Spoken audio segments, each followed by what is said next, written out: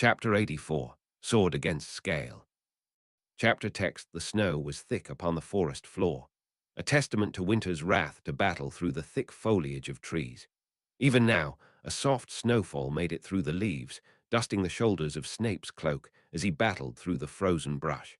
It wasn't the first time Snape was forced to stalk a Potter through these wintered woods, but by Merlin, Snape hoped it would be the last.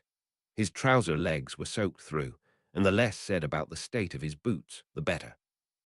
At the very least he was warm, thanks in no small part to his heating charm. Without it, the little preparation time given could spell the end for him, hunched over in knee-deep snow, waiting for Potter to arrive. Had Snape known it would take so long for the slow-witted young man to ponder through his mission parameters, Snape would not have rushed into the elements. Perhaps the first mistake was to hand Potter a map, rather than take him by the hand and point him towards the caves the beast resided in. How the headmaster expected Potter to figure out the feat of heroics expected of him when he could barely figure out where he was meant to be was beyond Snape. The mission Potter had been sent on was supposedly reconnaissance, to scout a cave rumored to be a gathering place for Death Eaters. One of the many that were part of the cavern structures of the Clearwell cave systems, an old Muggle mine from an era before when the Statute of Secrecy became a legislated mandate. And he was to do it alone and without any form of communications or way to call for allies. He didn't even question the orders, but his simple-mindedness was not a fault of himself or of his Gryffindor nature. All were rattled by the werewolf's return and foul tales he brought of that dark pack abomination's deeds. They kept the werewolves in cages on the full moon. He said They weren't producing results. Lupin had spoken gravely upon his first order meeting since disappearing into espionage work. He had victims brought to us instead, locked in with us as the full moon rose. He shuddered, as did all within that room. They didn't survive. I suppose we can count our small blessings. There had been a hollow look in the werewolf's eyes, one that Snape knew so well, as all would know given time and exposure to this war.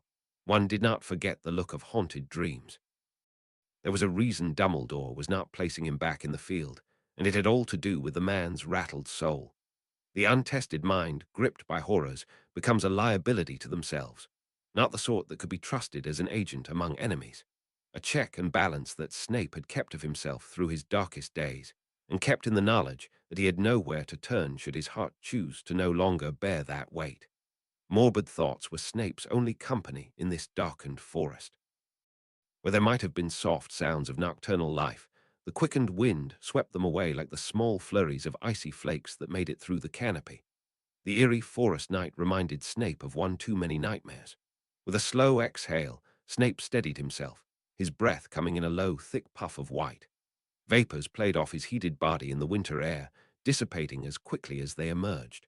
His eyes scanned to the mouth of the cave, watching it for any signs of life, both from within and without.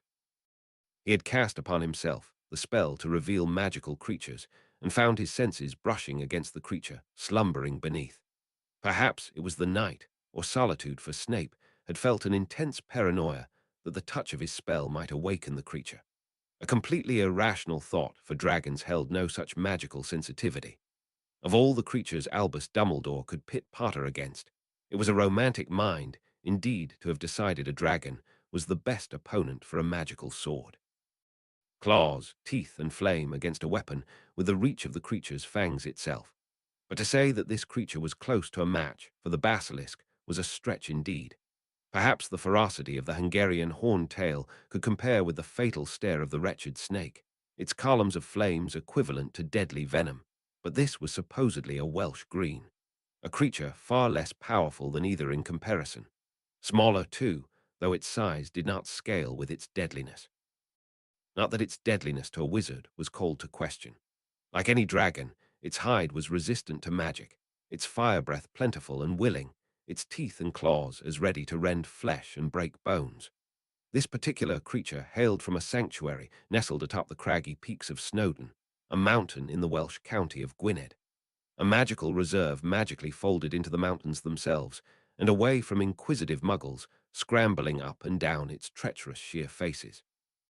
Its presence now in the Forest of Dean, hundreds of miles from where it had once called home, was down to accident rather than foul play. The dragonologists caring for the sanctuary kept the population steady and under control, and occasionally sent a few of their scaled charges away for bureaucratically mandated slaughter. A dragon's hides, heart, fangs, and blood were all valuable ingredients in various fields of crafting magic, and were Class B tradable materials restricted by ministry oversight. To that effect, the witches and wizards who tended to the dragons kept sharp eyes on their charges, lest poachers invade their midst. Not that dragons were particularly vulnerable to poaching. It was a rare wizard who would think it easy coin to sneak into a nest of dragons, rarer still to survive such ideas. What had plucked this dragon from its flock was a particularly vicious winter storm that washed down from Scandinavia and tore through the frosted mountain peaks of North Britain. Several dragons wound up rehomed by the wind, not least the Welsh green that had somehow ended up in Peckham, an equally frightful experience for muggles and ministry wizards alike. The dragon reportedly had the time of its life, having found its way into the barrels of a brewery of craft beers and developed a taste for London's hops. The cleanup was swift for those within sniffing distance of Muggle settlements, as dragons were captured and culled to keep in line with the statute of secrecy. The little Welsh alcoholic found its enjoyment short-lived under the brutal efficiency of the Department of Magical Accidents and Catastrophes, the only department that ever seemed to function as it should. But for those that sought peaceful retirement somewhere remote, it seemed the response was not as quick and ruthless. It had been a week since Snape had first heard of the incident from Wizarding News. An amusing piece at the time, though lacking of details in location, numbers, and extent. It was from Dumbledore he heard the rest, sources from within the ministry, knowing that conniving old man. Though beyond simple markers on vague countrysides, he had managed to narrow the creature's location to a single cave within a vast, vast forest. A feat the dragonologists had yet to do, it seemed, for Snape could see no other reason this creature was still free if its dedicated caretakers had any notion of where it resided. A sudden presence tweaked Snape's senses. The human revealing spell he had cast upon himself picked up a soul that wandered into his presence.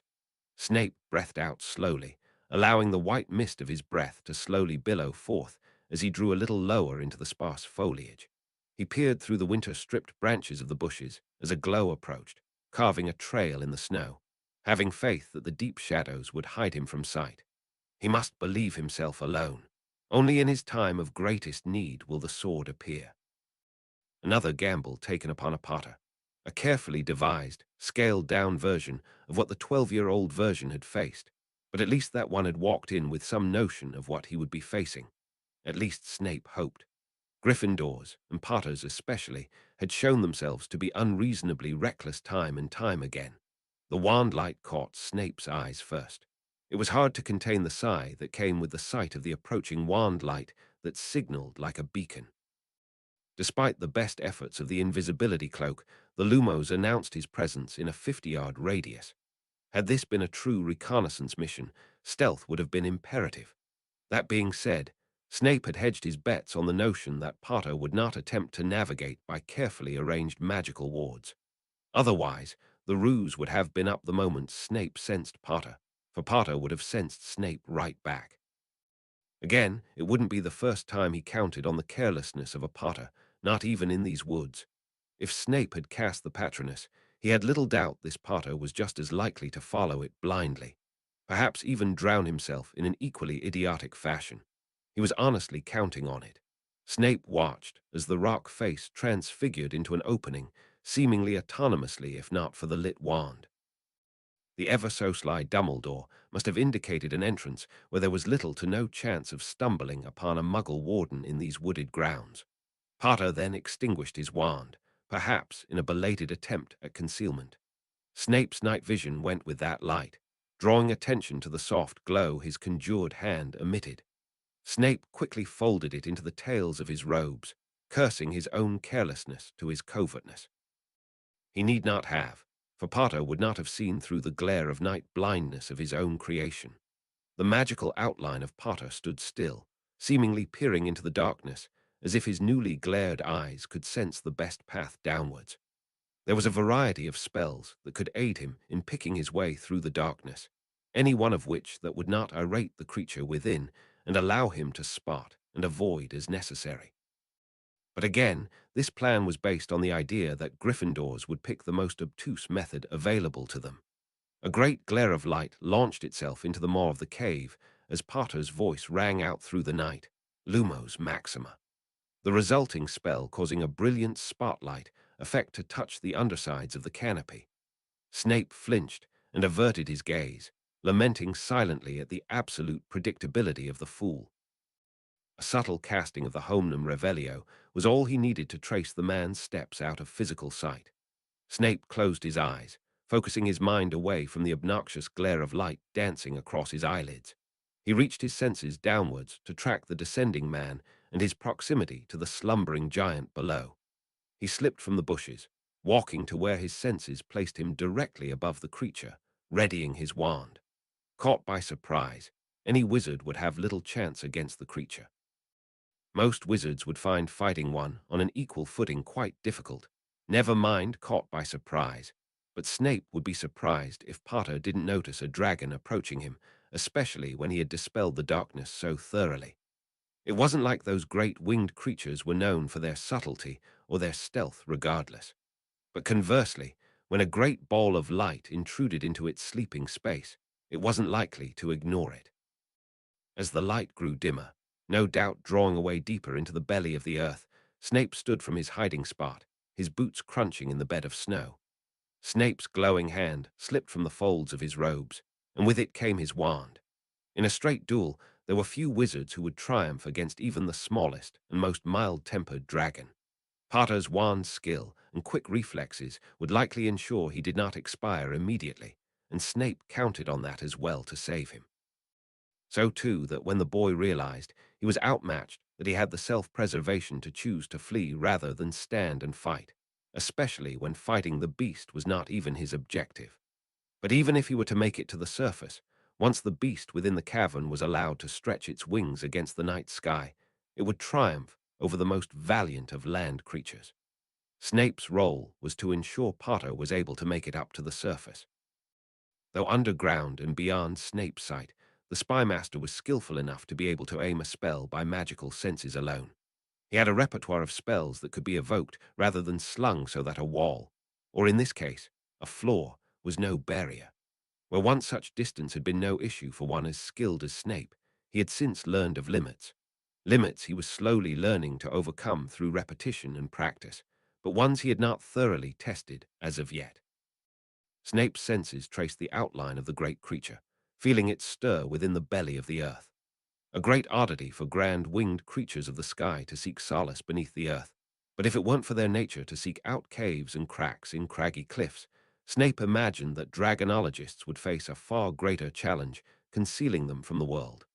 Standing in the darkness, Snape focused his mind upon the two spots beneath him, drawing magically closer.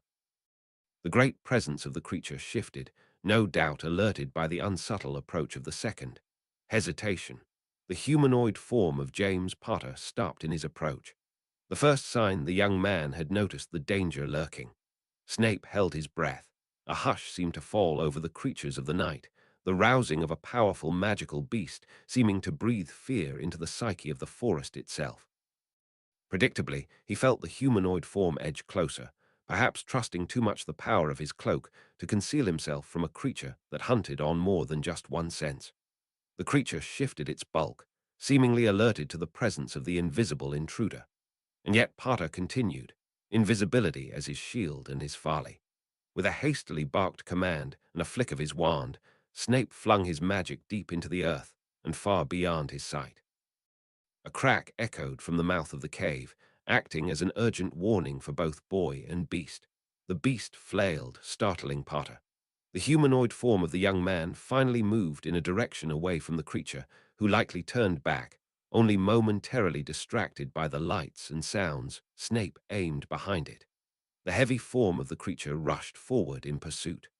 Potter, however, was conditioned for physical exertion. He pulled ahead of the creature, picking through the stony path, and no doubt gaining his bearings thanks to his orb of light. The predator also appeared to gain momentum, snapping at the heels of Potter's form with an unusual fervor. Snape sent one last spell of distraction towards the creature before he stooped back into the bushes. He had little time to ready himself as the clattering sound of hooves sounded. A great chestnut buck burst forth from the mouth of the cavern, meeting the snow with desperate haste.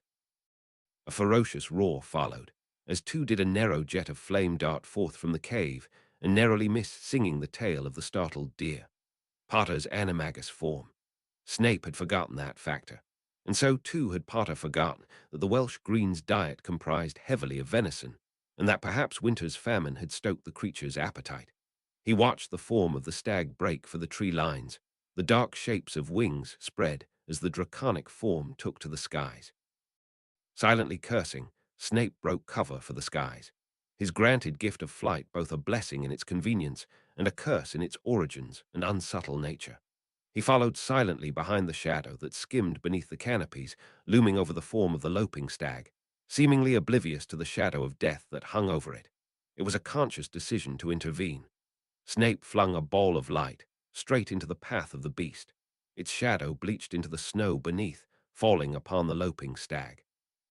While his magic would not pierce the resistant hide of the creature, the dragon was unable to dispel the physical form of magic manifest. The fleeing Potter changed immediate course as the dragon, now blinded by the sudden bleaching light, landed heavily into the snow on top of where its prey would have been. Slighted by his lost hunt, the predator turned its yellow eyes to Snape hovering among the canopy. Flying high into the foliage, Snape attempted to hide himself among the roiling shadows of the rustling treetop leaves.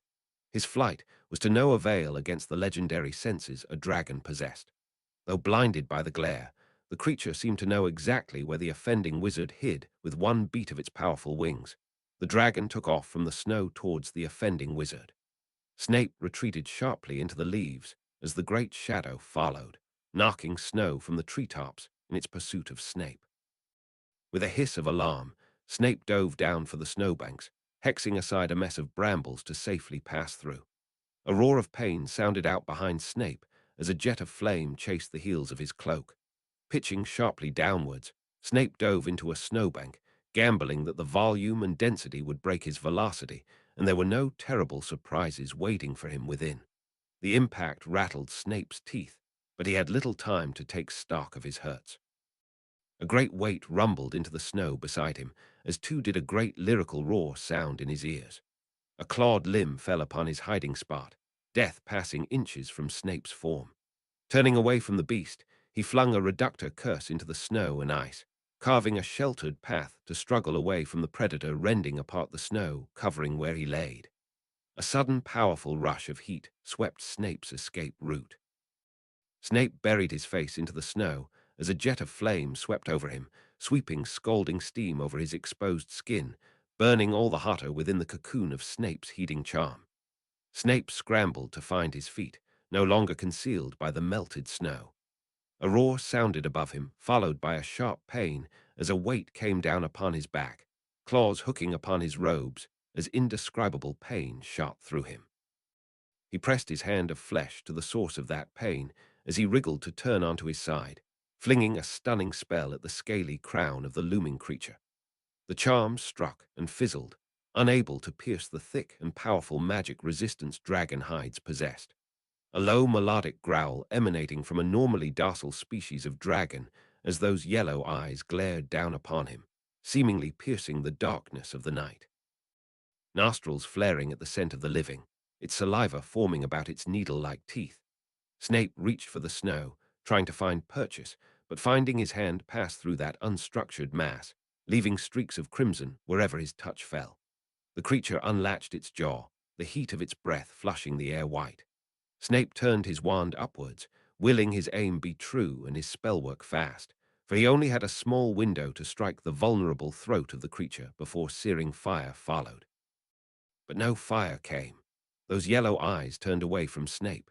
Taking advantage of the creature's distraction, Snape aimed his wand behind him, melting the snow in a subtle blast of heat, just enough for him to struggle loose of the creature's claws. Before Snape could slip clear, thundering hooves drew near, followed by a violent, shuddering crack.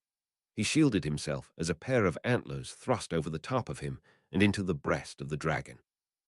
It screeched in pain, those dangerous claws lifting as it drew back a weighty step. Snape took that opportunity to scramble to his feet, dashing for safety behind that galloping deer. Sensing movement, Snape ducked behind the base of a frozen tree as a jet of flame streaked past. A second one stripped the bark from the evergreen as Snape dashed for the next. The fortune of frigid weather and insidious ice serving as a shield against the flame and a salve for the burns. Thudding hooves approached, transforming into heavy running steps. A wand loomed from the shadowed tree line, followed a pair of glasses tinted orange by the fiery light. "Pratigo!" Potter shouted, pointing his wand directly behind Snape. A magical shield erected itself between Snape and the offending flame. A shield that quickly crumbled and dissipated against the fiery assault it was never designed to withstand. Snape scrambled for the edge of a steep slope, yanking Potter with him, narrowly avoiding the flames that shot above their head. Water rained down about their ears, freezing again as they struck the frozen floor. "Snape, boy am I glad to see you," Potter exclaimed as he came to a rest at the base of the slope, rather out of breath. His form was concealed by the cloak he draped about him such that he looked to be a floating head. "Celebrate after we kill it," Snape hissed, finding his feet and scrambling for cover and almost slipping on an icy patch.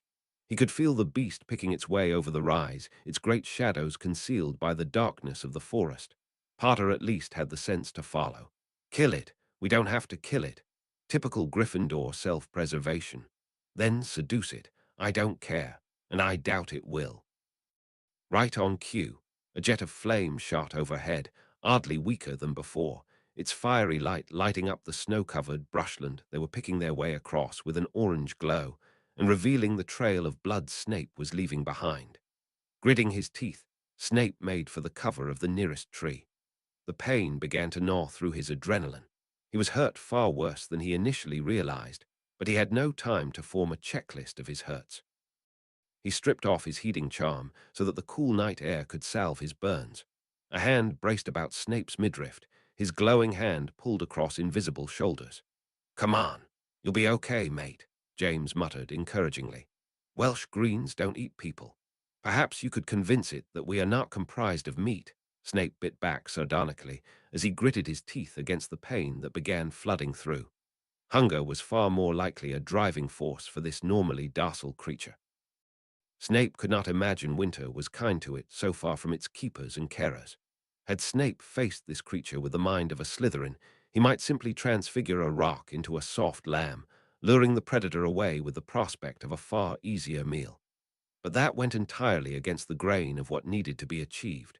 Snape glanced at Potter, spotting the ancient hat hanging from his belt unused. Undoubtedly, the boy had no idea what was expected of him when the sorting hat was offered into his arsenal. But how could he have guessed what needed to be done? It was such an arbitrary leap of logic to reach into that hat to draw a sword. Only a child with too much imagination and very little sense could come to such a conclusion. Rightfully, a Gryffindor's claim. Throwing all pretense out the window, Snape snatched the magical hat from the loop of Potter's belt. "Use this," he barked. He had no doubt confused the young man, for Potter's conclusion was to don it upon his crown. But they didn't have a moment to dwell upon this, for they heard the sound of a sliding weight and heavy footfall crunching in the snow. Potter pulled him away from the sound, dragging Snape along behind him. "Come on, pick your feet up," Potter whispered. It wasn't that Snape was willfully refusing to do so. He stumbled a step, snow feeling heavy about his boots. Gritting his teeth, Snape conceded defeat in this futile endeavor. He pointed his wand to an outcropping of stones, ready to transfigure the outcropping into an enticing number of boars. But those yellow eyes appeared out of the darkness. Nostrils flared at scents that led it to their hiding spot. Snape stumbled back a step, his drawn wand pointed in utter futility against a creature whose very hide was designed to defy it. He felt Potter release him and pull away, his Slytherin mind entertaining the notion that the boy had finally seen sense in self-preservation.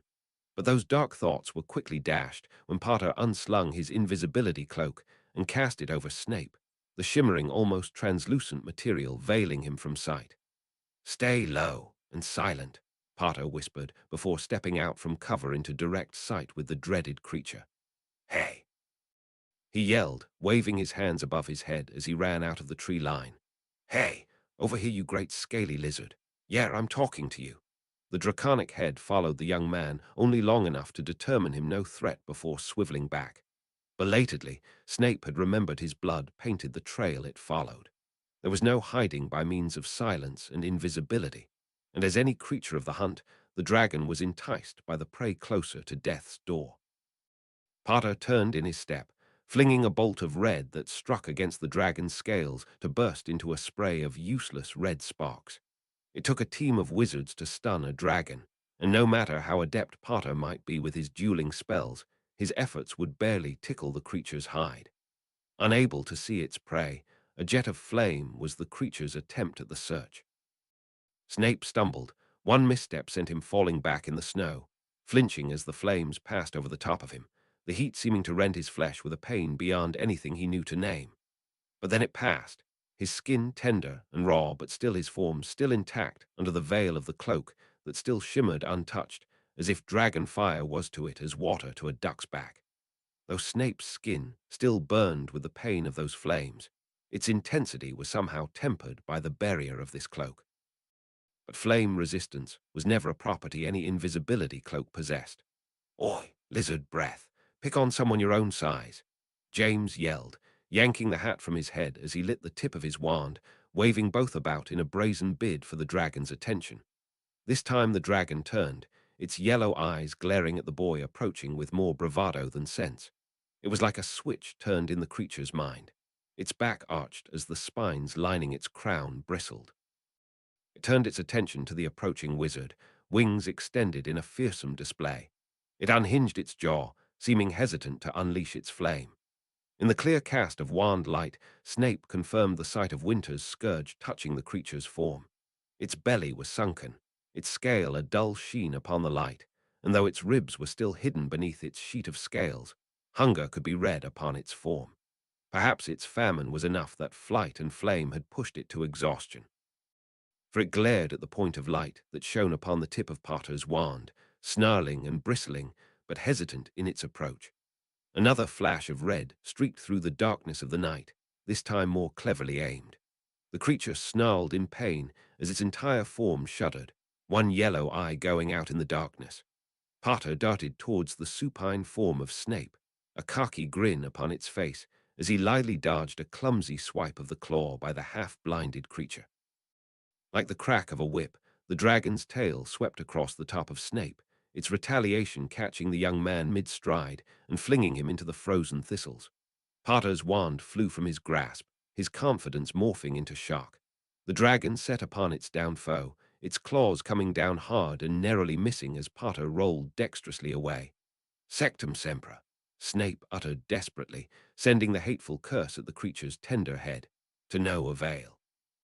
The spell cracked upon the back of the creature's scaled head and dissipated into the darkness of the night, not even marking the scaled form of the daunting creature. The creature's maw opened with an orange glow. Hazel eyes widened behind those thick-paned glasses obscured by the light of gathering flame, too far from any feasible cover to weather the flames. Another strip of leather popped from the ethers to bind the creature's jaws closed, shutting those teeth upon a burst of flames. Muffled shrieks sounded as it raised its claw to paw at the bindings upon its muzzle. But Potter did not run. Instead, he stood his ground, jamming that hat upon his head, screwing his eyes up as if seeking aid from within that frayed and ancient headwear. Those bindings did not last. Flames burst forth suddenly from its maw, so quickly Snape could barely react with a shielding charm. Its weakened flames licked at the barrier, but not even its exhaustion could temper the flames enough for the magical shield. Its raw power slowly wore away the magic, but before it did, a blade thrust through the other side of the shield, shattering the magical protection. But those flames did not touch Potter. They writhed as they met the silver held within the boy's hands, seeming to flow into the very metal itself. Rubies upon the hilt glinted auspiciously within the fiery light, seeming to ignite like the very flames themselves. The silver blade struck forth and thrust into the creature's maw, piercing its gullet and tearing through the rear of its skull.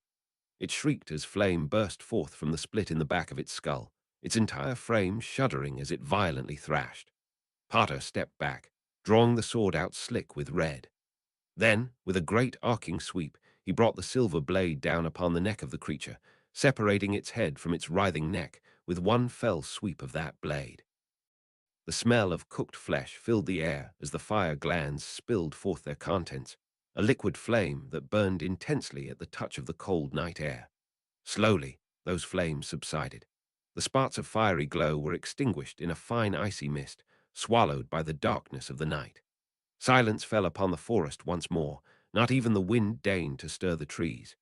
Snape sunk against the base of a tree, flinging off the invisibility cloak to take stock of his wounds. He lit the tip of his wand, passing it down his front, seeing clearly the ugly gash that tore through the side of his left midriff where a claw had held him. With gritted teeth, he gently picked the edges of the frayed cloth from his skin, peeling back the blood-soaked robes so that he might see the damage more clearly. His lethargy explained in the blood that marked his path to this spot, his own fate towing fatally close to exsanguination. Potter stepped from the darkness, a limp marking his own injuries. In his hand he held loosely his wand, somehow recovered despite its impromptu journey into the darkness of the underbrush, and in his other he clutched the harbinger of their victory. "You all right, Severus?" he asked as he stepped to Snape's side, his lack of observation skills remarkable. Snape did not answer, passing his wand slowly over his wounds and forming a mental picture of the depth of his injury. Healing was a blind spot in Snape's knowledge. His general knowledge of closing skin and setting bone was about as far as his education went. Complicated procedures of deep flesh and organ wounds eluded his ability, and so too the complicated mesh of blood vessels and nerves, and whatever other delicate details existed between bone and skin. Beyond his magic, but not beyond his potions. "Make yourself useful," Snape rasped, exhaustion robbing him of his voice. He produced a small sachet. Dittany, Wiggenweld, burn healing paste, and a dose of blood-replenishing potion. Potter fumbled, almost dropping the bag, evidently not ready for the deceptively hefty weight. "Don't you dare drop that," Snape hissed, his own mortality flashing before his eyes. Potter had the sense to look abashed. He summoned the bottles as he was bade. "What do I do with them?" "You may drink the Wiggenweld. Hand the rest to me." Snape didn't trust Potter's ability to tell the brew apart. The trust between them had undeniably grown for Potter to down the bottle unquestioningly. The cuts and scrapes that adorned him faded as if they had never existed. Snape's wounds, however, were not as simple to treat. Tearing open the side of his robe, he exposed the wound to the frigid air. With care, Snape unscrewed his essence of Dittany, applying it sparingly to his gaping wound. He hissed with pain as his wound stitched together. Without waiting for the effects to abate, Snape brought the bottle of red liquid to his lips, feeling strength returning to his limbs in a rush of fiery warmth. Potter had sat down beside him, watching uncomfortably closely.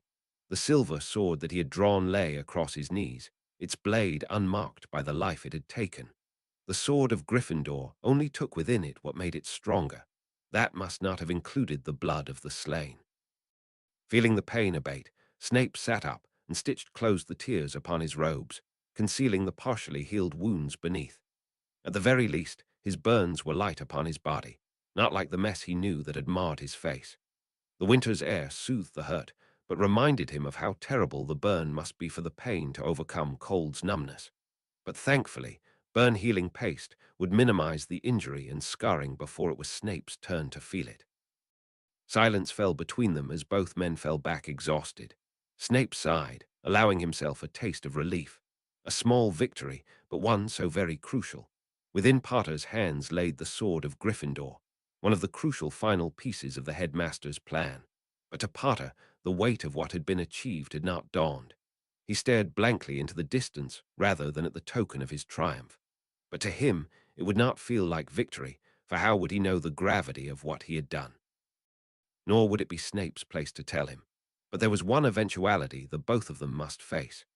"Before we return, we need to get our stories in order," Snape huffed, pulling himself upright and wincing at the burns stinging dully under the cover of thick paste. "I don't think Dumbledore is going to be that mad that we killed a dragon," James replied flippantly, as he seemed to habitually do when indulging his arrogance. "Not when we come home with the sword of freaking Gryffindor."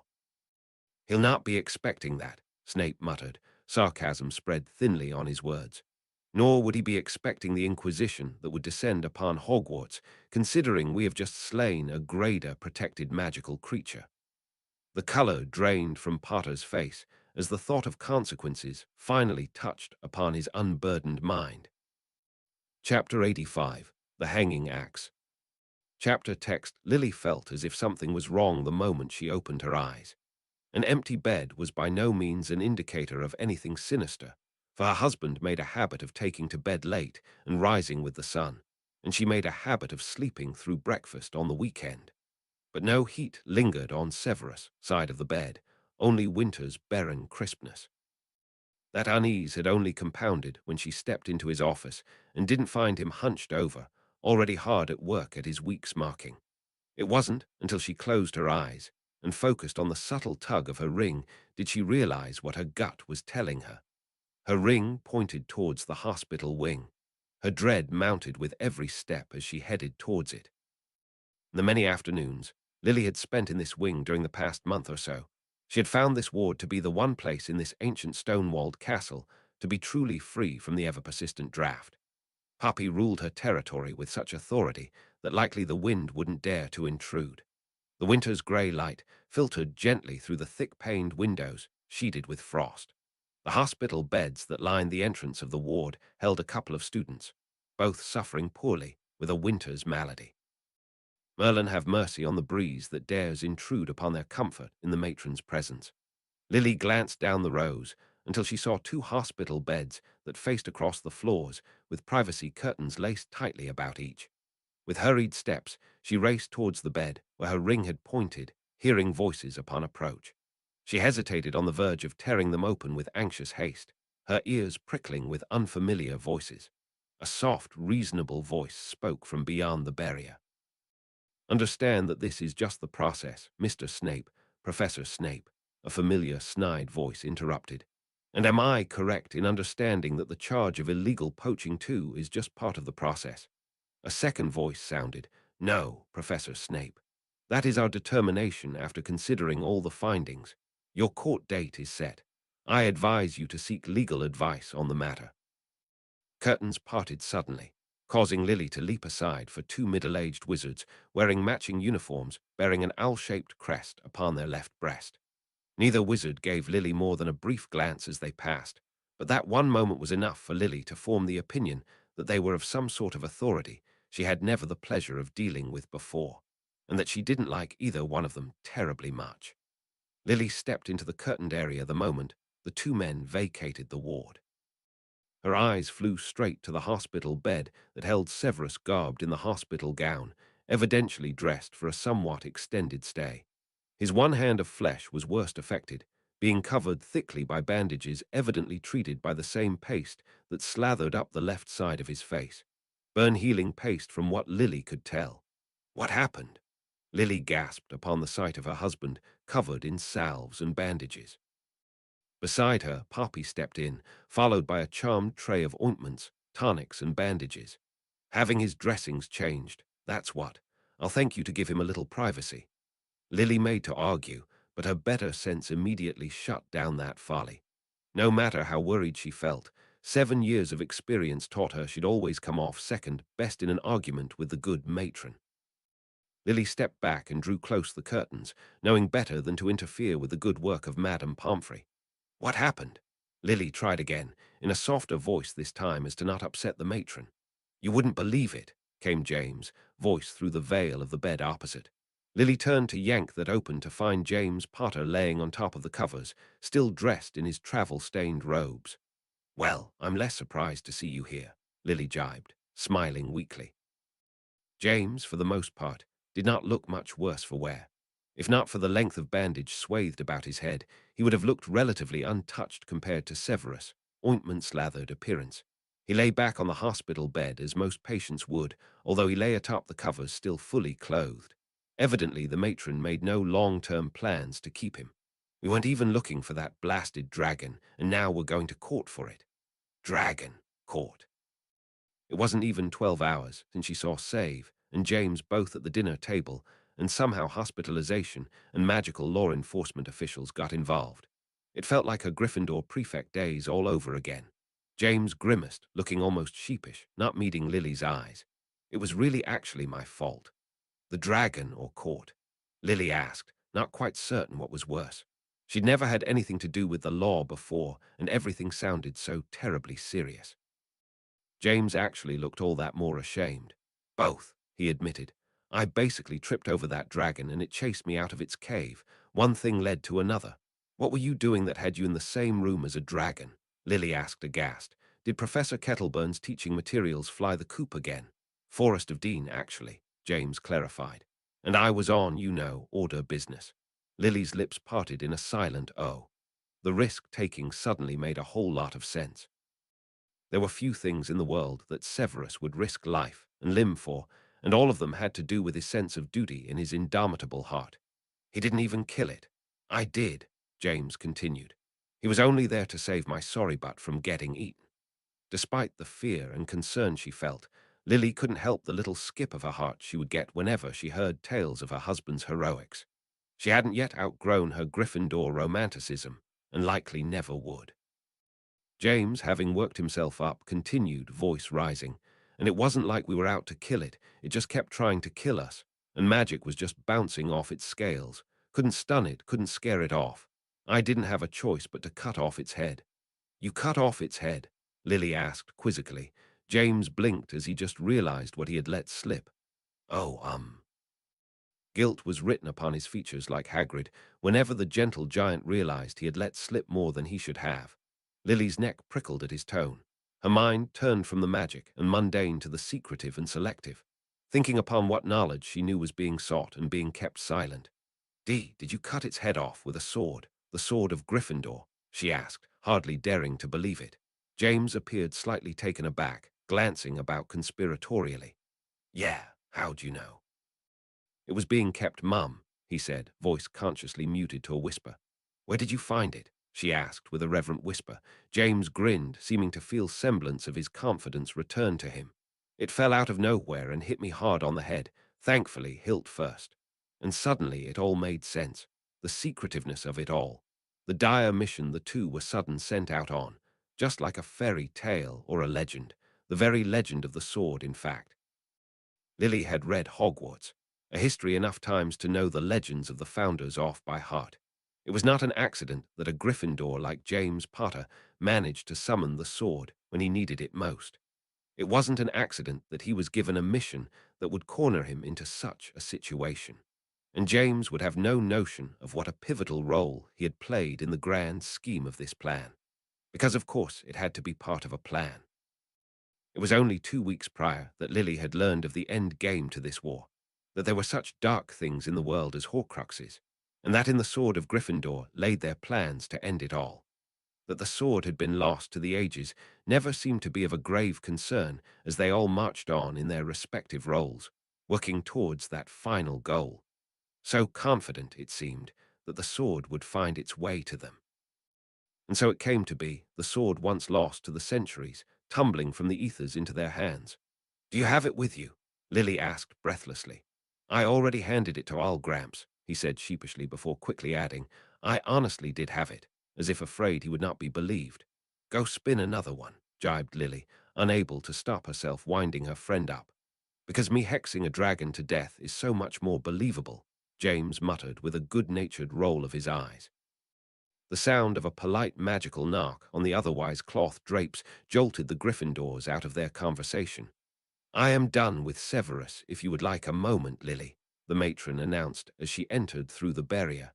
And do so quickly. I'll be needing a moment for James' treatment. Lily was eager to comply.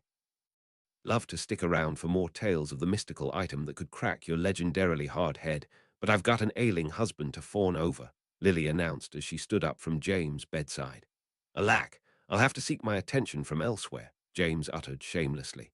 Maybe Marlene would like my new scar. But Poppy, already setting up her tray of potions and bandages, was quick to dash his hopes and dreams. You'll not scar. Your injury's not anywhere visible, regardless. James sighed. Alas, She'll make do with just the brain damage. Lily grinned at that remark. James had developed a self-depreciating sense of humor of late, which honestly balanced well with his overinflated ego. She waved as she stepped out, leaving the young man to the matron's care. Severus was propped up against a pillow, swathed in thick bandages across one side of his face, such that the entire left side was covered. His uncovered black eye met hers as she pulled up a seat beside him. She reached to stroke his face, tracing his cheekbone and brushing back his fire-frazzled hair. Her fingers traced up to where the bandages began, folded over the left side of his face where she had seen the ointment slathered. "I do not believe the burns will scar," Severus reassured softly. "I applied burn-healing paste immediately. With this second application, it should heal without mar or mark. And even if it does scar, I'm a Gryffindor. Scars are a bonus," Lily reassured right back. Severus smiled gently, looking more exhausted than in pain, his smile half hidden by the fresh bandages. "Then you might forgive the scars I've earned from the claws of that beast. Essence of Dittany, as it were, was not the optimal method of direct injury control." "Where?" Lily leaned in, peering closely. "Not on my face, I'll have you know." Lily grinned. "Who could tell, as covered as you are?" Severus reached out from under his covers to reveal his one flesh hand as also covered in gauze. Lily's heart twinged with sympathetic pain. "Did Poppy say how long you'll be here for?" "I should be discharged tomorrow morning, though I would gladly leave sooner. I could not imagine a more torturous way of wasting my time than lying here invalid." Save glowered at the very thought, and Lily was given the distinct impression of the same boy who would, despite illness, trudge along to every class for fear of missing out on anything that magical education had to offer. "No dragon attack's going to keep you down," Lily murmured with a soft smile which soured at a thought. "But what about court? What did you get charged with?" If Severus was concerned, his cool reply held no trace of it. "Do not concern yourself overly." But Lily was concerned. Crime and punishment. This was all a different world to her. Of course, that being said, Severus would be well versed with such things, having lived the secret life that he did. Legal strife over killing a dragon may seem of little concern or consequence, motions to simply go through. Perhaps he already had some idea of his legal recourse. She tried her best to turn her mind away from that stress of the future, focusing only on the there and now. She ran her fingers through her husband's hair, calming her nerves as she felt him relax into her tactile comfort. "What's the story, anyway?" she quietly asked, turning the topic back to the far happier heroics. Severus gave a weary smile. "I take it Potter's retelling is insufficient." Lily was all wide eyes and innocent gazes. Who said he said anything? An absolute reflex from the days when she was always on the defensive foot between Save and James. A black eyebrow arched. "I find it hard to believe that he would not immediately claim credit in every form for my continued living." Lily could not help but wince at that. "How close were you to dying?" "Not as close as I have been," Severus replied calmly. "Don't get cute with me," Lily uttered in an exasperation at her husband's dark humor. "How close was I to losing you?" The silence that answered spoke volumes, one that tightened the knot in her stomach that squirmed with fear, the sort of fear born from those that stood by the sidelines as their loved ones past death close a mere breath away. "Why didn't you tell me where you were going?" she whispered. "I didn't have time," he answered in a voice that held the gravity of the question asked. Lily felt her heart clench, her mind evoking the moment she had awoken to an empty bed and only now realizing the omen of what might have been. "Would you have told me?" Lily asked, and the answer fielded no comfort. "Would knowing that I may not return bring you any comfort if the worst comes to be?" "Well, it certainly would be a comfort not needing to worry that I'd be surprised by the news that I'm a widow," Lily contested hotly, but Severus was having none of it. "And it serves you poorly to stay awake in anxious expectations." "What? Is this your way of protecting me? Is that it?" she asked hotly. Severus did not immediately reply. Perhaps his sharp mind had cautioned him to the volatility of her mood. Lily felt her rush of anger cool with the pause as his black eye did not shift from hers, his other hidden behind gauze. "I get it, Save," Lily said, voice softened. "You fight this war in your own way, and that means sometimes risking your life." Her fingers brushed his singed hairline and followed down the contour of his sharp, unbandaged cheekbone. but I'd rather stay up all night wondering than be woken up by a knock on my door and condolences delivered." She brought his silver hand up to her cheek, feeling his ethereal fingers against her cheek. "You have always asked me to keep myself safe. All I ask of you is to let me know when you're not." A weary smile broke through his placid expression. "You don't ask for much, do you?" "I'd like to think I make reasonable requests," Lily returned with a bite in her humorous tone. His silver hand brushed her auburn locks behind her ears, as he would when he would bend down to kiss her. "I promise," he said, black eyes so utterly sincere. The efficacy of an expertly brewed potion could not be overstated, though it took several slathers of burn-healing paste, and the fact that he had applied the salve so soon after the injury had been sustained, the fiery injuries the dragon inflicted mercifully faded into recent memory. Scarring from fire was seldom flattering, and there was little need to make worse his already rather poorly appearance.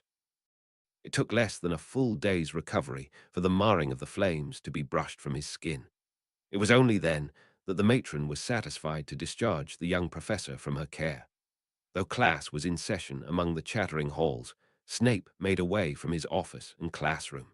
He wouldn't go so far as to say that he trusted Potter to teach, but one day's poor takings would not ruin the crop. Instead, he ascended the grand staircase, presenting the password of strawberry poppers to the vigilant gargoyle.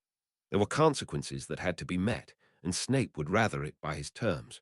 Though no voice answered his knocks, the door opened in greeting, the magic answering in place of the mundane. Dumbledore was not at his desk, which was not unexpected when he came unannounced. Having had a hand in the role of headmaster, Snape knew it wasn't one to be asleep at the helm for.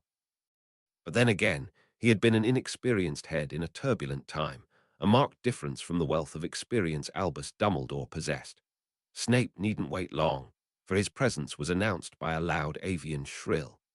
The phoenix seemed to take to the duty of doorbell with great indignation by the way it was glaring down at the young professor. It was a wonder why the bird was content to spend its eternity playing house pet and potion reagent. Snape had little doubt the phoenix feathers that stocked the school's rare reagents cupboards were sourced freshly and locally, not that those stores stayed stocked with Horus accessing them freely. "Ah, Severus, I had expected you, but had no notion of when you might appear." Dumbledore's magically amplified voice echoed about the office. "Please, come up to my workshop." Snape needed no further instructions about where that might be, for he had once lived in these very quarters. This would be the room his wife would attend after her school-bound duties were met.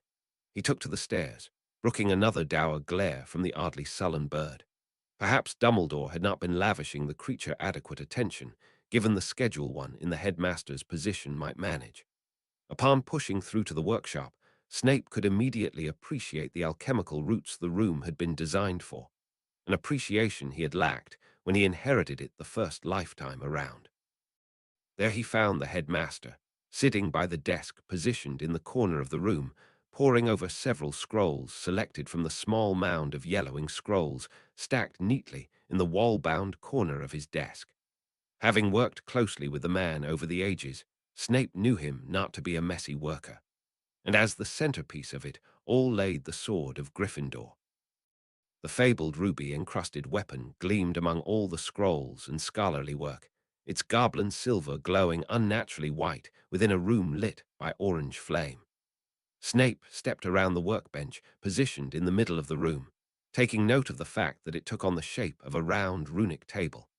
That table was an enchanted work surface that could be reshaped to suit whatever craft needed to be practiced. In Snape's lifetime, he had only ever known it as a solid rectangular bench that catered to a potioneer. As he approached the desk, he glanced upon a scroll held open with weights placed upon its corners. Inked upon the magic-preserved parchment surface was writing in black ink, its color still rich and deep despite its evident age. The writing, however, held more darkness than in color alone. Snape was not a superstitious sort prone to squeamishness at the mere mention of darkness, and he knew Dumbledore was of the same mind. After all, another iteration of the man had delved deep into the lore of Horcruxes and was not in the least shy about utilizing Snape's intricate knowledge of curses. The ancient scroll upon which Snape glanced depicted the etymology of the killing curse, the magical theory behind the discovery of the spell. The killing curse extinguished life at the mere touch of spellfire. There were no known true counters to the craft, nor survivors to tell the tale. At least, not in this lifetime. A truly dark spell to be upon any tinker's table. There are good reasons for such text to exist upon your table, I presume. Snape asked, framing his question with dull accusation. Dumbledore answered with no resistance, as if merely commenting on a curiosity. There are few spells in the world that could be hypothesized to touch the soul, fewer still to be conclusively determined. That is a roundabout way to explain that you're studying the killing curse's property of tearing one's soul from their corporeal vessel. Do you intend to create an enchantment or a curse? Snape probed. Because I can name only a handful of other spells derived from the killing curse, and they have all been magic of the darkest order. My plans have not changed, Severus, Dumbledore reassured. And I am well aware of the dark arts derived from this magic, and of its own origin. Its creator must have taken inspiration from Herpo the Foul, for there are many annotations that reference severing anchors of the soul, one of the principles behind the creation of a Horcrux. I would have studied the source material for that too, but alas, or perhaps for the best, those texts, and the subsequent etymology of that spell, was lost to the ages. Snape had never feared the dark arts. He was of a pragmatic mind when it came to such things. He did not doubt they would be useful in finding the enchantment solution, but knew well enough about the volatility of such magic to beg caution. Take heed that you do not machinate your own doom. I know this would not be the first time you have tangled with the dark arts, but I have borne witness to the final time that you had. If Dumbledore held the same image of the blackened and withered hand as Snape had in his mind's eye, his light tone did not betray it. I appreciate your concern, Severus. I do not intend to go the way that you remember of me. If only intention was all that it took, muttered Snape darkly, but he pursued the point no further. He conjured a chair to seat himself across from Dumbledore's table, for a bench stool was not conducive to dignified conversation. Dumbledore's smile twinkled in his eyes.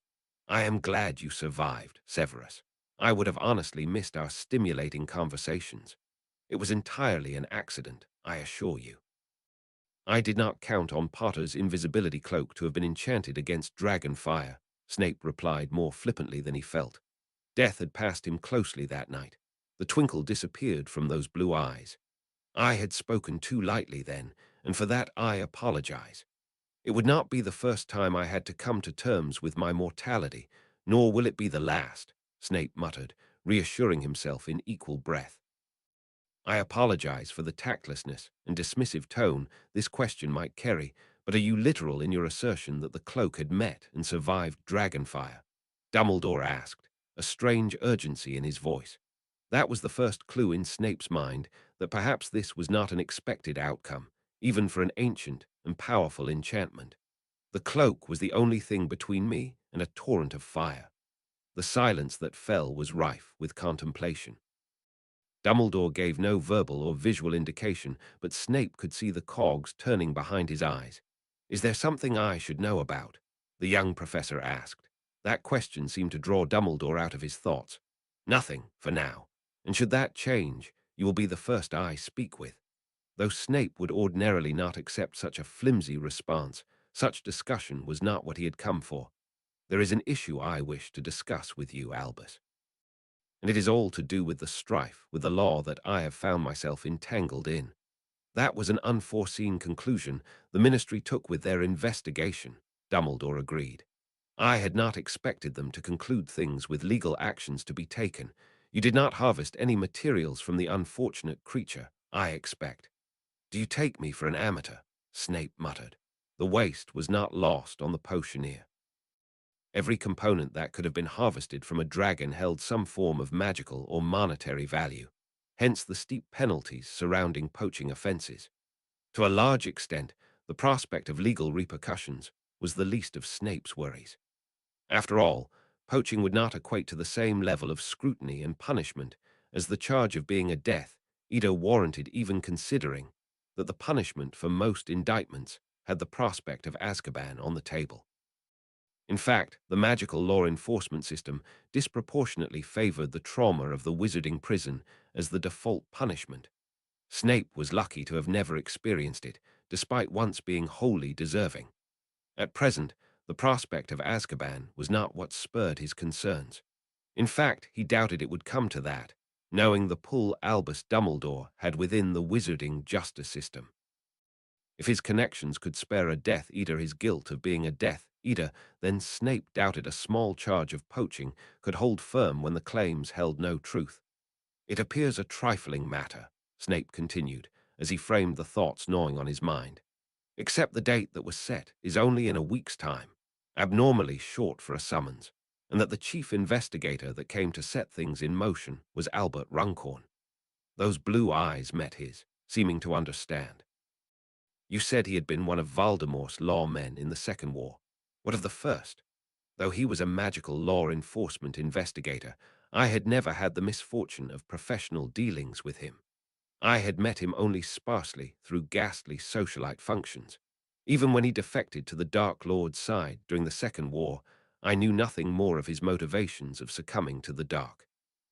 I can only venture a guess that he simply, like so many others, continued to serve the ministry when the ministry fell under his sway. Others I knew had dealt with him during the First War and paint him as an uncompromising man of the law. His harsh methods were not unusual for the nature of the time, Snape said, his dark brows knitting together. But even if he had not committed in the First War, I know he was a friend of Lucius. That hadn't changed, not even after the fall of the Dark Lord. Ancient pureblood families tend to associate closely, especially when their thoughts on Muggles and Muggleborns are not so favorable. You believe this is designed to drive you from the safety of Hogwarts. Though framed as a statement, Snape could hear the question hidden in Dumbledore's words. Yes, Snape conceded. For I cannot imagine any other reason a high-ranking investigator like Runcorn has to take upon himself a lowly poaching case when there are murders aplenty in this world. Those blue eyes glinted behind those half-moon spectacles. The man behind them stood, hands folded behind him as he strode towards a frost-touched window. The snowfall that fell thick and heavy during the Scottish winter took a reprieve this day. Though the sun hung low in the winter sky, its light streamed through the panes cheerily, peeking through the great peaks that lay beyond school grounds. "Leave this with me, Severus," Dumbledore uttered with a soft, contemplative smile, his back still turned. "I sit upon the bench as a warlock of Wisengamot. I am somewhat well versed in the law. You will have to face the ministry courts, but I will ensure it will be on our terms." Their room was quiet when Lily returned that night. A candle had been lit and left in a holder upon the fireplace mantelpiece. Underneath it, the fire in the grate had been banked. Coals glowed softly, casting a faint orange glow to the stone floor around it. Lily picked up the candle holder to light a way as she moved through the darkened room. A courtesy for her, no doubt. She pushed through into the bedroom to find the form of her husband already tucked in and unmoving on his side of the bed. She knew he had been released from the hospital wing earlier that day, but thought nothing of it when he didn't turn up for lunch. Missing meals wasn't exactly odd for Severus. He usually spent the hours after his final meal working on the notoriously finicky wolfsbane potion. The past couple days must have taken a toll on him. Regardless, Lily felt a pang of disappointment as she stepped from the room and into the bathroom. She had been looking forward to conversation and companionship, and her curiosity had been nagging her all day. She wanted to get her husband alone to niggle the truth out of him, a task that would have once seemed impossible if not for her new place in the heart of the conspiracy. Her curiosity ran rampant in her daydreams, keeping her company through her shower and her care of her potted plants. Though James was more than willing to share, she wanted to hear it all from her husband's lips. Adding to that was the fact that her Gryffindor friend and colleague had little clue of the machinations behind the scenes. He still thought finding the sword of Gryffindor was anything other than a calculated result. She would much rather indulge her curiosity than her worries, for her worries were deep and plentiful. She had faithfully attended the headmaster's office this afternoon, as was their daily arrangement in their experimentations in enchantments. With the procurement of the sword came a sudden sense of urgency. Not just within Lily's mind, for she could see the same urgency written all over the scrolls stacked upon the study desk. Not that it frazzled the headmaster in the least. Dumbledore did not seem to have a beard hair out of place when he invited her to sit for tea before they began their afternoon enchantment session. He had even indulged her curiosity and allowed her to see that fabled sword, procuring it from behind the snoozing portrait of prior headmaster Armando Dippet. Whether inspired by the possession of that mythical weapon or spurred by the end in sight, the pair of them set to task all afternoon, working through half a dozen theories Dumbledore had prepared beforehand. They had even missed dinner, a marked calendar event on Lily's daily schedule. Instead, she took supper with the headmaster in his office, discussing the intricacies of weaving partial components of spells into their enchanted material over beef bourguignon and soft rolls. There was an end in sight, and everything came down to the mind of Albus Dumbledore and the skill of Lily Snape. No pressure, especially when the mind of Albus Dumbledore was never the limiting factor in question. She dried herself and donned her thicker winter pajamas. Stepping from the thick steam of the bathroom, she picked her way to the bed. Severus lay as still as he had been. She didn't know why she expected any different. His sleep had been getting much sounder of late and far less disturbed by night terrors, a direct inverse of Lily's own. Her worries buzzed around her head at night, her greatest fears made manifest in nightmares. More than once she had been awoken by a gentle touch upon her shoulder and murmured reassurance, a gentle touch of magic to wipe away the sweat that prickled her skin. A role reversal perhaps as strange for him as it was for her. She stared for a moment longingly at the unoccupied side of the bed, wishing so dearly to succumb to the warmth of restful sleep. Unfortunately, her efforts to the ending of the war had caused some of her other commitments to take a backburner. With her shoulders set in drooping surrender, Lily stepped back into the living room and picked up the candle holder. With a barely muttered spell, Lily lit the stub of wax that was all that was left in the holder. There was plenty to replace it with. The elves kept them stocked by leaving a constant supply in a small basket within the bedside drawers. Unfortunately, the drawers in question were by Severus' side of the bed, and Lily wasn't about to wake him. With a sigh, Lily summoned forth the small runic table from its snug space in the corner. Having since learned the significance of the intricate runes carved into the table, Lily couldn't help but feel a little at odds with using it as a common potion bench. Pulling up a seat, Lily summoned forth her box of potions, the marking of which was scheduled to be on the return pile to the students in the morning, markings that had yet to be generated. Curse her inability to manage her workload. It wasn't like she had been ignoring it, hoping it would go away. She had chipped away at it in the few hours a day she had every day that weren't spent in the classrooms or in Dumbledore's workshop. The weekend was her best bet, but that had been eaten away by the exceptional order of potions Madame Pomfrey had made. Flu season was hitting the school hard this year, and pepper-up potion was a resource the school could not be without. Perhaps if she had cut down her meal times, she would not be sacrificing her night's sleep. Or perhaps if she had spent her mid-class breaks more wisely, perhaps if she didn't pause to chat with the prefects who had been her friends and fellow student body leaders just the previous year. Perhaps if she had not wasted any time outside of her prioritized tasks at all. But that was no way to live. Feeling slightly overwhelmed, Lily flipped open her box of fourth-year potions, an eclectic mix of colors and viscosity, most of which reflected the calming drafts they were supposed to be brewing in some way. With a sigh, Lily pulled out the length of parchment upon which she had inked her marking table. Turning to her box of potions, Lily was struck by momentary confusion. She had been keeping track of where she had marked up to by transfiguring the stopper on the already assessed brew into a vibrant red. Now, however, every bottle within her potions box sported a bright red stopper. Lily stared a moment, pondering the possibility she had mismanaged her magic in her torpor and accidentally colored the whole batch. Frustration twisted in her heart as she glared at her marking table, relenting to the prospect of having to painstakingly figure out her place by matching her existing work to each labeled bottle. Except the table had been completed. Lily blinked at that sharp, spiky writing as realization warmed her heart. Without a word or want for thanks, her husband had completed the remainder of her marking. Her heart melted. The burden she carried suddenly seemed tangibly lessened. Though she had never once truly thought herself alone in any of this, a reminder was never unwelcome. Chapter 86. Unexpected Allies. Chapter text. The atrium was the entrance that all must traverse to enter the ministry proper. For a powerful anti-apparition ward pervaded those walls. Employees and visitors alike walked this hallway, as wide as the great hall of Hogwarts, but longer by far, lined by fireplaces down each side that operated as the entrances for all. In years from now, alternative entrances would be set for visitors to separate them from the flow of those in the ministry's employ in response to the viciousness of the escalating war. For attacks would happen by brazen day as villains blended with the crowd. Snape seldom forgot lessons learned. He knew that would be where Death Eaters would take him should his instincts be correct about this entire affair. There were few other places in the ministry as vulnerable as that funneled entryway.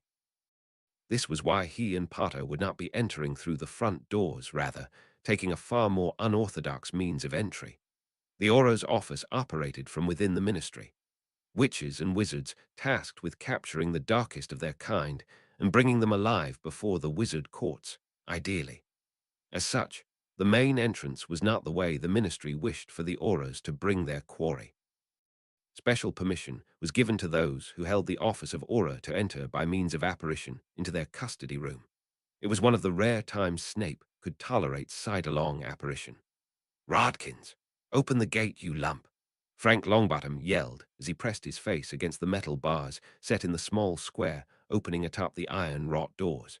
Snape and Potter stood shoulder to shoulder in a cramped, featureless room designed to be little more than a simple transit point. Hurried footsteps sounded from beyond. "Right away," a voice answered, followed by the inexpert clinking of keys and the heavy creak of mechanics. The door swung open to reveal the freckled face of a young man that could not have been that much older than his wife was, or himself, technically. "Now, Rodkins, do you know the mistake you've just made?" Longbottom, chastised, strode out into the hallway. The young man grimaced in contrition. "I didn't look in the peephole before I opened the door." "That's right," Longbottom said, almost approvingly at the self-identified misstep. "You're working the custody shift, and you've got the run of the place in who comes in and goes out. Can't let the wretches take you by surprise." From how well Rodkins took his criticism, he evidently wasn't long on the job. They stepped from the apparition cells into a darkened hallway that appeared to contain 4 more steel-set doors set in the wall, signifying rooms of a similar nature. This hallway appeared to open 2 ways. At one end, Snape could see glimpses of dangling chains and cells caged by wrought iron bars. Screams could be heard bellowing from that direction, followed by maniacal laughter. "Oh, that's old Janice, a regular from Nocturne. Caught peddling cursed wares again just this morning. I'm afraid we're not meeting her today," Longbottom assured the two as he steered them towards the opposite end of the hallway. They stepped into a brighter room, sporting 4 fairly solid cages designed to hold one solitary person with little room to move. "Darks," Longbottom explained as he led his guests through. "Bad guys go here until we're done with the paperwork. Then they either go up to the courtrooms or down to the cells. Sometimes they get let straight out to freedom, but that rarely happens." Another solid door barred their way, which Rodkins sorted slowly and cumbersomely by lock and key. It was under an enchantment against magical meddling, a novel weapon the Auras utilized against the darkest of their magical kin. Slowly, the great steel door swung open into a hallway brightly lit by glowing spheres set into the center of the ceiling. It spilled into a wide common area filled with clusters of partitions to separate each occupant from direct sight with one another. At one desk sat a familiar face. Though the owner's quill was poised over a thick sheet of parchment marked with tables and dotted lines, those shadowed eyes drew too quickly to the trio to be anything other than expectant. "It's been some time, Snape," said that familiar alto voice. Sebastian Urquhart, bearing the crest of an attested aura, stood from her desk. Snape took his former housemate's outstretched hand in a firm handshake, a formal greeting between friends, but not outlandish between Slytherins. His silver hand grasped that offered hand made of flesh, the motion drawing the young Aura's eyes. "So you made it through training," Snape remarked. There were mixed feelings to be had to find an acquaintance deputized into this dangerous work. Urquhart smiled, expression surprisingly genuine for the darkness of her eyes. I'm surprised you have heard about that. You never write. Neither do you, Snape retorted. I was busy, the young Auror remarked.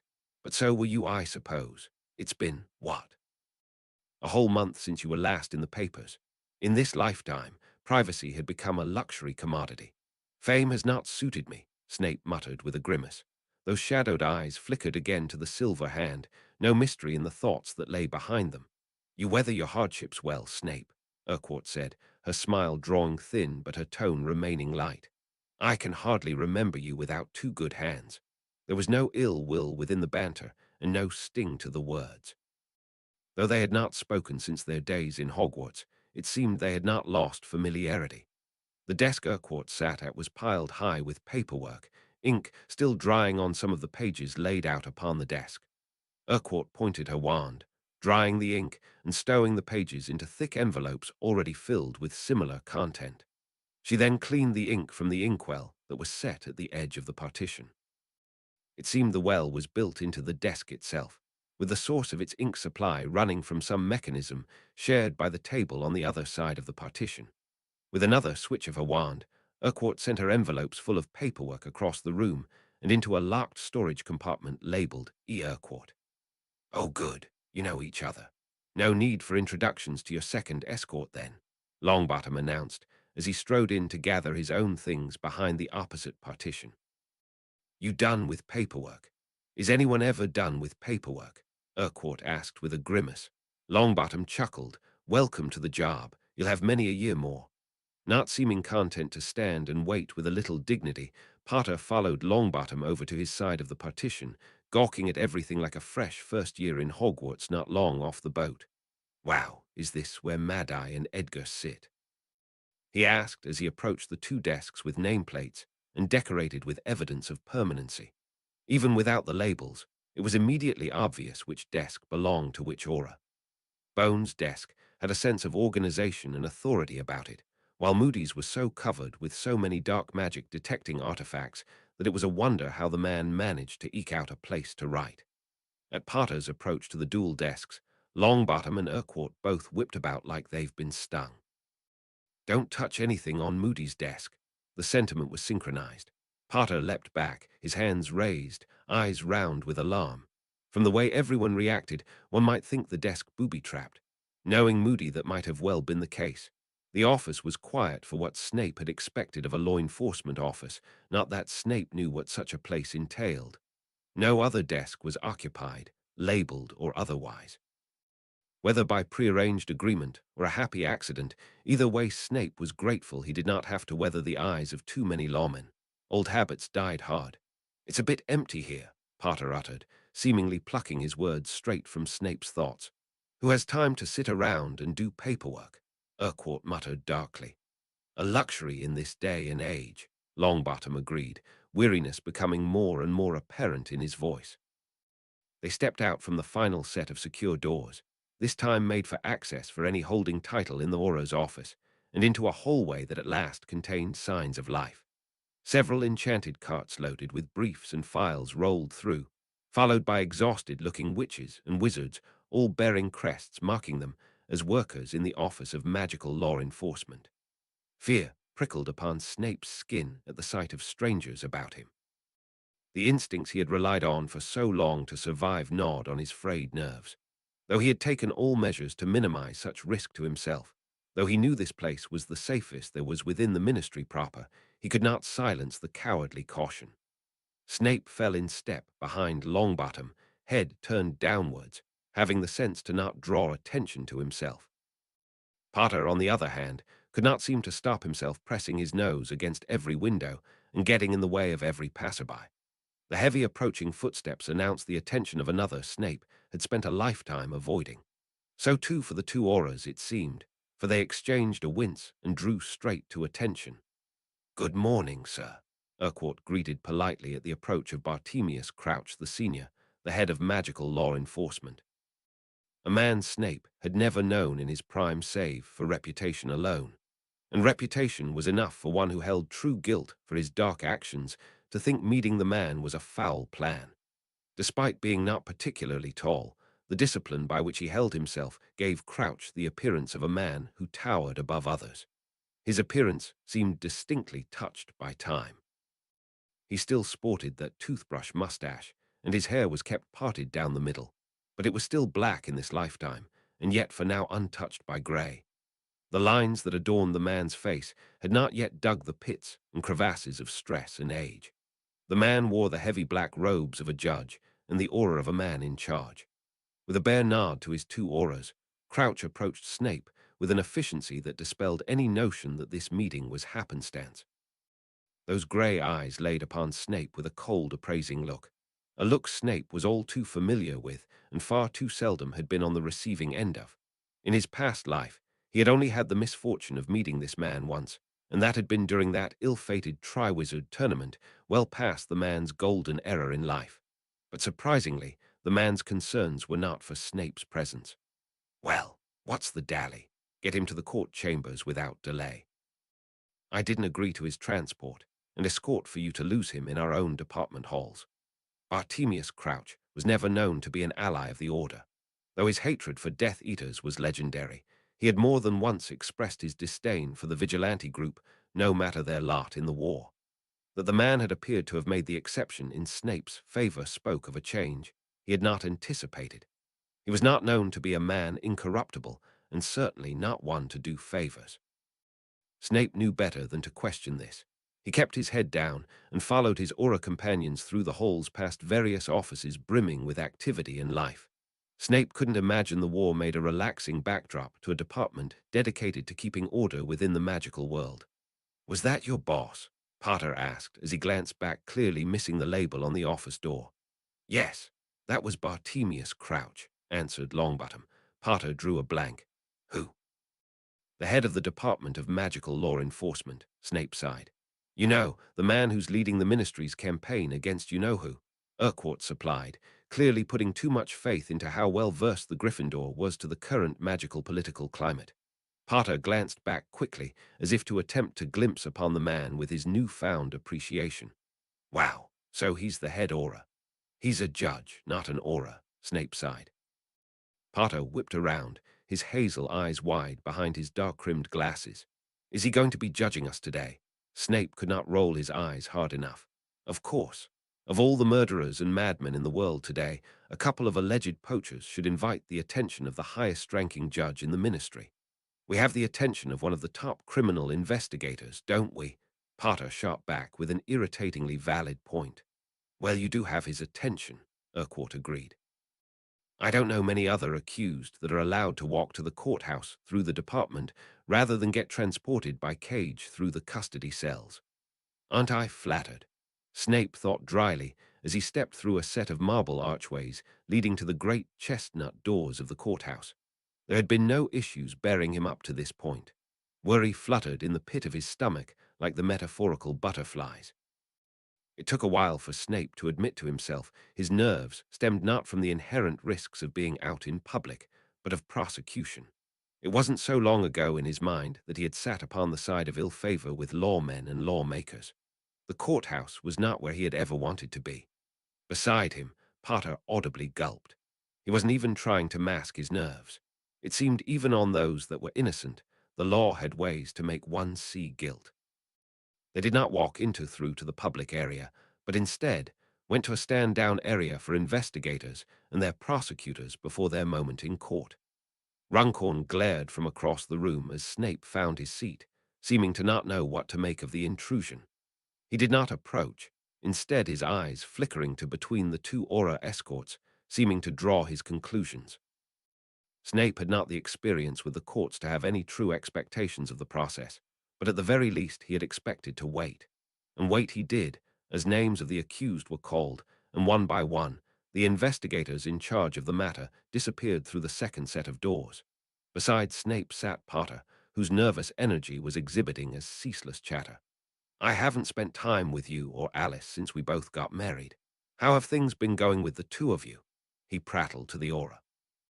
The young aura shrugged. Unlike the straight-backed Urquhart, Longbottom seemed not in the least concerned about maintaining his look of professionalism among his peers. "Barely enough time to see one another each day. Add to that the fact that since we've been on opposite shifts since we confirmed, and we've got no time for each other. Confirmed. Potter glanced at Snape, seeming to expect him to supply the answer. Longbottom spared him the explanation about how occupational jargon worked. It means when I became a full aura instead of a probationary aura like Evie here is. It was Snape's turn to look confused until he realized Longbottom had gestured to Urquhart. It took but a moment for Snape to put things together in his mind. Urquhart, save for her officially ordained aura crest, did not look terribly different to how she had been during her days masquerading as a male at Hogwarts. Same short, sandy hair, same figure and stature. But the name she went by was no longer Sebastian, it seemed. Evie was a sharp change, and unmistakably effeminate by comparison. Snape glanced sidelong at his fellow Slytherin, gauging his suspicions, but not wanting to presume. Urquhart did not flinch. She stared straight ahead, the picture of discipline. Potter didn't notice, it seemed, as he continued on his inanity. Gryffindors were never known for their wit or alacrity to notice such a glaring detail within their conversation. Perhaps Urquhart's disregard had successfully masked Longbottom's slip of the tongue. Not that Snape believed those words to be meant as anything but unremarkable. Snape said nothing to draw attention. It wasn't his place to comment. What Urquhart chose to call herself now was none of his concern. Snape was not given long to ponder. Professor Severus Snape, a booming voice announced loudly, and Mr. James Potter. Potter stopped mid-sentence and visibly paled. Snape stood, as too did Runcorn. The investigator spared Snape no glance as he stepped through those doors. Snape could only follow with equal dignity. That door led to the public area where ordinarily those in Snape's position would sit and wait. Without waiting too long in the exposure of the public, Snape turned to the awaiting court doors. Stepping into the courtroom, Snape was struck by the crowd that was crammed in the benches. This was a small courtroom dedicated to small matters, yet the crowds clamored as if the Dark Lord himself stood on trial. Upon their entrance, all eyes trained upon the young professor. Whispers erupted, the sort he knew so well and loathed so deeply. Potter shrank too in the face of those eyes, but he might as well have been invisible for all the stares Snape drew. He felt the parting from his aura companions most keenly. Living in Hogwarts, he had the luxury of forgetting his founding fame in the outside world. So many notepads were out in hands, betraying the reporters among the crowds. Their quill tips were already down on their pads, scribbling away. Snape had spotted at least one rendering of an unflattering caricature of himself, already enchanted to blink and scowl and sniff irritably through its comically large nose. He stepped up to the defendant's table and motioned for Potter to do the same. Drawing himself to dignity despite the whispers that surrounded him, a public gallery for a public hearing, making one feel so very exposed and vulnerable. His black eyes swept the courtroom, flickering past all those staring eyes. It would be too easy for those with malintent to masquerade as one of these gawkers. Too simple by far. Across the courtroom stood Runcorn, speaking to his prosecution counterpart in tones that could not be heard from where the defense stood. At the head of the courthouse, the magistrate sat upon the bench, settled from a previous session all likelihood. The bench he sat at towered above everything else at the courtroom, and he barely had to glance up from whatever had his quill to parchment. The glasses that sat atop his beak-shaped nose teetered dangerously at its angle. "Take your seat," a witch, standing under the elevated bench of the magistrate, ordered. She was evidently the bailiff, assistant to the process of the court. Beside her sat a young wizard hunched, his quill ebbing to the rhythmic cadence of speech. Evidently the court scribe, a job that was only still in existence by the justice system's reluctance to adopt new technology, not replaced by the quick quotes quill. A hush fell over the courthouse when the magistrate glanced up, his authority observed by a loud booming, silence in the court, expelled from the robust lungs of the bailiff witch. The magistrate glanced down upon his documents, squinting through his square reading glasses before announcing in a clear voice, "Court is now in session. Presiding is the Honourable Magistrate Doherty. Order matter for hearing."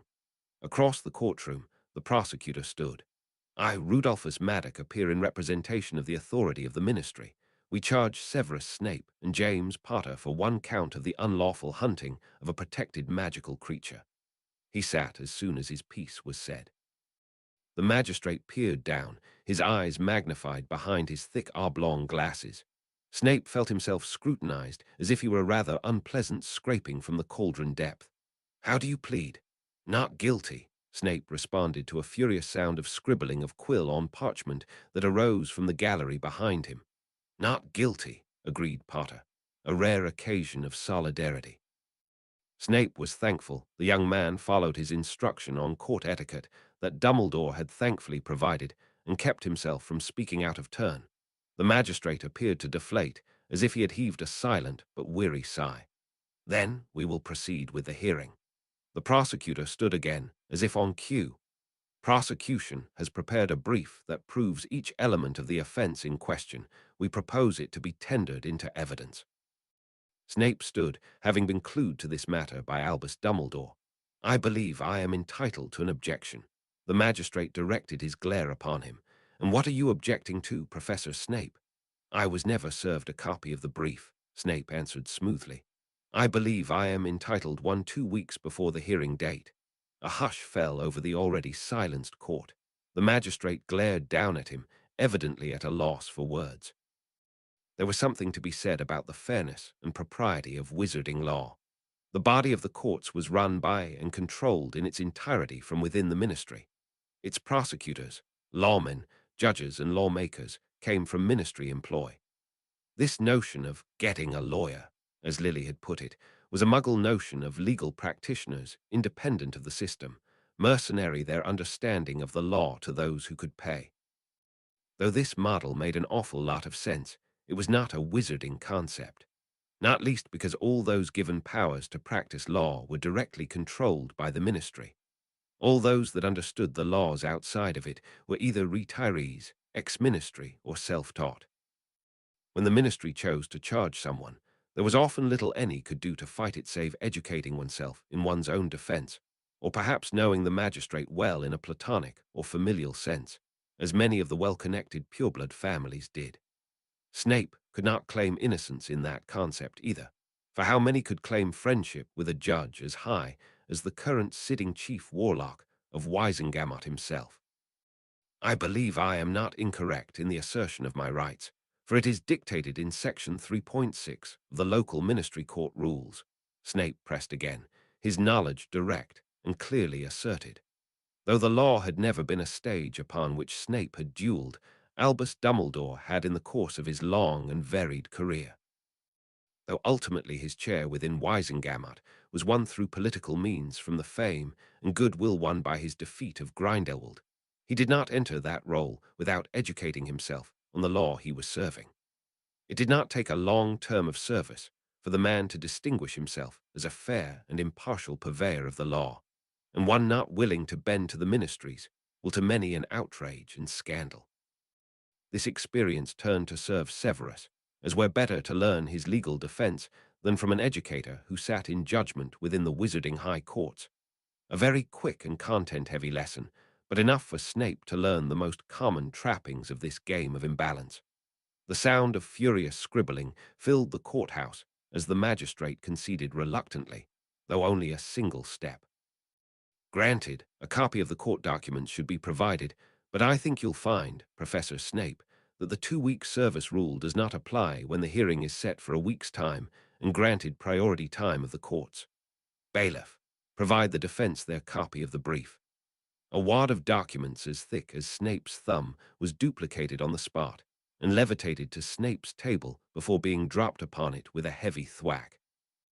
A quick rifle-through was not enough to glean even the barest notion of what he was up against. "I request a recess so that I may read and know the evidence to be presented," Snape posed reasonably. "Request denied," was the swift reply. "You have already wasted enough of the court's time, Professor Snape, with your priority case. We will proceed as planned." Potter could not hold his tongue any longer. We didn't ask to be priorities. His Gryffindor sense of affront could no longer be suppressed. The magistrate seemed ill-receptive of those protests. "Silence, or you shall be held in contempt of court." Snape motioned for calm from his companion and drew back to his own seat. He could not stop this process, but it was never his intention to drag this entire incident out in such a way that he would be forced to attend another hearing day. After all, He only needed to play for time. Albus Dumbledore, in his varied and experienced life, knew the ins and outs of the legal system like no other man could.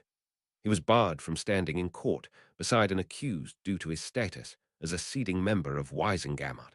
But even when the laws barred him from standing against it, he wasn't without influence. It wasn't only the purebloods who could sway the ministry's law, which spoke too loudly of the rickety bed upon which it sat. Brows furrowed in concentration, Snape slid the documents from the envelope that he was handed, pulling apart the papers into their shared bundles, and attempting to glean as much information as he could from the brief glance he could manage. The prosecution calls to the stand the investigator in charge of proceedings, Investigator Albert Runcorn, Prosecutor Maddock announced, seeming to continue from where he had left off, as if the interruption hadn't occurred. Runcorn stood and strode to the box, taking care to wind around the sides of the court rather than step through the central floor. Another observation of court etiquette. Runcorn stepped up a step onto a bench set again higher than the rest of the seating in court, but beneath the level of the magistrate. The witness box. Do you solemnly and sincerely declare and affirm that the evidence you give is the truth, the whole truth, and nothing but the truth? The bailiff which announced, steering the proceeding expertly through procedures. If so, please say, I do. I do, Runcorn agreed before taking his seat as directed. The prosecution stood and began to build his case, leading the investigator through motions that seemed built through banalities of time, dates, and names. Following such information, we found the body of the Welsh green dragon laid in plain view in the woods. Objection, Snape uttered, the word foreign upon his tongue. A phrase that he was taught as the only accepted way to interrupt during court. The magistrate directed his gaze upon him, as clear an indication to continue as any he could interpret.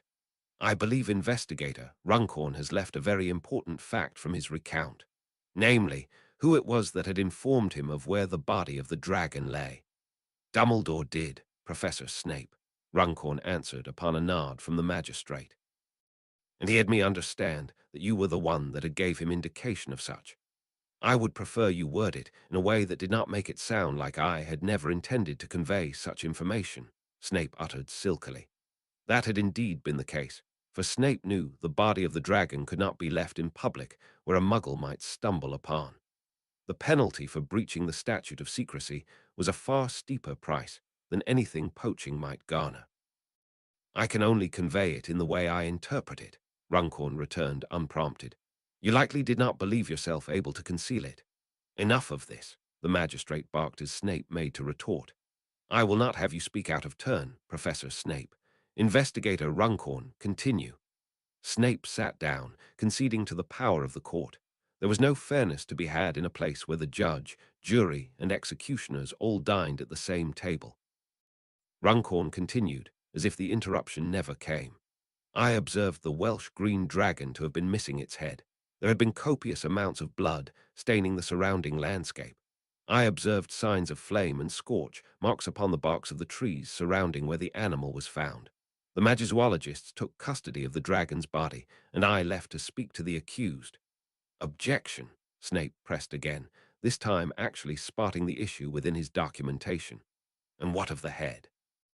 What of it? Runcorn asked coolly, making that slip of facts seem that much more intentional. Snape shuffled the form to the top, skimming to the line he had read. The necropsy reports indicated that the head was found near the wounded neck of the beast. Are you telling me you did not observe the dragon's head placed in such obvious sight? Runcorn's eyes narrowed, glancing to the prosecutor who rifled through his papers. The dragon's head was half buried in snow. So you admit to seeing it? A low muttering arose from the galleries. This appeared a small discrepancy in the investigators' accounts, but upon the witness stand, any untruths could serve to crack the foundation of the reliability of their account. The magistrate, however, appeared to pay little heed. Whether or not the head of the dragon was seen by the investigator was of no concern. The fact remains that the official records holds every part of the creature accounted for. It does, Your Honor, the prosecutor confirmed. The prosecution submits the necropsy report of the dragon. In it they have confirmed both parts of the dragon had been recovered and the indication of death of the creature had been caused by its beheading. As opposed to drowning, Snape muttered sardonically, not quite able to help himself as the process began to grate. This was one slight the magistrate did not let slide. I'll not tolerate insolence from you, Professor Snape. Or do you forget you stand accused in my court? Snape turned his eyes to the documents, partially to read the content past his initial glance, partially to compose himself. This was a practice in frustration. Though he learned what he could from what Dumbledore was able to teach him about the legal system, it was but a superficial glance upon the vast depth that was the field of law. Though Snape had poured numerous hours over the course of the past week to learn this craft, he stepped through the doors to the courtroom a novice. Glancing upon that document, Snape only got the barest impression of the information it was trying to communicate. Complex terms almost medical in text and terms relating to the creature's biology. Another field of expertise he was lacking in. Thankfully, the affidavit the magizoologist provided alongside the report managed to condense the jargon-ridden findings to simple terms. A 12-page report essentially boiled down to one page that stated removing a dragon's head would cause it to ultimately expire. Snape suppressed his rising hackles at the frustration of it all. There was a reason why studying wizarding law never appealed to him. The premise of this whole field was essentially making very simple concepts inexplicably complicated. I arrived at Hogwarts School of Witchcraft and Wizardry, where I met Professor Snape and Mr. Potter in the hospital wing, Runcorn continued. I observed the two men to be sporting burns, cuts, bruises, and scrapes, the majority of which was on Professor Snape. Injuries consistent to dragon attacks. I then spoke to the two men to obtain their side of the story. I now present the interview obtained from Severus Snape. That was hardly the version Snape remembered, for barely any exploratory questions were asked. Instead, Runcorn asked rapid-fire questions that had been posed, designed to steer him into answers that appeared incriminating out of context. Answers he jotted down and signed with his name. Answers that Snape had refused to sign. I object. I had never signed those as my words, Snape hissed as he took to his feet. Runcorn's expression barely changed. Inspector Benedict signed in your stead. After all, he had witnessed my interview and can attest for the truth of this confession. What confession? I made no such confessions, Snape growled.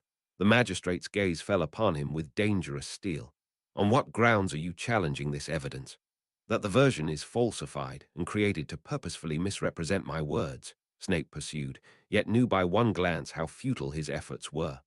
Motion denied, came that expected response. The court does not recognize your challenge as a challenge of procedure or precedent. In a direct competition of your word against that of two agents of the ministry, you have not come out on top. Potter stood in solidarity, his words brave if less than useful. Then it's 2 against 2. Again, 2 agents of the ministry, the magistrate muttered dismissively as he returned his eyes to the document. And I notice you, Mr. Potter, have a signed confession on my table too. By your signature at that. Potter visibly gulped and sat himself down post-haste. Snape followed, his motions sluggish, and took his seat alongside him. Continue, Investigator Runcorn, the prosecutor encouraged, visibly swaggering. It didn't take a genius to sense which way the court was turning. It did not take a pessimist to view the entire situation as hopeless. Snape glanced back over his shoulder, a brief furtive glance to the court entryway, hoping Dumbledore would come through. He had no doubts now that the ministry aimed to make an example of him, but for what transgression, he had no clue. He had been living his life shielded from the eyes of the world and the government since his wound took him. This was not the simple malice of a man who harbored pureblood supremacists, ideologies without the mask and mark of membership. I would like to take your honor's attention to one particular line at the bottom of page 3. He said, I do not deny that our actions killed the dragon. That is a confession plain and simple. And did you record my defense of the matter? Snape interrupted, the magistrate's glare directed upon him. If you wish to challenge evidence, you will not speak without first interjecting with objection. Then objection. Denied. Sit down. Snape grudgingly took his seat, irritation bristling with his fraying patience. Even a dimwit like Potter could tell the matter was not in their favor. His wide, dull eyes kept glancing sidelong at Snape, as if trying to gauge how much hope was left in the situation. There was little else to be done about the matter than to sit in silence and wait for the magistrate to finish reading the transcribed interview. The opportunity to challenge came when the prosecutor rested his case. The magistrate looked to Snape, and with a weary sigh conceded, "The defense may cross-examine the witness." Snape stood from his table, meeting the investigator's steely gaze. "I note that the interview transcript you had written not just misrepresent my words, but left out my defenses in its entirety. Would you care to explain?" Snape began, straight on his front foot. There was no hesitation in the response. "We spoke about that topic before the interview formally began. As such, I had not yet cautioned you, and therefore could not use it as part of your interview." Snape's eyes narrowed. The man had purposefully steered away from Snape's defense and framed the explanation in such a way that made his actions seem fair and reasonable. "I believe taking account of my defense is part of a complete investigation. Investigator, are you admitting to cherry-picking my words?" Snape asked silkily. Runcorn's expression did not change, his stony visage an impenetrable shell of professionalism. "You, Professor Snape, had offered me a version of what happened before we sat down to interview. I had not put quill to parchment because I had not offered to." He claimed he had entered the Forest of Dean in the middle of the night for the purpose of harvesting cave moss for a potion. "The reason you chose midnight was that the moss had a special property when plucked at midnight. Keeping in mind he is a defense against the dark arts professor, and not, say, a potioneer." Snape's eyes narrowed as the irony gnawed. "Yet potions have a root within the field of dark arts. Schistostega, the luminescent cave moss I had been searching for, is a core ingredient in the devil's ambrosia and the brew of spectral malice, the effects of which I had intended to teach to my 5th years. It was a lie, of course, and one entirely of Snape's concoction. Potter had been instructed to state in the topic of why they had been out in the wilderness, only that Snape wanted to go.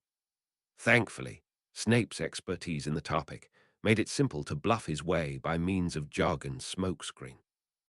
There were few that could challenge him on the topic, and any worth their salt in the field would attest to the truth in Snape's potioneering fact, a topic that most that chose magical law enforcement would claim some level of knowledge in. Runcorn's eyes narrowed, his words a concession though the tone unchanged. "Then I concede you may be truthful about potioneering, but the point you have made is ultimately pointless." "I think not," Snape muttered, throwing his hat into the ring of this challenge. "To prove poaching, you must prove we had gone out of our way to harm that creature. The point that was made was that we were there by accident and not by intention." Despite the fact of his own assertions being untrue, by the very nature of conspiring to obtain the sword, Snape found no issues in maintaining that lie. He had crafted taller tales in his previous life. In this, standing accused was little different from spy work. "A spontaneous decision, then. An opportunist," the investigator returned. The accused, being a potions aficionado, saw opportunity in the rare and valuable material in the form of this living creature that had the misfortune to appear before him, and slew it with extreme prejudice. "And do you have evidence that that was what had transpired?" Snape asked, one eyebrow arched dangerously. Runcorn's eyes held steady. "All my evidence has already been tendered." "And does a single one of them speak witness of your version of events?" Snape continued.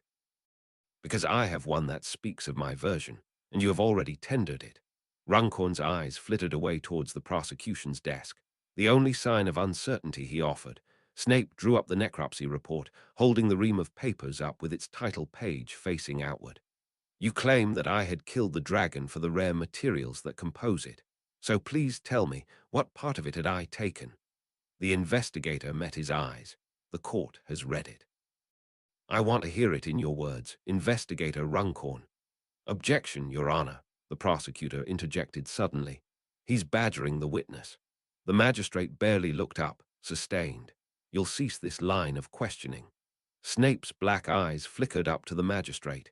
This was a stacked deck from the start, and surprisingly the only allies he possessed were the media who filled the gallery. The muttering whispers took on the tone of scandal, as some of the more sharp-minded among them had kept up with the happenings, and had put two and two together in their minds, without needing Snape to spell it out.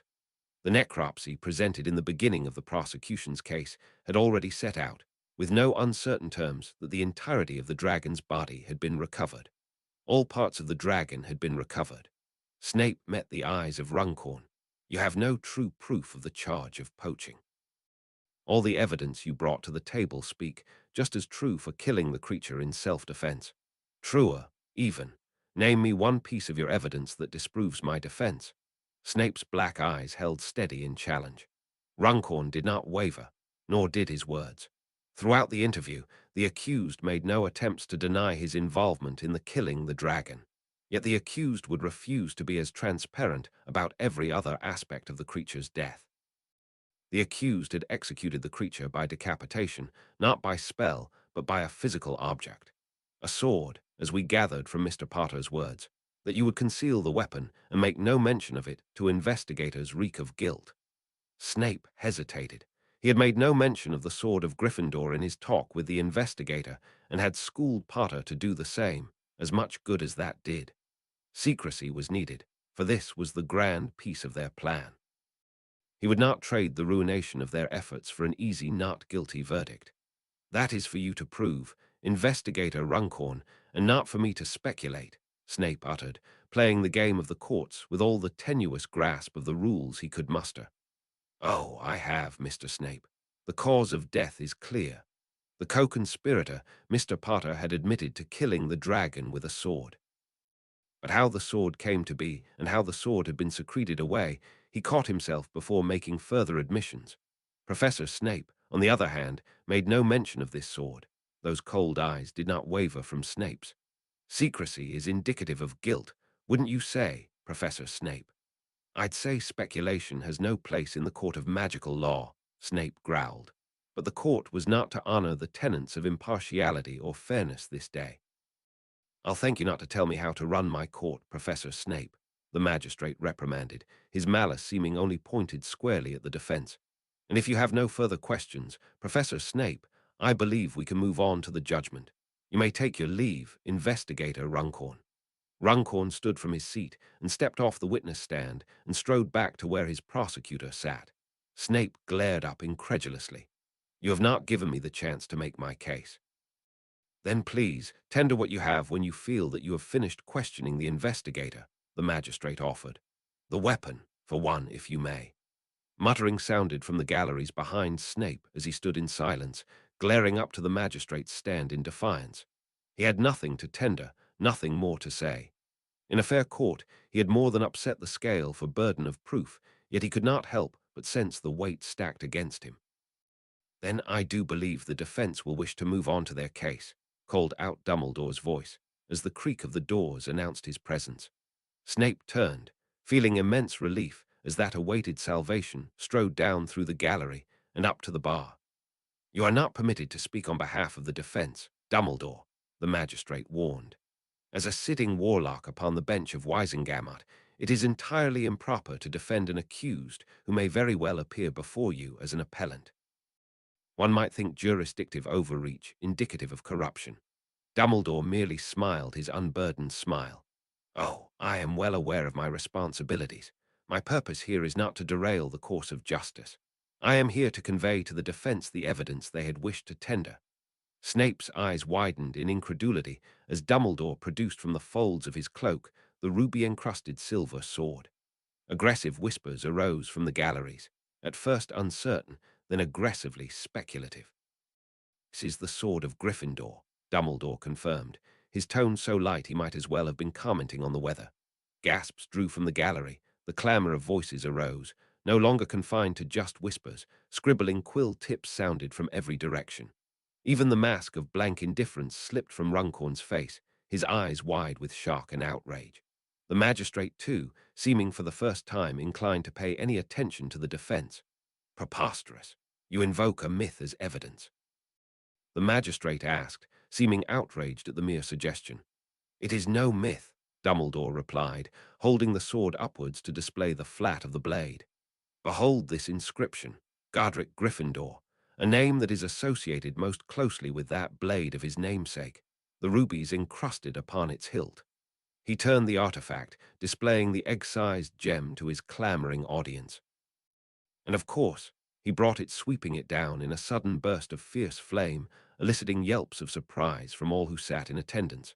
Dragonfire, Goblin-made artifacts only takes within it what makes it stronger.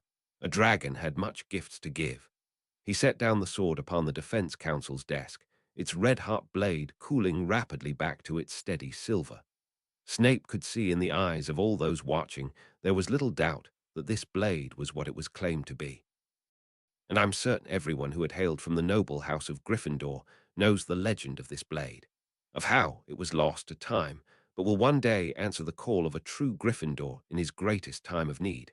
That it should find itself manifesting now into the hands of Mr. Potter speaks volume of his noble intentions and his dire need. Congratulations on the verdict. Any comment for the prophet? What had been the reason you were out in the Forest of Dean that night? Has the loss of your hand affected your life in any way? Did Albus Dumbledore's spell creation come about as a result of you? Snape thought his glower was self-explanatory as he pushed quickly through the small crowd of reporters that had gathered by the courtroom doors. The moment the not guilty verdict was read, those among the observers with a pad and quill filed out to set up outside the courtroom doors to harass him as he left. Snape could only imagine what the fervor would have been had he actually lost and was being taken back in magical bondage. Urquhart appeared by his side, though tall, her unintimidating physique doing nothing to ward off the swarming scavengers. Longbottom had a better go at it, his wider, stouter stature going ways to obscuring Snape completely from sight to those hounding from his side. Potter, too, was harangued from all sides, peppered with questions about the sword he had been revealed to have drawn. Snape would have thought the arrogant man to enjoy the attention, but it seemed he was a little too jaded from the whole experience to derive any pleasure. They strode for the prosecutor's room, intent on taking refuge. After years of avoiding attention of any sort, with death or worse being the consequence of such failure, there were not enough words in the English dictionary to articulate how much Snape loathed the situation his unwanted fame had brought him. Albus Dumbledore positively posed for the cameras that flashed with obnoxious puffs of smoke. He held that sword up as if showcasing the precious relic for public display. It seemed the secrecy they had agreed to was moot in point. He strode easily ahead of the group, parting the crowd by his presence and stature. The door opened by a switch of Longbottom's wand. Even reporters knew not to try to follow the group past that threshold. The stares they received from the other lawmen awaiting their particular case were worth the blessed peace, achieved only through violently closing the door against the pawing masses yet. It seemed reporters only respected boundaries when they were magically charmed against unauthorized intrusion, yet it did not seem to stem the tide of questions belted against the door. Dumbledore strode through, not seeming to feel the least bit out of sorts. He even greeted several of the lawmen by name, asking after their families. Having only known Dumbledore as a headmaster, and occasionally the commander of a secret order, seeing him among those who knew him predominantly for his role within the courts was jarring. The doors to the Department of Law Enforcement opened to his approach, serving as a reminder that it was not simply the halls of Hogwarts the ancient wizard called his domain. It was a wonder the man had time to organize a vigilante force on top of it all. They approached the office of the department head, before which Dumbledore came to a sudden stop. Snape found himself pausing, having unconsciously followed the headmaster's lead, despite his guides being the two auras that had led him through these very halls initially. Silence could not hold Potter for long as the elation of victory caught up to his dull wits. "You saved our arses there, Gramps," Potter uttered, seeming to slip with his incredibly disrespectful nickname for the Grand Wizard. But if Dumbledore took any issue with this, his smile carried no such reservations. "I think the two of you had it wonderfully in hand. You just needed that one last piece to make your case," he said so lightly Snape might have been fooled into believing it. The truth of the matter was, Snape had not been sure throughout the matter. Things felt stacked against him, and he had no idea why.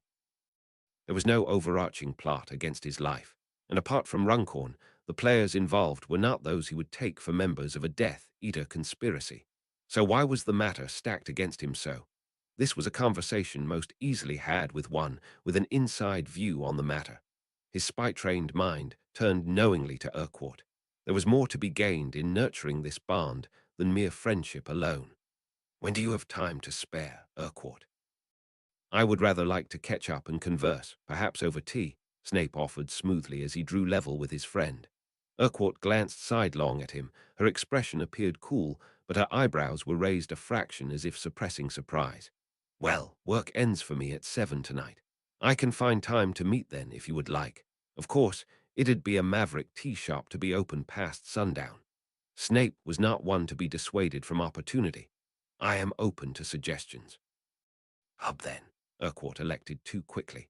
Snape almost paused a step. His mind certainly tripped upon his response. It should not come to him as any surprise that few beyond Lily knew of his aversion to alcohol, and fewer still would know the reason why. The smell of beer alone prickled him with foul memories, and he did not celebrate the light-headed surrender of inhibitions the drink would endow him with. Whereas some found solace in the drink, Snape could not help but spiral to his darkest thoughts. Before Snape could answer, Potter butted into the conversation. "That's a great idea. We should go out and get drinks tonight. It's a Friday too, so no classes tomorrow. We can celebrate properly." "That sounds positively awful," he muttered. His less than enthusiastic response not even fazing the young man. It seemed Potter was beginning to adapt to his laconic personality. Potter continued with a tone, sounding worryingly as if he had assumed Snape's answer as affirmation, and that he was invited at all. "What about you, Frank?" Potter immediately extended the invite to the second aura, appropriating the event. "Not tonight," Longbottom answered. "I have a shift tomorrow afternoon, and Alice expects me home when we both have time off shift. On top of that, our house recently got a bit battered by a spell misfire, so we've moved in with Mum while it's being rebuilt." "Oh no, what happened? Death Eaters?" Potter asked, sounding genuinely concerned. Longbottom grinned. "Cooking, actually. Alice is a bit rubbish at it. Not that I'd say it to her face. I think events speak for themselves. Tell me about it. I don't think Marlene's ever placed wand to stove before. She could barely heat toast when we moved in together." The two shared a chuckle at their women's domestic strife. A bonding tactic men shared that Snape had never participated in, partly because he had never had such a manner of friendship, and partly because he had never had a relationship before this point. And frankly, he would not be testing it for cheap amusement. "I'll not be mentioning it to my mother, though. She thinks we're having room extensions done," Longbottom continued. "And you know how my mother's like. Alice barely gets on with her as it is. My mother's a bit overbearing." "I'll say," Potter snorted, "I recall you getting a howler because you didn't make head boy." Longbottom grimaced. "And you know Alice. She likes being told what to do about as much as Marlene does. Let's just say if I want to keep having a wife to return to, I'll need to be the buffer between her and my mother." Potter looked utterly devastated. "We must find time in the future, but not over dinner with wives like last time. I love Marlene, but all she wants to hear is aura stories from the two of you. Boys' night out." "I look forward to it," Longbottom agreed. Potter turned to Urquhart, annoyingly familiar despite their passing acquaintance. "What do you say about a boys' night tonight as well? No wives or girlfriends?" "Well, in that case, sure, why not?" Urquhart agreed shockingly easily. Snape felt it prudent to reassert his refusal in no uncertain terms. "I think I find myself unable to agree to this arrangement. I will not be joining you." "Oh, come on, don't ditch on us when you sent out the invites," Potter asserted, to Snape's narrowed eyes and bristling irritation. "My intention was never to spend an evening with a throng of drunken louts," Snape growled. He was not giving in to such a blatant play on peer pressure. Since the easing of tensions between Potter and himself, the man had become far too comfortable around Snape. Urquhart raised one of her eyebrows, seeming to reevaluate her hasty commitment. "I would appreciate if you would reconsider. I have not seen you in some time, and I find drinking a droll affair without company." "This has been a long time for best friends to spend apart," Potter uttered in agreement. "And yet meeting in a bar with James, as a third wheel, seems the least efficient way to catch up. Gryffindors have ways of hijacking conversation." Snape sneered, but found strange looks meeting him from the two auras. Though he had wished to meet with Urquhart, there was no need to find an excuse among a splitting headache. A night out in a pub that towed the line barely above the standards of a condemned premises. With the likes of Potter in the mix, there were not enough words in the English language to describe how abhorrent that sounded. Before Snape could make an attempt to articulate his revulsion, Dumbledore spoke. Up until that point, the headmaster had been 3 steps ahead of the small group he was leading, and so Silent One might have assumed he had filtered out the conversation. Snape certainly would not have faulted him for his disinterest. That certainly sounds like a delightful evening you have planned, Severus. And I will fully endorse your need to take some time to rest and spend time with friends. I'll take care of the task of your potion tonight. That will give Lily a much-needed break as well. That was certainly heartening to hear. And if truth be told, if Lily were to be given a break from her obligations, Snape would much rather spend his freed evening with his wife. That's settled then, Potter crowed approvingly, as if the matter had resolved itself. No sooner had the words of further protest crossed his tongue than the progression took a sudden halt. The straight-backed form of Bartemius Crouch had found his place in their presence. The man's grey eyes flittered from Dumbledore to Snape, seeming to glance over the rest of the group without barely a pause.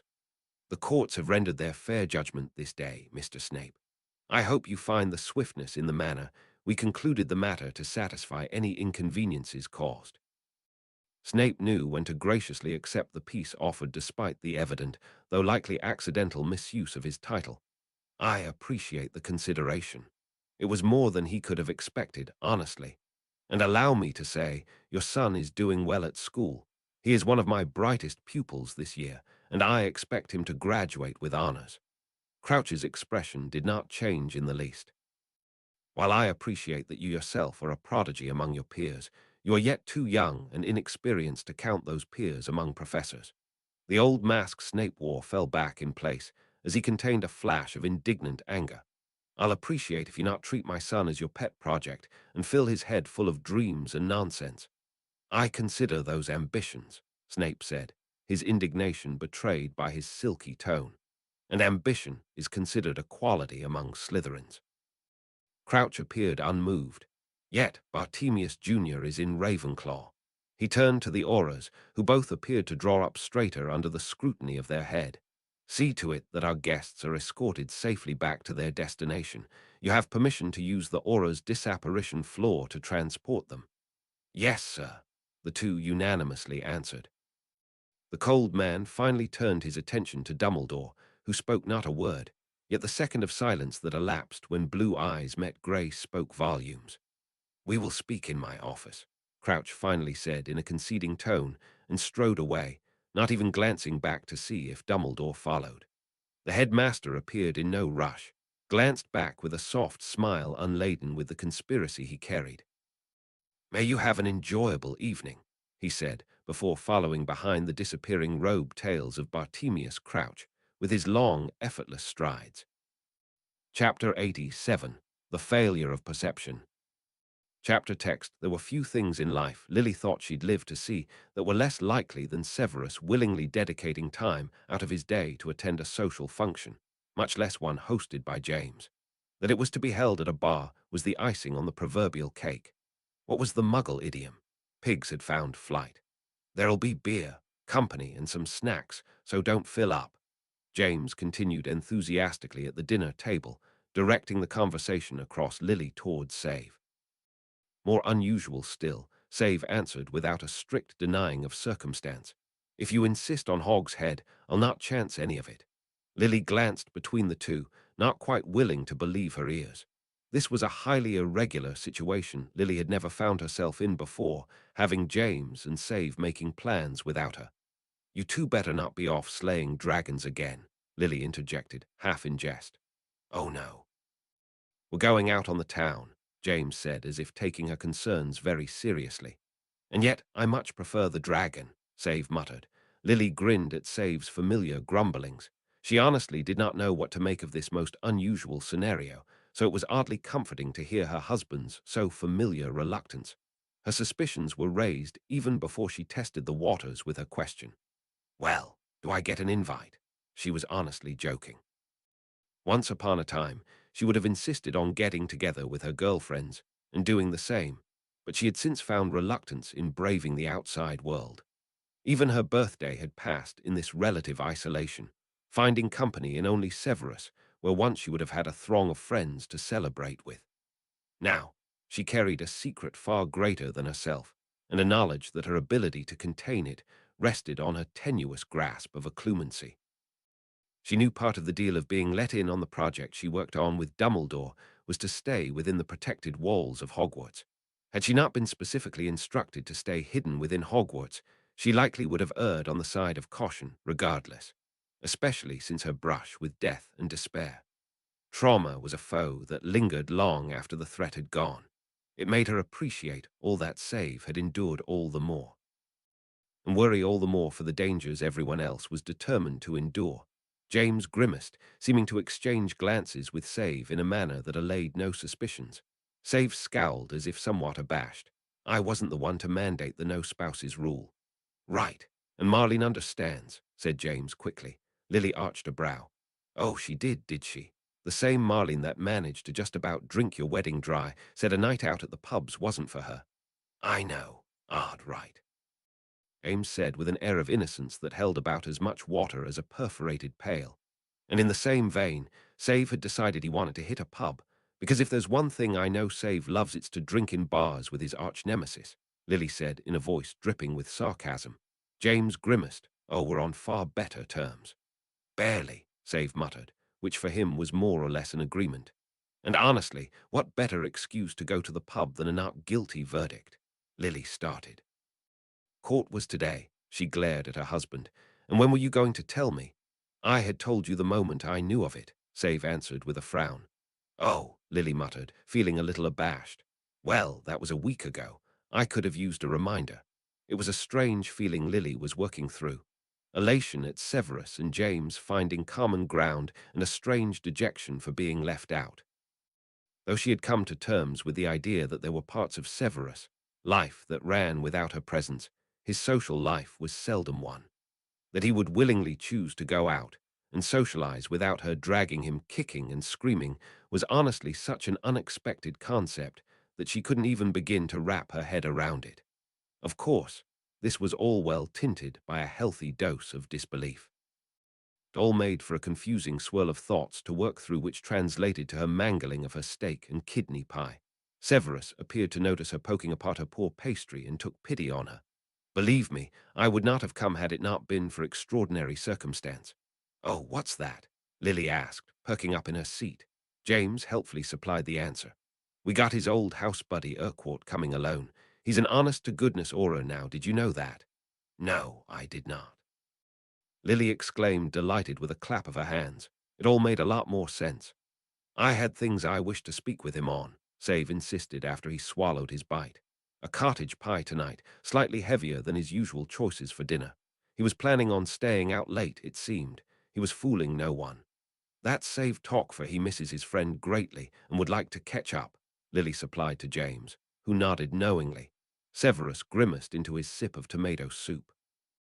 Perhaps reflexive embarrassment from the teasing, for Save had always maintained himself as rather aloof and above things, even before his second take on life. It was only after Lily began this whole romance did he finally begin peeling back his veneer of calm indifference. Save did not express his heart, for he had learned throughout both lifetimes that he had rarely gotten what he wanted.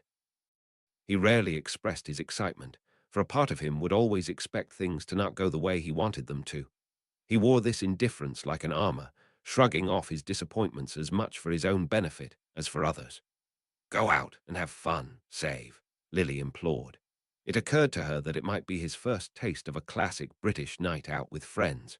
He had endured too much of his youth too poor and in too ill of company to find himself among friends and fun. Perhaps in the secret life he led, he may have been able to casually step out with another, but given what she knew about his situation and those he had kept close to, she had doubts they were the type to elect for a night on the town. Save nodded and pushed his plate back, allowing it to be whisked away by elven magic. I will not overdo it. Oh, I was far more concerned about whether you'd actually let your hair down and have some fun, Lily remarked as she moved on to the desserts. Barely a glance, she summoned forth a serving of sticky toffee pudding with a pat of cream. Ordinarily, she would forego the cream, but she felt the need to celebrate in her own way. More clatters of fork against porcelain sounded as James helped himself to a second sizable serving of shank beef, seeming to break his rules about overeating before hitting the town. He didn't have half as much concern speaking halfway through a chew. Well, we'll get a couple pints into him, and see if some fun doesn't fall out. This was a first.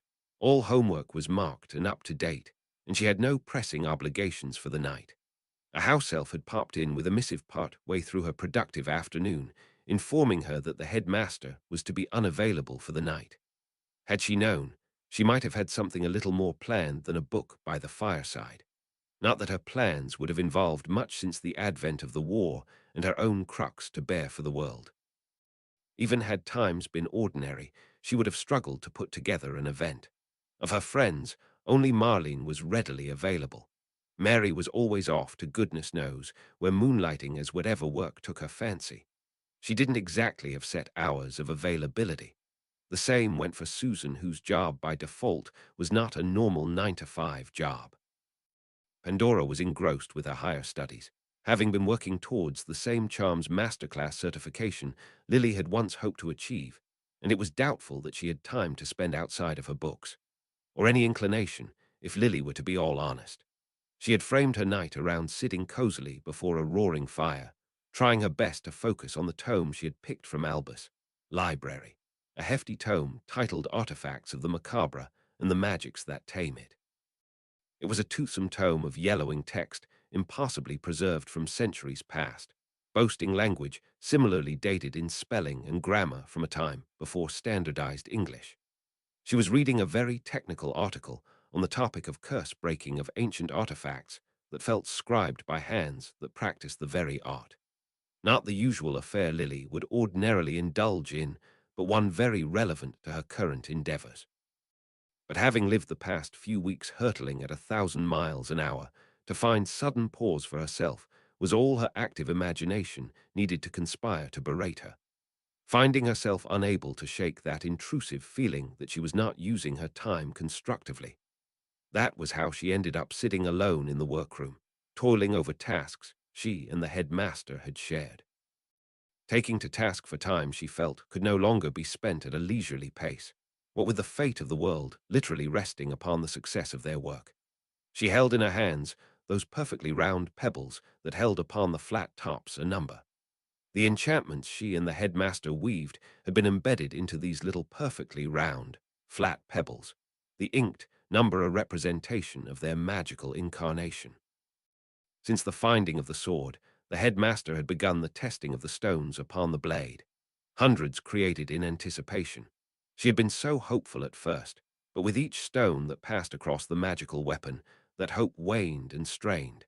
That they had just reached the 3-digit number without a viable result was both worrying and disheartening all at once, though they had just as many stones kept in untested weight.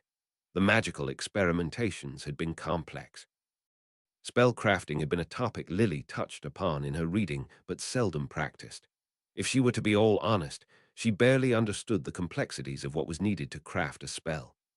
Even without the complexities of linguistics, spellcrafting required a powerful grasp of magic, which she had, and a sharp understanding of the principles underlying them, which she did not. The fundamentals of magic had been a topic taught with every major spellcasting school of magic, but apart from being able to parrot the principles, Lily had little else to show for it. Conversely, Albus Dumbledore seemed to hold dominion over the fabric of magic itself, his century of knowledge and experience manifesting itself in the ability to pull apart spells to their elements and utilize them to his whim. Lily could barely keep up as she watched him mutter incantations, casting spell after spell into the formless putty that was the enchantment subject in flux, a flux that was Lily's duty to maintain. Between her fingers, the stone would form, perfect and circular in its inception, but each feeling somehow heavier in her hands than their forms had untouched by magic. A change confirmed by a magical artifact revealing spell taught to her by Madame Swelly during the days where she had fancied herself an enchanter in training. Lily couldn't describe the magic that took hold in those stones. None of the enchantments seemed to take physical form, having been crafted to not exhibit the properties Dumbledore had placed into them. This was to stop the formation of curses, he had explained, for the magic he had been threading into the stones were parts he distilled from that of magic many would consider dark. It had surprised Lily at first that the dark arts was where Dumbledore had reached for the creation of these enchantments, but after explanation, it made a whole lot more sense. What they were aiming to achieve was an enchantment to touch the soul, and of all the magic that existed in the world, all the spells that met such a requirement seemed to have roots in the tomes of darkness. Spell crafting was not in Lily's repertoire of skills. The dark arts was not magic she found herself drawn to or able to wield. The malice required for such casting was beyond her too soft heart, but it wasn't beyond her to know when an enchantment had taken hold. Slowly, Lily slid the stone, numbered 112, down the flat of the silver blade, hearing the satisfying shck of the smooth stone sliding down metal, then stilling to silence, as if trying to hear the magic click into place with the complex enchantment that comprised the sword of Gryffindor. There were still a number of stones to test, and she didn't need the headmaster for those. She had been taught all the spells and wards needed, and had already tested over 100 in the week prior. She had even memorized the routine of it all and had a good idea of what she was looking for. Albus had initially demonstrated the sword's legendary property to take in only which made it stronger by applying but a drop of basilisk venom to the blade. "This is the change we seek," the headmaster explained, as Lily's eyes widened to the flux of magic her detection spells had whispered into her mind. The already so magically potent form of the sword suddenly spiking with magical flux, only to ebb slowly away once again, but not to its original thrum. The magic that encased it now took on a subtle tinge that had not been there before. The fabric of magic that made up the enchantments that laced the sword changed noticeably. So long as Lily took care to cast her spells of detection, she could continue testing on the stones they had left. She would be able to take on this burden when the headmaster found himself otherwise engaged, such as tonight. Lily closed her eyes, willing the magic around the sword to change as she took another stone to the blade. A flat silence was all that replied. With a sigh, Lily wet her quill, marking the chart that kept track of which had been tested and what spells inhibited each of them with a cross, indicating its trial and subsequent failure. Each cross marking another chip in Lily's waning hope. Lily set the stone back to its spot in the box. It was small and cherry wood in craft, fitted with small square partitions marking it as a box for storing potions, though now reappropriated to store the stones they created. In each cubicle were 4 stones stacked atop each other, both tested and untested alike. Though some stones had already been tested and found wanting, the headmaster kept the samples, perhaps for future magical experiments, perhaps to take apart and disenchant. Lily had read about the concept of disenchantment, but had no idea about the hows and whys of such an endeavor. With another sigh, Lily brought out the next stone in the series, already mentally tallying the next cross over the parchment. But she hadn't even brought the stone to the sword when she heard a loud crack echo from the staircase. Lily's eyes widened, fumbling and almost dropping the stone. She stood in stunned silence for a moment, straining her ears in the silence for further noise. A second echoing crack sent her scrambling to action. She dropped the stone she was holding into her pocket to free her hands to grasp the sword. With serious effort, she hefted the heavy length of goblin silver to its hiding place behind the back of the bookcase. The books that lined the portion of the shelf leapt apart at her approach, revealing a portion of wood which opened up like 2 doors of a cupboard to reveal a hole seemingly crafted into the stone wall. Within the hidden compartment, James' invisibility cloak sat folded neatly, another passion project that had taken the headmaster's fancy and distraction. With a huff, Lily lifted the blade into place, sliding it flat into the hiding spot that had not initially seemed deep enough to occupy the length of the sword, but magic had ways to provide. Another teeth-rattling boom sent Lily scrambling as she allowed the wall to take the sword into its secrecy. Dashed for the stairwell, wand in hand, extinguishing the brazier in the workroom before locking up behind her. She took a careful pace as she descended, wand held aloft and at the ready. The sounds had echoed from beneath, from where the office lay.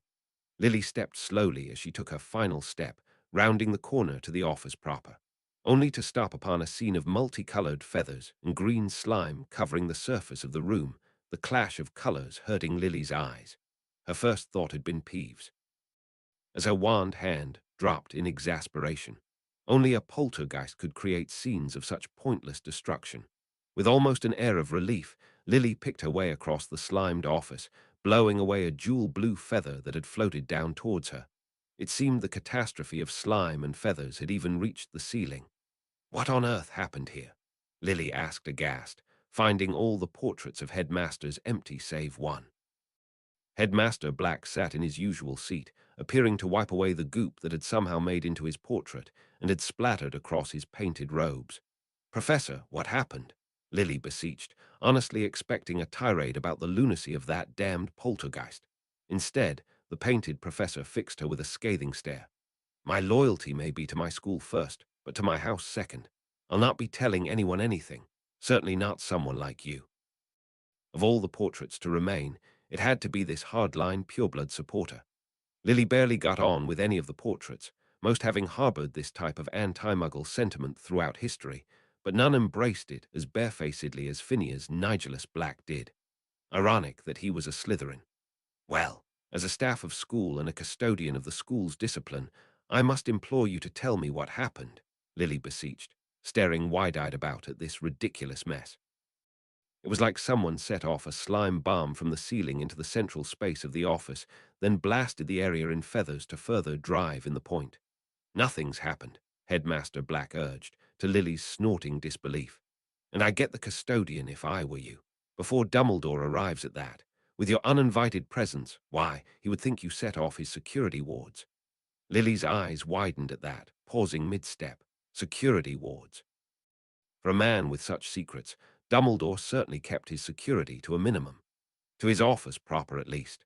Though the headmaster had explained to Lily the magical mechanics behind the protective wards about his living and working space, that they responded to deliberate mischief and ill intent, Lily had yet to see the magic enact its function.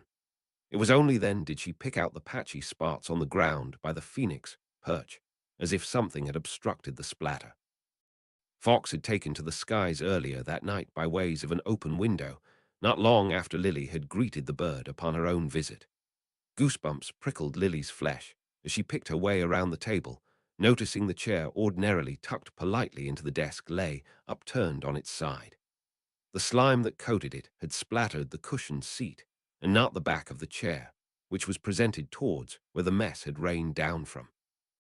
Her legs turned to jelly, and her heart leapt to her throat as she realized someone was hiding beneath it, concealed in the cavity of the table that could not be seen from any angle but one. In her mind, that night of terror blared to the fore. Danger blared in her mind as goosebumps peppered her flesh. A sudden overwhelming instinct to run screamed in her mind, but not her heart. She leveled her wand, steeling her courage. She stepped forward towards the desk, placing her foot carefully into the sopping, slimy mess. Slowly she stepped forward, carefully picking her way around the table, her wand leveled to the gap underneath. "Stupefy!" A yell sounded suddenly from behind the curtains. Lily turned to find a streak of red sailing past her ear.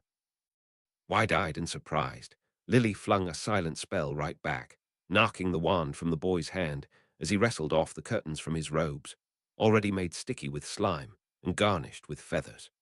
Lily hesitated at the sight of him, realizing then the intruder was a student and not some evil skull-masked entity as her mind had briefly envisioned. The boy scrambled to his wand, holding it before him as if he intended to duel Lily right there in the headmaster's office. Standing upright now, Lily could tell the boy was one of the older students, not that much younger than Lily. "I suggest you lower your wand, young man," Lily demanded with a stern voice. She struggled to recognize him through the slime and muck plastered across his face. His robes, which would have indicated the colors of his house, were obscured by a cacophony of colors by means of this ridiculous security system. He held firm, wand pointed against her, yet his eyes did not meet her with the intent to fire. Instead, they flickered behind her, expectant and hopeful. Lily swung about, too late to train her wand, saved only by her wandless reflex. A strange wave of cold washed over her, a feeling of dread she could not explain or describe. This time a girl stood steady, not half as covered in muck, her wand held aloft. Silent casting of the stunning spell marked her as being notably more skilled than her companion. She stood a good head shorter than the male student, but seemed far more assured of the situation. "Lower your wand," Lily demanded, unable to keep a shake from her voice. It wasn't the children she feared, but rather what other magical chaos they might inadvertently trigger in their fight. It seemed the headmaster's idea of security was as whimsical as he was, but she had no intention of testing the theory. The girl appeared to falter, her wand lowering as her eyes drew towards the boy, who seemed to edge ever closer to the door. "Lower your wand. I won't ask again," Lily demanded, her wand pointed. The dread took her once more, the sensation changing to a strange chill creep down her spine. Suddenly that chill turned hot. She felt a hot weight press upon her, almost like a spot burning into her thigh through her robes. Lily's momentary distraction almost proved disastrous. It wasn't the girl alone she had to contend with. Another streak of magic sailed past Lily, following another alarming shout of "stupefy." Had the boy's aim not been atrocious, Lily's poor reflexes might have landed her in some trouble. She turned her wand on the young man, her mind flipping through her spell repertoire for something that could immobilize him without hurting him. The girl, too, seemed to wake to her senses, raising her wand in retaliation. "Stupefy." She too yelled, her ability with advanced wordless combat charms waning with the stress of the short encounter. Without even thinking, Lily raised her unwanded hand and evoked the shield charm, Pratigo. Her magic responded as she had expected, curling about her in a powerful barrier, breaking the streak of red upon its magical pain. But suddenly, her magic no longer submitted to her control.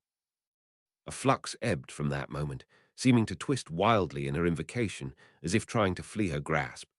Lily gasped, dropping her wand, turning it upon herself in panic as she felt her magic claw suddenly at herself, her heightened senses fanning the panic she felt.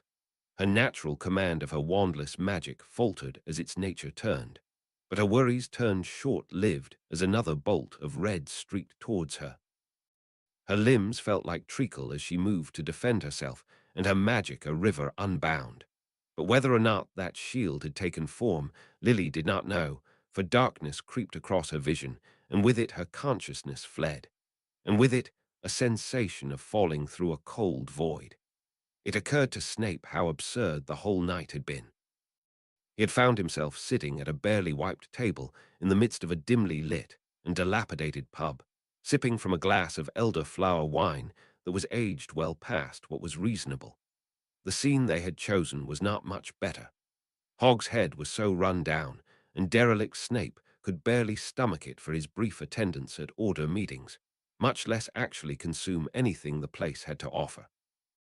But there was no denying the safety the bar held for them, located so close to the school proper and presided over by another protector of the order.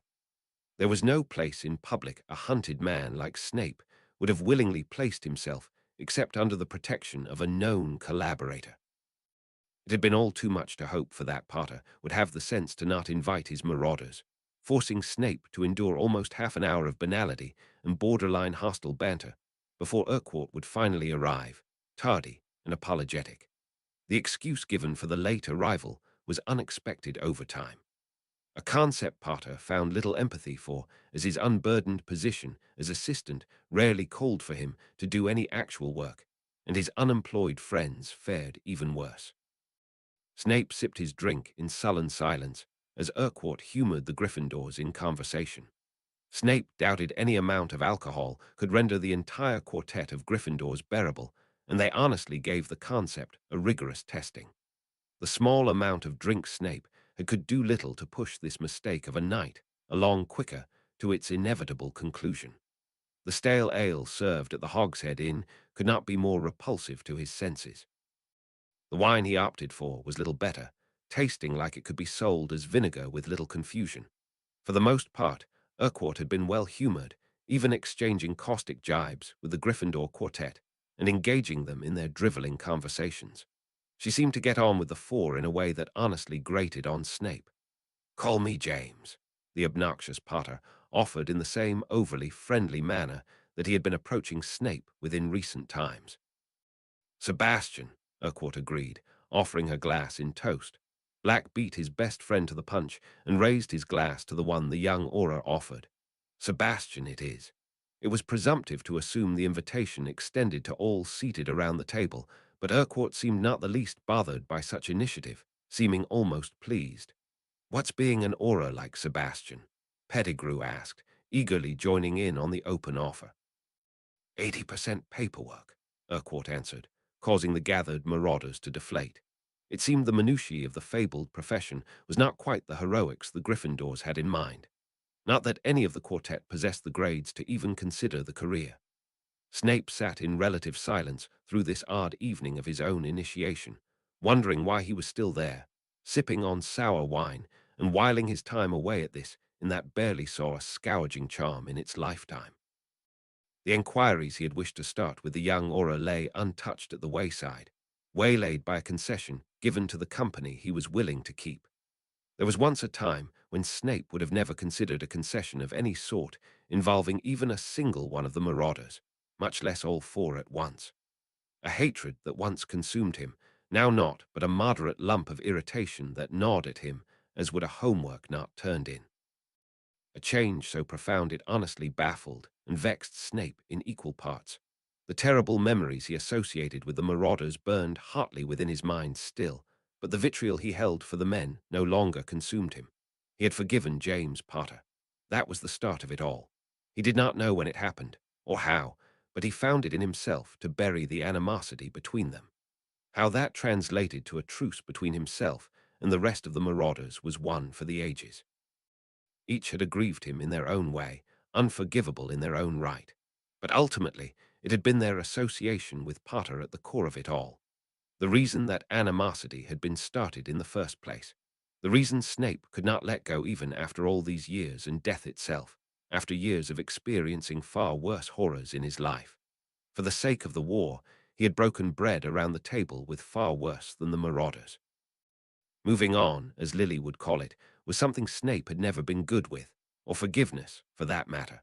The hatred that had defined him was but a smouldering ember within his heart, still burning, but one he was no longer inclined to fan. A short glass floated past Snape's periphery to set itself squarely before the musing man. He glanced to Urquhart, who held her own shot of clear liquid. "Cheers, Snape." Snape glanced up to the speaker to find Urquhart's pointed eyes upon him. "I already have my wine," the young professor muttered with a non-committed clink of the rim of his burgundy glass to the offered toast, and completed it with a testing sip. Urquhart grimaced as she downed her drink, the expression turning bemused. "If you actually enjoyed that wine, you would have done more than spend the past hour rinsing the glass with it." "Perhaps I like the colors," Snape returned dryly.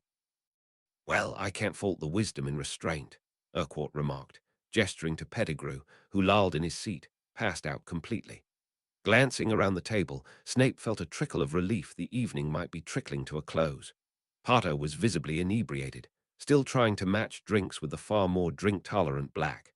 Lupin, too, had found more drink than was wise, staring despondently into his own glass, as if trying to scry answers from the amber depth. Snape glanced to the glasses stacked before the young Aura, totaling 3 at a glancing count, and left uncollected until absolutely necessary by the less than attentive barman that was Aberforth Dumbledore. "Is that what you call restraint? Do you disapprove?" Urquhart asked before taking a long draw from her glass of ale. Red tinged her cheeks, but apart from that, she seemed largely unaffected. Snape also took a steady sip of his soured wine before speaking. "I think there are far worse things in the world than the occasional indulgence." "You say, without indulging," Urquhart observed, her dark eyes set to her thinly pulled smile. With a grimace, Snape vanished the rest of his glass, finally surrendering to his farce. "Had this bar served anything better than this foul imitation of wine, then I might." "The ale here is at least passable," the young Auror observed, but Snape shook his head. "I would rather not. I cannot stomach the scent of it." That elicited a curious furrowing of brows. "And you said nothing of it?" "No," Snape agreed. "In that I do not hold you responsible for my lack of enjoyment." "May I inquire as to why you dislike ale?" Urquhart asked, her question innocent enough, but that was an answer Snape did not wish to speak of. "You may, but I will choose not to answer." Urquhart fixed Snape a look, seeming to take measure of him. "Will you then answer why you agreed to all this?" She gestured about the table to the two Gryffindors who appeared so drunk they were taking turns trying to fish an olive out of a bottle. I don't recall you having the best relationship with James, much less this lot. Snape arched his eyebrow, noting the casual use of first name was already established, and observed. Perhaps I wish to know why you did. I asked first, Urquhart countered. Snape paused upon his answer. I do not hate you.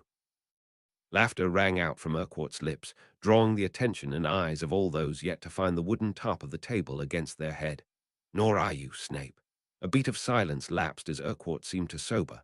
Finally, she muttered as she returned to her drink, you and your secrets. You continue to be an enigma, Snape. Is that not the relationship between Slytherins? Yes, it is, Urquhart relented with a small, almost reluctant smile. Distant and full of secrets, you keep them well. Another beat of silence passed between them. Her secret hung between them unspoken.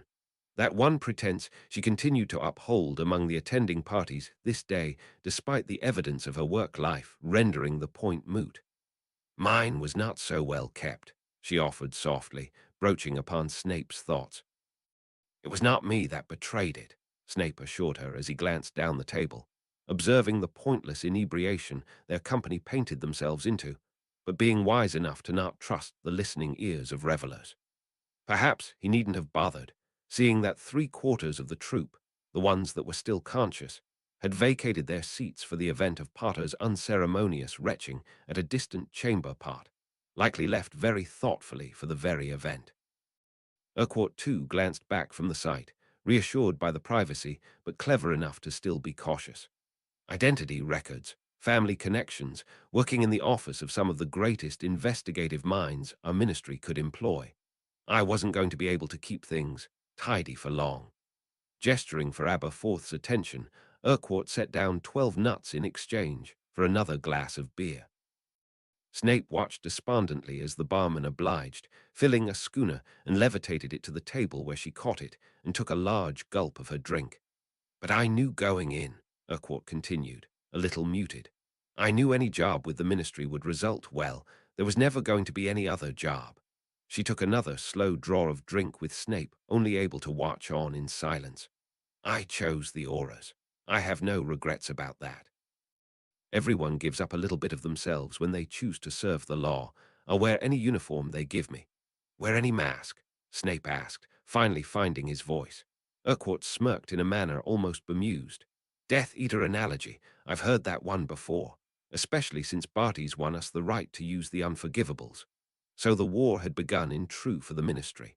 Auras, now armed with deadly intent, had begun their campaign. A note upon the history books for the escalation of the conflict, an earmark for death to follow, the terrible clashes that would come about, the resultant deaths of those involved and those caught in the crossfires, and those struck down in retaliation. Perhaps this was an escalation that needed to happen. Time unchallenged only worked in favor of the insidious darkness, but that would be poor consolation for the victims to come. The thought struck Snape suddenly that he might be sharing last drinks with someone destined to die. He did not remember Urquhart in his past lifetime, and had morbidly toyed with the possibility that she would have met her end as an unknown upon the swathes of victims in this war. The reality seemed far more corporeal, knowing the fates of the vast majority of those she now served with in her office. So many whose names and faces Snape had never cared to learn, even as he watched them die. I fear for your safety, Urquhart, Snape offered suddenly, incensed by his foreknowledge. You have chosen this path, but I beseech you to weather it with the care that befits a Slytherin. As you have, Urquhart asked with a none too subtle gesture towards Snape's false hand. Snape grimaced, instinctively clenching that silver hand. Perhaps more than I. Why, what have you heard, Snape? Urquhart asked, meeting the young professor's eyes. I only speak as a friend. A statement as profound as it was untrue. Snape paused a moment, allowing the statement to sit strangely upon his tongue. A friend. Slytherin make poor friends. Words spoken from his lips upon their final days at Hogwarts. A lifetime ago, for all that had happened since. Ironic, for Snape knew what a true lifetime past felt like. But the Snape that had held such sentiments was no longer the man that he was. The reluctance to form bonds, to make vulnerable himself by binding another to his life. Urquhart smiled as if bemused. Friends. Is that what we are now? Her question seemed to touch upon that same memory that stood now as bleak hypocrisy. Snape dipped his head in acknowledgement. I believe that we are. What's changed?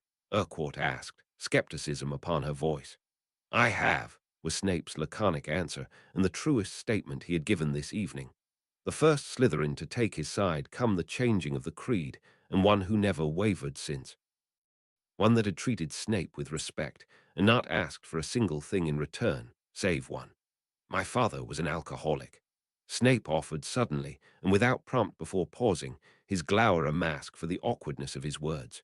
You had asked why I hate the smell of beer. It is because I could not escape the smell within my destitute childhood. It is because it turned my father violent. He looked away, unable to bring himself to meet anyone's eyes, as he painted bare his own soul. I'm sorry I hadn't known, came Urquhart's response, appropriately muted. I did not expect you to, nor do I want your pity. That is not why I tell you, Snape remarked, his tone unreasonably calm for what he was speaking of. That is a secret of mine that I give to you willingly. Snape met the eyes of the young Auror, seeing the frown upon those shadowed eyes recede a fraction. Hardly a revelation for the front pages of the prophet. Don't flatter yourself. Your secret has already found every ear willing to hear, Snape jibed back, prompting a surprising bark of laughter from his fellow Slytherin. Humour gleaned from words that might have once left a wound. Only a fellow Slytherin could appreciate the offering of a secret that had weighed upon a soul, and value the depth of its cut more than the scandal it brought. A moment made vulnerable, a gift of trust, something so rarely found within the house of the snake. You know, I think I did you a wrong, Snape, Urquhart muttered, turning the glass held between her hands absently. I will admit, I had my reservations about meeting you again, so much so, in fact, that I absent-mindedly invited a man you had been rather contentious with. An understatement, Snape agreed. Urquhart grimaced. I owe you an explanation. She met Snape's eyes and held firm. I had wanted to play a fantasy where my secret was still intact. I wanted people around me who only knew me as Sebastian and no one else. And our parting words had not instilled faith in you that I could be such a person, Snape concluded, no inflection upon his voice. Exhaustion seemed to tinge Urquhart's smile. But tonight you have been discreet. In a world where I will only find adversity, I appreciate discretion. But I don't plan to simply submit to the fold, Snape. I plan to hold my own. I plan to rise to the top. I will bring myself to a place where I can dictate the terms of what I want my name to be. She paused, looking away to her perpetually unfinished glass, finding the depth of the flat amber of the lukewarm ale. So I appreciate your friendship, Snape, and I know better than to spit in its face for something as abstract as understanding. You do not understand. That had been the parting sentiment between them, and it was not one that Snape could honestly claim to have come any further from. There was nothing comparable in either lifetime that he could draw context from, nor had he spent that time in a frame of mind to learn. I don't understand, Snape admitted, echoing the same sentiments he once had. But that doesn't mean I am not willing to try. Surprise alit upon Urquhart's features, unfiltered and undisguised. Her silence stretched long between them. I think you should call me Severus, Snape said, breaching the silence that stretched between him and the woman before him. Except that it wasn't the case. What little Snape understood pointed to that discrepancy in his thinking. Urquhart saw himself as a man, and Snape respected him enough to adapt. Change was slow, and so very, very difficult, but not impossible. That alone meant he owed the man he would call a friend to try. Because I intend to call you Sebastian. Snape raised his glass, the same shot of clear liquor Urquhart had purchased for him this night. After all, I do not know you by any other given name. The young man smiled, dropping his eyes so quickly Snape barely glimpsed the roil of emotion within. He raised his glass of flat beer, meeting the offered shot glass in toast.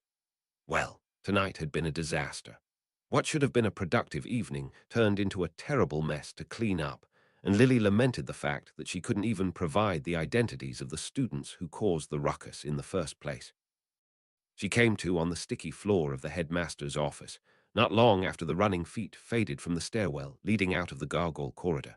It seemed the girl had not gotten her grasp of the stunner spell down firmly enough to deal Lily more than a brief bout of unconsciousness. Stained with slime and feathers, Lily tore down the stairs, determined to bring the pair of troublemakers to justice. "Hold it! Get back here!" she demanded down the darkened hall. The sound of running feet fled down. She found naught but the draught of the wind and the creak of wood and stone answer, the children's footsteps no longer audible against the ambient sounds of the ancient castle. Lily turned back to the stairwell, deflated by her failure. At the very least, she could get the mess cleaned up before the headmaster returned. Though not caused by the actions of her evening, Lily still felt responsible for not bringing about a measure of justice. Her glimpse of the children involved had been too obscured by the muck for her to positively identify them at that brief encounter. Had it been Severus, he would know by a single glance. He had an inhuman memory and seemed to always be able to put a name to every student's face. An amazing trait for a professor, despite his protests otherwise. A thought occurred to Lily as she stepped through that thorough mess, determined to start where the matter was manageable, with her own. She took to the steps, sweeping the gunk from her shoes as she did so to avoid tracking more of the mess up to where they had no business being. The workshop lamps greeted her arrival, glowing merrily as she began stacking the scrolls containing their tracking of the experiment back into their own protective cylindrical container. She tucked it back into place, its discretion kept through the cunning disguise of being one container among many. The box of enchanted stonework was already closed and prepared to be stored by merit of Lily's neatness in her work, putting back a stone each time she brought one out. It was only by the merit of her good work habits that she opened the box to double-check it all, and to her horror, a visible gap in the box outlined a single stone missing.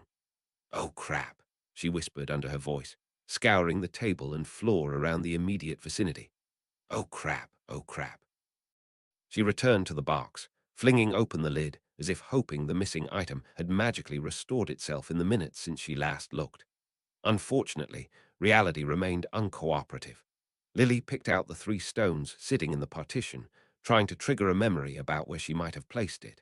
The numbers 112 and 113 did, for they were the most recent test subjects. It would go to reason that 114 was the absconded. With a clearer picture of what she was looking for, Lily drew her wand to summon. A minute ticked by in silence, her panic mounting with every moment passed. Her brain zipped about, trying to remember what became of that stone. She remembered holding it in her hand, poised to press it against the blade of the sword. Then that disturbance happened in the floors below. What then? Oh, what she wouldn't give for a mind like Severus. It was probably as organized as his side of the room. Mental notes stacked alongside each other neatly like books upon his shelf. Packing what remained of the stones back neatly into their box, Lily stowed them into the same hiding spot she had hidden Gryffindor's sword. She grimaced, belatedly realizing that in her rush she remembered to hide that sword, but failed to remember the enchanted stones. Her scatterbrain had cost her.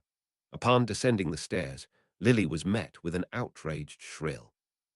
Fawkes had returned via open window to find his perch unacceptably violated by filth and feathers that was not of his own making. The great red phoenix turned its black eye upon Lily with an almost judgmental gaze. "I didn't do this," Lily called to the bird, pleading her innocence.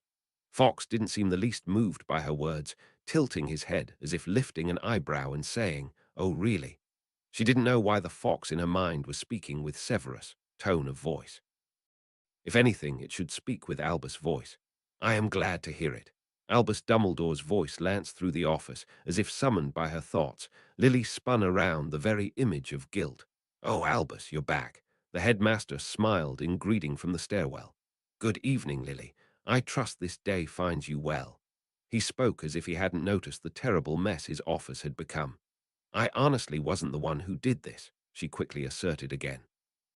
In hindsight, she likely painted herself in a far more suspicious light by her insistence, but Albus merely smiled. "But of course, I have never doubted." He strode to his desk, righting his chair that had been knocked over in the mayhem. "You, after all, are visibly less marked by my wards than I would have expected the guilty party to be." Lily glanced down and grimaced at the mess that stained her own clothes, but far more sparingly than it had the 2 children. It was a girl and a boy. "Older students, I think. I couldn't see which house they were from," Lily offered, a pretty poor account considering she had been but 6 feet from either. Sorry, I can't recall anymore, but I'll bet I'll know who they are if I see them again. Unobscured by muck this time. Albus, however, seemed fairly undisturbed by the turn of events. I thank you for your willingness, Lily, but it is wholly unnecessary, he said as he picked up Fox, stand from its toppled position, leant against the shelves by the back wall. With one wide sweep of his wand, the mess of the entire room vanished, swept away by a masterful vanishing spell that carefully scoured the room and left what needn't be taken in place. Lily's robes, too, had been cleaned in that same breath, the feathers and muck that peppered her down one side, the side that met the floor, lifted from her clothes and skin. Unfortunately, that did not uncover the missing subject 114, which frankly Lily felt a mounting panic about the whereabouts of. She desperately racked her memories as she scoured the corners of the round office. Any thought of dedicating her night in subtle search was relinquished when a sudden wave of exhaustion washed over Lily. It was as if the day had caught up to her all at once. Tomorrow, she thought with a wince, embarrassment burning in her gut, worry barely able to claw through her lethargy and crushing disappointment to herself, to think that losing a duel against a pair of students was not the worst thing about tonight. Seeming to notice her flagging, the headmaster dismissed her. "Good night, Lily," Albus bade, smiling softly and kindly as a grandfather might. Snape hadn't immediately seen what was wrong. He had come home rather more affected by the few drinks he was willing to imbibe. Perhaps he went a little overboard with his gesture of camaraderie with Urquhart, having accepted a shot and been immediately treated to another. Liquor was a quick poison in that regard. While wine served to softly smooth the edges of his mind, liquor had kicked it from under him before he knew he had a drop too many. "You're a lightweight," Urquhart had laughed when Snape surrendered for the evening.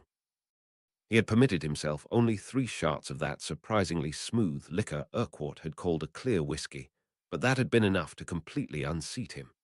Returning to the castle, Snape had readied immediately for bed.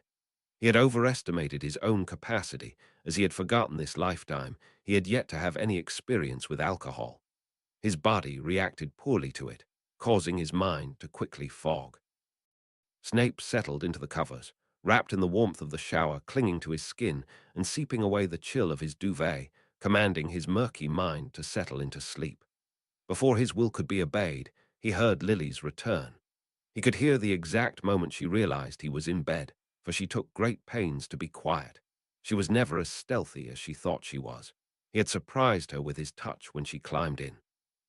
His hand upon her thigh, feeling the warm steam seeping through her thick winter pajamas from her freshly showered skin. "Not tonight, Save. I'm so tired," she muttered, able to detect his intentions so accurately of late. Whether that spoke more about her intuition or to his forwardness, Snape knew not. Snape withdrew his hand and slid it around her, pulling her close. "Then sleep," he murmured, content to simply hold her. "I can smell alcohol on your breath," she giggled softly before quickly slipping under through her exhaustion. Perhaps it was then Snape should have known. Perhaps if he had not had his senses clouded by alcohol, he might have noticed how unnatural her exhaustion had been. Upon waking, Snape took stock of how bad his head was. A light grogginess was all he felt. He had expected worse, if truth be told, but acknowledged he did not drink enough to warrant it. Lily awoke while he was dressing, looking far worse for wear than he felt. "Did you have a drink as well last night?" Snape asked as he selected his robes for the day. A choice that bode no controversy, as every set of robe he owned was of a similar cut, style, and shade of black. "What?" Lily muttered, before blinking and shaking her head as if trying to dispel a haze. "Are you feeling all right?" Snape asked, not immediately regarding her morning airiness as anything outside her normal behavior. Lily blinked again, her eyes suddenly brightened. "Oh man, I spaced. I must have slept too hard." Snape frowned, still not entirely convinced, but enough to return to his buttons. Lily didn't immediately arise from bed, sitting up blinking blearily as if mustering the will to get out of bed. "Ugh, you were the one drinking last night. Why do I have the hangover?" "Perhaps you're coming down with something," Snape suggested, stepping to her side to place his wand to her temple. "Your temperature is normal, but perhaps you should engage Madame Pomfrey's opinion." "I'm fine. I'm getting up," Lily muttered, waving Severus' wand away and stepping from bed. "Stop fretting. I just need to get some breakfast into me." It was then Snape began suspecting something amiss. Even as he watched her dress, her movements seemed slower, more deliberate. There was a flu going around the school, so it wouldn't be at all surprising if it had found a victim in her, especially given how social she was with the student and staff alike. But it was more than that. A small, niggling voice at the back of his head screamed.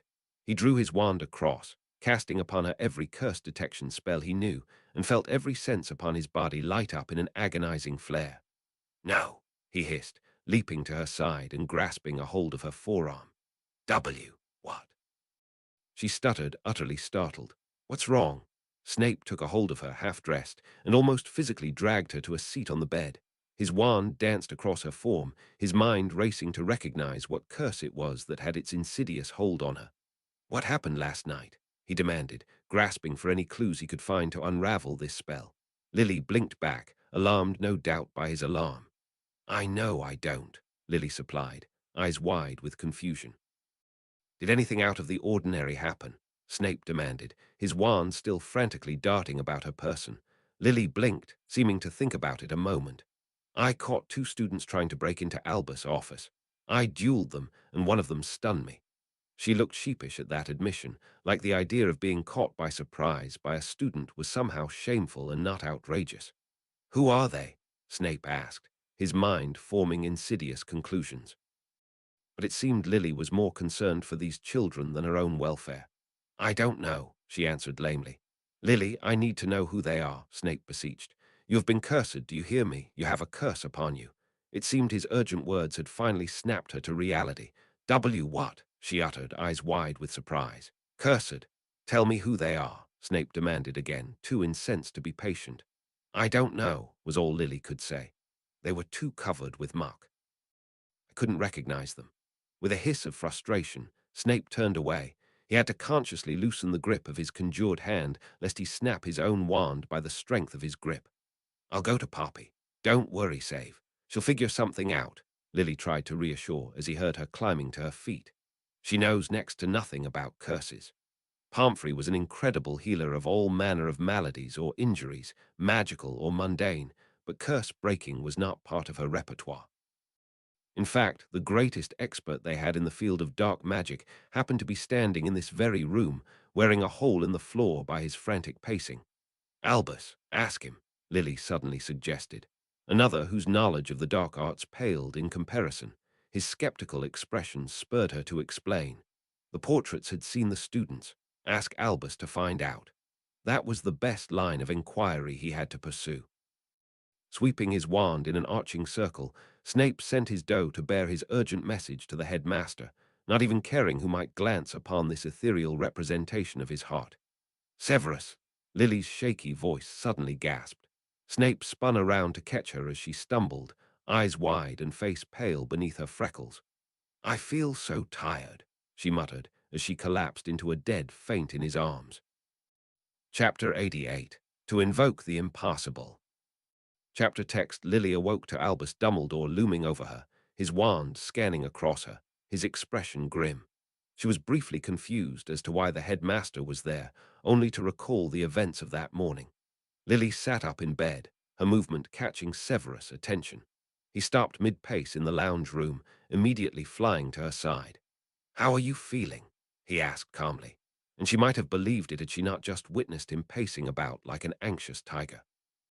"Much better, actually. You managed to cure me," Lily said. She glanced down to assess the appropriateness of her dress. She hadn't managed to completely do up the lace of her robes before the rude interruption of her fainting spell, and it seemed Severus had had the foresight to finish lacing her up before guests arrived. "You are not cured, Lily," came the damning prognosis from her husband's own lips. "This curse comes in waves. It has lulled in this moment, but it will resurge." Lily felt her heart drop. Her eyes widened. What have I been cursed with?"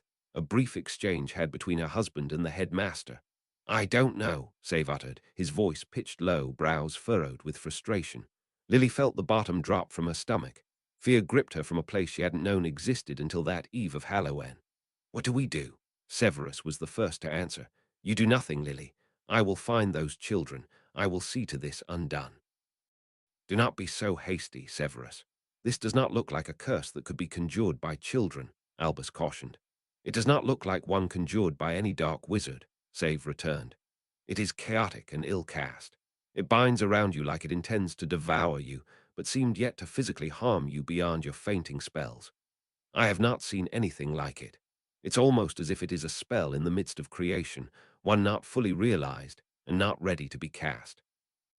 Or ever meant to be cast, Dumbledore observed, a grimness touching his calm. This was a spell conceived to strike a Horcrux, not a living soul, never intended to leave the form of the stone I enchanted. The silence that answered was deafening. The realization of what must have happened creeped upon Lily's mind, as to Severus, from the dread that touched his eyes. He slipped out the stone he kept hidden in his wand holster, his eyes seeming to harden to grim pits upon what he had seen. No. The horror in his voice sent a shard of pure terror through Lily's heart. I'm sorry, Severus, Albus lamented, those blue eyes seeming to pierce through her soul in a way that made her feel like hiding behind her occlusion. The spell I had been working towards was one designed to be able to destroy a Horcrux from within. It was never meant to touch a living soul. I don't want your apologies.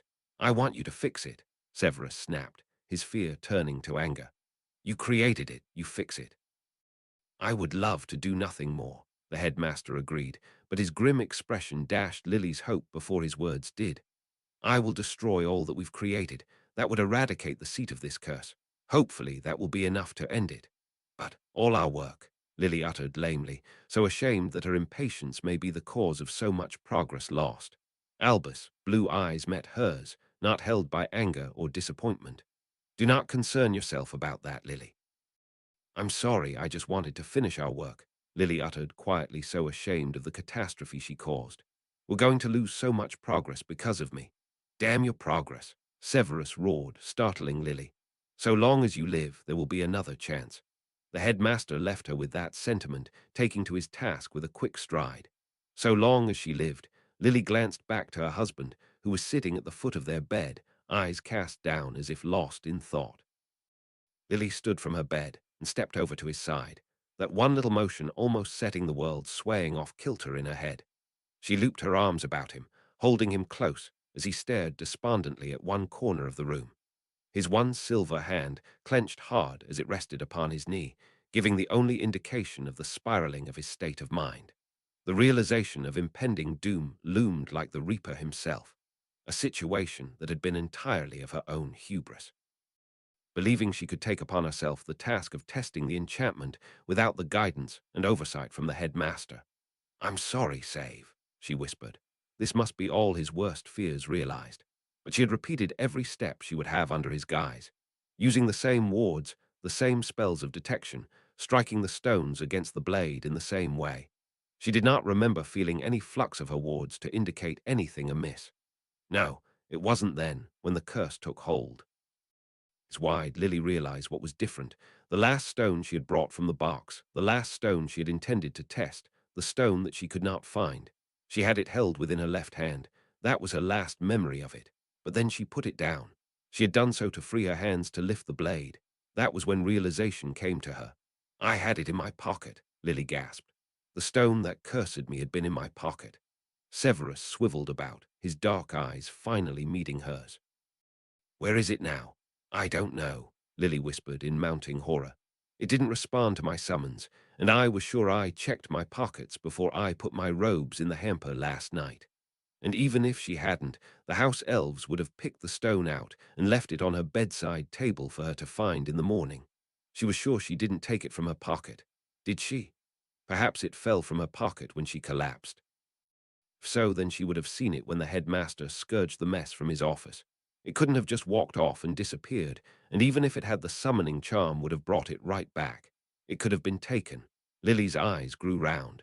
They have it, she breathed, realization lancing through her. Who? Severus asked intently, his panic seeping through his mask of calm. The two students. I don't know who they are, but they must have it. Phineas Black saw them before they got covered. He'd be able to tell you. If he knew their name. The portrait, I mean, not the actual professor. Not that she thought Severus could mistakenly think that she spoke to the actual incarnation of a man long since deceased. But then again, given how things had turned out with Severus, it honestly wouldn't surprise Lily to meet a dead headmaster.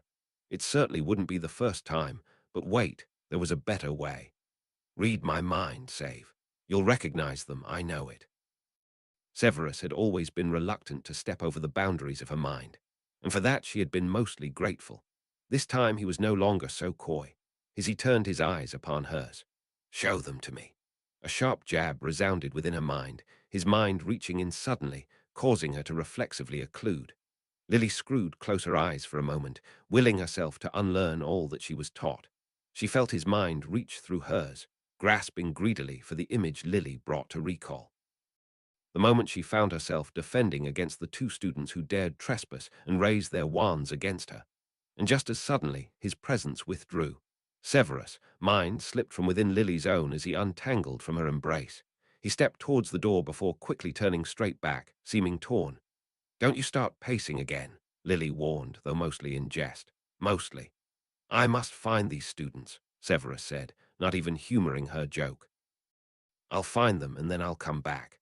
But even as he said those words, he made no move to leave, seeming anchored by a decision he had not yet made, or was unable to make. But you don't want to leave my side, Lily confirmed. She didn't need to ask. She didn't need to be a mind reader to know what he must be thinking. He feared her death more than he feared his own. Without a word or her wand, Lily summoned a book from the shelf. Do what you have to do, Severus. I'll just be catching up on my reading.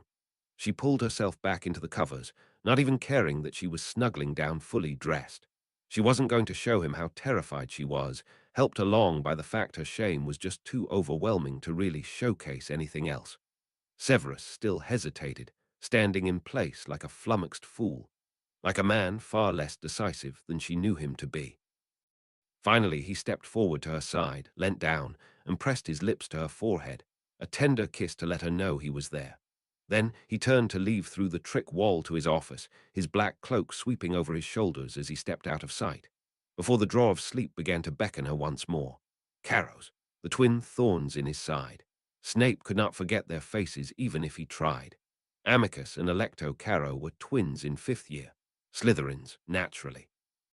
Still children in this lifetime, yet they had their boots planted firmly against the reforms Snape had made, rather too overtly to be in good Slytherin taste. In his past lifetime, the two had been the Death Eater enforcers assigned to Hogwarts. It was a fine line to walk, balancing the twins' bloodlust with his promise to Dumbledore, protecting the children while maintaining his charade. Though the Carrows had been placed under Snape's command, it was never he that was truly in charge. Cruciatus has been legalized by the grace of our Dark Lord. Why not celebrate? Amicus had once suggested upon Filch's capture of a student out after dark. It was only by his wiles that Snape had convinced the foul man otherwise. A year had been spent protecting the students from the twins as much as the dangers of the world outside. Each time playing the game, dressing his actions in a charade palatable to the psychopaths that served the Dark Lord. It did not surprise him in the least when he saw their faces through Lily's memories, that they pointed their wands towards his wife, that they had the goal to attack her. It took all of his rationality to remind himself that they were yet children, that Mulciber had done the same at their age, that his own path had weathered closely. Devious cunning, Snape announced to the stretch of wall that had been his haunting ground for the past 2 years and his responsibility for far more. The stone wall shifted upon the delivered password, granting him access to the common room. Snape's visits to the common room had been less frequent of late, though his responsibilities included attending the common room from time to dispense with one issue or another. A new status quo had established itself. After a certain point, it became more beneficial to take a step back and leave the student politics to run its course. Pure-blood ideologies had been pushed into the unpleasant fringes of the house psyche, but lurked there they still did. The Carrows were exemplars of it, as once had been Regulus Black, and Mulciber, and Severus Snape himself. A heavy reminder that he, for the moment, could not muster the optimism to value. It was difficult to marry ideals to the reality that his wife's life may literally be in the hands of one of these children. Snape, it's good to see you again. Prefect Rockers strode over from his armchair by the fire. He was one of many students that never made the bridging leap of regarding Snape as a teacher rather than a fellow student. It is Professor Snape, Snape reminded him firmly.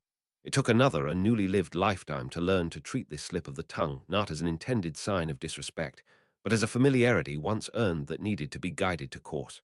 Rockers grinned, not taking his chastisement too seriously. "Right, Professor Snape. What brings you to our common room today?" Rockers asked. "I am here to speak to both Mr. Carrow and MS Carrow," Snape announced, drawing the eyes of all that occupied the lounge. A post-breakfast crowd driven inside by the Scottish cold. The students were at least spending their times constructively. He spotted textbooks piled high beside nearly every armchair, painting the focus of the house rather favorably to Snape's eyes. Divisions were still starkly visible between ideologies, with clusters of known death eaters choosing to subside in the fringes of the room. Dark looks were thrown Snape's way at his entrance, an animosity from his students that he never had to deal with as a professor. In recent days, he was getting used to a lot of things he never had to deal with as a professor. Among those in the fringes, Snape spotted Regulus Black, staring out the window to the darkened aquamarine of the frozen lake. Since the young man's turn from the darkness, he and his professor had not exchanged a word in public beyond what was needed to maintain a student-teacher relationship. Nor did he stray from the company he had once kept. He had enough sense to know nothing must change in his dynamics with those that still clung to the old ways, for his circumstance was different to those who chose to leave. The mark upon his arm ensured he would not be lightly forgiven. Lincoln Rockers lead Snape's reforms now, wielding the powers granted through his student leader position to fortify his position where his weak politics lacked. Though technically outranked by Regulus as a prefect by means of seniority, there were little question as to who had better standing among their multi-house student leader peers. But it was the fact that Rockers had indeed served as one of Snape's peers that more often than not, he slipped and spoke to the professor as if he were still that head boy. "Something happened?" he asked in a rather chipper tone, as if he expected Snape to have come bearing gossip. Snape spoke firmly, suppressing the bristle that threatened to crest his voice. "That is between myself and both Mr. Carrow and MS Carrow." However successful Snape had been with his tone of voice, Rockers did not try to pry any further. "I haven't seen either of them today, not even at breakfast." Snape frowned, worry prickling upon his brow. "Please check upstairs in the dorms for me." "Sure, no worries," Rockers said, as he turned to do as he was bade, but paused right on the first steps down. "But I can't go into the girls' dorm." Snape called over the prefect Priya from the cluster of girls she sat with. They had been sitting in a small circle giggling inanely. That meant nothing constructive was being disrupted. "MS Sai, I require you to fetch MS Carrow for me. I need to speak to her." "I haven't seen her," Sai quickly offered, a worrying pattern to this ordeal. "Then please check the dormitory for me," Snape requested. But rather than do what she was told, Sai hesitated, her expression marked with a guilty grimace. She wasn't there when I woke up this morning," Sai uttered, unable to meet Snape's eyes. Snape glared, his senses fine-tuned to decades of practice in detecting rule-breaking. "Did you see where she went? She didn't come to bed. She was out breaking curfew." Sai gave up the ghost in a quick tumble of words. "I don't know where she had been all night. And as a prefect, you didn't report it," Snape concluded, allowing the disappointment to color his words. Sai hung her head, an appropriate picture of chastisement. "I'm sorry I didn't. I just didn't think. She's never given me trouble so," she trailed off, likely realizing exactly how hollow her excuses fell upon her utterance. "Will I be punished?" she asked in a small voice, fearing the worst. And ordinarily, Snape took the shirking of duty with the gravity it deserved, be it from within his house or without. But this was not a day Snape could spare thought to anything other than his pressing task at hand. "MSI, I am disappointed. I have expressed my disappointment. If I require any more than that for you to correct your conduct, then I will be far more disappointed. Do I make myself clear?" "Yes, sir," she answered in a small voice. Rockers, too, returned with bad news. "Amicus isn't in bed. In fact, I don't think his bed's been laid in. He must have broken curfew.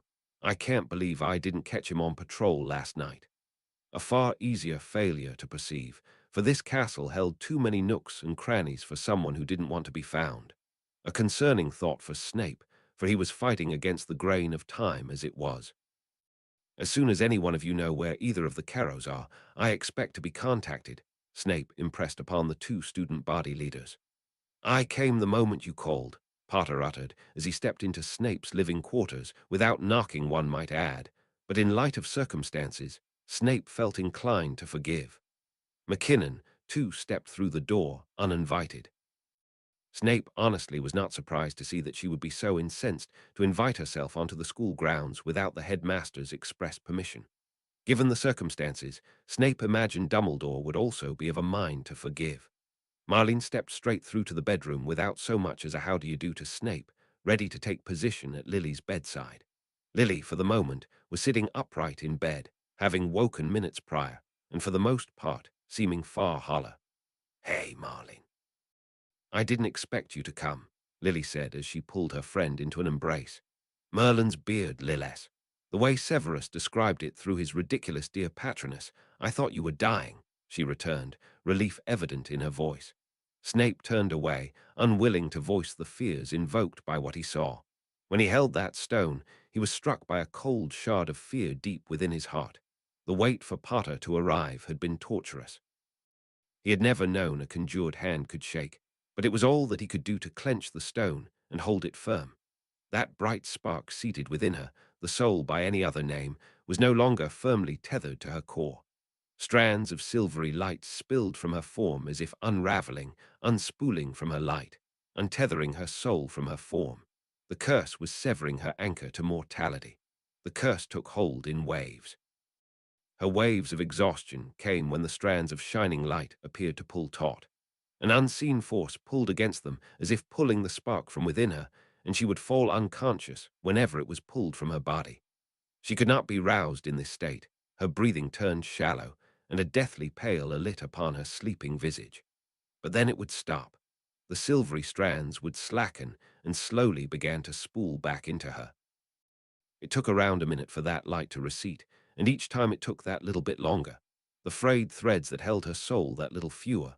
Eventually there would be no threads left, and what would happen then, Snape could not bring himself to think on. "Did you bring it?" Snape asked Potter urgently, willing himself to cast the terrible fears from his mind. Potter, it seemed, had not fared half as well through his night of reckless drinking and debauchery. Bleary-eyed, he could barely stand upright. Snape was almost relieved when the man produced that piece of tatty parchment from his robes, fearing he might have forgotten it in the state he was in. "You gotta hold your wand up to it and say, 'I solemnly swear that I'm up to no good,'" he muttered with a pained wince, evidently still affected. Snape did as he was bid, pointing his wand to the map and uttering the password invented to convey Gryffindor rebellion. "I solemnly swear that I'm up to no good." Mr. Mooney sincerely believes the claims of this long-nosed dark wizard, but politely declines any opportunity to aid his foul doings. Mr. Padfoot would like to add that he thinks he is a slimy git. Potter winced. "Ah, I forgot about that. Here, I'll reveal it for you." He snatched the map from Snape's hands before Mr. Prongs and Mr. Wormtail could add their two nuts. Snape scowled deeply as he watched Potter restore the map, rather annoyed by that rude reminder of their history. "We added extra countermeasures against you when we created it. We were in a different place when we created it," Potter explained sheepishly as he handed the parchment back to Snape. This time, it was fully inked as a near-perfect cartography of the castle if viewed top-down and magically dissected by layers. The people who moved about these magical halls were inscribed within, their movements tracked by incredible magical means.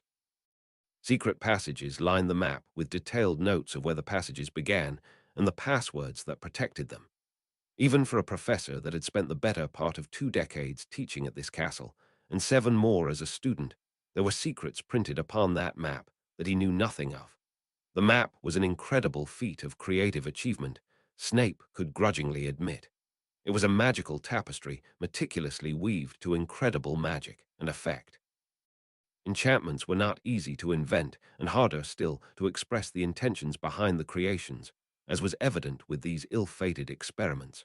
Had Snape known in the previous life what this map had been, he might have intentionally targeted it.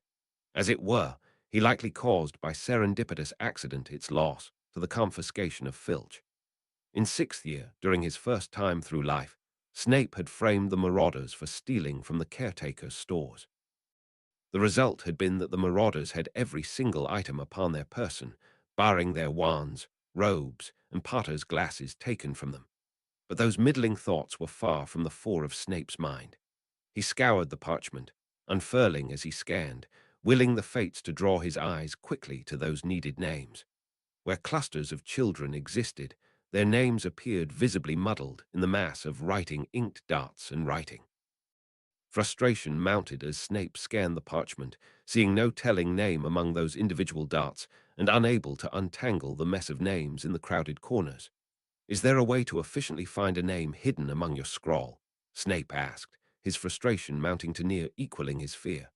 "Ah, no," Potter answered. "It didn't occur to us how hard it would be to find a person when we made it. But, I mean, it'd be hardly sporting, right?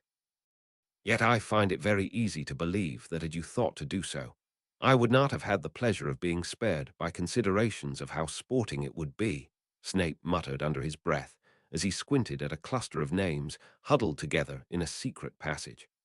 Armed with this map and the invisibility cloak, it was a wonder that Snape stood a chance at all.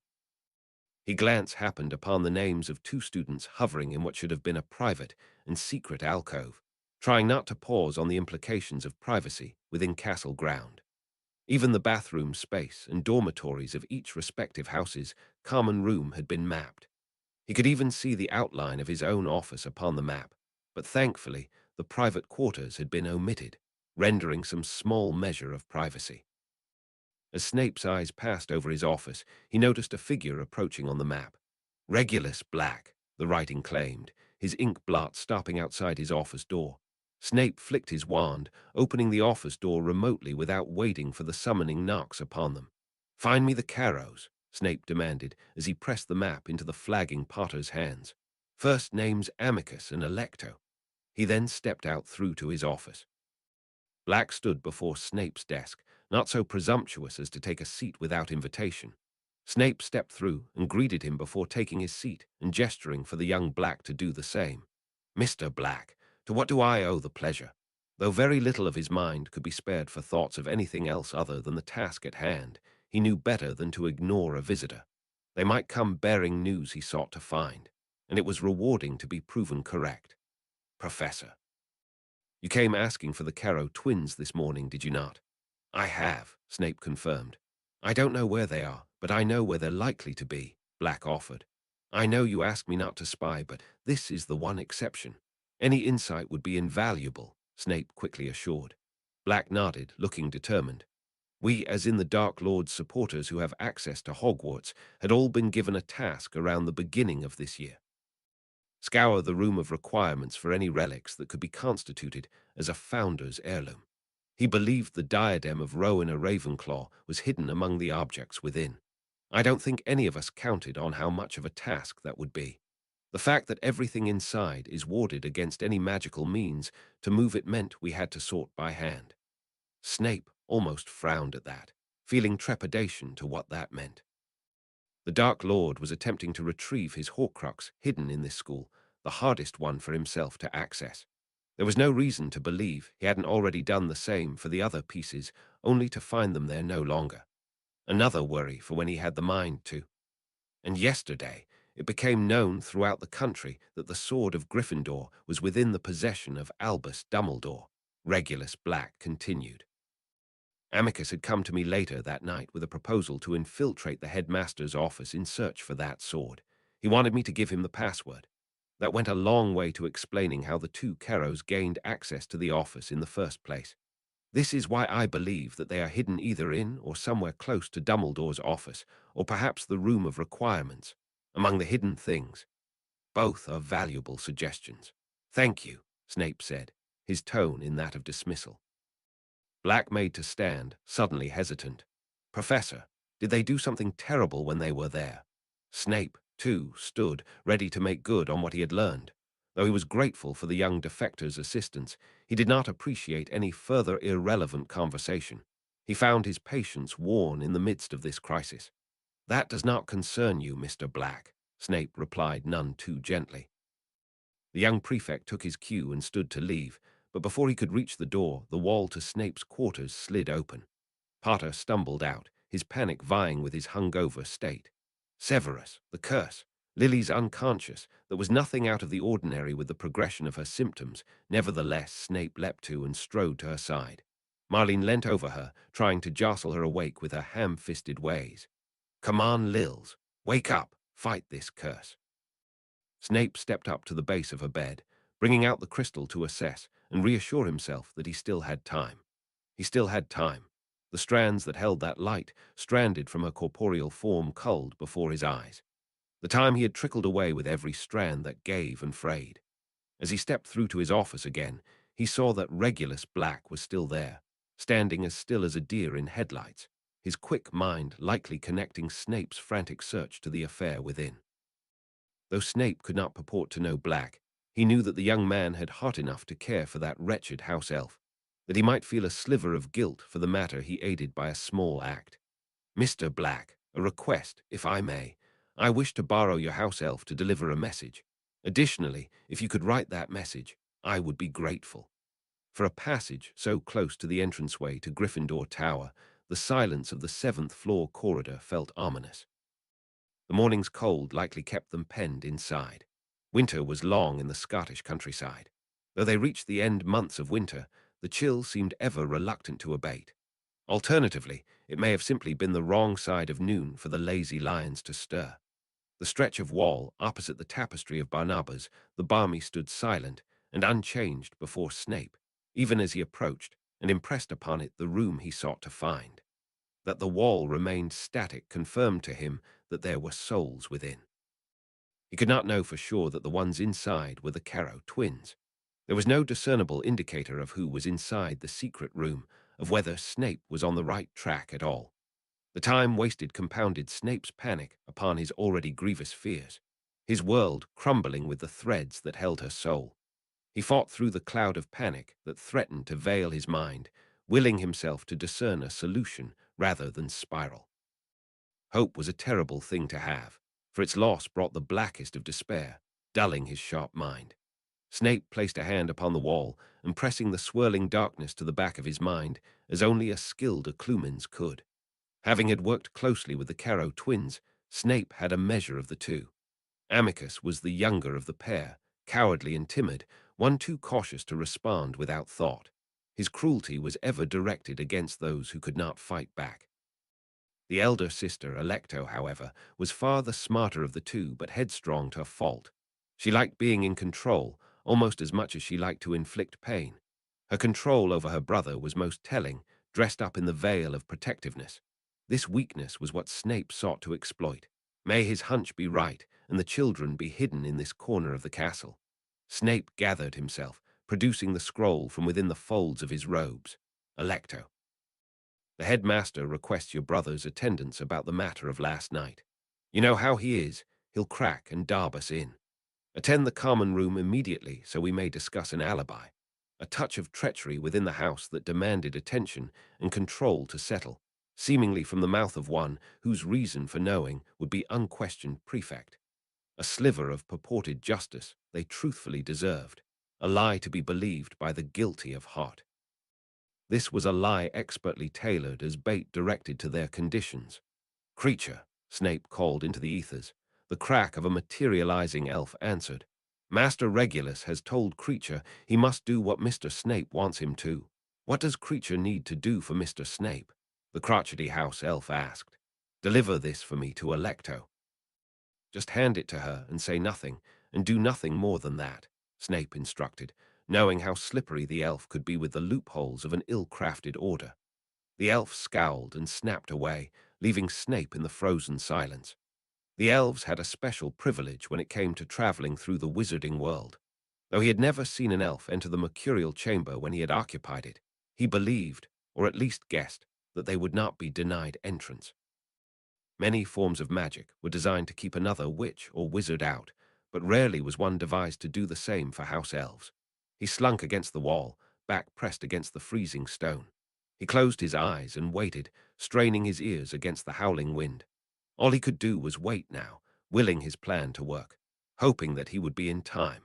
What felt like an age had passed when Snape felt the stones of the wall shift beneath his fingers. He glanced sidelong to see the door materializing. He pulled himself flat against the stones, hardly breathing as the door edged open.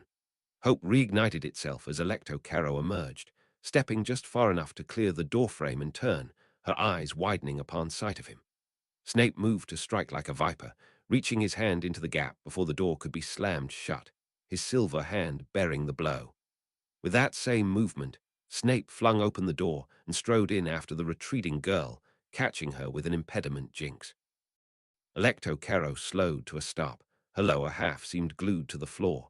She drew her wand, barely able to gather her wits before Snape snatched it from her hands and leaving her helpless without. This was the room of hidden things, just as Black had said it would be.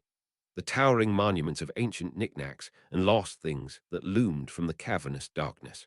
A room that had once upon a time housed a relic of immense malice. The same relic that the Dark Lord had sent the Slytherin children to scour for, not realizing its detection and destruction. Striding to the front of the immobilized student, Snape held her eyes with his. Uttering not a word, Snape pressed his mind into hers, pushing past that flimsy fog she might have called a clumency. He found the memory of the stone, the moment it came into her hands. He saw her pick it from the floor, where Lily laid, and felt, disgusted to witness her callous disregard for his wife. He witnessed the siblings fiddle with the stone, testing its purpose and creation, so close to doing harm to themselves by their reckless curiosity. That stone then changed hands, finding itself in the pocket of Amicus as he picked through the refuse heap of this cavernous room, before she left his side to answer the missive from the elf. Snape withdrew the black stone from within his wrist holster, scanning the room as it grew monochrome. He picked out the bright sparks of the soul within the cluttered darkness, drawing further and further away from where the young professor stood. "Call your brother back," Snape snarled to the immobilized girl. Her shock slowly abated as a sneer took upon her features. "Or what, Professor? Are you going to hex me?" He felt tempted, his panic rising with every moment of inaction. The brother had a head start on Snape. He had no chance of catching up on foot, especially picking his way through this maze of junk. He had considered implementing his power of flight to swoop over the refuse upon the unsuspecting boy, but wisdom cautioned his actions. There were great towers of the refuse that reached into the ceiling and not immediately visible within the gloom of the chamber. The speed of flight may allow Snape to take level with Boy, but the risk posed to himself, and what his incapacitation meant for Lily's sake was unacceptable. He turned to Alecto, his fear turning to rage. His vitriol must have bled into his expression, for fear touched hers. The thought had touched Snape's mind. The tools of a dark wizard was no stranger to him. The tools to compel her to scream for her brother. All it would cost him would be a part of his soul. Part that he had willingly gave once already when he chose to wield the same such spells. And ultimately, that was a trade he would no longer willingly make if he did not know for certain it would welcome the outcome he wished for. Not when Amicus Caro was a barefaced coward as an adult. He deeply doubted such a one would risk himself for his sister. He was running out of time. He needed the boy to come to him. Fear was a good motivator for a coward such as Amicus Caro. "I will make you a deal, Amicus." Snape called into the darkness. "I will not turn you or your sister over to the headmaster for what you have done. All I ask is that you return what you took." It was a generous offer, to say the least, considering all that they had wrought. An offer at least considered by the Caro brother for his spot of light, paused a moment, no longer picking his path deeper into the darkness. A scoff sounded behind Snape. "That rock seems like it's rather valuable considering all the trouble you're going to get it." The Caro sister, it seemed, was not so easily won over. "Make us a better offer. It is not so much valuable as it is dangerous. It is your lives I fear for," Snape returned, not even needing to stretch the truth all that far. Electo Caro, however, did not bite. "Try again, Professor. If you want it, then make us a better offer." Snape fought the curl of his lips. He was to be outplayed by children. Though he could pause and refine his bargaining, his patience strained with the tickle of valuable time. No, he chose to end the bargaining before it even began. "Then I add to the offer of immunity for your actions that sword you had sought to begin with." Caro's eyes grew wide, appropriately shocked. "Do we have a deal?" Snape pushed. There wasn't any time for the child to naturally work through her surprise. "How do I know you'll keep your word?" Caro asked quite reasonably, once she managed to rehinge her jaws. Snape did not need any further prompting. I will swear by an unbreakable vow. This spell was the ultimate form of contract between two parties, one designed with life as collateral. Though unlike most practiced forms of contract law, magical or otherwise, this spell did not care for whether the contract was fair or that one party did not benefit in the least from the bargain struck. It cared only that each party carries out their claim, to keep the word of the promises made. By the eyebrows dancing upon the edge of Caro's scam, the significance was not lost on her. With a flick of his wand, Snape dispelled the magic that held Caro's legs. He held out his silvered hand, inviting Caro to do the same. At the age of 15, she stood barely half a head shorter than Snape. She would never grow much taller than she was now. She reached out slowly to take Snape's offered palm, her own brows knitted in uncertainty. "What do we do now?" she asked. "Now you call for your brother," Snape instructed. "Call for him to bind this vow. A witness would always be necessary for a contract signage. In this magic-mirrored life, Electo Caro did as she was bade, calling Amicus forth from the pillars of junk. Don't you dare attack him now, or he'll turn and throw that stone and you'll never have it back." Snape would be lying if the thought hadn't crossed his mind. He would subdue him quite easily, too, and with relatively low risk. But risk there was, and when it came to Lily's life, Snape was ill-inclined to take any. And if he be all honest, that trade was more to his favor than the twins had realized. "Will you, Snape, give me the sword of Gryffindor?" The sister began as her brother took his place beside her, his wand pointed towards the two clasped hands. Snape's eyes held firm to hers. "I will, if you in turn will immediately return the stone that you took." A strand of fiery light emerged from Amicus Caro's wand, entwining Snape's hand to the second Electo Caro. "I will," the sister confirmed, causing a second strand of fiery light to loop about their hands. When the magic abated, Snape held out that same hand. "Now the stone." Amicus Caro did not hesitate. He fished it from his pocket and placed it within Snape's palm. The smooth stone, no grander than a pebble, so misleadingly innocent in appearance, yet so deadly a creation. Without hesitation, Snape proceeded to run his wand over the artifact, unraveling the magic bound to it, taking it apart by its ethereal trappings before reducing to its physical vessel to dust within his palm.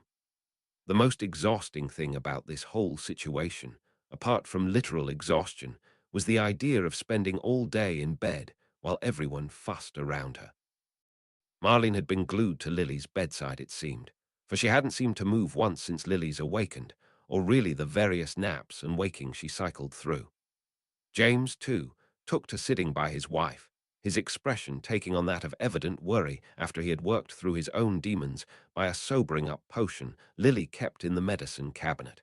For a curse, it was nothing really painful. Apart from the whole soul being torn from her body thing, she would have discounted the whole ordeal as simply somewhat annoying.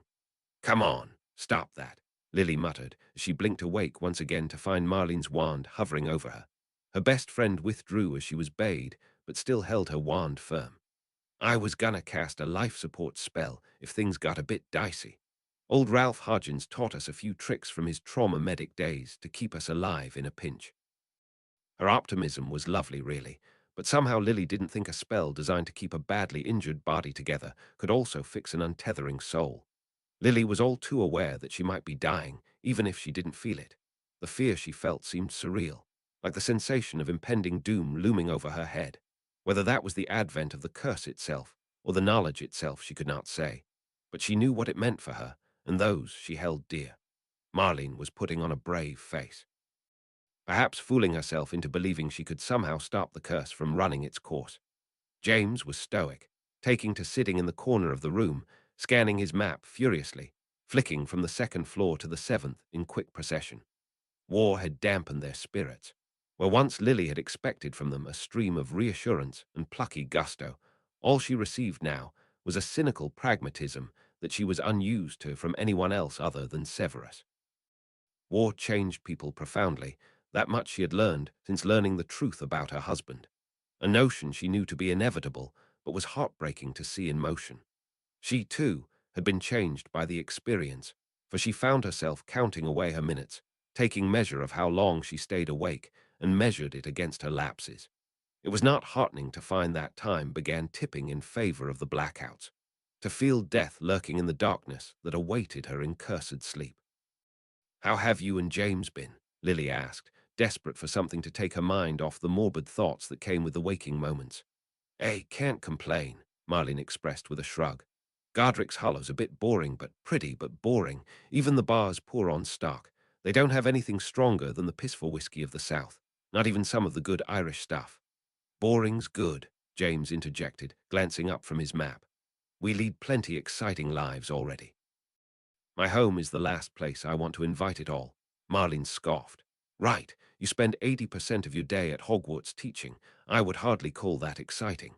"Have you already forgotten the dragon?" James asked, his tone jovial despite how very nearly deadly that particular incident turned. "Props for that, Jamie boy," Marlene conceded. "You sure know how to make a girl feel like she's not married to a boring old professor." "There's nothing wrong with that," Lily interjected lightly. Marlene grinned with a roll of her eyes. "Don't kid yourself, Lilith. You're not exactly married to a boring old professor either. Snape can't go a week without popping into the prophet, whether there's actual news or some smarmy gossip. I swear Susan's milking her closeness with you for her columns. Doesn't help that she's also got one of Snape's friends on side." "Oh, Merlin," Lily muttered, her imagination running wild with what could possibly be immortalized in print under the quill of that unrepentant gossip. "Do I even want to know? Don't you keep up with the news much anymore?" Marlene asked in a joking tone. "I'd hardly call the prophet news," Lily returned. Not that she read the Wizarding World news either. If she was honest, she had been out of the loop in recent days. As depressing the recent nature of the Wizarding World was, it was the sudden shift in responsibilities that seized the majority of Lily's time and attention. How Severus managed his equally, if not greater, responsibilities and still have time to keep up with global events was honestly baffling. In fact, she would go so far as to say that was his single most miraculous wielding of time. Reliving your life was one thing, but generating seconds out of nowhere was a feat to behold. Marlene couldn't help but grin, seeming to find the funny in the whole matter. "Honestly, Sevy's been ending up in the papers so often I sometimes forget I went to school with him. Doesn't help that the way the papers describe him, you'd think he's some sort of second coming of Dummels. If Jamie boy here ended up in the papers once, you'd bet we're keeping the clipping." "I have yesterday's front page of the Prophet Extra right here," James interjected, proudly producing a carefully excised article with the words, "The legendary sword defense. Hogwarts' youngest professor and company cleared of all charges." "Where are you mentioned?" Lily asked as her eyes were drawn to the photo splashed across the face of the piece, framing her Severus front and center, emerging from the courtroom doors and scowling as he shirked away from the incessant flashing of cameras around him. "Ah, well, I was only really mentioned as company," James offered sheepishly. "But look, I made it into the photo." He pointed to the far left corner of the shot, straining over the ruby handle of the sword held by Albus Dumbledore in the foreground that partially obscured him. Lily had to giggle. James loved the limelight almost as much as Save hated it. "I'll bet he would have preferred it if the roles were reversed," she offered the young man, remembering his predilection for the limelight. "I think Jamie would have preferred it too," Marlene agreed. James seemed to take some affront to that assessment. "I've done plenty too. It's just my achievements are all on the down low, you know. You can't go around publishing secret missions." Marlene grinned, turning to throw her support in with her husband. "Well, I believe in you, Jamie boy. And when this whole sodding war's over, you'll take the world by storm with me and Sirius on the Quidditch pitch, just as we always dreamt." "Heh, yeah, that was my dream, wasn't it?" James muttered, suddenly muted, his eyes taking on a faraway gaze that had nothing to do with his near-alcohol poisoning. Lily knew her bruise too well to believe her potion hadn't taken the effect that it should.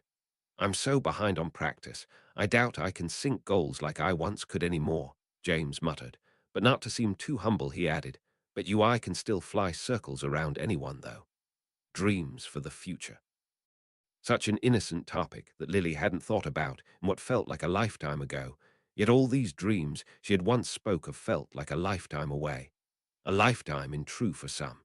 It was at that moment that Lily felt the stifling blanket of exhaustion settle over her. Her distress rose with the sinking feeling of lulling into that unrelenting void of unconsciousness. It was not like sleep, not like the gentle fade into comforting rest. It was a dark, yawning abyss, grasping her in its tendrils and dragging her down into its unrelenting depth.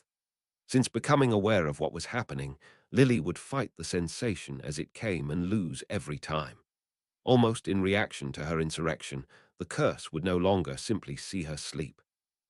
A chill would befall her as she was pulled under, a deathly frost from within her core that seemed to take hold of her from the inside like the start of the winter's storm that would howl against the ancient stones of the castle. The harder she fought the draw of the void, the worse this chill would get. She could feel her body falling limp against her will, her breath drawing so slow and low such that she thought she might suffocate. That ever-looming doom that sat quietly within her waking heart now crept out like the miasma of a dementor, settling upon her like a shroud. A moment she had felt once before in childhood, waking from a deep slumber only to find her body refusing to obey. Sleep paralysis, her father had called it. But whereas she was able to wake from that childhood affliction, the curse left no such escape. The fight was sapped from her as everything bled from her conscience, darkness her only companion. Then, just as quickly, she emerged again, her eyes popping open as she scrambled to sit up.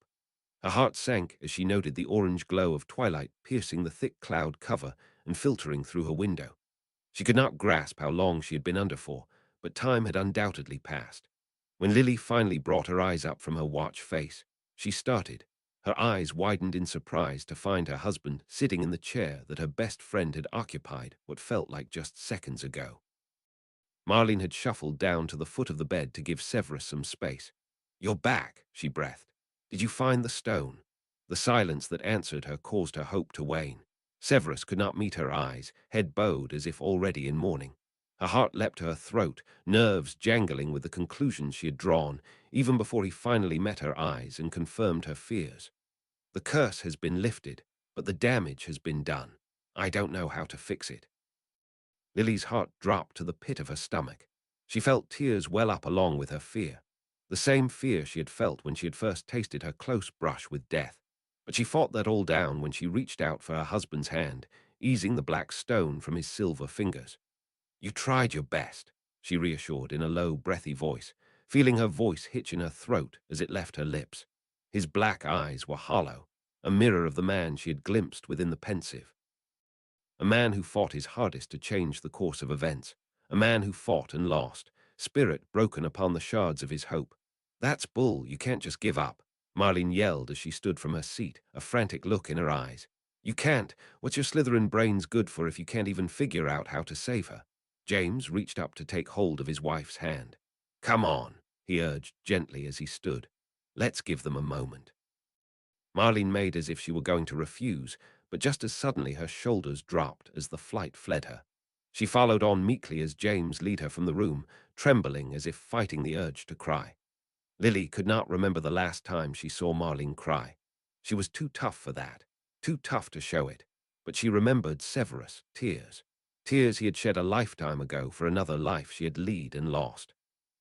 Tears again that she could no longer bring comfort to when she would pass again from his life. He sat there now so broken a man, his dark eyes dropping once more. Even with his intellect, experience, and raw determination, he could not find a way to fix her. His hope bled from him in the face of the impossible. So starkly aware that he was facing again his worst fears made manifest, powerless to stop it. "Save," Lily whispered, taking his left hand within her own, holding it between her fingers such that their silver rings clinked atop one another. "Hey, look at me," she urged as she gently stroked the back of his hand with her thumb. He did as he was bid, his black eyes so blank and listless. "I'm still alive for now, Save. We cherish the minutes we have." His facade broke, tears welling up within his eyes as he gritted his crooked teeth. "I'm sorry," he whispered. "I failed you. I failed." His voice cracked upon its rise. "Why did I let this happen?" "Hush, you did no such thing," Lily admonished, her heart breaking at the sight of her husband's tears. "You gave me a happy life, a bit shorter than I expected, but more fortunate than so many else caught in this terrible war. At the very least, we get to say goodbye, something I know you didn't get to do last time." His voice shook, a crack upon his already shattered soul. I'm sorry, he managed through his hiccups. I'm so sorry. You have nothing to be sorry for, Save, Lily muttered back, drawing him into an embrace. It was my impatience in the end. You were right. My Gryffindor nature would be the end of me. Silent sobbing racked his form, his face buried into her shoulder. Severus, Lily whispered to his sobbing frame. When I am gone, she found her voice hitching, taking a moment to steady herself again before continuing. When I am gone, please promise me you'll continue on. It was such a cruel request. The tightening of his clutching hands told her as much. He answered her not, so she tried again, urging the point. Please, Severus, this war is still going. They need you. Damn the war, he cried out, making as if to push himself from Lily's arms, frustration and despair clawing from his words. Damn it all, but Lily held him all the more firmer.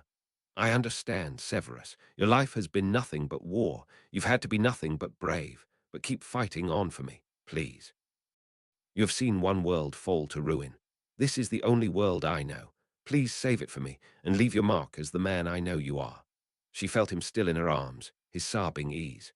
I promise, he uttered, voice cracking, unable to muster any more than that. His promise putting her mind and heart at ease, for promises from Severus would never be lightly broken. He was ever so brave, there was much to regret, much to lament about where her life had taken to. How far she had reached, and how short she had fallen. How short her life had been, and how little she had experienced. To know that destiny had another path for her, one that she did not regret having not lived save one. She would never live to be a mother. The child she had seen in Save's memories was the son of her other destiny. A boy who looked so much like his father, another man she had been destined to love. A child that Severus could never love. That they never got a chance to have a child broke her heart. That through 2 lifetimes he had not the chance to see himself a father. 2 lifetimes that he had not had a child to love as his own. And at the end of it all, if you get another chance, Severus, if by some miracle you find yourself rethreading another life by my side, promise me that we'll raise a child together. This time he pulled himself upright, his black eyes rimmed in red, the pain of what could have been held within. I promise, his voice but a whisper. Another lifetime was too much to ask for where one had been a miracle in itself, but hope was all they had now. Anguish gripped Snape's heart. A deep suffocating helplessness threatened to drown him. He had failed her. All the intellect he purported to possess, the caution and insight, and the deep and intimate knowledge of the dark arts he possessed had failed her. He did not know where to turn or what to do in the face of this terrible moment. He observed the few strands left of the light that bound her soul. The curse no longer held her in grips, yet her soul had become untethered. The light of her spirit would pass from her body, causing her to fall into torpor. The strands that bound it strain against its unsolicited motion, causing more to fray and eventually fall away. There were only 6 left. 6 strands keeping her from passing on from this world. 6 strands keeping tethered all that was worth anything in his life. Just 6 strands. She was awake now, exchanging her goodbyes with the teary Marlene McKinnon, or Potter as it were. So, too, did she exchange her goodbyes with Potter himself, their tears not spared despite their lives no longer entwined as fate had once dictated. Their exchange a painful reminder of what her life had once been, how she had survived 2 more years in that lifetime, how she had borne a son and left a mark upon the world, a reminder that she had been alive. And with her passing from this life, she would leave nothing but memories. Snape gritted his teeth as he sat by his wife's bedside, stifling his unsteady breathing, unable to stifle his tears, unbelievably helpless in the face of this terrible moment. Terrified to watch Lily pass from this world, but unwilling to step away and miss the final moments he could have with her. It was not the silvery light that profused the room that jolted him from his morning, but the calm voice that accompanied it. Severus, I believe I have a solution. There is one item I know of to be able to restore a soul still tethered but weakly bound, said the silvery phoenix in Dumbledore's voice. I'm travelling to Devon to meet with a mutual friend. Expect me in half an hour, Severus. Do not lose hope. But half an hour was more than Lily had in the state that she was in. But hope was not lost. Snape stood, his heart racing as blood rushed to his head. His helplessness fell away in the face of a solution posed. His fast mind racing to pull together the facts hidden behind what was unsaid. This was not a unique problem. It was one with a solution already posed. and this solution required the assistance of another soul, from the county of Devon of all places, a mutual friend, as it were. There were few wizards and witches in Snape's life that hailed from the remote county in the West Country, and so very few he would consider friends, fewer still that he thought to possess the ability to help, save one. With a start, Snape stood from his seat, nearly knocking it over, his quick mind rallying as realization dawned of what Dumbledore was reaching for, the Philosopher's Stone. How could he have forgotten the properties that legends had ascribed to that mythical relic, the stone that created the elixir of life, the power to bring back those on the verge of death and extend life beyond what was naturally theirs? A legend that had been created by only one man in the history of alchemy and attempted by countless more. Numerous attempts upon this stone in history trickled down to only one success, and yet this was the only way left to save his Lily. The eyes of Lily's bedside visitors that had been drawn by the arrival of that ethereal messenger bird turned from Snape, content to allow him a measure of privacy in what must have seemed like a lashing out of grieving frustration. Lily's eyes, too, had turned away, but not for empathy's sake. She drooped where she sat. Her soul drifted yet again, that bright spark emerging from her breast, the strands that held it fading ever closer to extinguishing. She closed her eyes, laying down her head, perhaps for the last time. Snape turned away and strode from the room, torn by the despair of facing his wife's last moments of life, but driven by grim determination to try his damnedest to save her. He would never forgive himself if he hadn't. He stepped to the alchemy table, summoning his cauldron from its snug storage space in the cupboard under the shelves. With swift efficiency, he beckoned forth his silver knife alongside it, the first step evident in his knowledgeable mind. Blood is its base. That much was evident, for no other liquid represented life like the crimson red of lifeblood. Snape took the tip of his silver knife to his palm.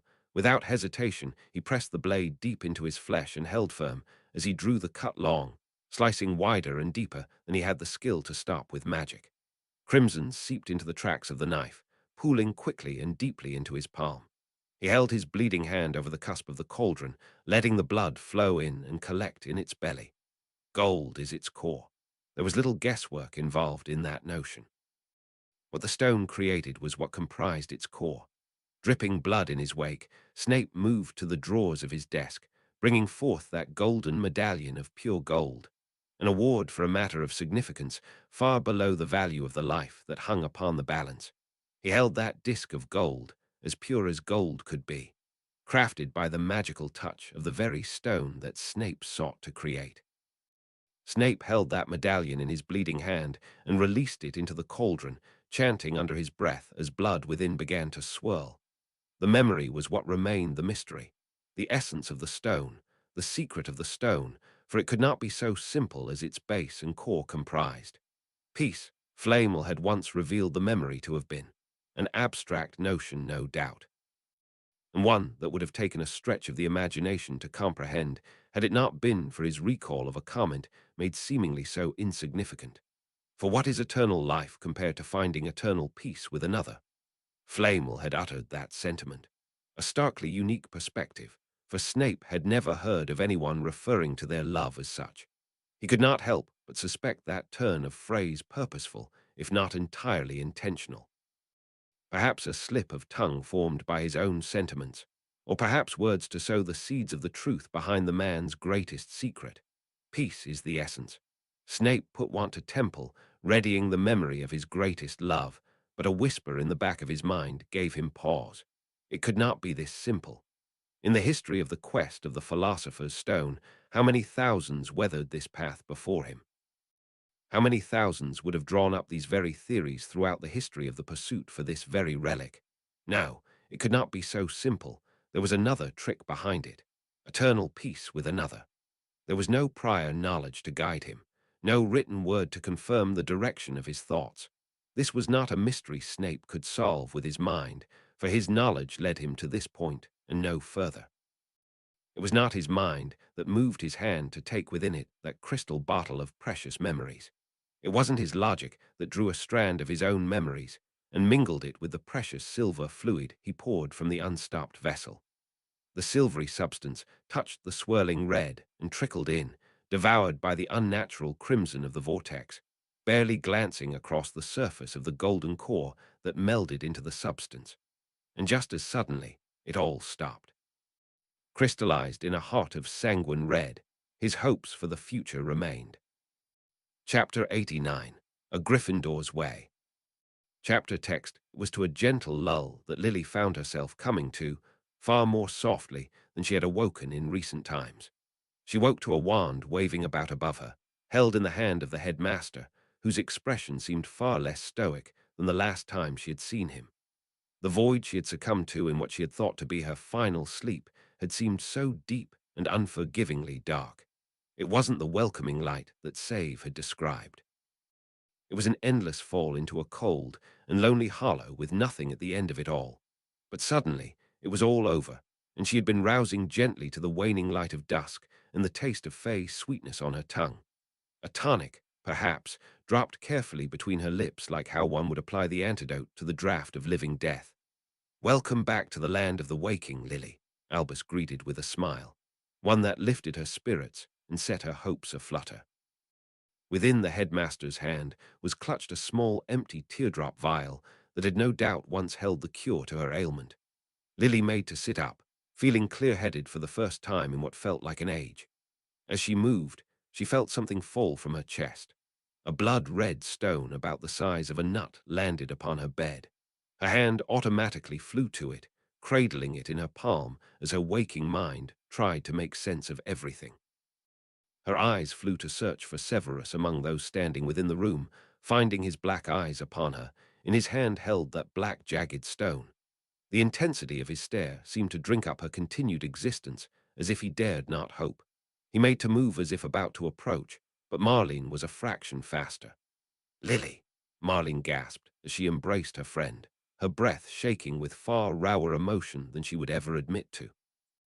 Lily had wondered briefly if she was truly awake, but was quickly reassured by the startling force of brutish arms thrown about her to crush the sleep right from her bones. "Lily," James too joined in chorus, stepping to the edge of her bed with so euphoric a smile. "You're alive. Not for much longer if you keep hugging me so tight," Lily grumbled in hyperbole. There was nothing more comforting than the tight embrace from loved ones. "You're good, right?" her best friend asked as she released her hold. Her tone hesitant, as if hardly daring to believe. "I'm good," Lily answered, before glancing up at the headmaster. "I'm good, right?" A kindly twinkle in those blue eyes answered Lily before his words did. "I don't believe you should suffer any lasting consequence. Your soul has found itself seated quite firmly." Relief washed over Lily, the sort that came with passing death by a hair's breadth, something she had unfortunate prior experience with. She directed her smile up at Severus, whose black eyes still did not waver, nor did his sense of purpose. He approached, taking her hand into his grasp. Bandages swathed his hand thickly, stained by an unmistakable red. His silver hand held firmly to that focus stone, the one that connected the living to the dead. In her hand, too, was held a stone, one red and mysterious as any. She made to place it upon the night table, but he stopped her. His silver hand pushed against her fingers, curling them about that blood-red stone, so gentle in his touch but firm in his hold. She could feel his hand of flesh shaking, but his silver hand's grasp was cold and firm. "Keep a hold of that," he urged. "What is it?" Lily asked, wide-eyed. She cracked her fingers open to take a look at the object she held. Albus' blue eyes were also drawn in interest. "What ensured you survived long enough for my arrival, I imagine," he observed, quite enigmatically. "You're doing, Severus. As opposed to any of the other alchemists in this room," he felt the need to snark, his eyes never leaving Lily's. "I thought I lost you," he then whispered, as if afraid for his spoken words to be heard by the others present. A streak of self-consciousness he would never be rid of. Lily took her hands from his to draw him into an embrace. She could feel his shaking hands curl about her, holding her tight, his touch conveying the emotions his words could not. How terrible this all must have been for him. His worst nightmares made manifest. To have been helpless as he watched her die, or so he thought. As did she. The deep crimson of the tea that was served at the headmaster's office that night seemed to reflect the thoughts both shared. Snape sipped gingerly, his freshly healed palm pressed against the heat of the tea-warmed china. A ghostly pain lingered in his memory, as if along the tracks of his palm, where he inflicted his cut, now healed so perfectly that no scar remained. Another thing he could thank the headmaster for. There were few with as specialized knowledge of the anatomical structure of hands as Dumbledore had now mastered. One of the many things Snape found himself indebted to the headmaster for. Laid upon the bare skin on the divot between Lily's throat and her collarbone, the philosopher's stone that Snape had made did its work. And slowly, the mystical stone was able to repair the strands between Lily's soul and her form. First, just one strand appeared, then two. Given time, perhaps it could have revived her in her entirety, but at the very least, Snape was not forced to find out if it could. The stone kept her alive long enough for Dumbledore to arrive with the elixir of life. One dose, barely 2 drops in that tiny vial, dropped between her ashen lips. Snape could only hold his breath as he watched those golden strands, keeping tethered her soul, quickly form and bind, receding the shining light of her heart back into her corporeal form. She did not awake immediately, prompting a creeping fear within Snape's psyche, but slowly, color began returning to her features, and her breathing starting to deepen, as if she was simply in slumber. A sight of reassurance, but not enough for Snape to step away and seek treatment for his own wound, blood seeping through his thick swathe of conjured bandages. When her eyes finally fluttered open, it was all Snape could do to believe this ordeal was over. Even as she smiled and spoke, exchanging words and relief with those gathered, Snape kept a hold of his death stone, watching the light that surrounded her soul and fearing the worst. The worst never came. She was alive. It was over. The curse was lifted, and the scars it left were healed. All it took was to beseech the fables themselves. It took all the will that Snape had to prise himself from Lily's side after all that, but he did so out of necessity. In his haste to collect his blood, Snape had cut himself deeply, and though conjured bandages worked well as a quick and effective solution short-term, it was only a matter of time before something more long-term was needed. Accepting that invitation to meet with the headmaster at his office was a natural next step, not just for the treatment of his wound, but for a debriefing of everything that had occurred, and especially of the price Snape had paid to lift the curse. After all, an unbreakable vow had been set, and it had added a new dynamic to their plan. You certainly appear to find yourself at the mercy of the unbreakable vow more often than the average wizard, the headmaster mused upon its revelation. Though I am not surprised you would strike another, especially with what was at stake. I had never placed a limiting factor to how long it would take me to obtain the sword, only that I would obtain it. Take the time that you need to have it ready, Snape uttered calmly, as he took another sip of his smooth and very slightly sweet tea, one that was far too fruity and light for his tastes. The headmaster's brows pinched ever so slightly. While I do not fault your logic, you place too much faith in the idea that I would be successful in this endeavor, especially now. Those blue eyes met Snape's with far more concern than Snape had felt for the vow he had forged. I have since destroyed every cursed stone created. We are likely starting from scratch if we are to attempt this again at all. That is, provided that Lily were to even wish to try her hand at this again. She won't. Snape had already decided. But rather, I have another solution to propose. There are other enchanters in the fold that may suit our needs. It was an idea that took him in a time when he could lend it no mind to think any further on. In the calm of the storm's passing, the ideas had taken form. Potter had enchanted a map during his school days to plot the movements and whereabouts of all those who step on castle grounds. That is no small feat of enchantment, and marks him as a likely candidate to replace my wife in this endeavor. Those brows furrowed yet again. Severus, we are dealing in secrets. Potter, for all the arrogance that he possesses, wishes for the end of the war as earnestly as any man. What he lacks in discretion, he makes up for in determination. This was a stretch to sell, and honestly rather sleazy to suggest, but there was no way in Salazar's name that Snape would let Lily take this risk again.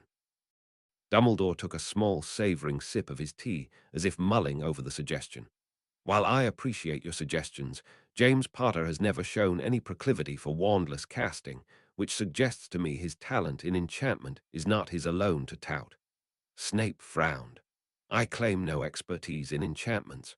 What am I not understanding about this? Dumbledore peered over his cup and dutifully explained. This means he's either not the caster, or that he and his friends had found a way to work together to weave the spell such that their teamwork offsets the need for one particularly talented individual. Knowing James and his friends, I believe it to be more the latter. Meaning, if you take Potter onto the project, you would have to take the entire cursed pack of marauders, Snape muttered with a touch of resentment. As much of a reach that suggesting Potter for this role had been, initiating the entirety of the marauders was overreaching to an unsustainable farce. Pettigrew was an untrustworthy rat from the outset.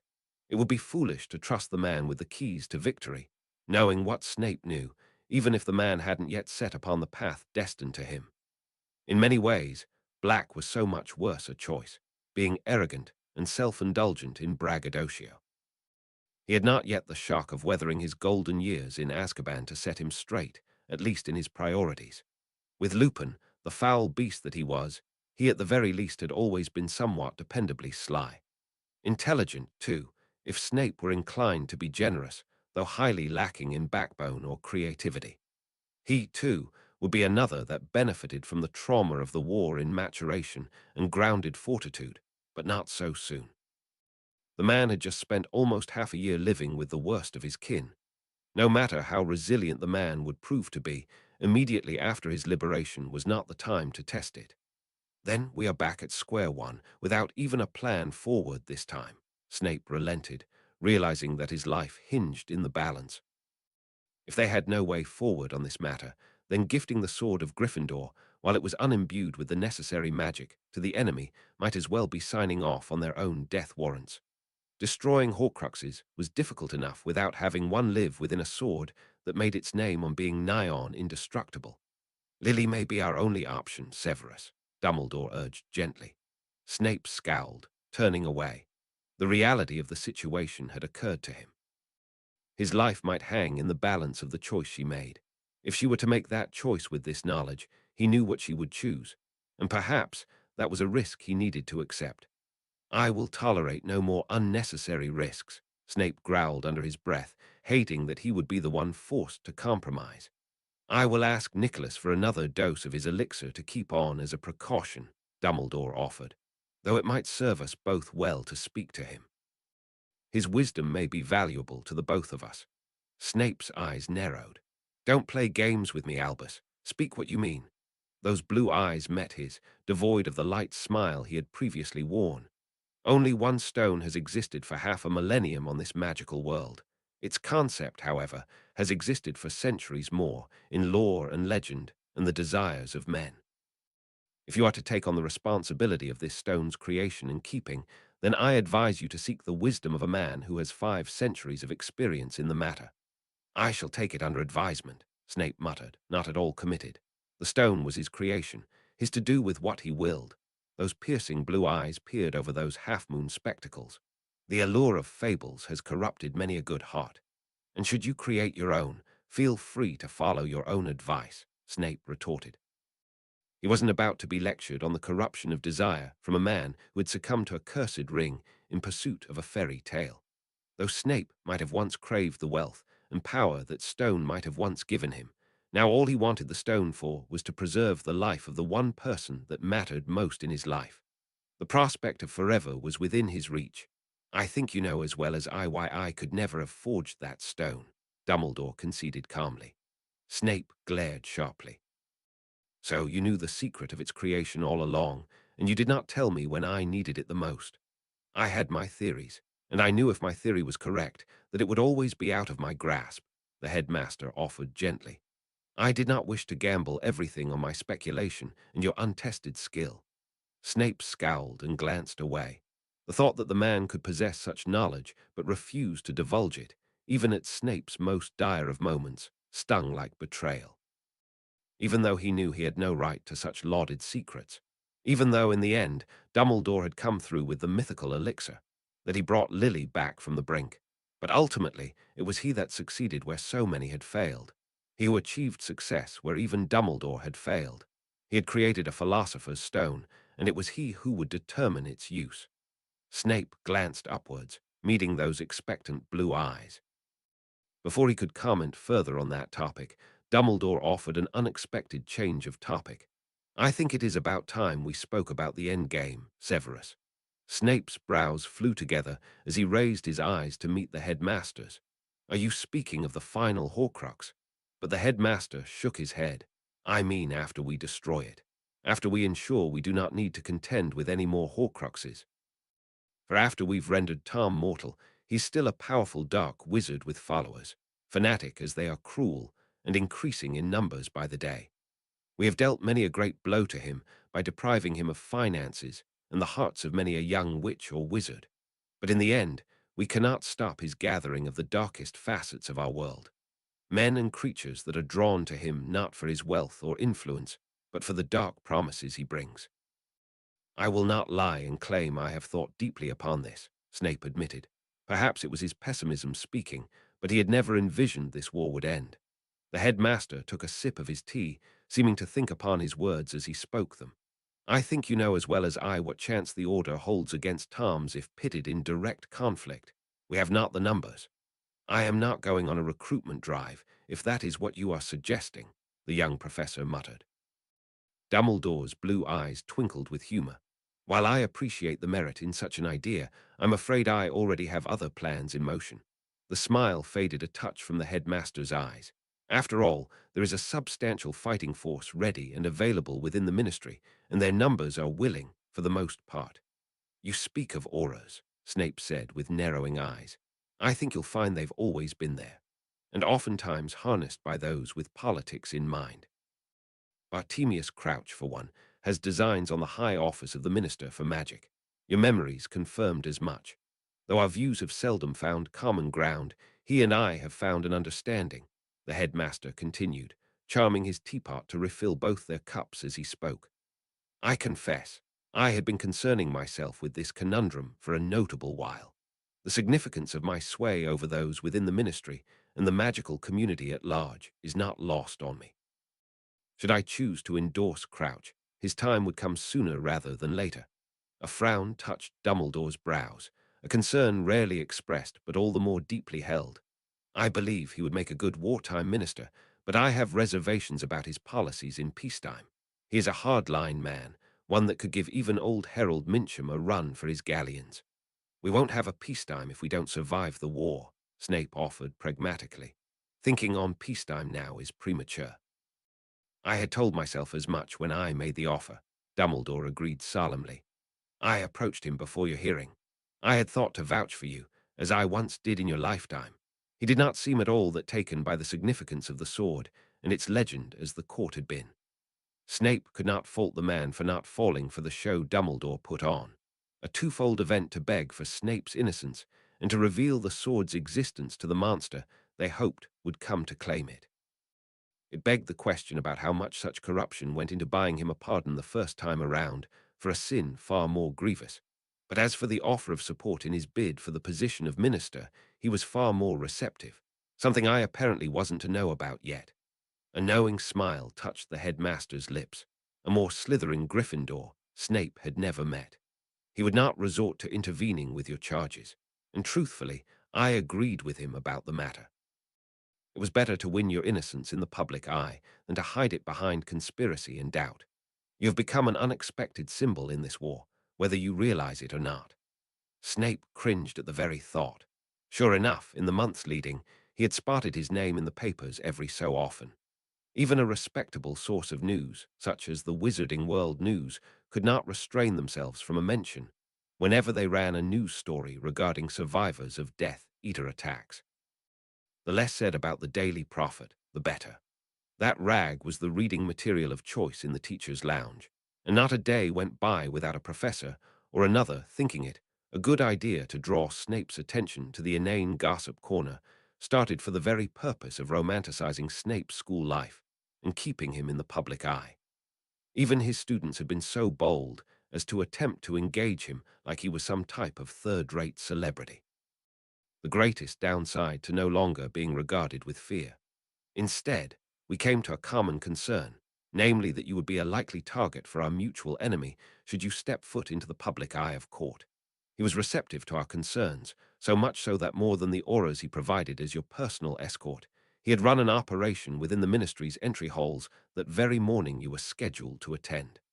Those blue eyes gleamed again, knowingly, with a strand of your hair. Snape's eyes narrowed. They used a polyjuice decor. The idea of another wearing his skin offended his very private person. Very successfully at that, Dumbledore continued. By the time I arrived at the ministry entry, they had apprehended 5 wizards and 1 witch, and increased security tenfold, delayed my arrival to courtroom 4 by a significant while. How did they get my hair? Snape was still hung up on the utter breach of privacy. By comparison, the near miss of criminal charges and the conspiracy behind politics seemed far less important. That knowing sparkle in Dumbledore's eyes was answer enough. Snape internally sighed, surrendering to the idea that his life was no longer his to live in the peace of anonymity. We have been in talks since. You'll be interested to know, Dumbledore continued, about the future of the war and about what steps are needed to be taken by the ministry. That focus must be shifted to this war and the growing insurgency within. That the ministry's insistence in maintaining its own stability and a status quo where one no longer exists will lead to its downfall. The headmaster paused, not to take a sip of his tea, but as if hesitating upon his own heavy thoughts. He too proved to be willing to act upon the intelligence I was willing to part, with great efficiency, I might add. There simply isn't a comparison between our people and those specifically trained for such purpose.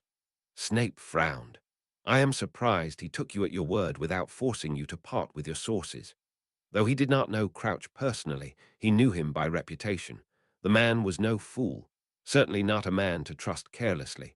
You would be right, Dumbledore agreed, taking another sip of his tea as casual as anyone might.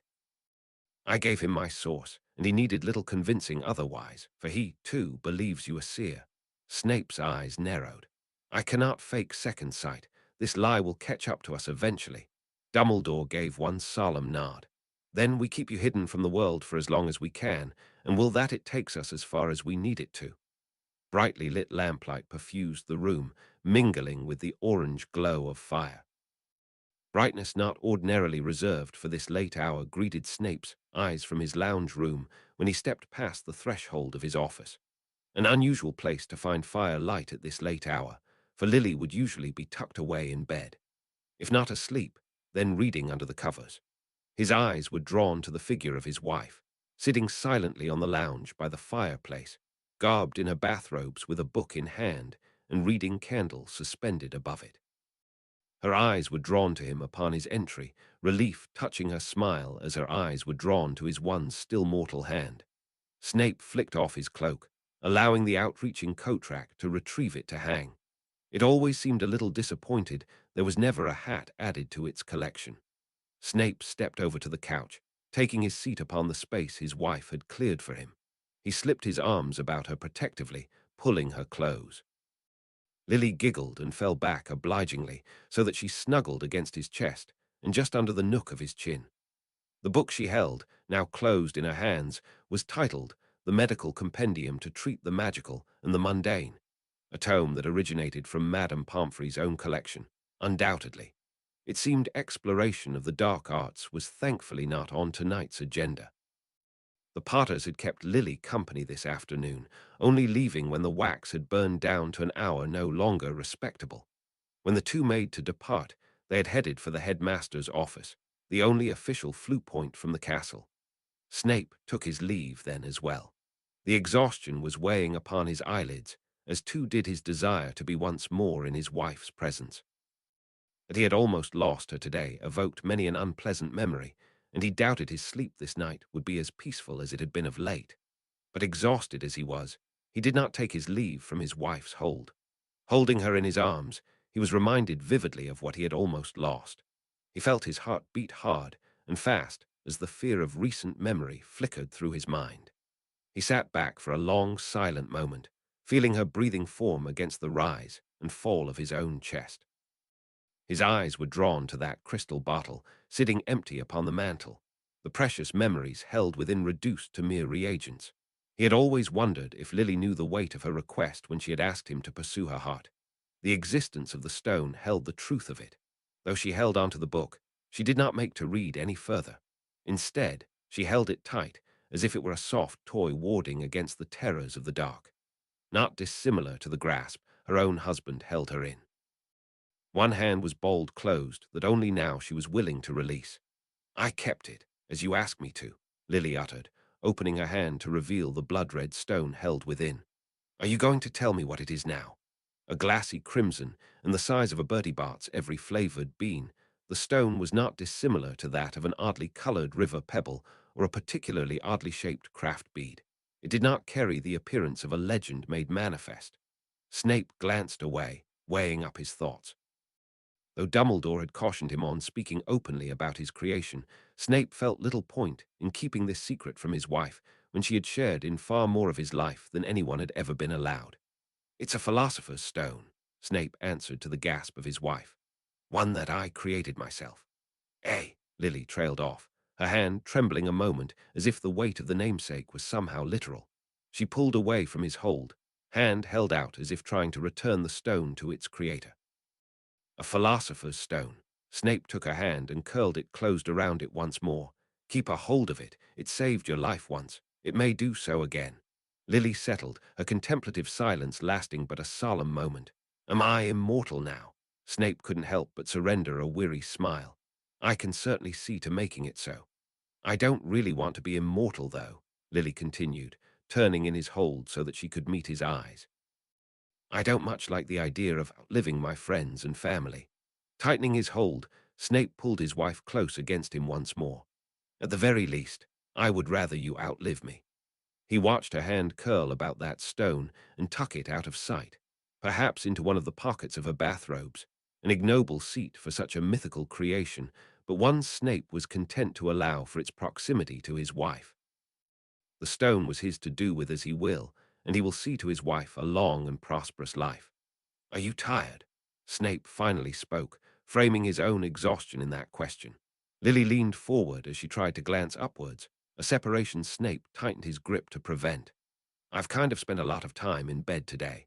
Can't say I'm terribly keen to spend any more," she confessed, as she fell back in his hold, giving up her struggle to sit up far more easily than his efforts warranted.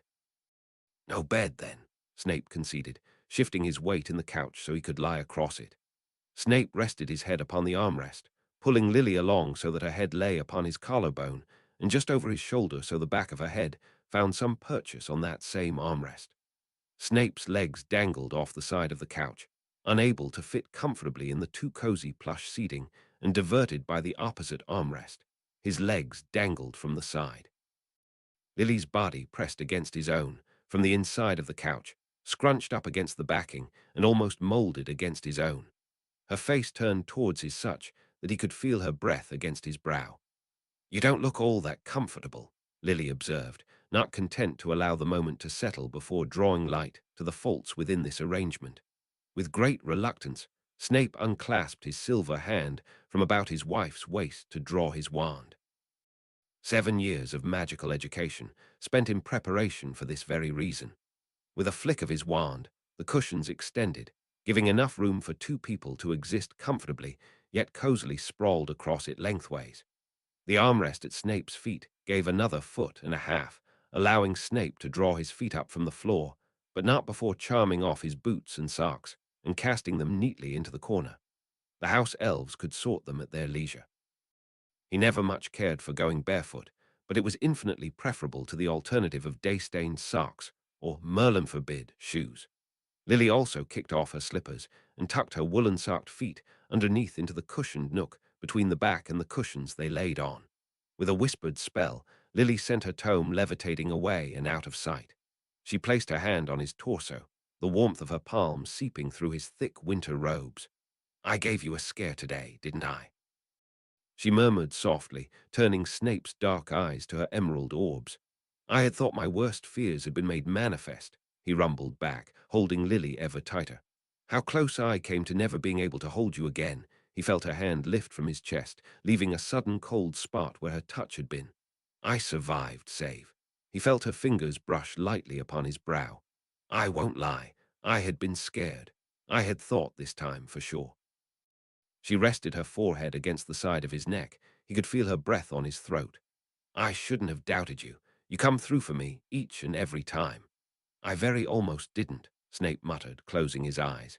"That you are alive at all is a miracle." The turmoil in his heart settled as he felt her heart beat against him. "You're not the only one that gets a second chance," Lily agreed, conjuring a thick, soft quilt to wrap about them, bringing Snape so close to the brink of sleep. The comfort of Snape's doze was interrupted with an intrusive memory. "I promised you something, didn't I?" he whispered, edging his eyes open reluctantly. "You promised me a lot of things," Lily whispered back, with a hint of cheek. Snape released Lily and propped himself on his side, dark eyes searching for his wife's.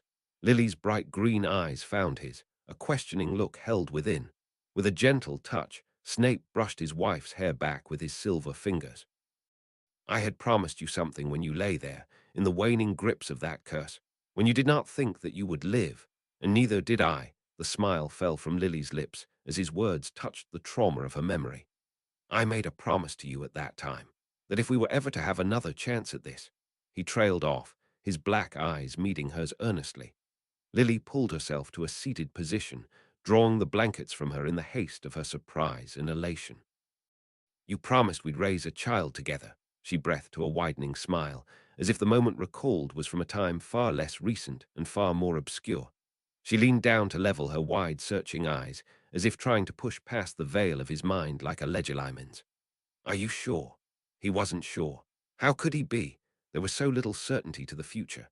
There was much to fear about this decision, much that pressed upon his already burdened heart and mind. The fear for Lily's life, for he already knew how far she would go for her child. The fear for their future, for money troubles had not been long in their past, and the raging war painted the future ever uncertain.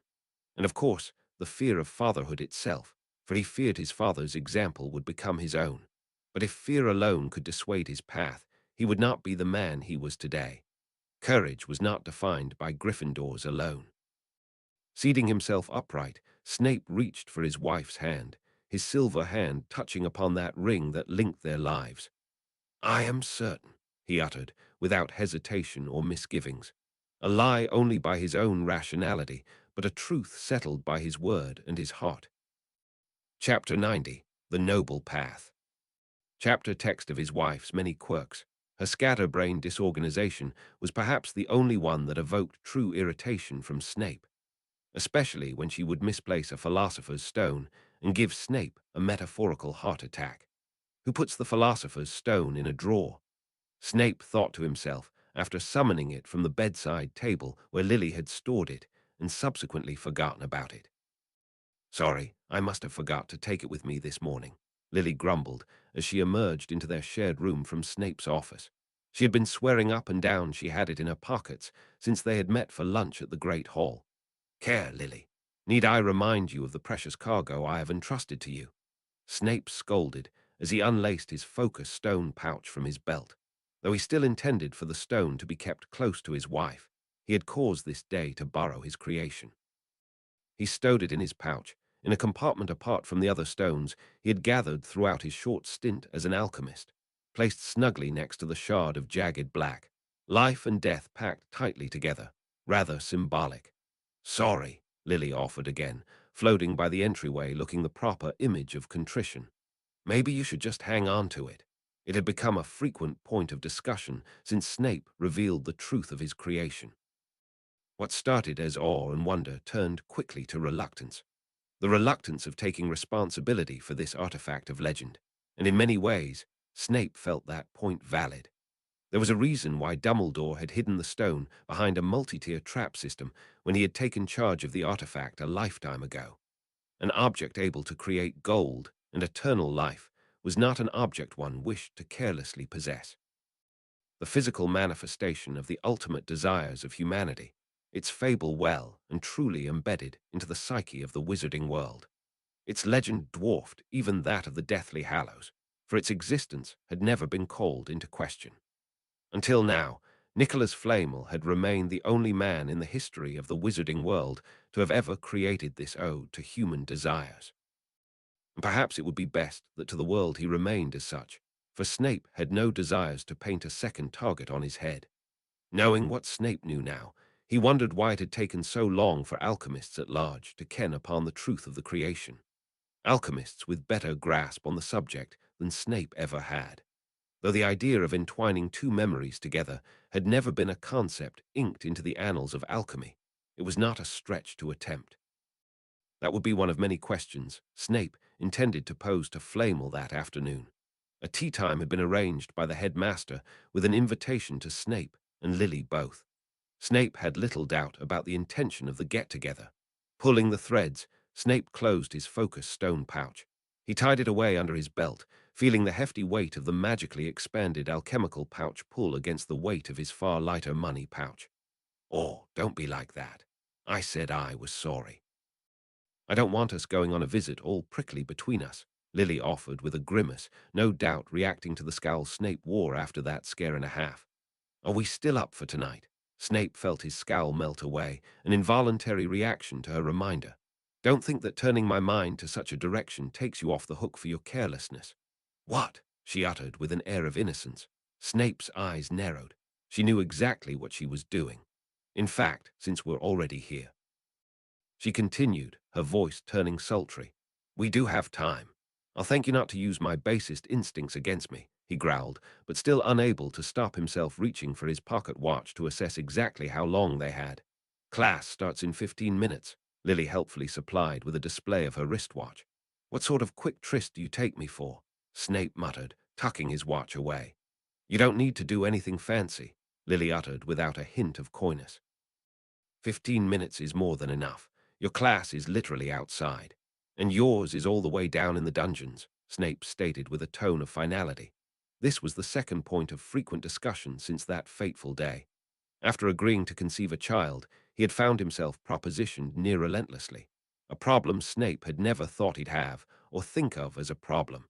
He placed a hand upon Lily's shoulder, beseeching her for patience. "Tonight, when we return from our visit. We'll try again tonight." And try they had been for near 2 weeks, barring a hiatus during Lily's regular monthly cycle. Since the night, he had finally conceded to the idea of fathering a child, or perhaps more aptly the morning after. He had been utterly exhausted that evening, as the day spent in agonizing fear and frantically journeying up and down the castle had left him utterly spent. At the very least, that next morning, being a Sunday, they could indulge in one another's company. He couldn't really complain about the side effects of his decision, but he was far more concerned about the results of the intended effects. Lily stepped forward, those green eyes met his, still sparkling with mischief. "No excuses, Save.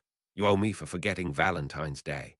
"I don't see the point of Valentine's Day," Snape mumbled as he obliged, closing the gap between them and meeting her lips, indulging in a kiss that lingered for several moments longer than what was strictly appropriate. Lily emerged from the kiss sporting a lopsided smile. "Are you having second thoughts about our 15 minutes? I'll thank you not to test my self-control," Snape grumbled with a matching smile of his own. "Honestly, it's like we're teenagers again." "Oh, Save, we are 19, Lily chirped. "I know you're 40 in spirit and all, but do try to enjoy your youth while you have it again. You're one of the lucky rare specimens who gets to experience being young twice." Snape raised his eyebrows in mock exasperation. "What a shame it is, then, that it is wasted on me." Upon first glance, one would have never thought this unsuspecting cottage in Devon was occupied by a man regarded by many as a living legend. The creator of the Philosopher's Stone, and ancient enough to see the rise and fall of civilizations, Nicholas Flamel had been regarded by the entire wizarding world as the greatest alchemist to have ever existed. Yet 500 years of fame, fortune, and worldly experience did not convince the man of a better retirement than the rolling hills of Devon.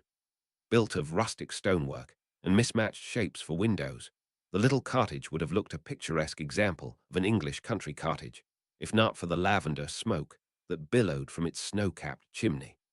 It was a scene Lily would have appreciated if her equilibrium was not already thoroughly upset by side-along travel. Apparition with passengers was one of the few crafts in the magical world that even Albus Dumbledore could not find a way to make tolerable.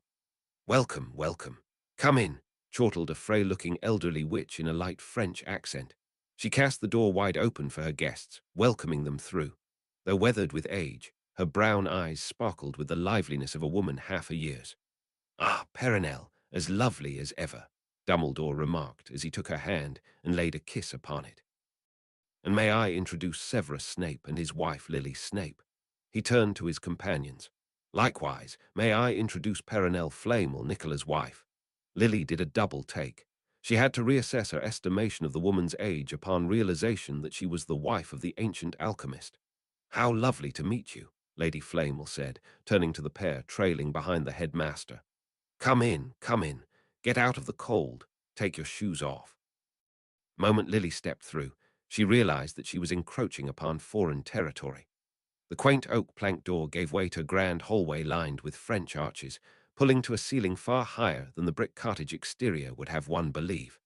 A soft peach plaster lined the hallway, a decorative edging lining the points where the wall met the ceiling and the floor, both gilded with gold.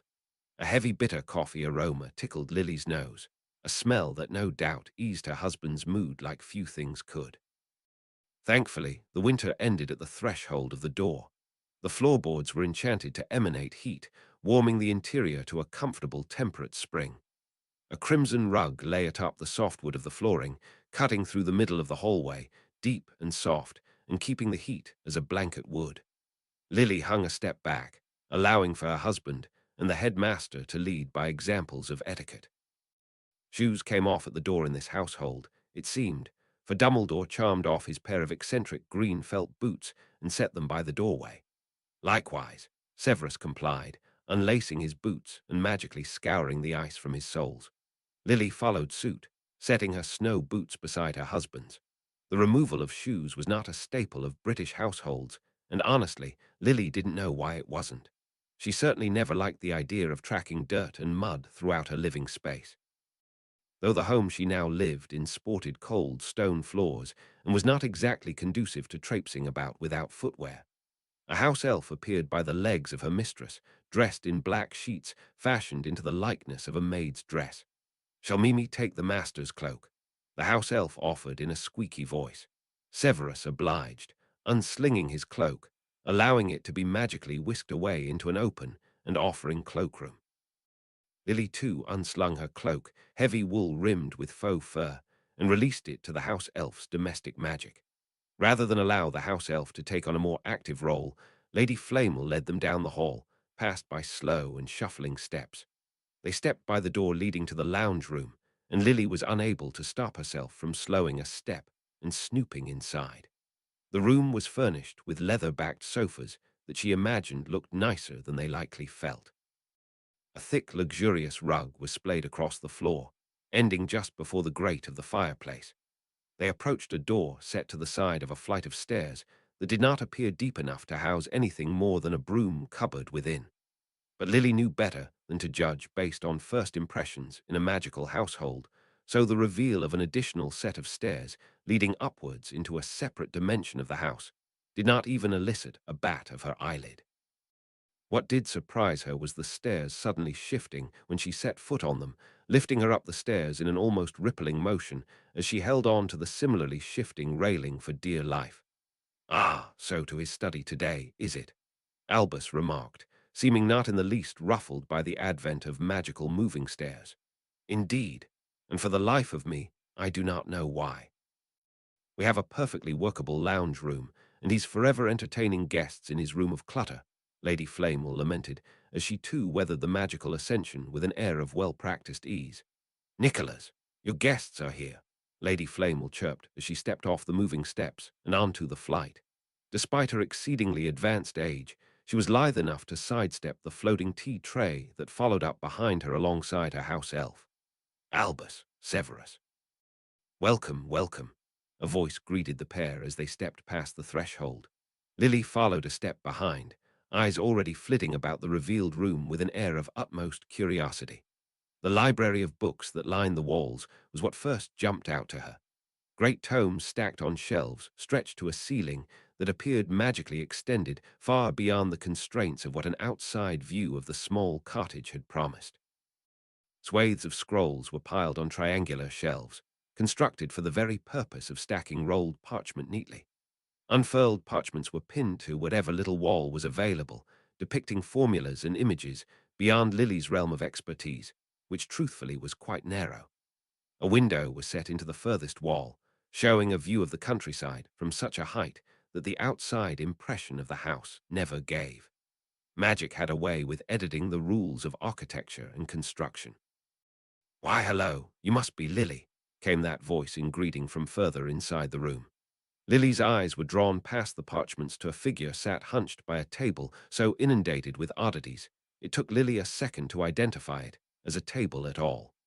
"Hello," Lily greeted lamely as her mind fumbled for the correct etiquette for greeting a 400-year-old legend who painstakingly stood to greet his guests. "Welcome, welcome. Do excuse the mess," the ancient alchemist spoke in a deep yet clear and seemingly free of the strain from the centuries that Lily had expected. Lady Flamel sighed. There wouldn't be a mess in the lounge room. The cluttered table vanished as 3 seats appeared in its place. Armchairs of wood framing carved in the French fashion, warm wood rimmed and padded with cushions in all the areas where they might expect to meet a person's contact. "Good afternoon, Nicholas," Albus greeted as he took his seat. The ancient alchemist turned his eyes to the headmaster. "How long has it been? Why, it feels like just yesterday you were both sitting across from me, discovering your potential as fledgling alchemists." "I have felt those decades pass far slower," Dumbledore remarked as he accepted his cup of coffee.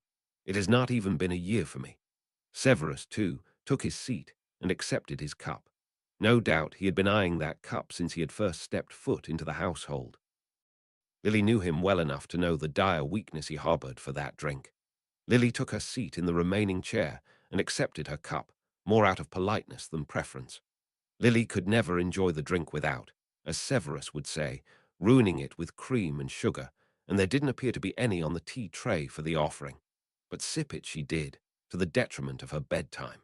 It was honestly too late in the afternoon for her to imbibe and still be able to sleep soundly.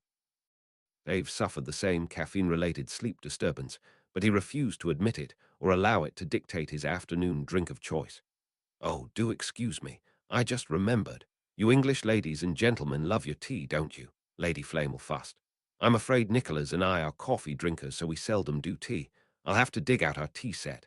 I wonder if I can even remember where I stored it." "I am partial to coffee," Severus offered quickly. Understatement of the century. Lily's opinion differed, but she didn't wish to make a fuss. "Coffee suits me just fine." Lady Flamel shuffled to the door as her husband set his floating cup of coffee on a floating tea table that drew up beside him. "I shall fetch some pastries for our guests," the elderly witch announced, eager to see to her guests. "You have not tasted true French pastries as those baked by the hands of a French woman."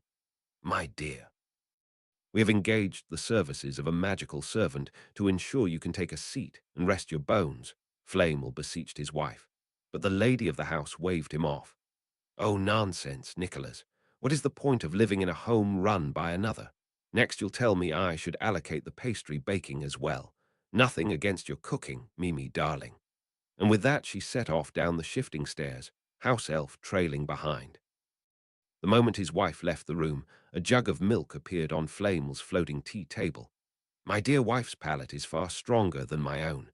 I can't abide without some milk. Would anyone else like some?" "Yes, please."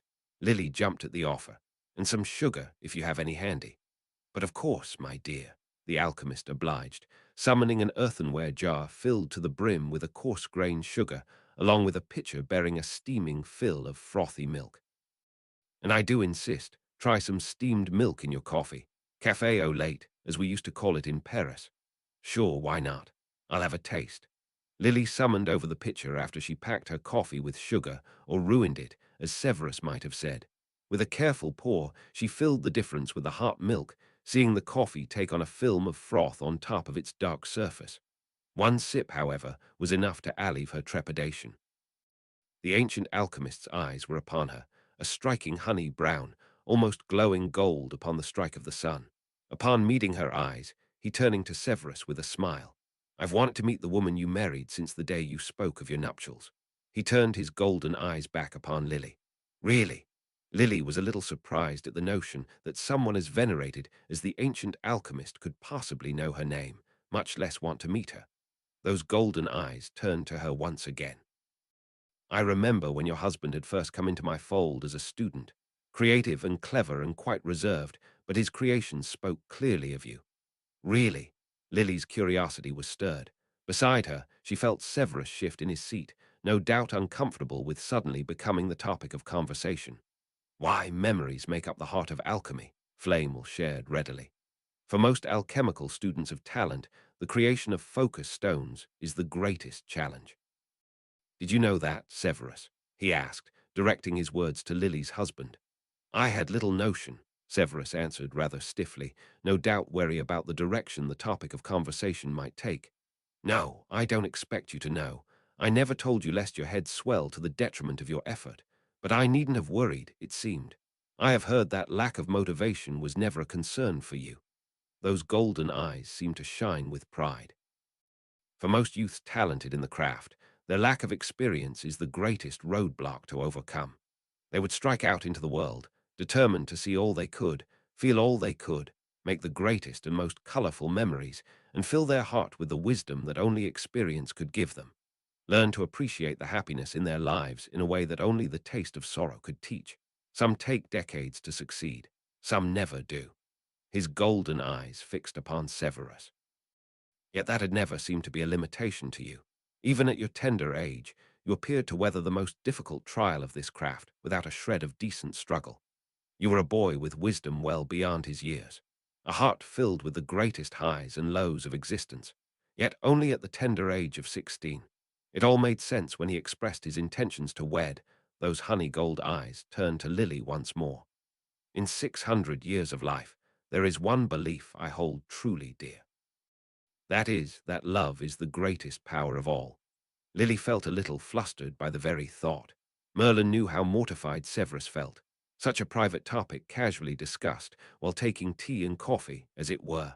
How must Severus feel? His take on privacy stretched well beyond Lily's personal irks. She could only imagine the simmering embarrassment he must be feeling. But one glance at her husband revealed a surprising calm upon his features. I finally understand why Albus takes so to that belief. There was a secret behind those words that the rest of the world was not privy to, Severus offered mysteriously. Those golden eyes flittered away from Lily. And what of you, Severus? Have you become privy to it? To that, Severus produced that crimson stone from his pocket. That stone he had created from his blood, ingenuity, and desperation. Those golden eyes fell upon that stone, as too did silence. Severus was the first to breach that silence. I have not yet found the formula for the elixir, if that is what concerns you, he assured quickly. Flamel's golden eyes held Severus. But you are searching for it. I am. To say otherwise was to lie by no elegant margin of believability. Then you would appreciate that I would not make it so easy for you. Flamel's words were not a challenge or admonition, more like a statement of fact. Severus did not push the issue. I do not expect you to divulge your secrets, but I will appreciate any critique of my efforts. One withered hand held forward in silent request. Severus did not hesitate to offer the stone. His mythical creation passed from him to the age-weathered hands that had touched upon such a stone before. The stone shone a deep blood red in the cheerily lit study as Flamel held it carefully between his thumb and forefinger. The tip of Flamel's wand touched the surface of the stone, his magic invisible to the eye but doubtless in its power, for magic aged to power like fine wine. This is a philosopher's stone, and will function in every way the stone should. However, it is not optimized well. The reaction rate for product conversion would be too slow to sustain you to immortality, Flamel offered after a moment's observance. Explain, please, Severus requested as he set his cup of tea back onto its saucer, his black eyes unwavering in his visible interest. Flamel obliged in a manner befitting a professor indulging his student's curiosity. Have you placed your creation to the test yet? Of course you have, if you had half the curiosity you displayed under my tutorage. Lily could attest to that very fact. Though he made her carry the stone with her throughout the day, he had sought the stone from her company since. Each time that he had, she had found him sat at his alchemical tables, burning lamplight well into the witching hours. There was no unseating him in those moments of his fervid focus. There was no mistaking to what end he was pursuing in his studies. I have, Severus confirmed, yet again forthcoming with the truth. Flamel prodded further. I imagine you have been successful in your transmutation of gold. It is not so different to the transmutation of any metal. I have found a measure of success, Severus confirmed, and that he had.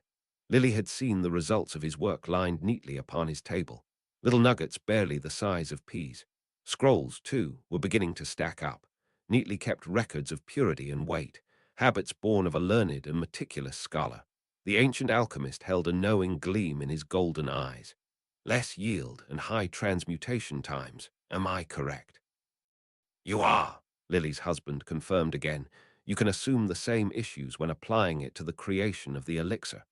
You will take far too long and yield far too little for it to sustain you to eternity, Flamel explained, rather generously in Lily's opinion. To be so forthcoming with the secrets to the greatest artifact in the history of magic. She could hardly believe she was sitting in on this conversation. Flamel took a sip from his coffee, seeming unaffected by the monumental secrets he was bestowing upon his guests. Perenelle and I must take our dose of potion daily, in the hour before we take to bed. Without it, neither I nor my wife would rise again in the morning.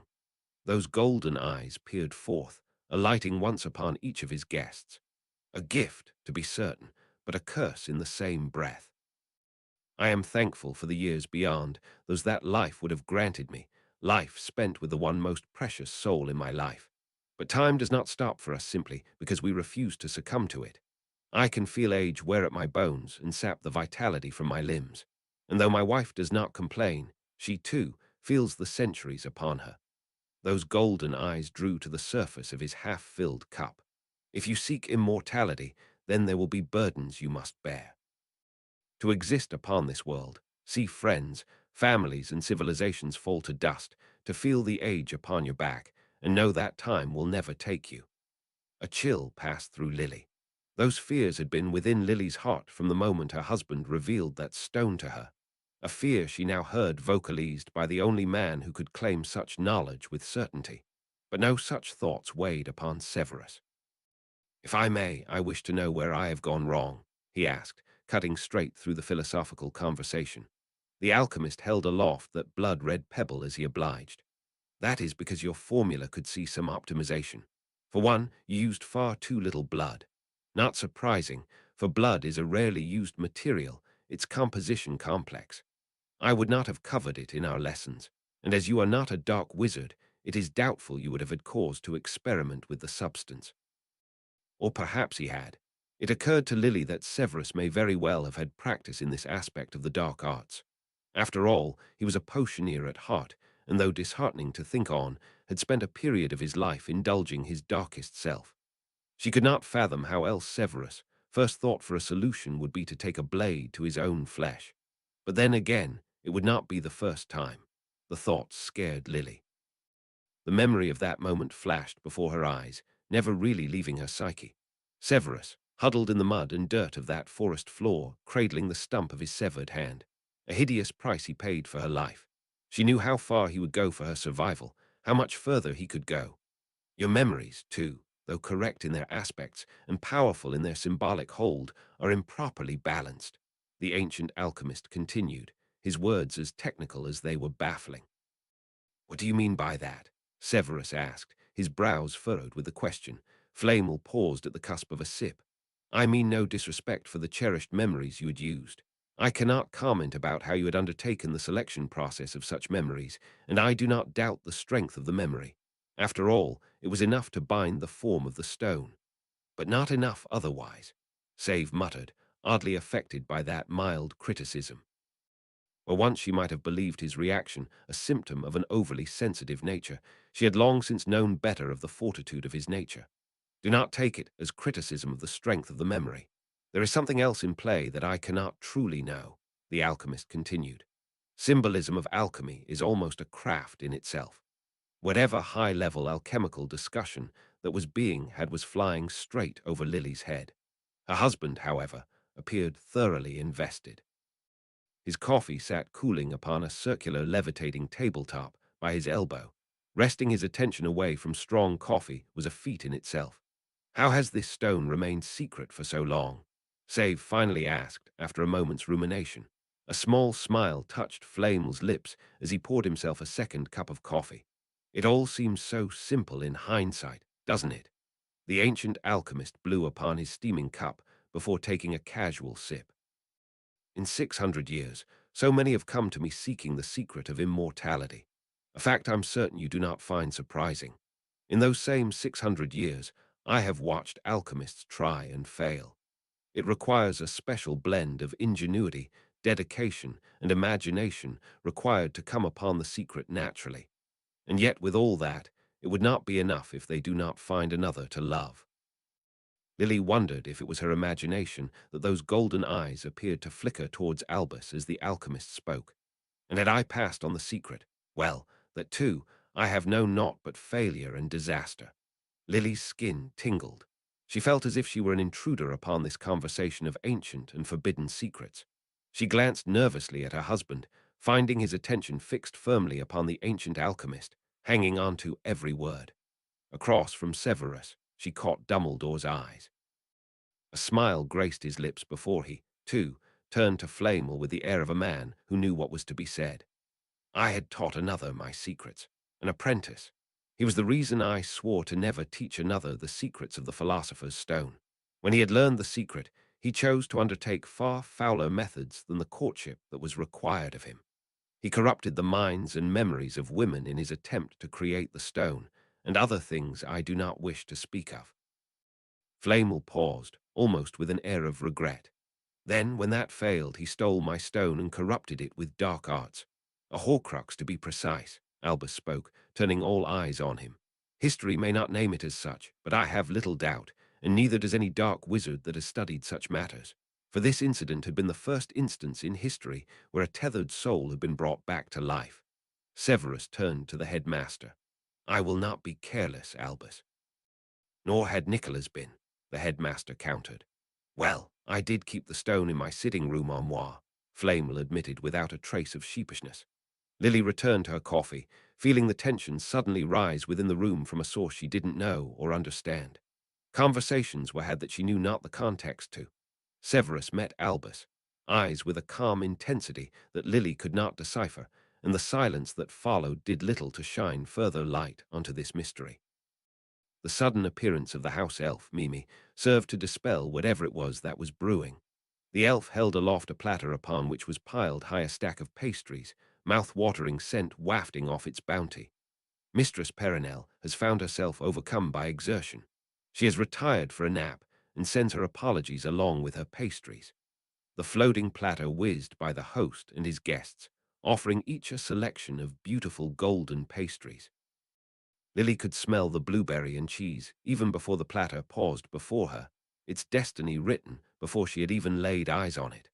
A small plate offered her its services, materializing upon the table floating by her side. Lily had her still-warm pastry deposited upon it, and out of habit more than anything, settled her coffee cup upon it too, using it much like she would a saucer just so she could juggle both drink and pastry at once.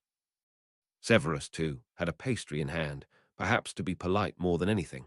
More importantly, his coffee had found its way back to his attention, perhaps heralding the end to discomforting conversation. Thank you, Mimi, Flamel said as he received his plate. And please serve Perenelle a cup of coffee at her room. She rarely sleeps well without it. Setting down her platter of delicacies, the house elf winked away to do as she was bidden, leaving a grateful Lily to help herself discreetly to seconds. It was one of those times she was grateful Flitwick had insisted she practiced her natural gifts to this point. What good was it to know how to silently and discreetly cast the summoning charm if not to sneak another helping of dessert? But her act of discretion had been detected as amber eyes turned upon her, accompanied by a smile. Perenelle would be pleased to hear that you enjoy her baking so. Grimacing, Lily swigged her coffee before speaking, lest she sprayed flakes of pastry. Severus would be appalled. It's absolutely delicious, she offered sincerely. I especially love the pairing of cheese and fruit, or those whole real blueberries inside. If only my wife were well enough to join us, she would regale you with tales of her cooking prowess. Why, nothing could bring her more pleasure than to while away her afternoon sharing recipes.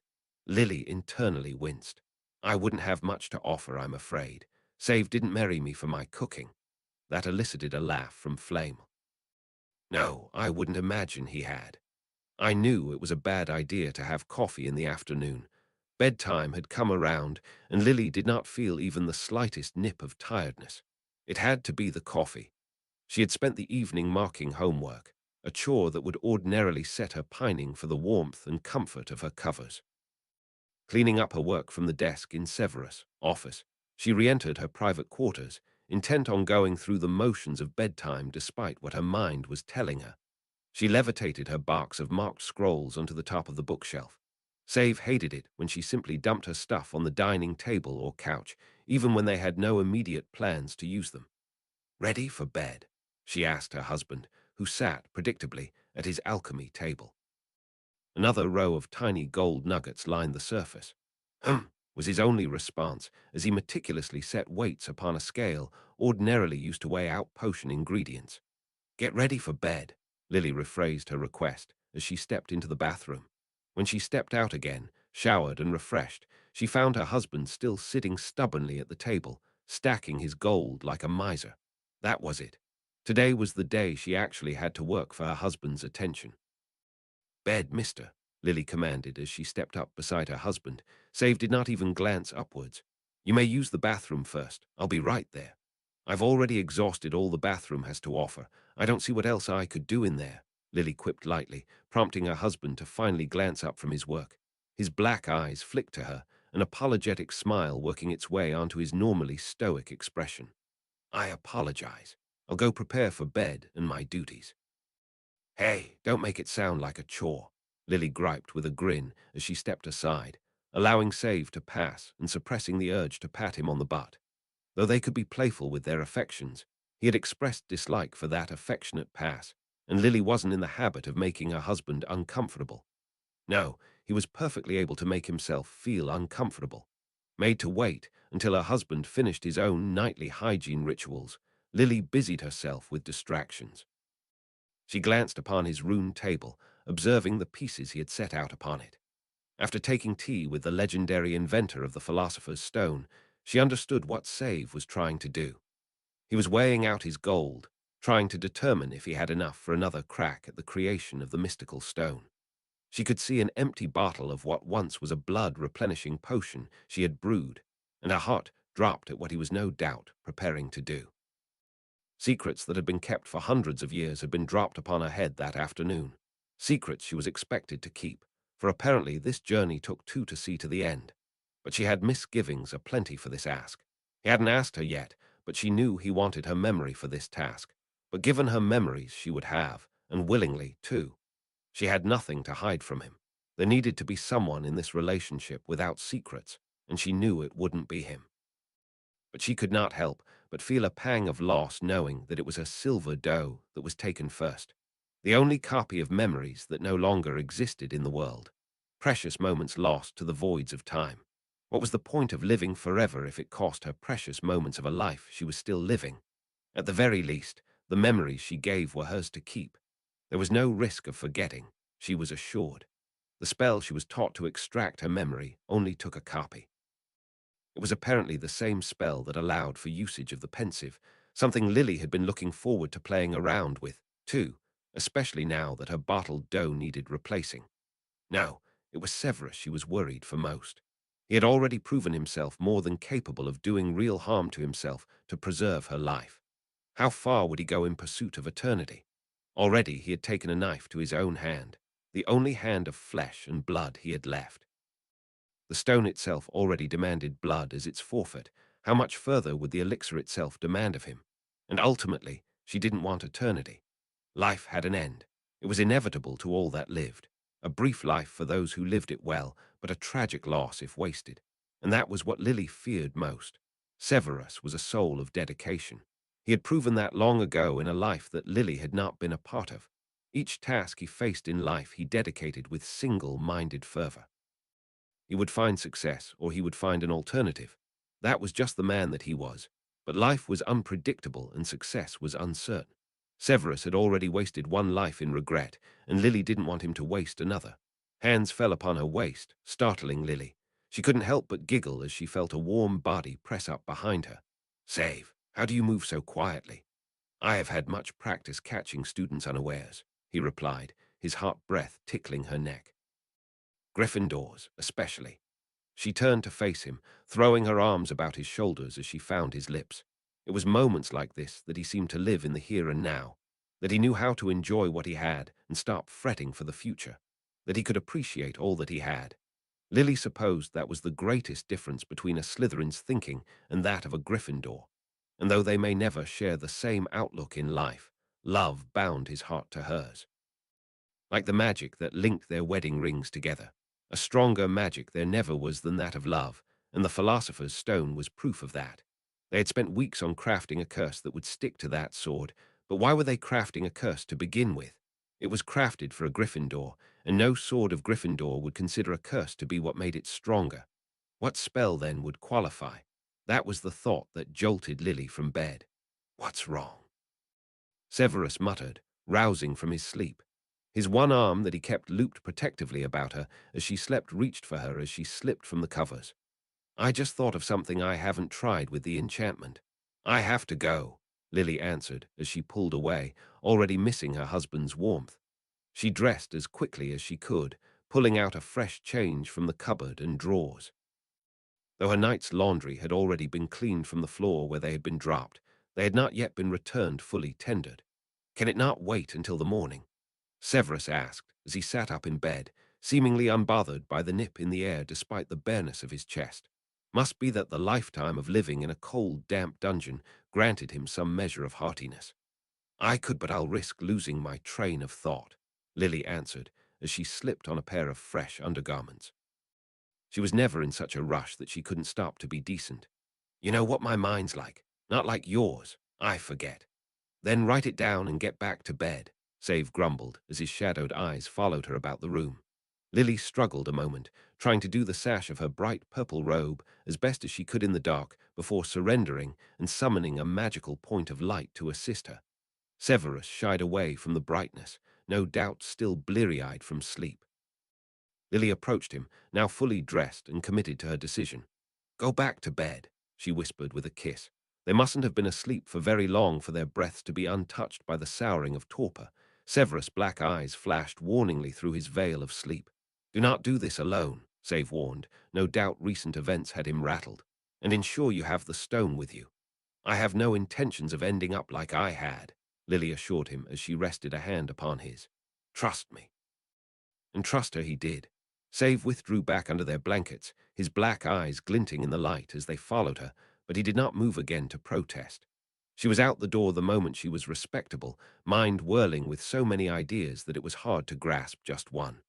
By the time she arrived at the foot of that spiral staircase, she thankfully whittled them down to just the one. One idea, one truth that she knew intimately. Love could touch the soul. Chapter 91. A Final Goodbye. Chapter text with a sigh, Lily slumped into a seat, glancing blearily at the winter dawn's grey light that was poking through the window. The plush seat had materialized in the headmaster's workshop just as she felt she needed it most.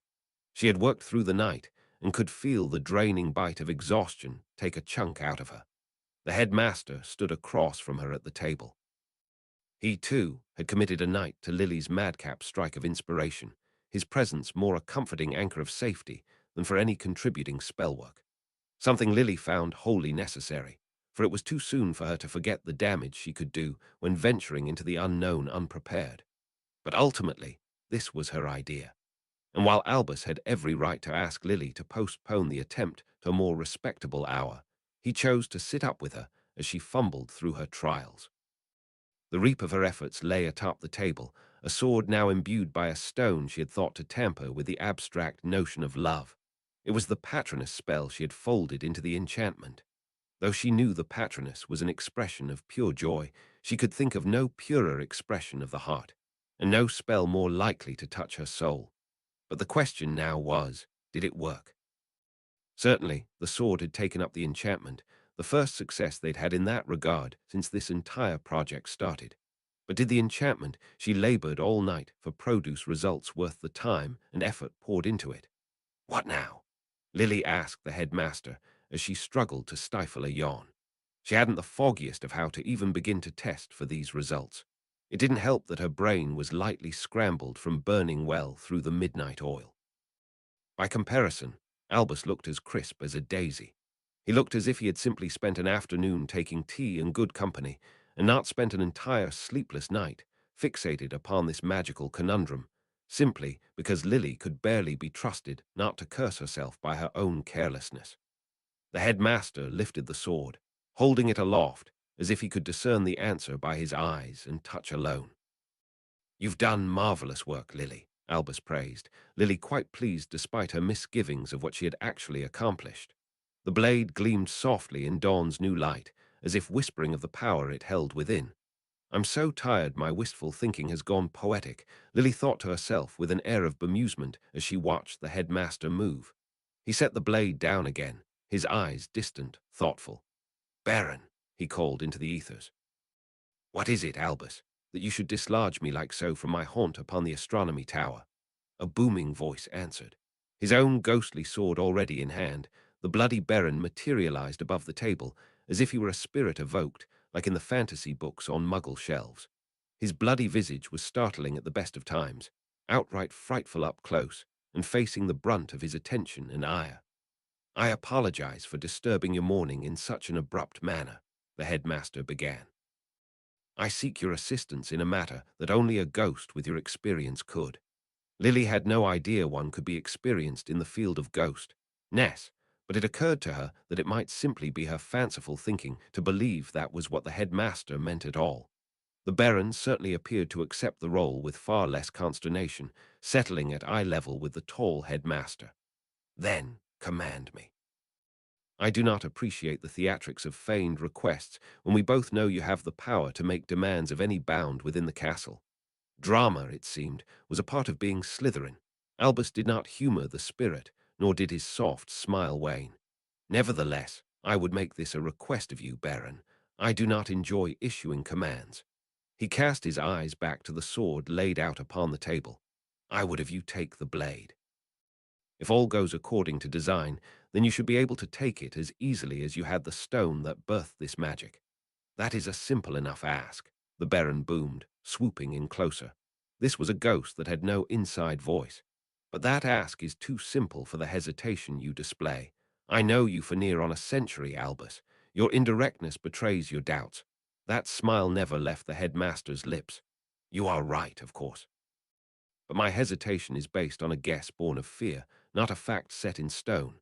After all, nothing in existence is comparable to this enchantment, so how our creation would manifest is a mystery. Why am I not surprised that you would fear for my already spent mortality?" the Baron said as he drew towards the sword he was tasked with. "I feared little in life, and so much less in death. Pass me the blade. I shall be its pioneer." Sheathing his own ghostly blade, the Baron reached for the offered weapon, his ghostly hand alighting upon the hilt. Lily watched on in fearful silence. 1,000 doubts flitted through her mind, questions about what it was that she had actually created, fears about whether she had succeeded in her intent. But with that touch, the Baron froze, his ghostly visage void of emotion as his hand braced upon the weapon, as if the hilt was always made to fit into his ethereal palm. His grasp lay firmly upon the hilt, but he made no move to heft it. A light bloomed within his core, soft and diffuse as it crept forth unexpectedly, a light so gentle that in any other moment it would be a wondrous sight. But at this moment it was a cause for alarm. "Drop it!" Lily yelled as she lunged for the sword, grasping the guard and making to yank it back. But that sword held firm within that ghostly grasp.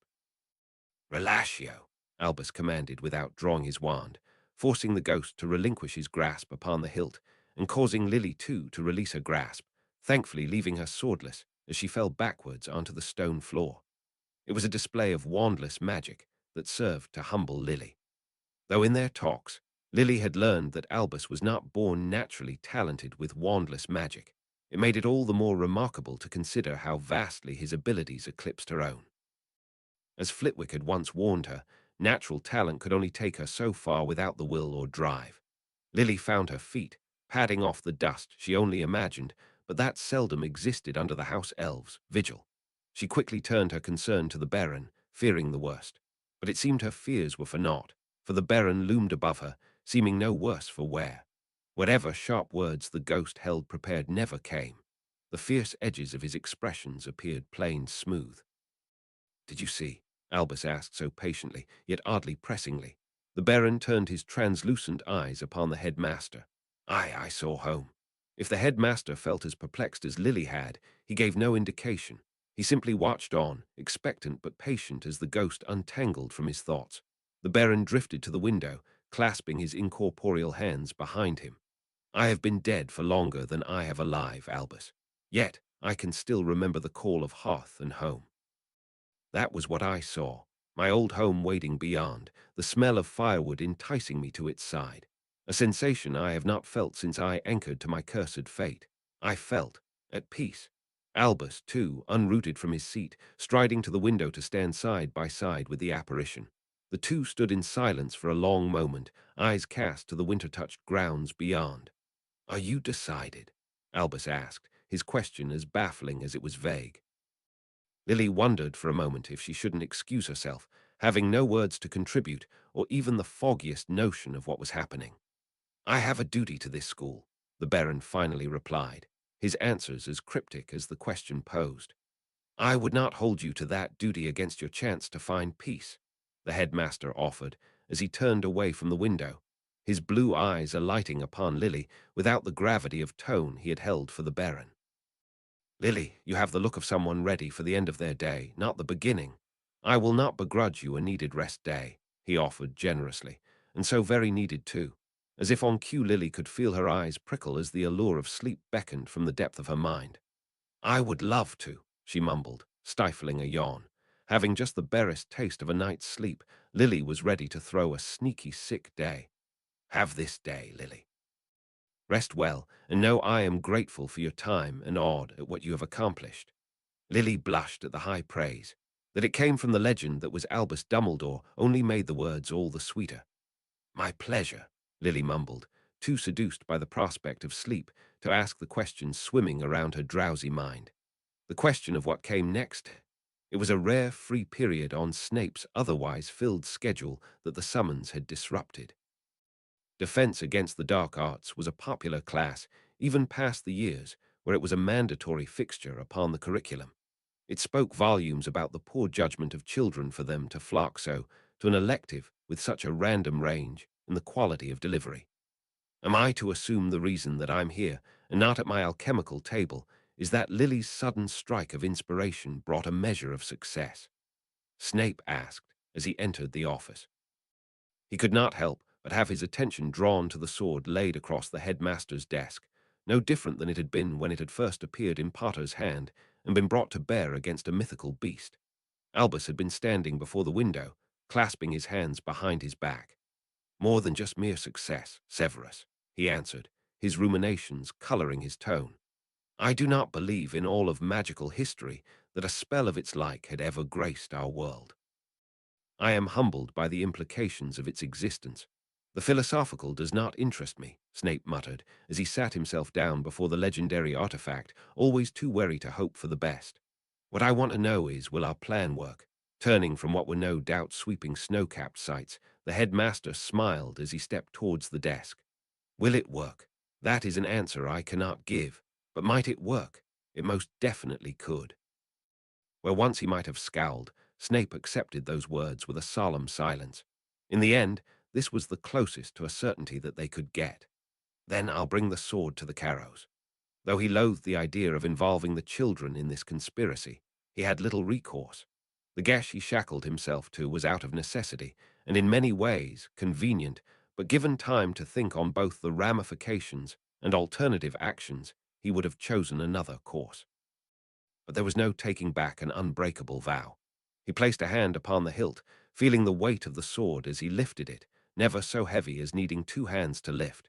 He wondered if it shouldn't feel different when carrying such an impossible enchantment within, as well as all their hopes for a future.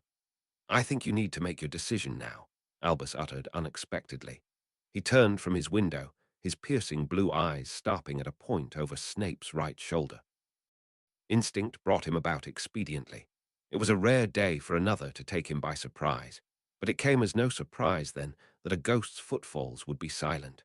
The Baron floated by the doorway, as if he had entered by the usual means, rather than by the means offered only unto the incorporeal. His bloody, ghostly visage carried none of its usual fierceness, but rather was haunted and distant. A vision Snape had seen many times in the past in the mirrors he had once loathed to glance upon. Those ghostly eyes fixed upon the blade in Snape's hand, where the silver of the blade melded into the silver of Snape's hand. I have wanted nothing more than to lay to rest, since Helena passed on. My unliving duty had been to her in penance for the living sins I had committed. But I had not passed on when she did. I had not yet paid my debts in full. My tormented existence is my due. Those words echoed uncomfortably close to Snape's heart. Words he once had lived his life by and died weighed by their chains. You may never get another chance, Albus stated, words heavy with implications that Snape knew not the context for, but given the words exchanged, he could venture a guess. Replacing the blade onto the table, Snape turned to regard the spirit. Do not mistake duty for self-flagellation. There is nothing noble about bearing a burden that need not be borne. The Baron turned sharply to him. I did not ask for your opinion, mortal. And yet I freely give it, Snape replied, not cowed in the least by the spirit's temper. Yet what worth are the words of wisdom from a youth not yet worn his way in the world? I carry sins you cannot imagine, the Baron roared, incensed. I have borne burdens that could bow a lesser man through centuries of wretched existence. I do not need to hear platitudes from a pup barely wetted from his mother's teat. If only the ghost knew how closely their two souls resembled each other. How close Snape had once flown to the fate the Baron suffered. How closely weighed those burdens had been. Then, what about the words from an old man who has more than lived his fair share of life? Two sets of eyes raised to meet those of the headmaster, whose calm blue eyes betrayed not the turmoil behind those words. A turmoil Snape had only learned of in this incarnation, and had somehow lived an entire lifetime without an inkling of. You can never take back what has been done, he uttered, words that sprang from the memories of a sister long past. Nor can you ever repay enough to redemption. Forgiveness is the only way forward. Forgiveness. 8 centuries and I had not been forgiven. Now she is gone and I am beyond forgiveness. His rage petered out, his haunting voice turned mournful. Oh, Helena, oh, my dear Helena. Helena is at rest, Albus offered firmly. What you do no longer concerns her. The absolution you seek will only be from within, not without. The peaceful realm beyond that you saw when you touched that sword may be your only chance to pass on. The ghastly form of the Baron stilled. The anger Snape had expected from such words never came. Instead, upon his visage was painted the haunted expression Snape knew so well. The hallowed loathing one only reserves for oneself. The loathing of a man whose peace would never come of his own volition. But perhaps it never would, for Snape returned his gaze upon the blade. The vicious pessimism within his heart, stoking doubt about the truth behind such honeyed words. The enchantment that sat within the heart of the blade was yet untested, and a spirit with little left to lose was one easily offered up to such a trial. Without a word, Snape reached for the sword, resting his palm upon the hilt and drawing his eyes across the silver blade as it caught the grey winter's light filtering through the window. The magic that was reputedly woven through the heart of the blade was invisible to his senses, unseen by the living and unremarkable to the mortal world, yet it carried the weight of their hopes and their futures. If the Baron could touch the blade, then it might in itself be enough to accomplish what they had set out to do. But that was no guarantee the enchantment would afford the blade the protection they needed. He glanced at the headmaster, whose clear blue eyes held unwavering those of the spirits. Where once color must have touched those pupils, only a pale translucence colored the Baron's eyes. Centuries carried within a soul that had long since lost purpose in this world, a soul that could have been staring back from a mirror. It was not so long ago that it had been Severus stranded by his grief. It was Severus who had become a pawn to his grief. It was Severus that had been manipulated to serve the goals of the light. Yet he would have chosen to sacrifice all that he was had he only been asked, welcomed it, even. Such was the penance he owed, and the little he had to live for. Then, if it's penance you wish to pay, then the path is set the same. If he knew the nature of the being, then there was no point in being shy about the truth. We need to know if this sword can compel a soul to cross into the beyond, that you have a desire to pass would align with our intentions. The silence that greeted his words underlined the thoughts that must have flickered behind those eyes that turned to him. But where he expected from Albus a disapproving look, he found only weariness. The Baron's seething glare, however, fizzled from his translucent eyes. "My passing will serve a purpose," the spectre asked in a hollowed voice. "It will," Snape confirmed, switching his grip of the hilt so that the sword was reversed in his hand. His fingers curled around the guard, raising it to rest the flat of the blade upon his silver palm. Carefully, he raised it, offering the hilt to the ghost who hovered within arm's reach. "Then I can ask for no better calling." The Baron's ghostly hand reached forth for the hilt, grasping the mortal sword as if he were corporeal. A light seemed to shine forth from within his ghostly breast, as if born from a heart that had long stopped beating. Those ghostly eyes closed, surrendering to the grip of the enchantment. And just like that, he was gone. Snape stumbled a step back as if he had been pulling away from a weight that had just disappeared. No trace of the Baron remained, no wisp nor whisper. "May he find rest," Albus uttered in finality, breaching the silence Snape hadn't realized had strangled them. "If his experience of the other side was anything like mine, his rest will not feel too restful," Snape muttered, conjuring a cloth to bundle up the blade and eager to cast aside the discomforting thoughts that accompanied the exorcism. "At the very least, we know this sword will work. I will transport this to the Carrows, as my vow compels me. You prepare the replica in your office that will sell this deception." He had told the Carrow twins that the time he needed to retrieve the sword was for the crafting of a replica convincing enough to fool the great Dumbledore. This, in many ways, was the same play he had once employed in his previous life. Where he had once kept the real blade and surrendered a convincing fake, he would be required now to employ the reverse. Albus dipped his head in affirmation. "And when you return, we must discuss the next step and what is expected of us." "The Horcrux in the cave," Snape muttered, feeling the weight of the sword in his hands suddenly double at the thought, even as he wrapped and bound the weapon for discreet transport. That had been the final Horcrux of the other Albus, last living memories. The Horcrux that brought him to such a weakened state when Snape had dealt that fatal blow. The potion that guarded the locket was a dark brew crafted as the very symbol of the depravity the dark arts could be. A potion that Snape was more than familiar with. The drink that would show the imbibers horrors that only their own personal trauma could conjure. A potion that appeared fortified by an enchanted bowl of ever-filling properties and modified so that only water could quench its effects, and the water to be collected from a pool teeming with bodies of the cursed dead. A creation truly conceived from a mind of pure malice. This was a battle Snape had been preparing for, bringing to bear his vast knowledge in the field. The gift of foresight granted him the chance to prepare in a manner never afforded to himself or Albus the last life around. A battle that was well suited to the talent that was the once reviled potions master of Hogwarts. "Be assured, I am ready," Snape proclaimed with one last knot securing the wrapping around his precious cargo. He had crafted an antidote, between toiling on the wolfsbane and fumbling his way through the wonders offered by his philosopher's stone. Truthfully, he had started not long after Christmas passed. He had gleaned knowledge of the terrible depth of this brew from the elf, and practiced his potioneering to a point he was confident to experiment once more.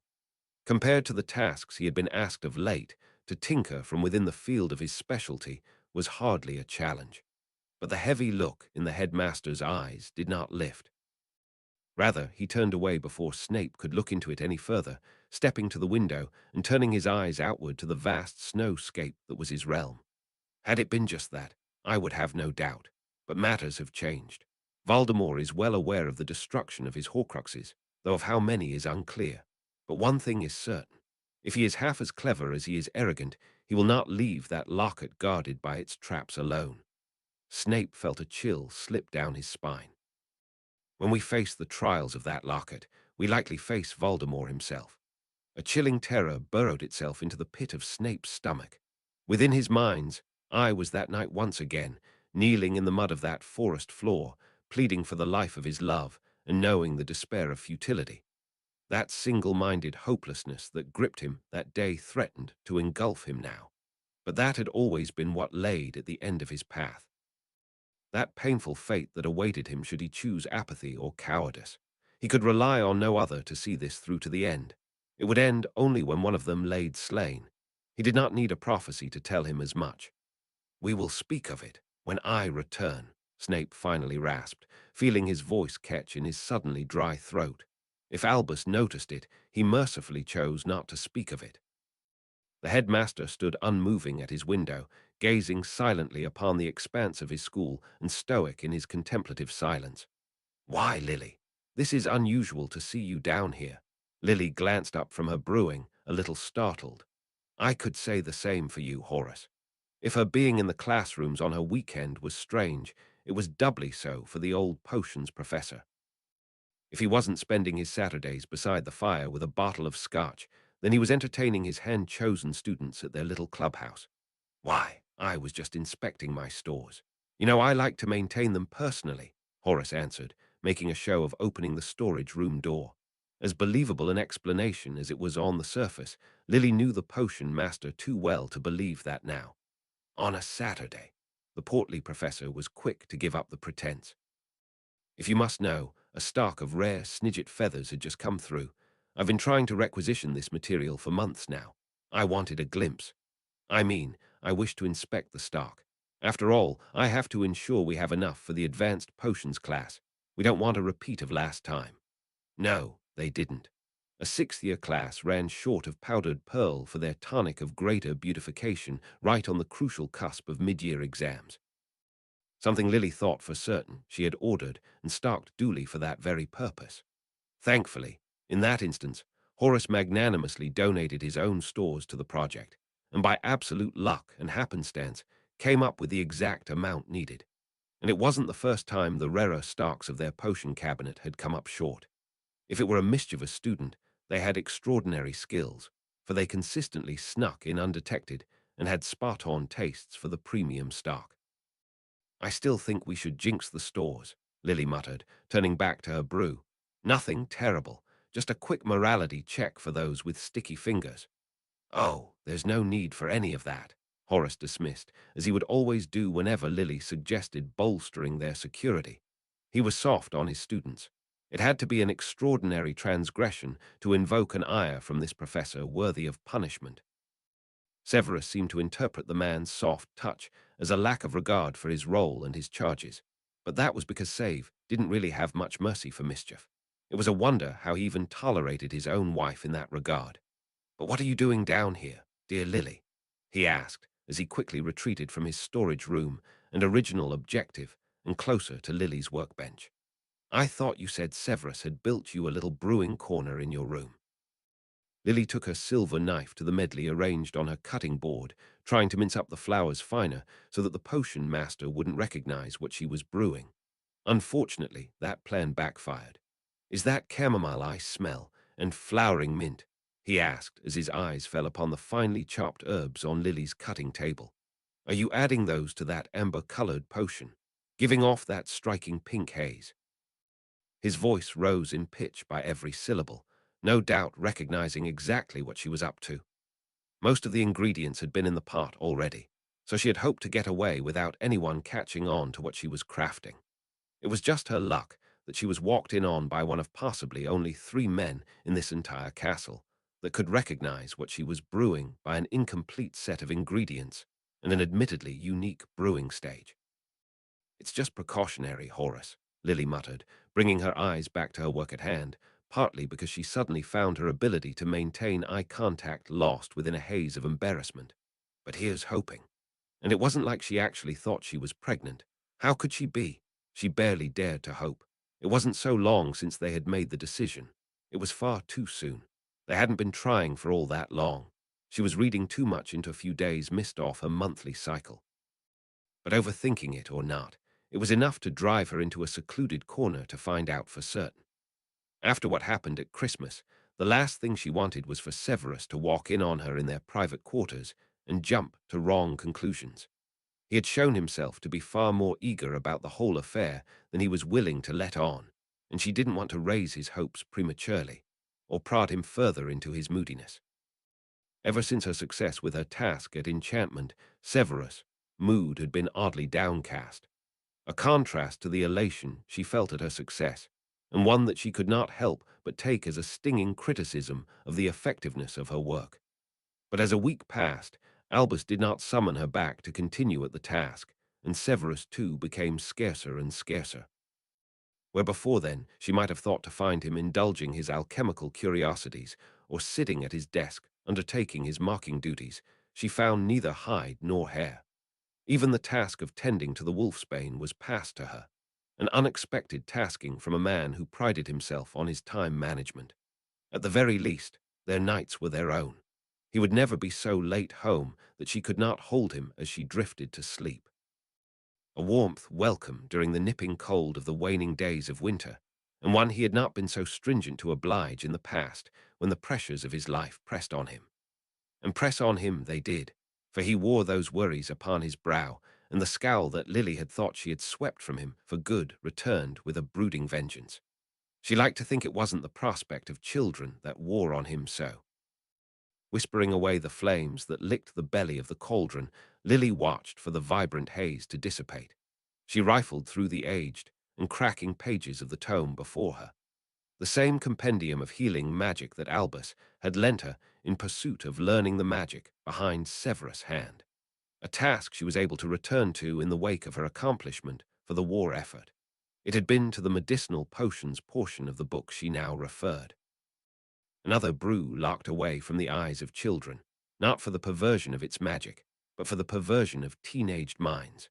Satisfied with her place in the brewing instructions, Lily turned back to her brew, taking note of the wisping gases dancing on the liquid's bubbling surface. Slipping the minced mint flowers onto the flat of her silver knife, Lily brought the flowers to the lip of her cauldron, watching like a hawk for the mist to settle completely.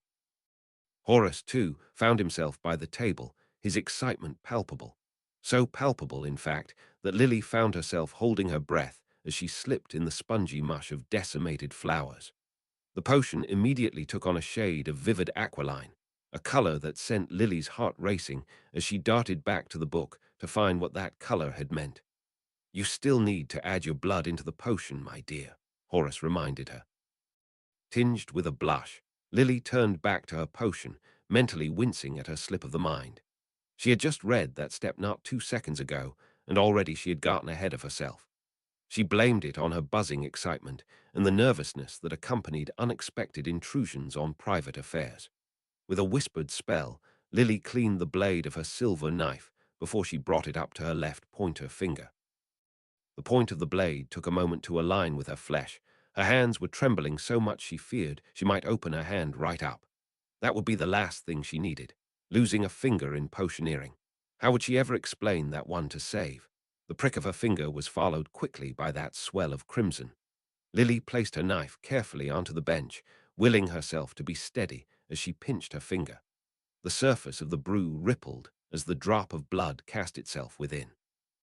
The red held for a moment beneath the surface, as if the droplet of blood had solid form, but slowly it dissipated into the blue liquid. Then nothing. Lily released a breath she hadn't known she had held, disappointment following closely in its wake. It was a long shot, she told herself. They hadn't been trying for very long at all, she reassured. She hadn't any right to be as disappointed as she was. She turned away to mend the cut upon her finger, drawing her wand to do so as her recent deeper delve into the craft had taught her how little of a grasp on it she truly had. Before she could turn next to the cleanup, a heavy hand landed upon her shoulder. "Look," Horace demanded, his eyes not leaving the cauldron. "It takes time. Look." And look she did, her eyes growing wide as the color fell from the liquid to solidify at the floor of the cauldron, like scrying through a clear pool to find crystals gleaming within. Crystals of bright red, like that of her fiery mane or the Gryffindor in her heart. What did it mean? Lily made to reach for the book once again, but the hand upon her shoulder caught her in a tightening squeeze. Slughorn's rotund face positively beamed with delight, the answers laying plain for her to see. "Why, this is marvelous, Lily. Congratulations." Her heart leapt to her throat. She threw off the professor's hand and dove for the book, desperate to confirm with her own eyes what the professor knew by a glance. "Oh, my goodness," she breathed, her finger trembling on the page. "I'm pregnant." "You're pregnant," the professor echoed with barely contained excitement, leaping forth to pull his favorite student into a crushing embrace. And it's going to be a boy. How can you tell? Lily asked, emerging from the hug all grins and tinged cheeks. Crystal size, my dear, the crystals, he explained, pointing one sausage-like finger at the red precipitation at the bottom of the cauldron. Large, grained, and coarse. A classic sign it's to be a boy, and what a boy he will be, a son born from you and Severus. Why, he'd be the prize of the Slug Club. And it's red, too. All signs point to Gryffindor. Lily crowed, unable to stop herself from poking good-humouredly at a Slytherin. Slughorn chortled, not as easily baited as her fair Slytherin. I think you'll find every pregnancy produces a red precipitation, not just Gryffindors. The only other color this potion would have produced was to remain that pale blue of disappointment. Giggles peeled from Lily's lips, giddy with delight. Past the initial surprise, the reality of the moment was setting in, and with it unfiltered joy. I'm going to be a mum. That you are, my dear. And what a mother you'll be, the professor chortled merrily. As big a heart as you have. You'll raise an absolute delight. He swept up Lily's hand, pulling her into an impromptu jig, prompting laughter from her lips at the old man's unbridled joy. We ought to celebrate. I have a wonderful bottle of shandy sent by an old student of mine, along with an assortment of delightful soft cheeses. A little sluglet that met her potential and became a prima donna in the French La Fée operas. She always had a keen taste for the finer things. But wait, no, we mustn't. You're an expectant mother now. The finer things are not conducive to a healthy child. A cup of tea, then, Lily determined, ready to celebrate this new milestone in her life. To toast the newest Gryffindor member of the Slug Club. There was no putting things off any longer. The week it took to ensure the sword had found its way into the hands of the enemy was all the allowance of a reprieve Albus had allowed. And Snape, too, agreed. There was no putting off a war when they knew the worst lay beyond the passage of their time just lived. A week's worth of planning of what came next. A week's worth of discussions on contingencies for their failure. A week's worth of cowardice, for Snape could not look Lily in the eye and tell her of what he planned to do. A promise he made that he found he could not commit to, for he could not tell her how close to death this venture would take him, that he would need to face the Dark Lord again. I trust you are ready, Severus, the headmaster prompted as they sat across the table. Between them sat the pensive, still holding that memory Snape had gifted Dumbledore when all this began. The memory of his last actions the day he died. The memory of the cave they were about to enter. A week's worth of writing scattered about the table, a week's worth of planning and contingencies. A written will of peace, and a manifesto should the unthinkable happen. And it would be death that he would be courting, for it was the final Horcrux they were in pursuit of. Though the Dark Lord's efforts to locate the diadem spoke volumes of how he was yet unaware of its destruction, they warned just as emphatically of how aware the villain was of the threat to what remained. Snape's only weapon was that the memory he brought predicted where the final Horcrux would be and the curses in place to protect it. But he would have no way of knowing what more nightmares could be conjured to guard the relic by a madman made paranoid. Snape did not possess the sight that those dark forces believed him to possess. But Snape did not need the sight to know that the Dark Lord would not be so foolish as to let another piece of his soul be taken by his enemies. The reality of what they had committed to sat heavy upon Snape's shoulders. He bore the thoughts in silence as he motioned through the week like a newly raised homunculus, knowing that sand was trickling through the hourglass of his days, that the cost to the happiness he had reaped may soon all come to an end. But this was the promise Snape had made, the first one to lead him to the light, a promise made to a Lily long gone, and one that defined the man he was. Once he might have found courage from the desolation his life had been, to know the strength of his conviction far outweighed anything he might lose. But that was no longer the case in this life he was gifted. The life he gambled now was no longer one he cared to lose. How tempting cowardice seemed. How deeply he wished he could relinquish his responsibilities. But there was no other that could do what he could, and there was no possible way he could ever surrender Lily to the mercy of the unknown fates of the war. But his heart lay heavy in his breast, even as he laid by his beloved wife. The knowledge of his choice burdened him in ways he had never felt before he knew a life of such value. To lay awake, wondering what would become of her should he meet that fate he now feared. A burden that he did not wish to lay between them on his last days to the end. Upon this desk was his answer to the promise he had made. a letter penned and sealed with wax that would explain to her what he faced upon this mission, to explain to her that there was every chance that he would not return. This letter he was to charge an elf with delivering to his room, not even straight to his wife's hand. His cowardice knew no bounds. "I'm ready," Snape muttered, picking up that letter and placing it upon a silver serving tray against a decorated crystal bottle that held one last piece of his sentiment. Albus stood to retrieve the cloak, not the one to ward off cold, but the one he had borrowed from Potter. A cloak of invisibility to shield one of them from their enemy's notice, in contrast to the ring he wore upon his finger to draw that very ire. "Are you certain you do not wish to say your piece?" he asked as he readied himself, his blue eyes falling upon that same letter. Snape did not answer. He felt his hands move to the folded parchment, feeling a dissonance in the lightness of the envelope in contrast to the weight held within. He set it down again upon the tray, scowling at the depth of his cowardice. He could not face her to speak the truth for fear that he would lose the will to do what was needed, to make the sacrifices that had to be made. This would be all that remained of his goodbyes. A letter that was more an excuse than a goodbye, but it was all he could bring himself to do. He stood from his seat, drawing his cloak about his shoulders and flexing the palm of his silver hand, feeling the phantom tension within that motion. "I'm certain," he uttered, closing his eyes upon his doubts. "Let us depart." Chapter 92. Conspired Sacrifice. Chapter text. No memories could do justice to the dark oppression of the cursed cavern. The island stood in the middle of a lake, whose surface was so black, even under the bright glare of an orb-cast Lumos Maxima, that it might as well have been filled with tar. Not that Snape would care to test his theory, for just beneath, he knew, laid in Fairy, countless misshapen corpses bent to a cursed mockery of life by the darkest of dark magic. The silence, too, was unnerving. He knew from the placement of the memory that this space was hidden within caves by a seaside cliff, guarded by rough seas and pummeled by roaring waves. The might of the roiling ocean tamed from these halls by the power of the magic written into these stones. The chill in the air cut Snape through to the bone in a way that even Scottish winters could not. He drew closer his winter's cloak about him to ward off the cold, being careful not to do the same to the second cloak he wore, for he was tall enough that should he pull carelessly, he would unseat the invisibility cloak from his ankles. Snape did not wear his magical warmth for fear the heat would seep through the enchanted fabric and compromise his stealth. Invisibility would do him no good if he were to have a trail of steam outline his form. Beside him stood Albus Dumbledore, protected only by the antidote he imbibed. Unshielded from sight as Snape was, almost purposefully equipped to draw the ire of the Dark Lord.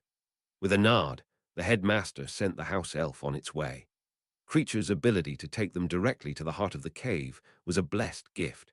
That they had to rely on that same creature to rescue them from this accursed place was far less reassuring.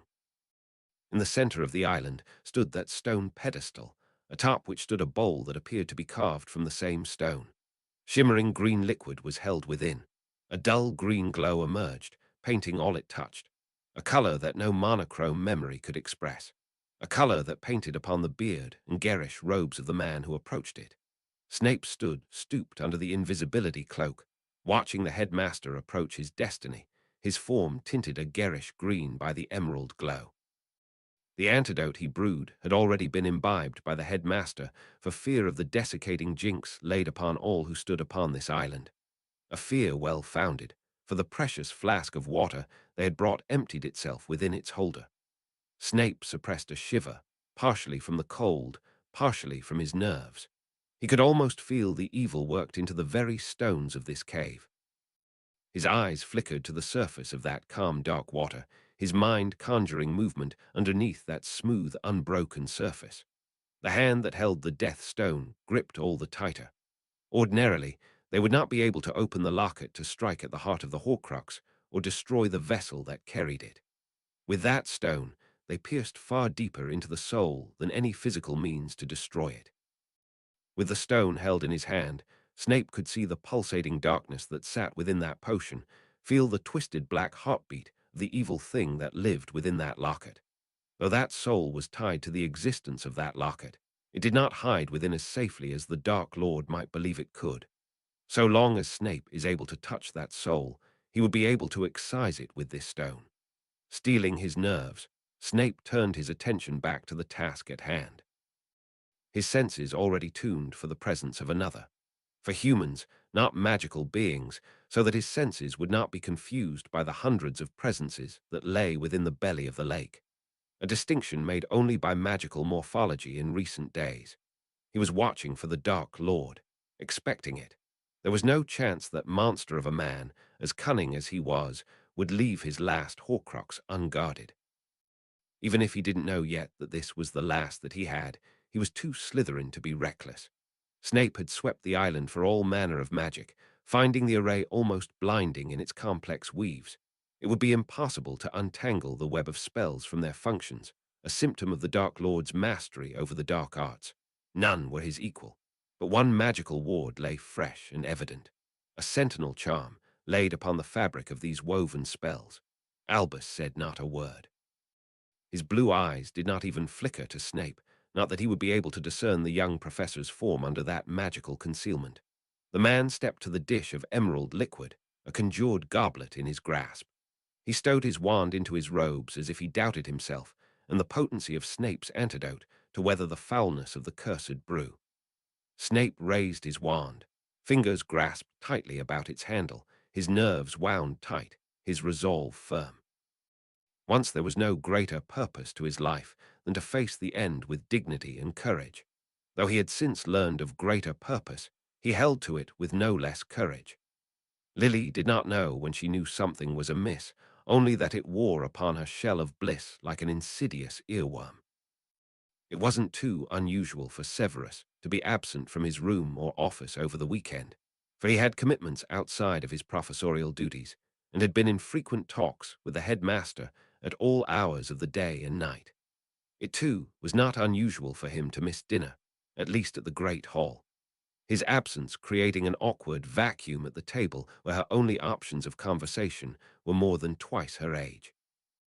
James didn't spend his weekends at Hogwarts when he wasn't required for prep work, and frankly, Lily didn't feel too keen to converse with him lest she spill the beans on her prenatal surprise. Severus would little appreciate James knowing before he did. Having Horace know was already a liability and a half. The old Slytherin professor already looked like he was full to the bursting with excitement, glancing down the table to her every minute or so with a knowing grin. If she had not sworn him to silence, she had little doubt he'd be singing it merrily down the hall. Yet a gnawing sense of unease began in Lily's breast and would not leave her all afternoon, even as she sat and conversed with her fellow teaching staff. That niggling thought in the back of her mind. Albus' absence from the table, too, felt notable though not out of place. The headmaster had been missing meals, too. No doubt living a double life as both a headmaster and the commander of a secret army was taxing of one's time.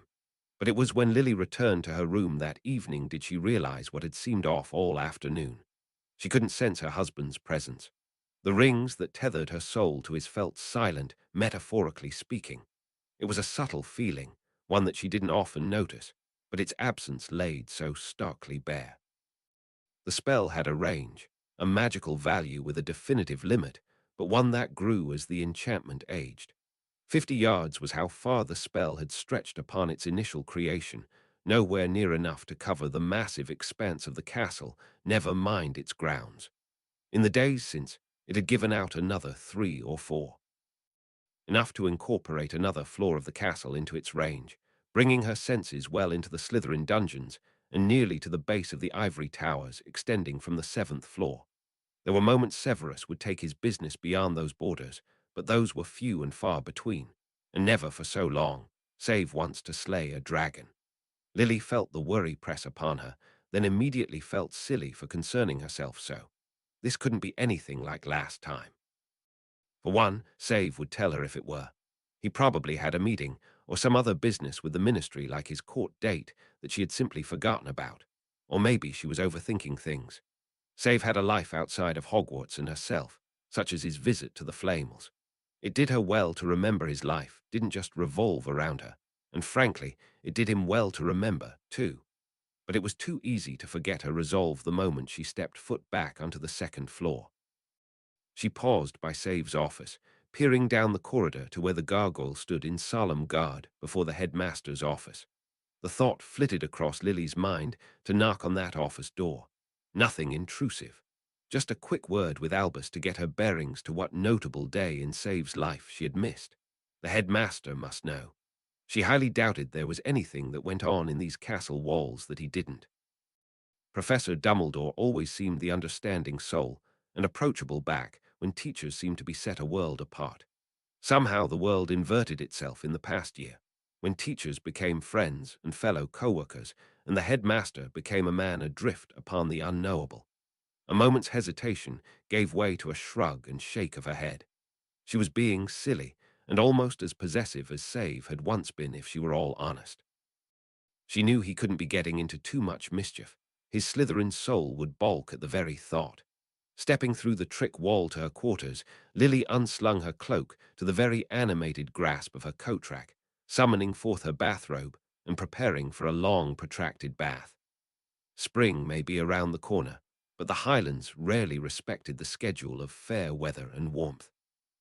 Lily pointed to the fireplace, setting the flames roaring merrily in the grill and chasing away the frosty dominion of winter. Her eyes were drawn by a faint glow coming from her crystal bottle. The bottle that had sat empty for weeks since Save burned the memories it contained away in pursuit of Lily's life. She approached, eyes widening at the sight of that silvery form within, that little doe formed from the pool of memory contained within. She grasped it, the motion causing the little doe to hide away, as well as dislodge an envelope that appeared magically adhered to the side of the crystal bottle. It came away cleanly with a gentle tug, magical joining popping apart with that light application of force. Curiosity gave way to delight. For a man who professed a lack of romanticism, he sure had a proficient grasp of it all. That delight gave way to a sheepish worry that she had forgotten an anniversary or other. It couldn't be that Save had somehow learned of her pregnancy before she did, though that would explain his sudden bout of romantic flourish, and perhaps even his unannounced disappearance this afternoon. She edged open the envelope and retrieved the letter folded within. A neat three-section fold creased upon the parchment, as neatly done as any official Hogwarts letter or communication from the ministry. To my dear Lily, it read in that distinctive spiky writing, "Know that I love you and I always will." Not that Lily had any doubts, but it was always nice to be reminded. This doe I once gifted you was a testament to my love for you in a time when I had not the courage to speak it. I think it fitting to be the guardian of the memory I leave you. That memory is one of my fondest. It is of the day we married, a sentiment shared by Lily. She could think of no day more fitting to the testament to their love. The magic of memory is unlike any charm. It will not fade as this doe will, with time or with the end of my life. Know that I live so long as this doe remains. Lily's smile faded, her heart stilled with a chill. I did intend to tell you, Lily, face to face, but I feared the courage I needed would tip the weight my soul could bear. The color drained from Lily's face. Her heart beat tight and hollow. When you read this letter, I will likely be fighting for my life. A fight that must be fought so that this war may end. And if it means the end to me as well, so be it. Live your life well. This memory will remain with you long after I no longer can. Her hands trembled, upsetting the silvery memories contained within the bottle. The delicate doe that balanced upon the surface fled, causing Lily's heart to leap to her throat. It was all that she could to steady her hand enough for that charmed creature to emerge once more, setting relief aflutter, but briefly within her troubled heart. The pendant sat just beneath the surface of that green brew, mockingly close. Even as Albus drew an unveiling scoop into his goblet, Snape knew the pendant could not be unseated. It could not be touched so long as the poison remained undrunk. The headmaster's motion was slow and deliberate despite the haste of the mission. A divot in his brows marked the strain upon him. A not small weight, for the antidote Snape brewed could only ward the mental effects, not the physical, a state both men preferred. The thirst would be taking hold now, cloying and unrepentant. At the very least, the man had the soundness of mind and self-control to keep from disturbing the water of the lake. although knowing what lay beneath the inky surface of that lake was enough to turn the stomach of a sane man, no matter how stricken with thirst. Snape watched from the other side of the bowl, cloaked and hidden away under the cover of more than just shadows. The invisibility cloak borrowed from Potter shielded him from sight, but even so, he felt all too vulnerable and exposed, standing in the heart of this cursed cave. Snape breathed out slowly, watching Albus gulp weakly from his drink before dipping it again into the bowl.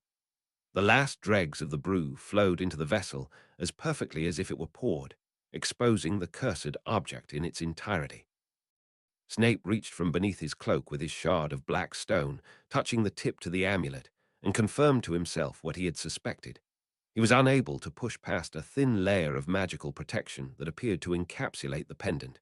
He could not pierce the potion's magical protection to touch it, or budge it from where it laid. Albus stood with his final goblet, his hesitation brief, but a moment, but all too long. The ripple of magic was the first announcement of his arrival. Albus snapped about, his blue eyes alighting upon Snape as if his physical form was somehow rendered visible. But it was not him that those piercing blue eyes had fixed upon. He felt a chill set about him as a shadow fell through his invisible form, an insidious presence that Snape's detection spell could do no justice to. "Why, Professor Dumbledore, to what do I owe the pleasure?" came that rasping snake-like voice, prompting a chorus of laughter from the depth of the darkness. A voice that chilled Snape to his very core and set him trembling where he stood. Figures began appearing, lining the edge of the water, masked and cloaked in black, seeming like skeletal faces conjured from the darkness of the cave. The mortal men who wore those masks yowled with depraved humor like a pack of hyenas closing for the kill. It seemed the Dark Lord was no longer interested in keeping secret this cursed cave any longer. Memories came flooding back. He was suddenly back in that terrible night, knelt knee-deep in wallowing mud, his own screams ringing in his ears. The pain that should have existed only in memory was so stark that Snape unconsciously grabbed for his maimed hand, only to find the cool touch of his conjured limb. Snape shirked where he stood as that shadow slipped from across his form, footsteps ringing with the click of the man's long, claw-like toenails against the stone floor. He turned his head slowly, as if movement would draw dreaded attention. That serpentine face seemed to loom from the very shadows themselves, a pallid mask of soulless flesh worn by a creature more monstrous than even those he kept within this lake. Albus held firm to his goblet, one last gulp held within. His wand had appeared in his wand hand, drawn so quickly Snape would have never guessed the man to be as stricken as he was from that terrible drink. "Did you really think I would leave it unprotected?" the Dark Lord challenged, his soft voice belying his venomous smile. "I am disappointed, trapped so easily." He stepped forth. His steps sounded once more with an insidious click. With a shudder, Snape shook himself from his self-inflicted paralysis. He reached for the pendant once more, this time with his wand rather than his stone, silently and desperately trying to undo the magic that seemed to glue the artifact to the bottom of the bowl. Despite his best efforts to stay quiet, those dark eyes, not yet bled red from his resurrection, regarded the space where Snape stood with a cold suspicion. Albus took that moment of distraction to take the goblet to his lips, prompting the Dark Lord to whip about, wand raised high. Spell flares flashed within the cave, red clashed upon the silver of a shielding spell, a sudden and cacophonous motion of spells that breached from all angles. Albus moved swiftly, more agile than any man of his age should move, taking the spells flung at him and redirecting them into the foes that surrounded him. A body fell to the floor, a Death Eater stunned by a deflected stunner. Another followed, similarly floored by the flurry of spells. One fell to their knees, clutching at their throat as their mask clattered to the stone floor, his eyes wide and mouth agape, eyes milky as if stricken by visions beyond his greatest horrors. Snape snapped to, realizing then what the clever old man had done. He used the distraction of the fight to charm the poison in his goblet down the gullet of another. The last drop drank. The protection was lifted. Snape raised the stone, poised to strike, but before he could drive the point of the death stone into the heart of the Horcrux, he was blasted off his feet. "Did you really think you could fool me, little sneak rat?" The Dark Lord's cruel voice asked as Snape scrambled to find his feet, cloak blown from his shoulders to the edge of the water. Those cruel yellow eyes fixed upon him, glaring with such malevolence. Dumbledore could not have discovered this alone. It had to be you, Severus Snape. Snape's field of vision narrowed upon the fiend. Beyond the cruel man, the world seemed to cease. The sounds of battle drew into the background as Snape raised his wand, fighting with the dread that threatened to overwhelm him. He felt a touch upon the walls of his mind, no longer forceful. So fearful, and yet you still defy me. The young professor gritted his teeth, fortifying his mind as an answer. The Dark Lord's dark eyes narrowed, pupils narrowed to reptilian slits. Then die. Snape felt his body lift from the ground as if lifted by an invisible hand. Before he could utter a single counter-curse, he felt himself cast backwards bodily into the cold, unforgiving water. Snape struggled as he sunk. The depth clung to him as he struggled to hold whatever breath remained. The focus stone slipped from his hand as he clawed for purchase, desperate to escape his watery grave, disorientated by the impact and the darkness. It was only by the virtue of the Lumos Maxima cast by Dumbledore's hand could Snape orientate himself towards the surface. But with light came the ominous shadows. Movements stirred from the depth, the silhouette of a figure. Breath escaped Snape's burning lungs in a silent cry as a face emerged from the darkness, eyes milky, face skeletal with waxy flesh, and its hand white, claw-like, and grasping. Snape raised his wand, blasting the creature away, his stunning spell turning to a boiling streak that struck the creature with little effect, but to send the both of them rocketing apart. Without another moment given, Snape turned his wand toward the depth below, and not just because he feared what was clawing their way towards him from beneath. He cast his spell again with all the power he could muster, feeling that same force blast him upwards. With a gasp, he broke the surface, breathing in a sharp breath of frigid air into his burning lungs, coughing and spluttering as he struggled to stay above the water. He felt the touch upon his leg before he saw the figures. His robes felt leaden as he began to sink once more. He felt the clutch upon his wrist as a face emerged from the water, a face of dead, emaciated flesh. But the sight did not frighten Snape. That breath of air was all he needed to clear his mind and draw together the spell he needed. With a kick upon a writhing mass, Snape launched himself from the water, raising above the surface to the open air. The weight upon his robes fell away, unable to keep a grasp upon him as he took to the air. His magical skill of flight taking him high above the danger. Beneath him, the water churned as bodies roiled beneath the surface. Grasping hands emerged from beneath, reaching in vain for the victim they had been promised. Exhausted from his ordeal, Snape turned unsteadily back towards the island, his thoughts as tumultuous as the water beneath him. The plan had fallen apart the moment he failed to pierce the Horcrux with his focus stone. The very stone that was now lost to the depth of the cursed, unforgiving lake. He had his wand, and his wits, and the ability of flight, an ability that gave him an unprecedented advantage, for no magic yet existed that could replicate what he could do, and none but Albus knew he possessed such an ability. The sounds of battle rang off the walls of the cave. Howls and jeers sounded from within the crowds of Death Eaters. Snape landed himself at the edge of the lake, trusting the invisibility afforded to him by his perceived demise. The invisibility cloak laid among the feet of the Death Eaters, a terrible risk that had to be taken. Perhaps, but all thoughts of cunning died when his wand clattered to the stone floor. His conjured hand disappeared from the end of his maimed limb, along with the orb of light that hung above. Spells snuffed out, as if swallowed by the pitch blackness that surrounded. The sounds of battle too died, as cries of alarm sounded, voices raised in confusion and command. Before a light was reignited, Snape's heart had already fallen, for he knew what the extinguishing of that spell light had meant, even before his eyes set upon that grotesque green skull. The dark mark bathed all it touched with its sickly green. The figures that stood beneath cheered with rancorous laughter. In the midst of those twisting shapes and figures of equally twisted humans lay Albus Dumbledore. He was still upon his back, in his hand still clutched his wand. Died fighting, which was more than the chance his counterpart had been given. No, that rasping serpentine voice pierced the revelry. He was mine, mine. The Dark Lord approached a figure robed in black who dropped to his knees. My lord. He was too strong to contain. I couldn't, the voice stuttered, unfamiliar to Snape, but likely once a comrade known. The mercy he begged for was not to be had.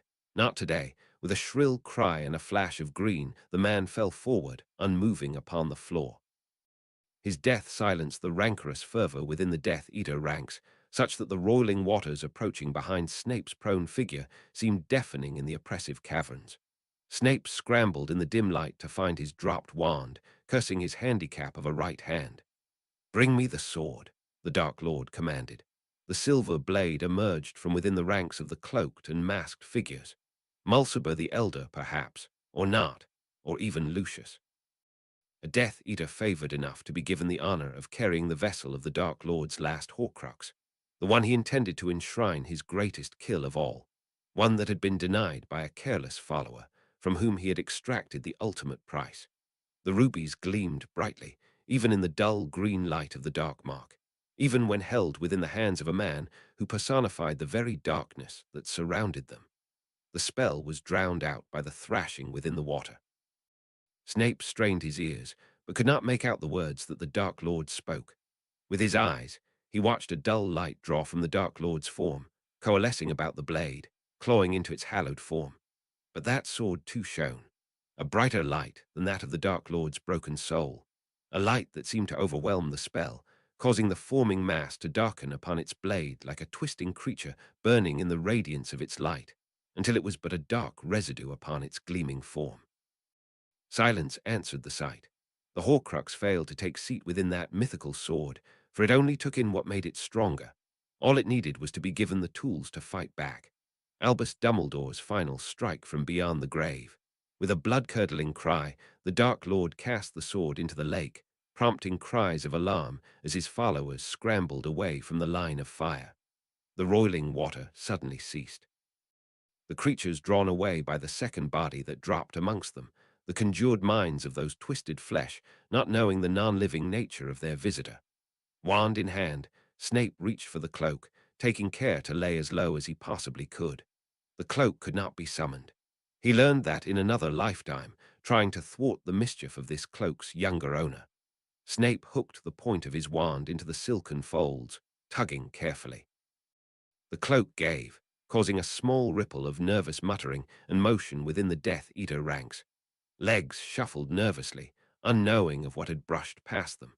The darkness provided the cover Snape needed to dislodge the artifact, but it was the ruse of death itself that provided him the greatest cover of all.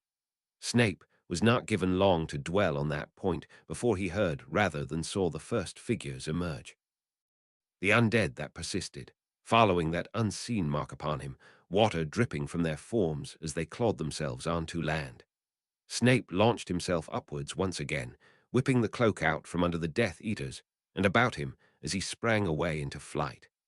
The rearmost figures turned, startled by the motion of the dislodged cloak, only to meet the horrid sight of those twisting figures emerging from the water. Screams rippled through the crowd as bodies broke ranks and scrambled away from the waterside. The Dark Lord spared not a glance for the trials of his followers. Instead, he made his way to the pedestal, reaching into the bowl to retrieve the pendant. Snape's heart fell as he watched the Dark Lord slip the chain that held it over his head. The last Horcrux was now worn about the neck by the very man it anchored to this mortal world. Hopelessness gripped Snape's heart. With Albus dead and the Horcrux lost, it was the end for them. It was no longer a battle Snape could win. Not if that last Horcrux remained, and there was little chance that the Dark Lord would let it out of his sight now that he knew no more could be created. Snape's eyes fell upon his fallen friend, blue eyes glassy as they met his own. The man who held all the answers lay silent upon the cold stone floor. In his hand was still clutched that wand he fought with till the bitter end. A wand that heralded from the legends of old. Snape's eyes drew wide. A lifetime ago, the Dark Lord had killed him for this very power. In this lifetime, he knew not the value of what lay just by his feet. Emboldened and incensed by all that had transpired, Snape landed by the body of his old friend, a breath away from the Dark Lord himself. Screams followed behind him as the Inferi moved to follow. Figures began to fall to the floor, flailing as they were dragged away by the undead creatures, spellfire flaring as chaos ensued among the ranks of the Death Eaters. But the chaos of the world fell away in Snape's ears as he laid his hand upon the hand of the slain headmaster. Snape stowed away his wand, feeling all too vulnerable as he did so. He grasped the headmaster's wand with his only hand, expecting the resistance that only the dead could give. But instead, the wand fell away with a tug. Snape pulled the wand from the fallen man's grasp, relinquished as if by will. The wand that had once taken Snape's life held within his grasp. A figure suddenly tripped over the invisible Snape, a Death Eater sent sprawling across the headmaster's body. This snapped Snape back to reality as he gathered his cloak, ensuring all parts of him were covered. The dead things had made it to land, no longer content to pursue him alone. Skeletal bodies writhed from within the panicking mass, latched upon whoever they could find. Begging voices beseeched the Dark Lord from all angles, begging him to take them from this place. The anti-disapparition jinx laid upon this land doomed them all, but mercy came to them. The Dark Lord acted, not due in any part to kindness, but far more likely to the reluctance of losing a bulk of his inner circle, those he had deemed the most loyal and the most useful. With one ear-splitting pop, the Dark Lord and his Death Eaters disappeared into the ethers, disapparated by his power alone, leaving Snape alone in the cursed caverns lit only by the unnerving light of the Dark Mark. With the exodus of the Death Eaters, there was nothing between Snape and the horrifying figures that writhed towards him. The cloak could not protect Snape from the fey senses of these dead things, those cursed mockeries of dead men and women, clawing closer in their eldritch way. The body of the felled Death Eater slipped beneath the inky black surface of the lake, another body added to their grotesque army. Snape clutched to the headmaster's body, watching the creatures claw up the fallen man's robes. "Get back!" the young professor roared, poking his wand from the cloak's protection to cast fire into the undead creature's midst. He had not expected the spell to respond with the power that it had. A column of flame drove straight through the mass of creatures, leaving charred and blackened bodies in its wake. A second flick of his wand sent a wave of bodies flying back into the lake from where they emerged, its raw power undeniable. "Creature!" Snape screamed into the darkness as he hurled spell after powerful spell, keeping the monsters at bay, his maimed arm curled protectively about the fallen headmaster's body. "Creature!" He did not need a third call. With a sensation like being squeezed through a tube, Snape was transported back into the light. He gasped, glancing about wildly with his wand raised, finding only the curmudgeon glare of the house elf that saved him. Beside him lay the body of Albus Dumbledore upon the floor of his very own office, blue eyes staring lifelessly to the rafters. A sorrowful, sonorous cry sounded above him. In a flutter of crimson fox alit upon the ground, nuzzling his golden beak into the headmaster's beard.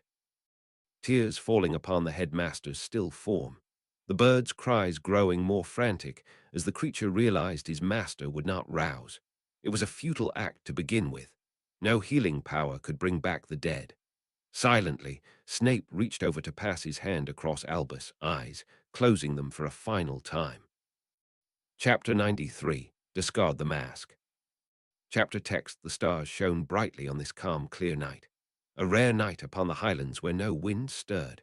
It was as if the land itself mourned alongside the teachers and students that lined the courtyard, their wands lit and raised to salute the passing of their headmaster. Snape watched this unfold from his window, feeling loss claw once again at his heart. He could not mourn while others mourned, not because he was reluctant to meet the eyes of his sorrowful peers, at least not just. There were questions to be carefully answered to people that walked the line between ally and enemy. Investigators from the ministry descended upon the school within minutes of Snape's summons and the subsequent discovery of Albus' death by the professors and staff. Lily, too, had been among them, her eyes wide with shock, her crystal vial held tight in her shaking hand. Her eyes still upon him, even as he was whisked away to his own office down the hall for questioning. Snape's wand was surrendered within minutes of meeting those men. Suspicion no doubt fell upon him as the man who was discovered with the headmaster's body. His wand, his dragon heartstring core wand of ebony wood, rigid, inflexible. It was said that the wand's nature matched that of its owners, that a wizard with a rigid wand would be decisive, unyielding. This wand that accompanied him through 2 lifetimes, relinquished with little resistance. A wand that would tell those men little more than the middling spells he had cast upon horrific creatures whose creation made mockery of death. He found himself unable to answer many of the questions fielded by the inquisitors. His mind was too cluttered to sift through his answers. A simple recount was all he was able to give. That he and the headmaster had become surrounded by Death Eaters. That Dumbledore had fallen by spellfire shot by an unknown rank and file. That the man could not be brought to justice, for he was, in turn, murdered by the Dark Lord. His memory was requested to be held in the Hall of Justice to stand as witness for the moment. A spool of memory that would stand a better advocate than Snape could at that moment, or perhaps ever could. And in exchange for being left in peace, Snape paid that asked price. That moment of Dumbledore's death, immortalized in a vial to be kept in the halls of magical justice. As reluctant as he was to part with his wand, he knew he could not reveal Albus' wand or let it from his possession. He hid it the moment he returned, behind the portrait of Phineas Nigellus Black.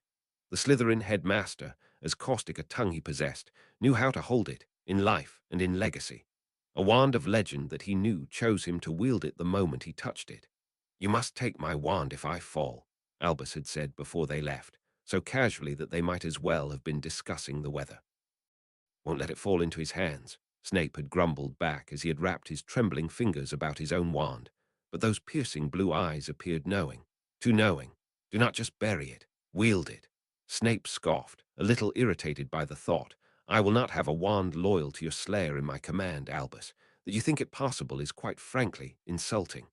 But that knowing glint in those blue eyes did not fade.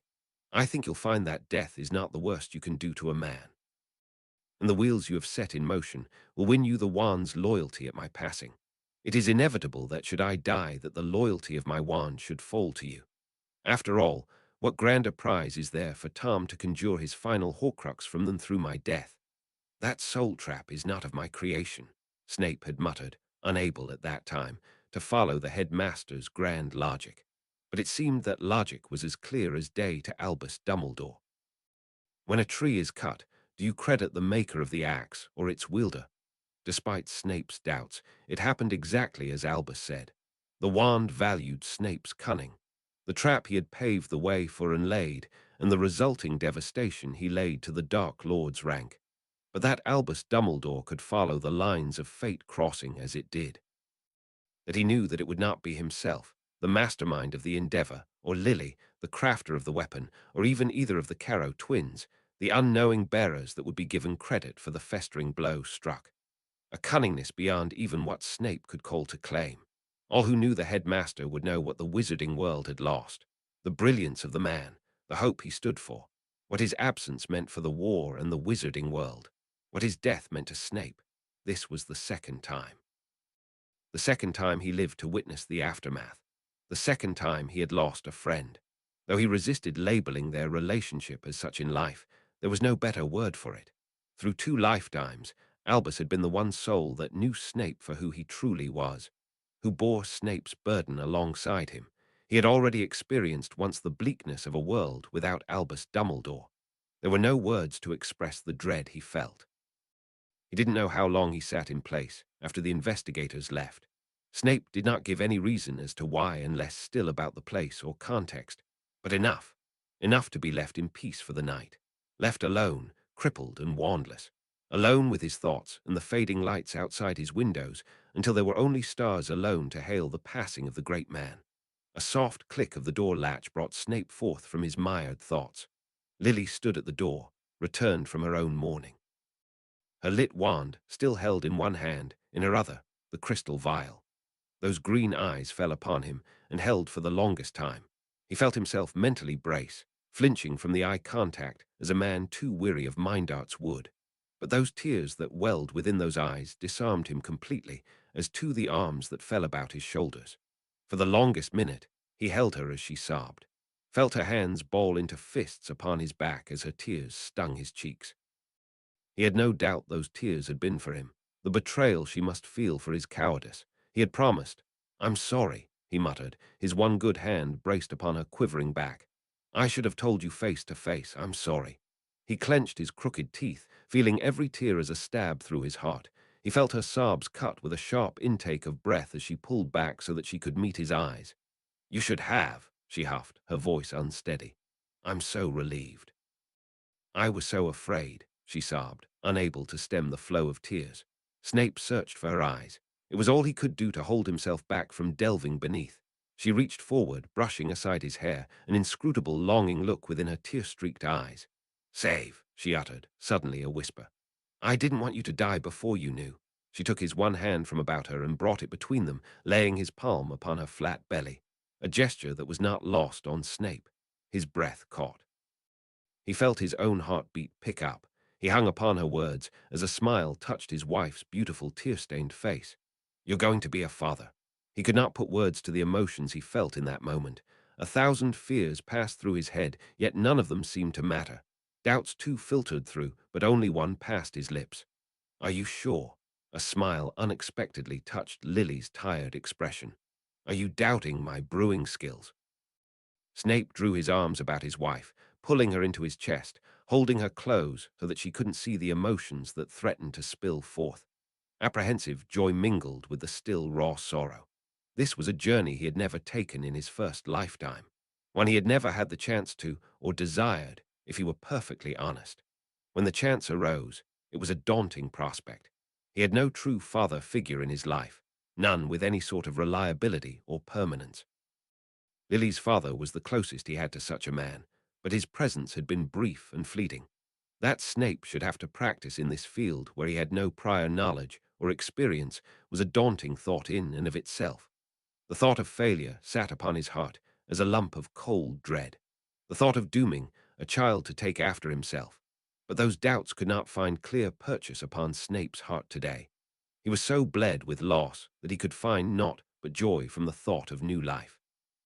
A child born of his blood, that new life would begin when another would end. "It's a boy, too," Lily whispered in his ear, breathy from her spent emotions. "We're going to have a son." Snape closed his eyes, holding tight his wife. He did not believe in destiny or any fate that would conspire to place the world in any form of order. "Albus," Snape muttered, his breath tickling that lilac-scented hair. "His name should be Albus." Lily pulled back from his hold, her tear-filmed eyes shimmering in the candlelight as she searched his own, a smile flittering across her lips. "I can think of no name more fitting." There were no classes to be had that following day, a trend that would likely continue with the weeks that followed. The official reason the days off had been authorized was to give the students time to grieve. The truth was, it was for the teachers. Dumbledore had been a pillar of Hogwarts for as long as any who walked this castle could remember. It was only the dead who could say otherwise. Minerva took up the mantle of acting headmaster, a formality, for this was her destined place, though far sooner than anyone would have liked, her most of all. A role Snape had usurped another lifetime ago, and he would be the first to confess he could not manage that role half as well as the two Gryffindors had. Indeed, Snape would go as far as to say he would go down in history as the most hated headmaster that Hogwarts ever had. Not in least part due to the role he had in the headmaster's demise or murder, as it were conspired or otherwise. This time, though complicit in the man's death, he was not made a pariah. Whispers sounded at the breakfast table, but no outright loathing or hostility came directed at him from the students or the teachers. Minerva sat upon her usual seat, at the right hand of the throne where Dumbledore would have sat. Though appointed acting headmaster, she was not yet ready to sit upon the throne at the center of the table.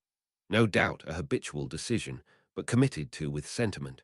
Nobody was yet ready to accept that the headmaster was gone. Her brows were creased by the pressures of the sudden change and the responsibility to follow, but her back remained straight, unbowed by what was expected of her. And experience gave Snape no reason to think otherwise. After all, this was the same woman who once drove Snape from this very role and assumed it in Hogwarts' greatest hour of need. Already, the students began thinning at their tables. With the news of Albus' death, parents flocked to the school to retrieve their children. It was always said that the Dark Lord feared only Albus Dumbledore, a rumor that held more truth than any would truly ever know. With his death, there were no more guarantees for the denizens of the castle, and in that, there was wisdom in parents choosing to withdraw their children from Hogwarts' care. Letters rained down upon the hall, carried by their feathered messengers. More letters from parents, no doubt, those who could not afford to make the journey themselves. Snape spotted Rock as read his, brows creased in abject dismay, or perhaps from resting anxiety since learning the news. The younger Black, too, held a letter, his nonchalance of expression betrayed by the tremble in his hands as he clenched it in his fist. Crouch Jr. also had a letter, though he had discarded it by the wayside to make way for his eggs. No doubt it had been composed by his mother, for Snape could not see the senior Crouch making time to write his son at such a calamitous time. Snape felt a hand upon his, bringing him back to his untouched meal. Lily sat by his side, her smile as soft as her touch. "Your porridge is getting cold," she reminded him. Snape glanced to her, unable to help a smile. Pregnancy did not change his wife in appearance, yet he could not help but feel aware of the new life that was developing inside her. She withdrew her hand so that he might make use of his again. He had not yet had the opportunity to beg a silver conjuration from Madame Pomfrey. Down the table, Kettleburn was suffering the same ailment, having had to replace one of his limbs with his old prosthesis. The one leg that had been conjured by Albus Dumbledore, no doubt, with an equally amusing story to accompany its passing. But even the upbeat menagerie manager could not muster cheeriness so soon after tragedy. Only Trelawney appeared not too out of sorts, chattering away to Phileas Flitwick, not in the least. "I foresaw this. Did I not say 2 weeks ago that a great calamity would befall this school?" For a woman purportedly with second sight, she was certainly short-sighted as to when her prattling was unwelcome. Among the staff, too, were notable absences. Pomona Sprout, for one. She had retreated to her quarters soon after the mourners retired the previous evening. She had not emerged since. Potter was also missing, having taken leave as of immediate effect. No doubt in pursuit of the other members of the order, scrambling to figure out what to do next. What do they do next? Snape took a sip of his rapidly cooling porridge, grimacing at the gluggy texture. He glanced at his wife, seeing her prod unenthusiastically at her toast and unsauced eggs.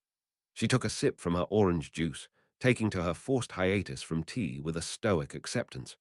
When he and Lily had decided on this course, they engaged Poppy for advice. Though Snape had training in the healing and medicinal arts relative to potioneering, he had only ever known enough about the female birth cycle to know it lasted about 9 months and the best methods to prevent it. Embarrassment had followed Snape into that meeting with the matron, not least because he had little desire to discuss what went on in his bedroom with a respected colleague. At the very least, he knew that Poppy was a discreet woman, never one to gossip or breach her patient's confidentiality. They left that meeting with a loaned book on prenatal care and a deep impression that any food remotely enjoyable was a hazard to an unborn baby's health. Though Snape had never cracked open that tome, he knew Lily had rifled through it whenever time allowed. It was a terrifying thought that he was soon to be a father. Nothing he ever did in his life had ever prepared him for this responsibility that now loomed upon a timer. His family, the only true family he'd ever had, was about to become significantly bigger and far, far heavier. Snape felt the pressure of the war more keenly than ever. Now that his child was on the way, now that Albus was dead, he needed it to end. He got so close. Snape pushed away his partially finished meal, feeling his stomach suddenly turn at the thought of what loomed before him. Lily's hand touched upon his yet again as he met her questioning green eyes. "I don't feel hungry anymore," Snape muttered, honestly feeling quite queasy. An understanding smile touched Lily's lips. "Go take a walk and clear your head, Save. You've been through an ordeal." Snape stepped from the high table, passing his fellow teachers as he walked, feeling their eyes rise to him and follow. Not just the teachers, but the student, too. They wanted to know what happened. He did not need to be a Legilimens to know that. Snape strode into the hallway, shrinking from the stares he felt drilling into him. He had no wish to speak of what happened that night. Failure still weighed upon him, the stress of the future, of what might be, of the danger that might doom his family. He could think of no solution to end it. The only man that could had died pointlessly. They did not destroy the Horcrux. Their mission remained unfulfilled. Snape found himself paused at his office, his mind ticking away as his hopeless thoughts gave way to a biting determination. They still had a war to win, and though Albus Dumbledore was dead, the order he created lived on. The Order of the Phoenix. Men and women who possessed the determination, and for some, the skills needed to wage this war. A resource once wielded by Albus Dumbledore to wage the war to this point. There was only one Horcrux left, one damnable thing anchoring that great evil to this world. A Horcrux worn around the neck of the Dark Lord. There was little more that stealth and subterfuge could accomplish. They would need to face the Dark Lord himself to claim it. It would take sacrifice and strength and so much luck. Most of all, it would need the Order. It was not impossible to win. Snape turned on his heel, marching for the entrance hall exit, with the destination of the Hog's head in his mind's eye. When Lily had suggested her Severus take a walk, she honestly thought he was going to refuse that idea and sulk in their room. Fancy her surprise when she headed upstairs and found no hide nor hair of him in their quarters. It took a moment for Lily to realize she could not sense him through her ring. She really ought to pay more attention to that lovely little trinket. It would have saved her the trip up to find him to drag him out for a therapeutic walk. It was all a bit much last night. Between Albus dying and almost losing her husband, Lily felt her world set off kilter. But no matter how world-shattering it all had been for her, she could not imagine what it was like for Severus to have witnessed it all. She wanted to spend some time with him. Perhaps it would be therapeutic for the both of them. She certainly had been yearning for some time by the lake. She missed those days, surrounded by friends and blessed with time. She had so little time as a teaching aide.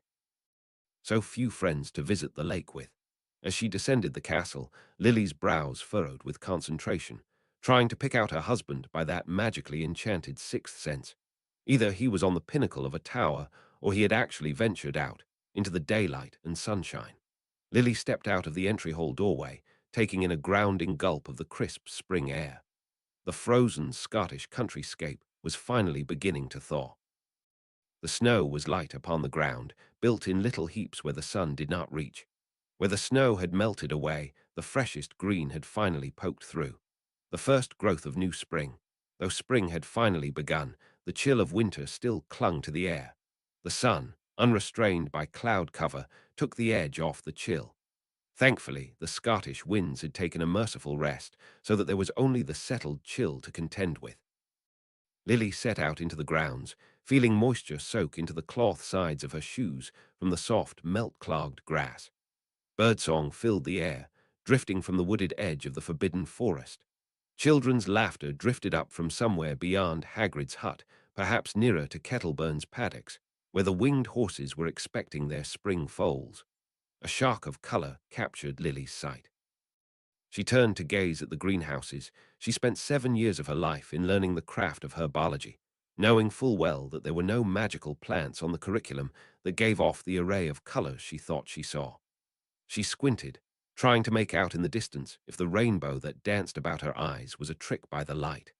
But there it was, a shock of pink, blues and yellows in contrast to the two tones of the baby spring. Lily picked her path towards the greenhouse, her curiosity piqued by the colors. As she drew closer, she began making out the gorgeous flowers on display within those glass prisms. Rows upon rows, boxes upon flower boxes of dazzling, not-yet-in-season flowers. Lily stepped through into the greenhouse, feeling a muggy warmth wash over her and immediately chase out even the barest hint of a chill. The sweet scent assaulted her olfactory senses, as too did the vibrant colors, so welcome after so long a white winter. From between the flower boxes, Pomona Sprout popped out from her stoop. "Oh, Lily, do come in and close the door. You're letting in a chill that does no good for any flower." Lily stepped from the door and sealed it behind her. "They're beautiful, Pomona," she exclaimed, stepping close to smell the gorgeous white lilies. "Why, thank you, dear. They have come out well, haven't they?" The portly professor chuffed as she brandished her spade like a wand. But it was honestly mostly the will of the wildflowers themselves. I just gave them a touch of encouragement with the herbivicus charm. "Well, the effort is appreciated, especially after such a long winter," Lily agreed, lavishing her attention on the gorgeous dappled yellow lavender on another bed of irises. Pomona beamed. "I'm glad you like it. It took me all morning to pot and cultivate." "That's why you weren't at breakfast," Lily realized, her smile taking on a touch of relief. "We were worried you were still in mourning." "Oh, I am, dear," Pomona admitted readily, her smile steady though now tinged with sadness. And how better to honor Albus' memories than by growing the most beautiful spring flowers for his funeral? Tears welled up in her eyes, though her smile was unwavering. He loved the spring, did you know? Albus always said he loved the spring. A period of new life, he called it. The season when his graduating students found their wings and readied themselves for the world. She wiped her tears with one muddy sleeve, streaking dirt across her face. He never got to see the first days of this new spring, just a few more days. Lily felt tears sting her eyes. They're beautiful. I'm sure he'd appreciate it. It was a wonderful sentiment, really. A beautiful tribute to a friend lost. It was all Minerva's idea, Pomona humbly deflected. She came down to see me early this morning and asked me if I could grow some flowers for Albus' funeral. It's being held on school grounds in 2 days' time, you know. Ministry's signed off on it. Albus is going to be laid to rest on that island in the center of the lake. Buried on school ground, Lily gasped. The very thought surprised her. She knew the headmaster's strong ties with the school, but it honestly shocked her that they would bury the dead in a place for the raising and teaching of children. Laid to rest in the place he dedicated his life to, Pomona elaborated, not seeming to express the same concerns that Lily felt. And if his spirit were to ever find itself still bound to our world, we would welcome him, too. Headmasters of the future would leap at the opportunity to be guided by the best. The wizarding world always had a rather comfortable approach to death. Spirits already haunted the castle and were given free rein to interact with the living residents as they pleased. Perhaps it was simply the muggle in Lily that shirked so from the shadows of the existentially terrifying. Wizards and witches seemed to relish delving headfirst into activities some in the muggle world would consider risky and downright dangerous. There was rumored to be a whole section in the ministry dealing with matters that could cause half of Lily's childhood neighborhood to go into an existential crisis. This was simply the way the wizarding world was. Traditional and old-fashioned in some respects, but so outlandish in others. As someone adopted into the culture, it was not Lily's place to judge the idiosyncrasies of the magical world, but rather to adapt and accept them. Instead, Lily conjured a spade of her own, determined to pave her own way through this tragedy. Mind if I join you? The shadows stretched long in the waning hours as dusk settled upon Hogsmeade. Snape stood by the window of the upstairs room at the Hogshead Inn, waiting. He clicked open his pocket watch every few minutes, a sign of his impatience, or perhaps, more likely, his nervousness. I still don't understand why you didn't invite everyone in the order, Potter's voice arose, grating on Snape's already rattled nerves. If you call a meeting like this, it only makes sense you call everyone. He had been the first to respond, along with Marlene McKinnon at that, appearing at the inn within minutes of Aberforth's sent missive. Even though Snape had specified the meeting be at 7 in the evening, and to not bring anyone other than themselves. It took a moment of firm discussion, but Snape was able to separate Potter from his wife. They were both faithful to the order, but Snape did not know McKinnon well enough to wager the war on her ability to keep a secret. Potter, on the other hand, was a surprise candidate, even to himself. Their history itself was a testament to how that choice was entirely unexpected. But of the order as it stood now, apart from Minerva and himself, only James had reason and leave to exist within the walls of Hogwarts. And he needed hands there, for the war he wished to wage could not be won on any ground other than that of Hogwarts. He had gone to Aberforth first, seemingly the best candidate to lead the order. He had spoken to Aberforth of his plan, spoke to him, at first, with reservations, keeping much of what laid behind it firm and close to his heart. In his mind was that voice of reason, reminding him that it was not with Albus he was speaking with, that he could not be candid, that his secrets must be guarded. But Aberforth was not one easily persuaded or one easy to deceive. The questions came, pointed. Snape answered what little that he could without revealing too much. But then he paused. Why was he still keeping that secret? Was it to protect himself and Lily? For that train had long left the station. He and his wife were hunted by the villain without any other recourse of the future except to win this war. Was it to safeguard the source, and thereby the extent of Snape's knowledge? It was true that intelligence was the greatest weapon an army could wield, but for that it must be available to be wielded. It must be available to those who led, for intelligence was useless to those without the full picture. And ultimately, that they had knowledge of the Horcrux was no longer a mystery to the Dark Lord, that the information about what they were and how to destroy them become commonplace among their numbers could only now help them rather than hinder them. In that, there were many in the Order that Snape would consider trustworthy, many that could have faith placed in them to keep a secret and lead others, many, rather than just the one, to know the truth about him. Snape snapped closed again his pocket watch, feeling the weight of the minutes that were ticking close. Potter sat at the table, a mug of sour ale in hand, waiting as patiently as his Gryffindor nature allowed. That Snape placed his name upon the list for those he would have summoned for this meeting baffled himself as much as, he was certain, any who knew them. But that much of their past was behind them. Potter possessed the qualities of a leader, someone who could inspire others to do as Snape never could. He had a brain and bravery and the ability to keep a secret. And if he were even a fraction similar to his son, then Snape knew he had the determination to do what must be done. He was on the list, joining the leadership of the Order to hear what Snape had to say, to learn the secret of the machinations between himself and Dumbledore and the truth from where such knowledge came. Just 2 years ago, such a line of thought would have been impossible for Snape. Perhaps even 1 year ago, he could never agree to such an assessment. A change in his heart he had never thought possible. Snape closed his pocket watch for the final time, tucking it away into his pocket to free his hand. He was still without a conjured prosthesis, but even that felt like a secondary concern. The sounds of arrival began first with a dull pop from the floor below. Slowly, more pops followed, as too did the creaking of boots on those old wooden steps. The first to push through that door was Minerva McGonagall, a woman so inundated with the chaos and responsibility of a newly inaugurated leader of a school reeling fresh from a tragedy. The dark circles under her eyes told a story of a woman determined to place herself below the needs of everyone she was now responsible for. And yet, despite that, she had still made time to throw her hat in with the Order. Behind her stepped Edgar Bones, always prompt and by the letter. Snape inwardly confessed he knew little about the man, except by what he had seen this lifetime around. But in another lifetime, the Dark Lord had personally seen the end to this aura, as well as his family. For such personal attention, he could not be anything other than a man firm and strong of the light, and one that Snape wanted on side. Moody followed suit, a step slow and wary as he stepped quickly into the room, glancing to all four corners before he chose a space on the floor to stand. There was no question that Moody was a man to call upon.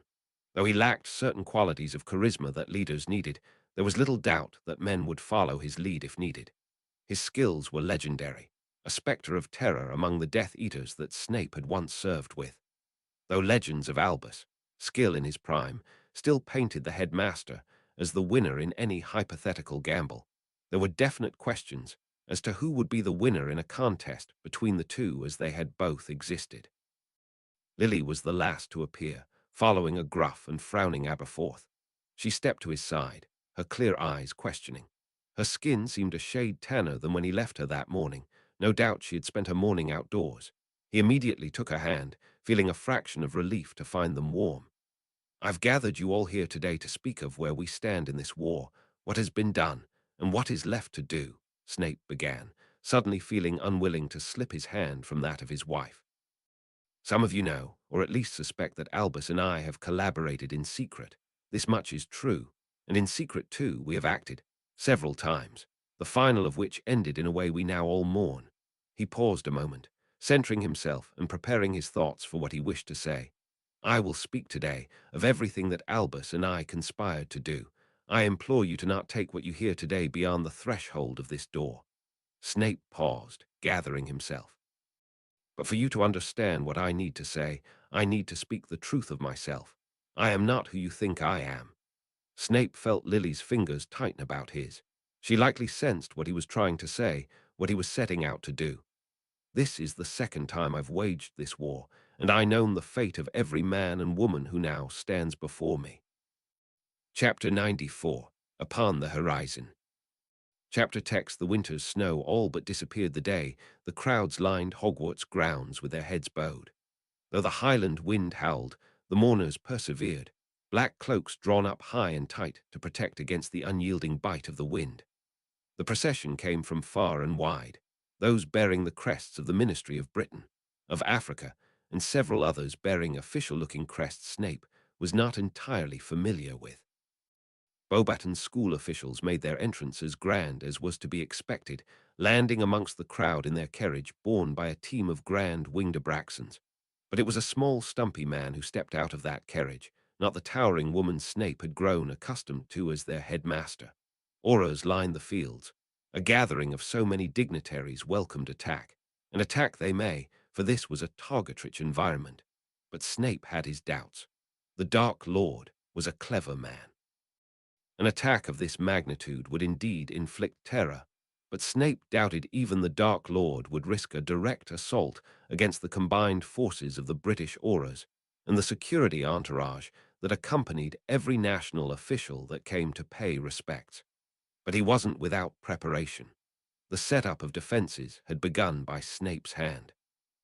At first subtly, an increase in fortification in several of the more time-worn corners of the school, a placement of hexes on the lesser-known and lesser-used magical passageways, windows set with unbreakable charms. Care taken to not upset the student body or what remained of it, but there was no disguising the increase in gargoyle placements or strategic maneuverings of suits of armor. As classes were cancelled and the school was placed into a perpetual lull, Snape found ample time to set up the warding spells he felt were required. In his memory, the last battle of Hogwarts still waged. In his mind's eye he saw every blow that was rained upon the castle. He knew where the stones would fail. He knew the weaknesses those monsters and men had exploited. The weight of the war fell upon Snape's shoulders now, an unusual outcome of what transpired that day at the Hog's Head Inn. The moment when Snape laid the truth plain and clear, 1,000 questions came thick and fast. "Do you honestly believe we'd buy that?" asked James, incredulity painted upon his face. "How long have you kept this a secret?" asked Bones, his one-note frown suggesting his words were more quantitative rather than emotional. "What more are you keeping from us?" came the ever-suspicious Moody, his electric blue eyes flashing like the madman his moniker foretold. "How can we use it?" Aberforth probed. His question ever so reasonable, but it was Minerva's question that had caught Snape off guard. "And how much more are you willing to give?" It was never Snape's intention to lead, but from the moment Heckenfest his origin, his dynamic with the people in this room shifted drastically. Though differing in reactions, every soul within that room hung on to the young professor's words. The truth about himself flowed on to that of the Horcruxes, of the plan set in motion by Albus Dumbledore to destroy them, and the crushing finality of their failure. Sometimes, direction was all it took to inspire hope. "He died to give us this chance," Minerva uttered in finality. "I do not think there is anyone better suited to lead us than you." And the pressure of it all Snape felt. He received letters daily in his fireplace, owls being too conspicuous a method of delivery, and partial transposing flew by ways of sticking one's head in the fireplace being far more subtle a method. Missives from various agents both free and embedded, redirected from their handlers to Aberforth, and from his desk to Snape's. If the young professor were at all honest, it did not come to him as a surprise that Aberforth was so eager to relinquish control. He had never relished the role he faced when Albus died in Snape's first life, and though Snape was never there to witness the Order's breakdown, he did not believe for a second that Aberforth's reluctance did not play a role in it. There were more than a few Order members within the assembled official protectors themselves. Moody was obvious in his place, shadowing the minister's step, his electric blue eyes scanning the scape of the land before him. Bones strode the perimeter, observing his men and inspiring their focus.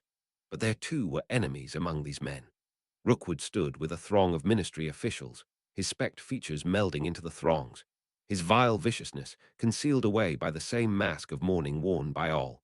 Lucius, too, stood at the head of that ministry row, standing in the place his father might have stood. Abraxas Malfoy had been struck down by the same dragon pox outbreak that afflicted the Potters. The same one that swept the alchemy conference. He would not be long for this world, something that Lucius, perhaps, was well aware of. Lucius, eyes flashed a moment, catching Snape's, those cold grey eyes meeting his own, devoid of emotion but so powerfully occluded. Snape turned away, his own occlumency pressing about his mind.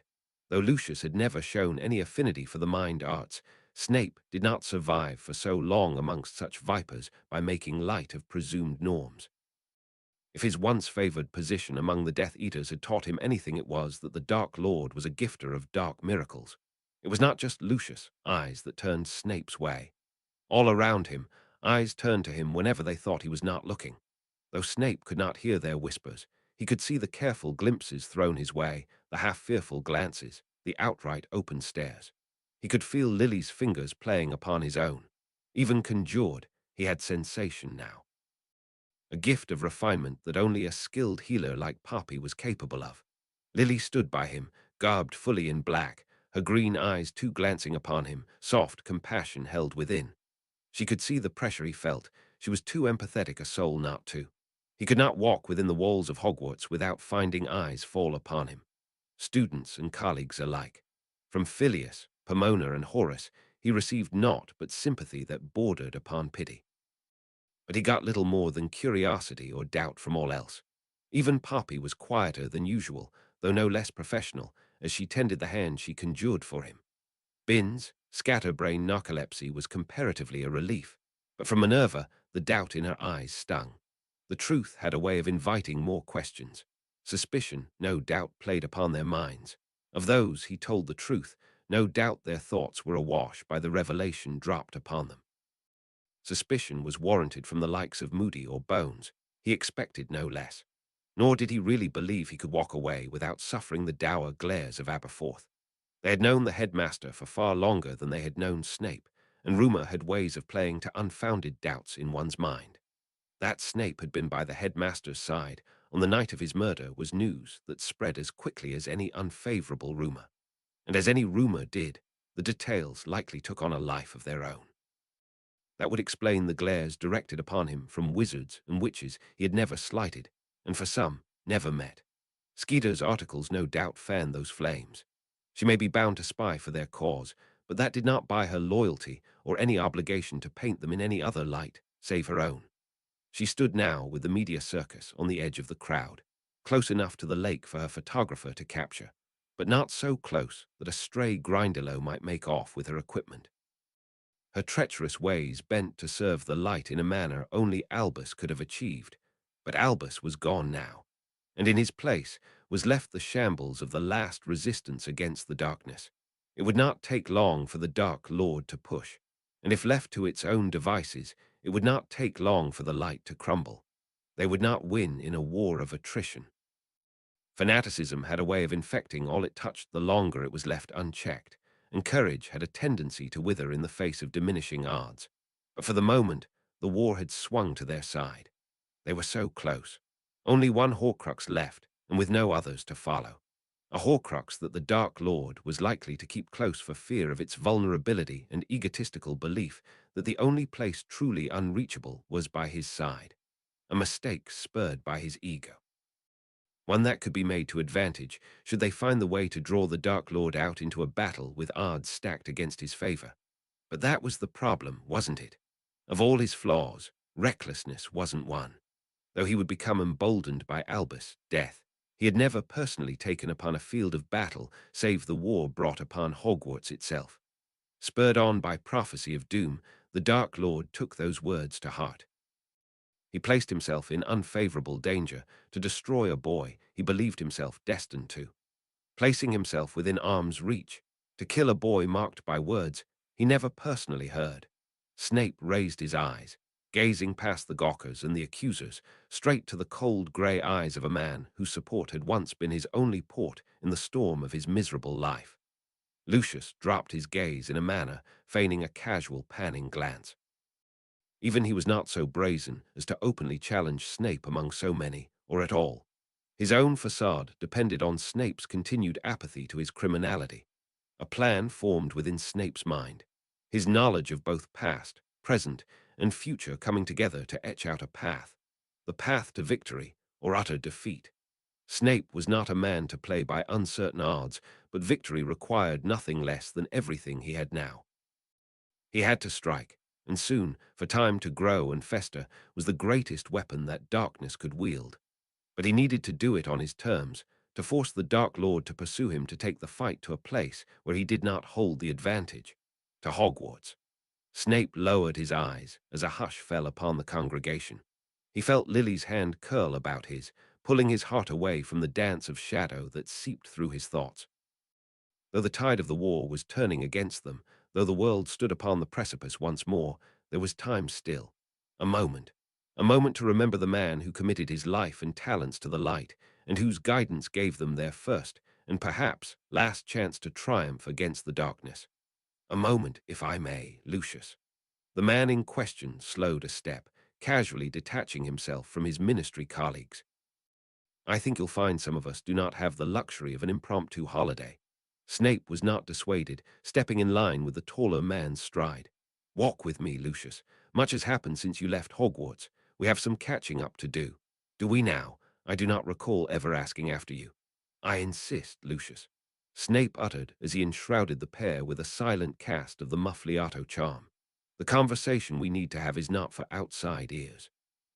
Lucius' eyes narrowed as he slowed a step, subtly directing the pair of them away from the ministry officials who were none the wiser to the treacherous snake amongst them. I think it's a little late to change sides, Severus. It's not too late for you. Lucius' eyes narrowed. Me, surely you jest. A dry smile touched Snape's lips. Do you believe so assuredly that you are on the winning side, Lucius, when you are forced to hide in the shadows and fear the day your name and number is surrendered to the governing officials? Lucius' calm did not falter. Is this your idea of a threat? Not a threat, but a warning, one offered between friends, Snape offered, his tone smooth. Lucius might have scoffed if he could stomach the uncouthness of such an expression. Oh, Severus, we were never friends. Forgive me for ever giving you the impression as such. Slytherins were inherently suspicious, and Lucius was no different. You had once asked, Lucius, for me to become an asset to you. You had given me gifts and offered me sponsorship. I have not forgotten that kindness. A touch of truth to coat his deceit. For what he needed to do, he needed Lucius to believe him. We are friends enough for me to offer you a chance to preserve yourself. There is nothing you can do to stop what is to come. Those grey eyes took on steel. Pray, do tell. At odds with the fear he felt, Snape felt his own heart pound within his chest, his skin prickling in warning. What do you know of premonitions, Lucius? Those cold grey eyes narrowed. I know that they are unwieldy and unpredictable. I know that few could claim to predict with any sort of reliability or precision, and fewer still under the age of a century. What are you trying to claim, Severus? What was he trying to claim? Lucius was as cunning and devious as Slytherins came. He was not one easily fooled. Are you going to even consider what I say, or would I be wasting words upon you, Lucius? Snape asked, feigning impatience as a lure for the man's curiosity. I can be swayed, Lucius remarked with a soft, predatory lilt, seeming to take the bait. Snape paused a moment, more for himself rather than for effect, before meeting Lucius' cold grey eyes. I hope that is true, Lucius, because if not, you will fall alongside your master, alongside the others beneath those masks. Rosier, Knot, Crabbe, Mulciber, Rookwood. Lucius' eyes widened a margin. Oh, am I not meant to know about Rookwood? Or what about Igor Kakarov?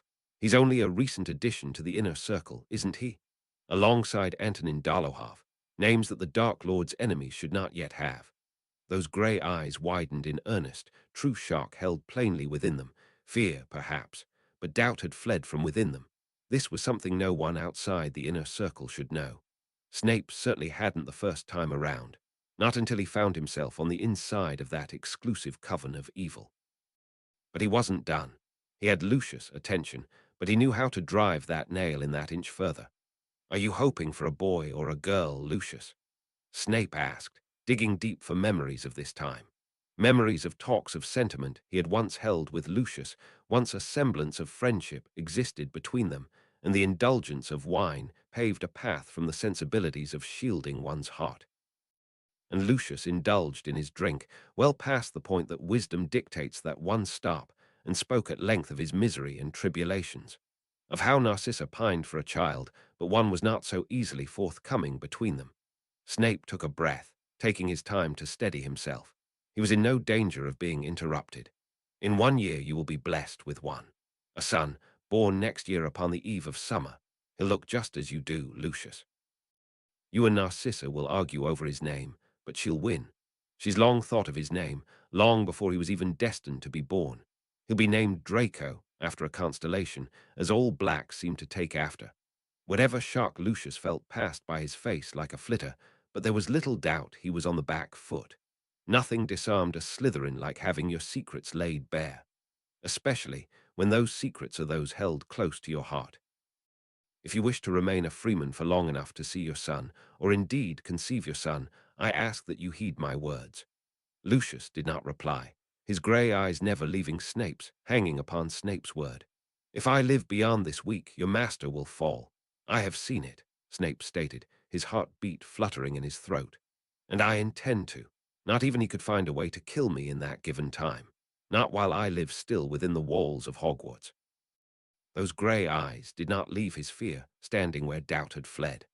Once, Snape had been the man to bear a premonition he overheard to the Dark Lord's table. He had never heard the full premonition, having been ejected by the surly barman. But even the delivery of a partial premonition of the Dark Lord's impending doom had been enough to send him on his dark crusade. In this lifetime, it would be Lucius to bear that message. Snape held no illusions that his words could sway the man. If he knew Lucius, he would take Snape's words to his master's side the moment he travelled far enough away to disapparate. The taste of hope that Snape gave the man was not to sway him, but to instill the mortal fear of the future he could lose. Fear enough to sell Snape's word as truth to the Dark Lord. It would not be the first time the Dark Lord marched upon Hogwarts for the sake of a premonition. This time, it would be on the defenders' terms. That was reckless of you, Minerva chastised, echoing Lily's horrified mood. She stared daggers at her husband, aghast at his admissions. Save's new and more liberal approach to secrets was at first refreshing, but now it seemed mortally frightened. Beside her stood James, silent, his mouth slightly agape. He hadn't said much of a word since learning of Save's secret, and who could blame him? It was a lot to take in. If Severus felt the sting of Lily's glare, he did not show it. He sat by the grimy second-story window of the Hog's Head Inn, his black eyes unwavering to those gathered in the room. He had only recently delivered his plans to the leadership of the Order, only to reveal now that he had it set, and it was already too late to change course. He had framed himself as bait. "You put a lot of faith that we can keep you safe, Professor Snape," Bones muttered, his brows furrowed in thought. "The Order does not have so many fighters that we can meet you-know-whose forces head-on." "Oh, I think the prophecy will be discovered a ruse far sooner," Minerva offered, her brows knitted together in a pinched frown. "During my time in the Department of Law Enforcement, I've long heard rumors about the queer goings-on in the Department of Mysteries. Do they not have a manner to retrieve and store prophecies, even without the explicit knowledge or consent of the prophet?" Lily could not help but feel a tendril of relief curl up from within her. The thought that Save's ruse was not going to frame him in as much danger as she feared, that he hadn't just gambled his life in a manner she would hear no end to if she had been the risk-taker. Save, however, did not seem the least perturbed by the spanner in his metaphorical works. "Those rumors are correct," he confirmed, another of his mysterious offerings of knowledge that no man should have. "In my past life, I too had the fortune of learning of such a place." Within the tangible flex and grasp of one of the Dark Lord's spies, no less. It took him a second war, near 2 decades later, to pursue an incomplete prophecy in those halls. Why would he wait when the solution was available and within reach of one of his trusted? That he did not make even a single attempt on that token at the height of his strength. He paused a moment, ever the flair for the dramatic. The conclusion is simple. It wasn't possible to obtain that prophecy then. Whether it laid out of reach by technicality, or its existence had not yet been formed by the methods employed within that enigmatic sector, it was simply beyond possibility. Minerva's steadied her steely gaze upon the younger professor. "You base our next move entirely upon this assumption." But Severus' nerves held strong against that challenge. The unspeakables have never made that knowledge available. So unless one of you ministry workers have a method to their secret, we are operating on everything I know about the Dark Lord, not on the very little I know about prophecies. "Do you know him?" Moody questioned, his tone as pointed as his stare. Save turned his dark eyes to meet the Aura's. "I have stood within the inner circle, at the Dark Lord's right hand. I have acted in that role as a double agent for the Order and survived. I doubt there is another soul who could claim to know him as well as I do. Save paused a moment, panning the room to meet every set of eyes upon him. Where caution is a Slytherin's trait, the Dark Lord takes that to paranoia. He would not trust another if he had any other choice. If the Dark Lord had a way, he paused, turning away from Lily once again. I have seen him act in the face of that partially heard prophecy. Murder a family, a baby, not even a year from his birth, all on a prophecy that the child might one day grow up to wield the power to strike him down. This was what he was doing, baiting that tyrant with the very thing he knew had driven the fiend to his first doom. The very thing he who must not be named could not ignore. Lily looked away then, feeling sick to the pit of her stomach. The leaders of the Order fell silent, seeming to muse upon Save's words. Possibility seemed to form within the minds of the Aurors, while worry laid behind the furrows that formed upon Minerva's brows. "We'll have the castle," Moody growled, pushing himself from his seat. "And we have the fighting force. Those children have had about a year's worth of training out of two half-decent duelists. We will not deputize the children," Minerva chastised swiftly. Save glanced to her, eyebrow arched.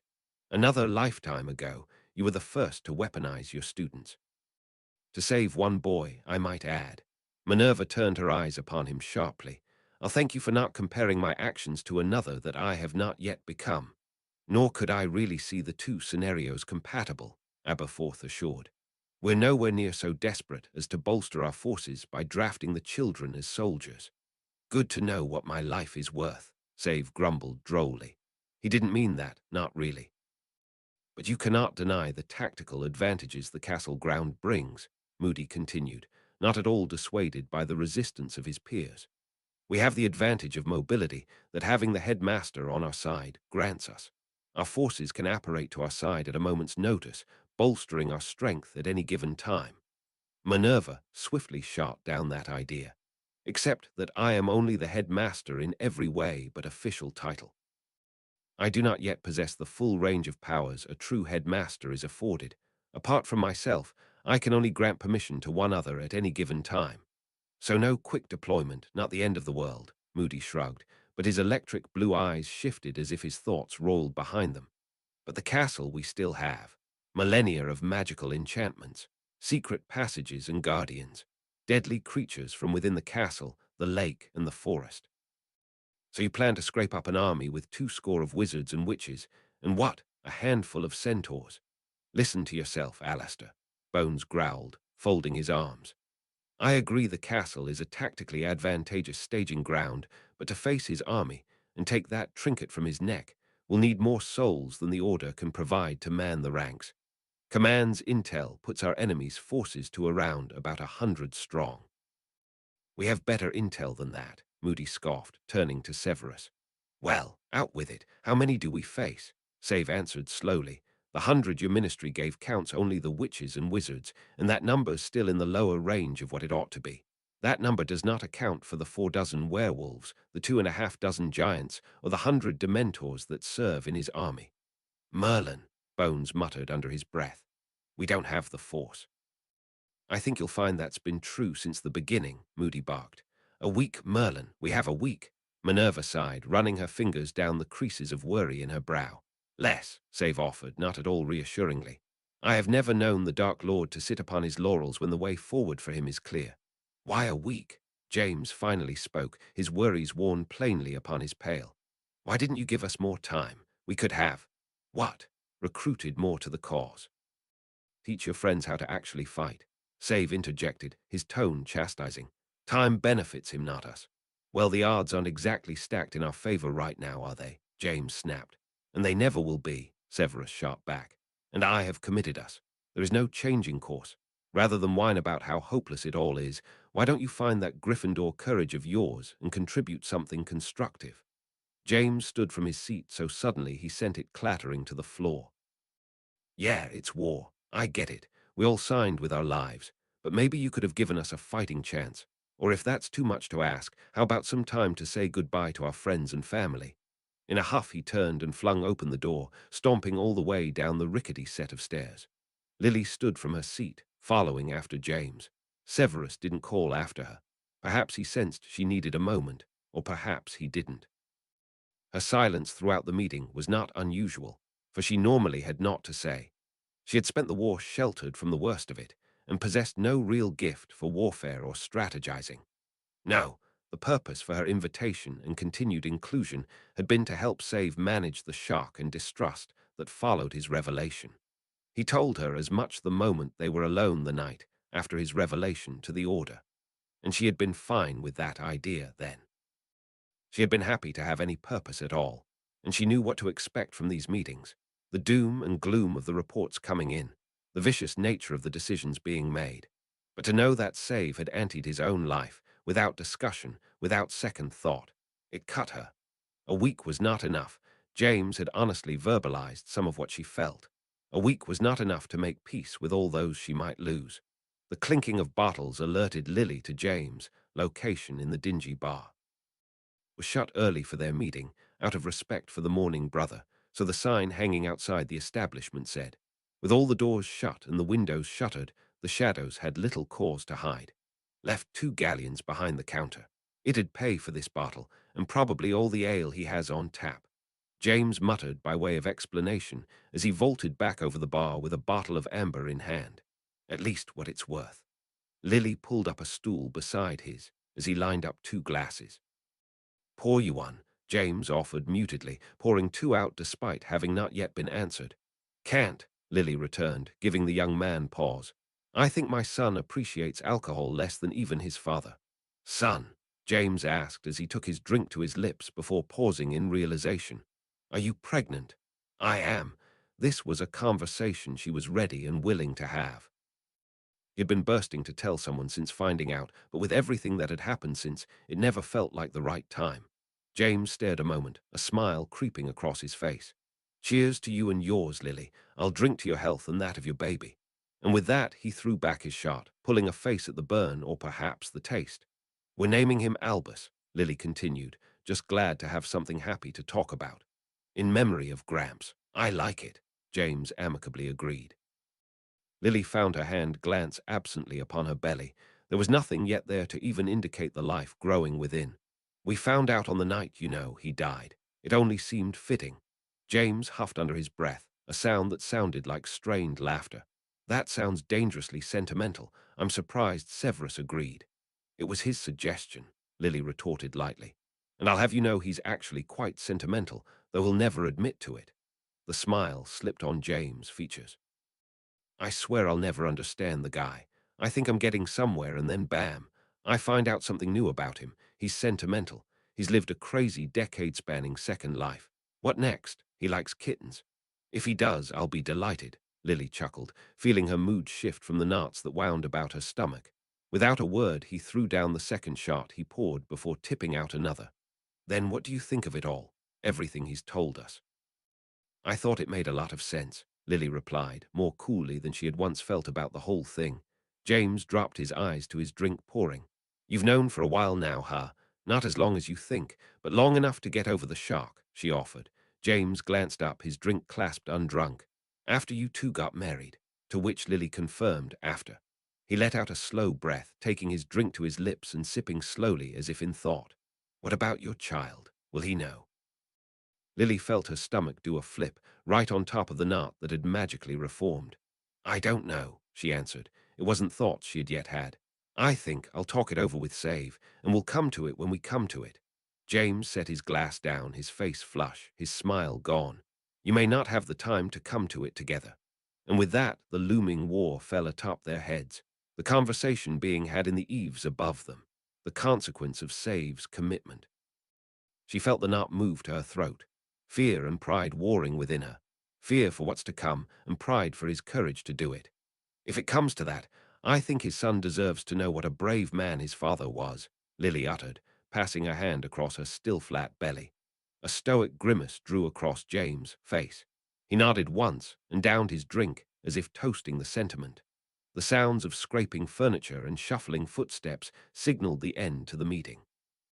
Lily glanced once to the still empty stairwell before getting to her feet. "One last question," James uttered as he struggled to his feet, the alcohol seeming to finally catch up to him. When Severus told us about how the war ended the first time around, he said that who went after your child. He said your child, not his. You didn't marry him in that lifetime, did you? Lily gave the inebriated man a rueful smile. He would have been a Death Eater. Why would I? Who was the father? James asked, his brows knitted over his earnest eyes. I think you know, was Lily's response. A weak smile touched James' lips before he turned to have one last drink for the road. It did not take long for news of war to land upon Snape's mantelpiece. A note penned by Skeeter, sitting atop so many other news items that found their way to Snape's table. The giants have come to camp. That those he would deem as demi-human would be summoned within their midst told Snape that his ruse had found success. The Dark Lord was gathering his forces. They did not have the numbers for what was to come. Snape knew this. He had seen it all before, the siege upon the castle. At the very least, they would not march upon them in the numbers Snape had seen, for they had not yet the Ministry's support behind them. This was one conquest the Dark Lord had yet to manage. In that came an opportunity. One Snape would have never entertained had the pieces not already been primed by the man who came before him.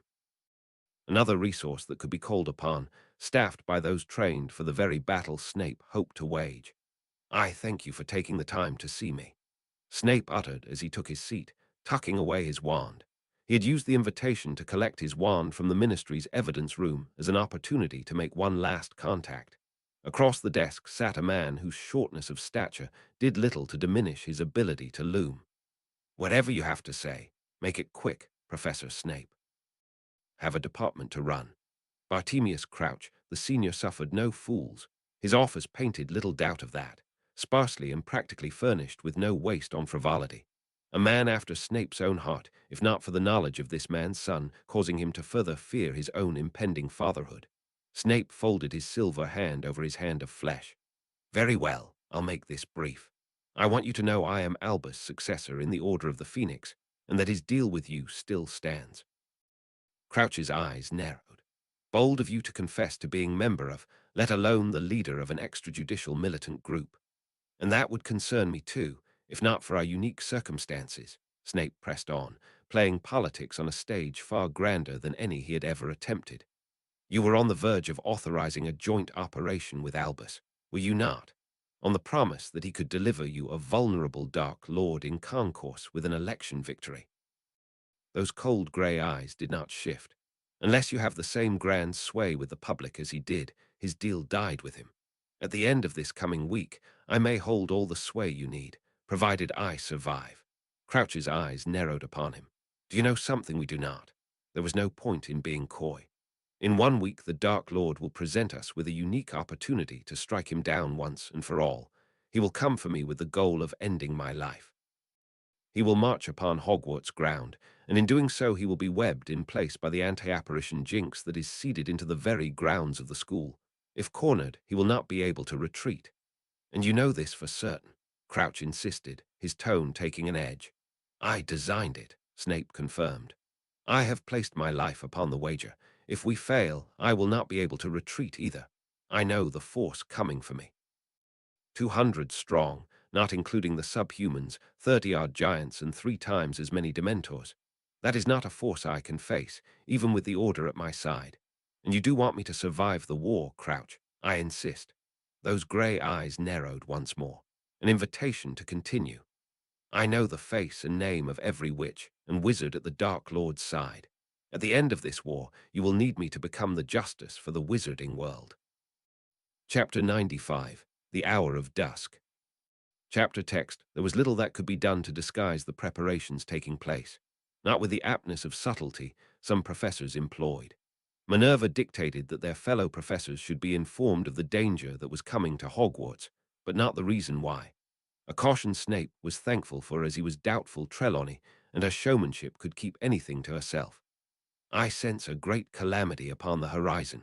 It casts a terrible shadow, and dusk is about to fall. Snape overheard the woman's obnoxiously hushed voice wafting through the doors that lead to the staff room. He strode past without pause. He hadn't planned to waste time indulging in leisure, but if he had, that woman's presence convinced him not to spend any of it in there.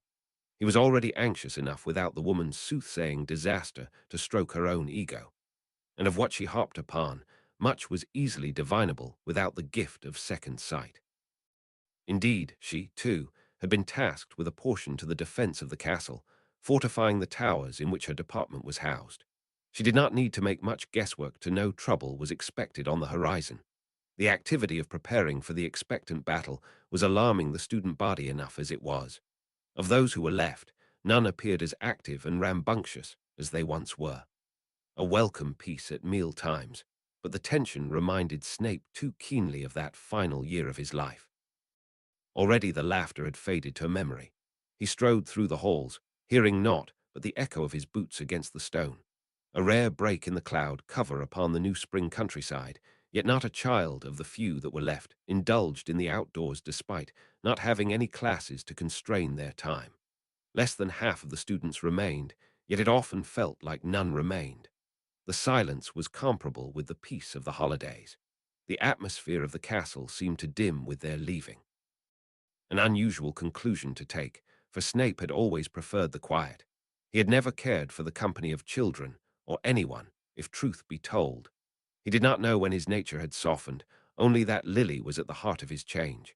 He had been called up to the headmaster's office for a meeting at 11 in the morning, but he felt it was still too early to honor the summons. On the first-floor flight, Snape alighted, with intentions on seeing to the defenses of the floor. When the battle horns sound, there would be no inch unguarded. The suits of armor and stone gargoyles that were set within the castle had been enchanted since their inception for the very purpose of defending their castle and their students. There was very little work needed apart from moving them to where they were required. The portraits, too, would play a part. Their enchantment of false life allowed them sight, a voice and a mind, in a manner of speaking. They would be integral as scouts and message carriers, and in some cases, lures for traps. Snape had jinxed the more well-known of the secret passages and sealed them from the inside. Not so much to keep the invaders out, for a simple blockage would do little to impede their offensive, but to keep the students out of the passages. The last thing he needed was to accidentally curse a mischievous student intent on a foray despite being expressly forbidden from leaving the castle. Sometimes he wondered if the mere act of forbidding an action spurred them into pursuing said course. The emergence of a ghost from within the walls of a classroom gave Snape brief pause in his step, allowing the spectre to pass through lest he accidentally step through their icy form. This ghost was one of the newcomers, cloaked in a sweeping long coat of distinctly muggle fashion and sporting a hat that was distinctly not pointed. He was a strange figure to find haunting the halls of Slytherin. The Corsair was the name of this new ghost to haunt Hogwarts halls, a code name carried on from life. The spectre of little words had offered by way of introduction. The youngest Death Daywise of all the ghosts Snape had yet met. He had been summoned from Berlin, of all places, to serve as a house ghost. It was understood that he lost his life in a Muggle war, but of which one Snape could not discern. For Muggle history was steeped as richly in war as wizarding history was steeped in goblin rebellions. Why he was in the midst of that war that did not concern him, or how he had got himself into such a predicament as to die by modern Muggle weaponry, he never divulged. But that mattered little to Snape when this ghost brought with him a tactical mind and a veteran's edge. His Ravenclaw counterpart, Lady Alessia Reed, was by comparison a glorified librarian. In life she had been an avid scholar and philosopher of no practical vocation. In other words, she was unemployed. Alessia's philosophical journey, unfortunately, came to an end in the city of Baghdad, where she had been so caught up in her reading that she had not noticed the library burn down around her. In death, she chose a resting spot closer to home, joining many a studious ghost in an old Muggle university in Oxfordshire, where she spent her days reading over the shoulders of unaware Muggle students. A dull, deathly existence, but one she seemed all too keen to relive in the castle of Hogwarts, albeit with less unaware students. With Hogwarts' roster of ghosts filled, another opportunity reared its head. The castle's ghosts were a resource that none had considered beyond the obvious. Their value as spies and messengers was second to the portraits that hung about the castle. Incorporeal and mobile, ghosts had the ability to act efficiently as scouts and messengers. However, their use for this purpose would overlap with the already excellent function of the portraits. No, Snape had another use in mind. one that would not have been possible had it not been for the miracle of his second life. The stones that he crafted from his memories of death granted any ghost that touched it temporary corporality. They could be granted the ability to interact with the material world in a way that history had never seen the like of.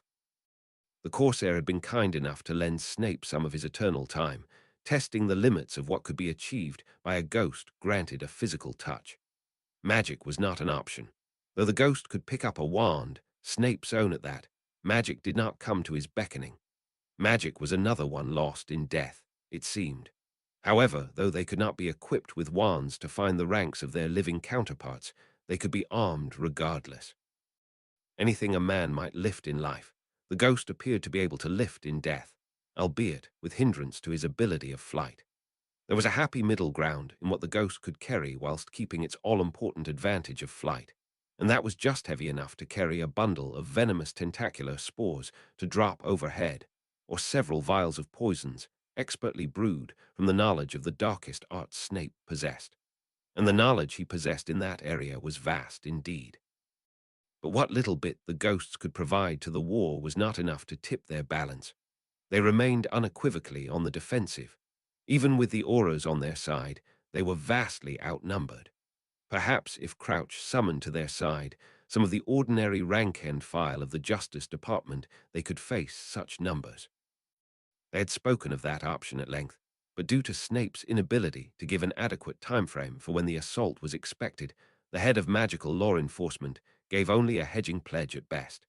He could not afford to keep so many uniforms on call and grounded, awaiting a call to arms at the school when there was so much battle to be waged elsewhere.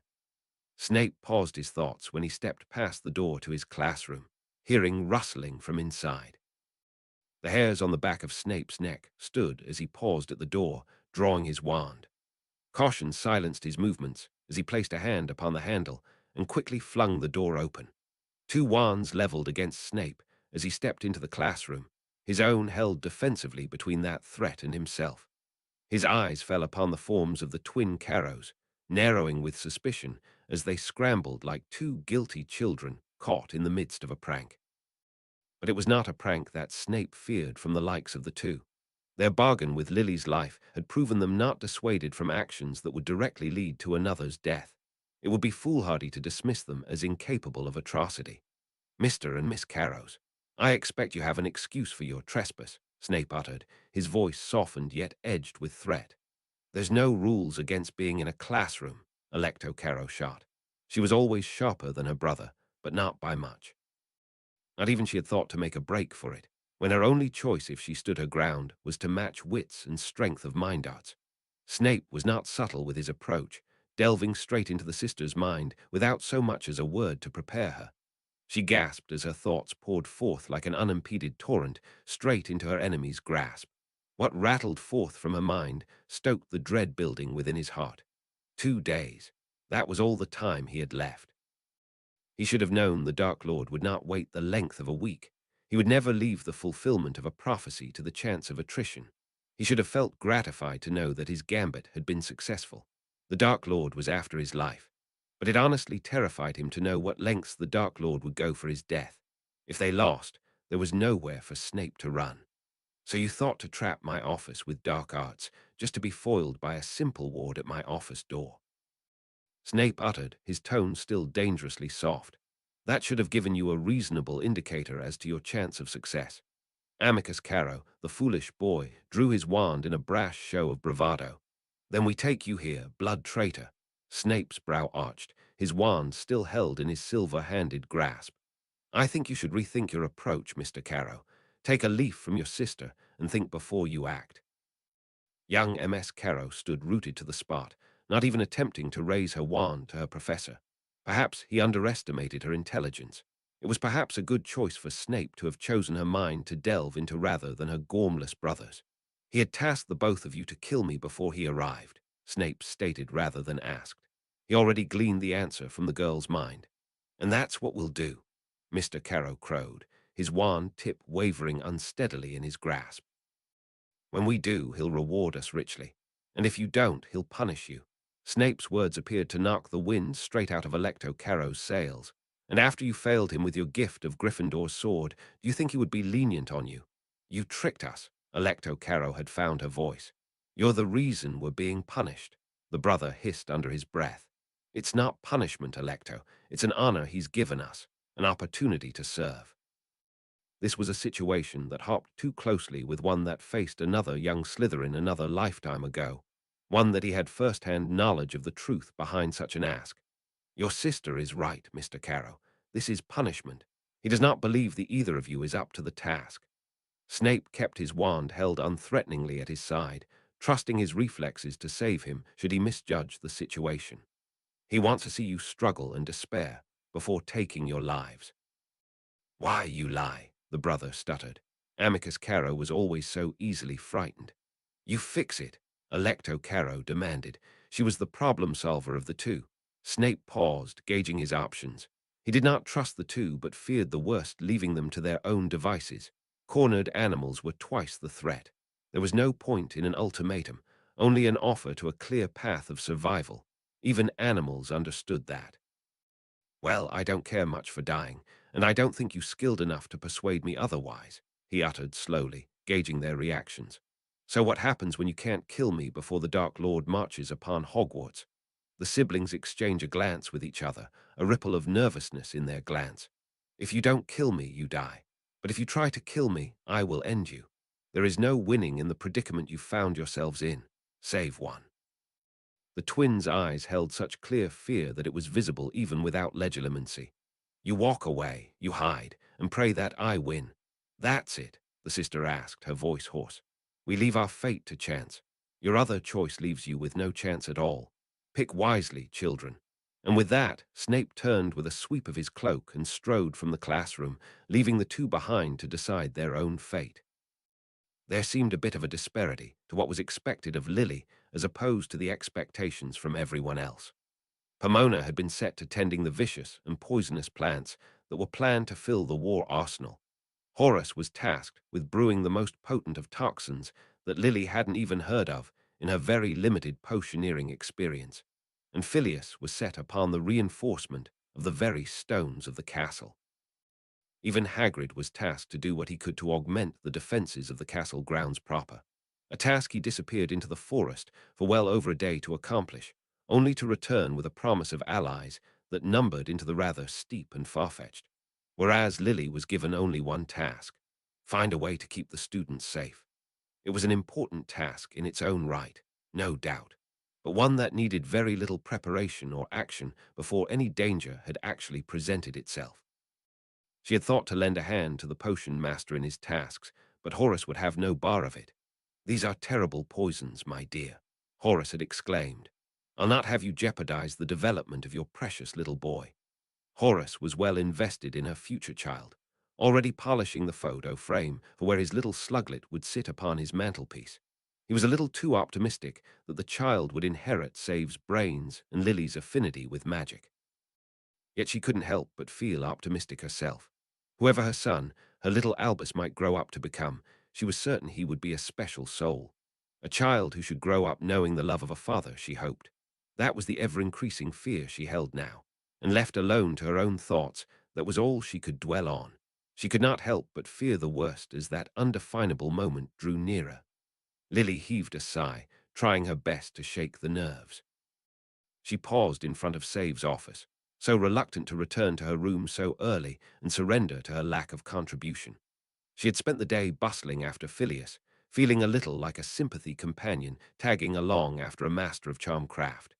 She wasn't even permitted to lend a hand with the Wolf's Bane potion, now falling solely upon Severus' shoulders since Albus' passing. Yet, as with all things, he bore it all, uncomplaining and competently. But whatever task and vocation each teacher and staff had, they gathered as Minerva summoned them. To the office they had, for so long, considered to belong to Albus Dumbledore and Albus Dumbledore alone. It was a strange feeling to step into that circular office, finding no phoenix perch and a sparse shelf where magical wonders and knickknacks once sat. Stranger still to see the great oak desk and know that it would be Minerva sitting behind it, her sternness in contrast to the kindly smile Albus would gift. But one could hardly fault Minerva for her frown. for there were fewer things more stressful than preparing your school for an imminent attack so soon after its greatest guardian passed from this world. But in contrast, today it was not Minerva sitting at what now would be her desk. The current stand-in headmistress stood to the side of the gathering of professors and staff. They stood in contrast by the odd sight of Aberforth, someone distinctly not within the school's employ. His grumpy features were fully exercised this day, and it was a wonder how he was even convinced to uproot himself from his musty bar to visit a school he had little to no affiliation with any longer. Among his company was a contrasting elderly man in a bright green feather-tipped deerstalker hat. A man that Lily took a moment more to realize was Effie's Doge, a man that Lily had met only once in an order meeting and never again after that. Had it not been for his fanciful hat, she would not have recognized him. At Minerva's desk was sat a squat, pudgy man, his hair visibly balding under his terrible comb-over. He hauled onto the desk what looked to be a briefcase that weighed far more than it physically looked to be able to hold. He popped his case open to reveal a physically impossible amount of paperwork, which he proceeded to arrange haphazardly across the sizable desk in an order known only to himself. Stacks of parchment, some with an envelope perched atop, popping with the shape of more than a letter contained within. My name is Robert Afferty, trustee of the ministry and appointed executor of Professor Albus Percival Wulfric Brian Dumbledore's will. And you, fine people, have been gathered here today as those named upon said will, to whom he is prepared to have his effects dispensed upon. I have with me small items, deeds and permissions. Anything bigger or of larger quantity will be marked for side-along apparition delivery to your respective addresses. Now, I know many of you professors live primarily in this castle during your school residence, so such dispensed legacies have been marked for later retrieval from the storeroom unless the recipient indicates a wish otherwise. The squat man paused to rearrange his papers as Lily struggled to discern what the man was actually saying. Well, if everyone's here, let's get to the business of it. Minerva paused the man. I'll have you hold a moment. Professor Snape is not yet with us, and he is one of the souls you asked to be summoned for the reading. Afferty cleared his throat. Ah, Professor Snape. He's not here, you say? Pity that. I had to speak to him of an issue contained within the legacy regarding him. Well, we can get to him when he arrives. The will does not have a specific order it must follow. And good thing, too, neither of the Flamels could make it up here to be with us today. Severus was uncharacteristically late. He was another soul burdened overly by sudden and unexpected responsibility. He had been flitting about the castle alone, his head clogged with thoughts. Even when they retired for the night, Save would be late to bed, sometimes jostling her awake with his restlessness. But his absences, his introversion, and his distance she all forgave. There were more important things machinating than her desire for his company, but that didn't stop her indulging where she could. With another clearing of his throat, the balding man began, taking from the top of the small stack he formed at his left elbow. I, Albus Percival Wulfric Brian, resident of Hogwarts School of Witchcraft and Wizardry, Scotland, being of sound mind, body, and magical ability, just get on with it, Aberforth growled, causing the entire room to start. Well, very well, Afferty fumbled. I'll skip straight to the legacies, shall I? He cleared his throat again. To my brother, my only living relative Aberforth Nicholas Oliver, skip it, Aberforth barked, likely not keen to give up all the secrets between his first and last name. I leave you all the gold, silver and copper stored within my vault at Gringotts, for you were never a sentimental man. I also leave you our old family home at the address of 12 Ermingway Street, Godric's Hollow. I don't want that, Aberforth snapped. I'll take the gold. I can at least use that. Afferty shuffled his papers nervously. Ah, yes, your brother anticipated such an objection, which is why he had me draft a contract for sale for the deed, a tidy sum for the home, to be paid in increments on the fortnight, signed already by the buyer. Lily's heart skipped a beat. That old house in Godric's Hollow flashed past her mind. It felt like an age ago since she had lived there, in its old and grand splendor. The memories she made in the brief time she had spent there with her husband as a budding family. She could not help the ache that took her heart. Gimme that. Aberforth snatched the paper from the clerk's hands and scanning it to the bottom of the page. Pah, a pittance. but any amount would do for that pile of bricks and bad memories. He charmed forth a quill from the headmaster's desk, ensuring the nib dipped in the open well of ink as it was summoned. He signed the bottom of the vellum with straight point of his wand, turning to Lily with an open hand. "Take good care of it for me, Lily, you and your husband both." Lily stared at the offered hand a moment, her mind stalled by the whiplash of it all. Her eyes scanned across the page, spotting her husband's familiar spiky signature under the wet ink of Albus' no-nonsense printed sign.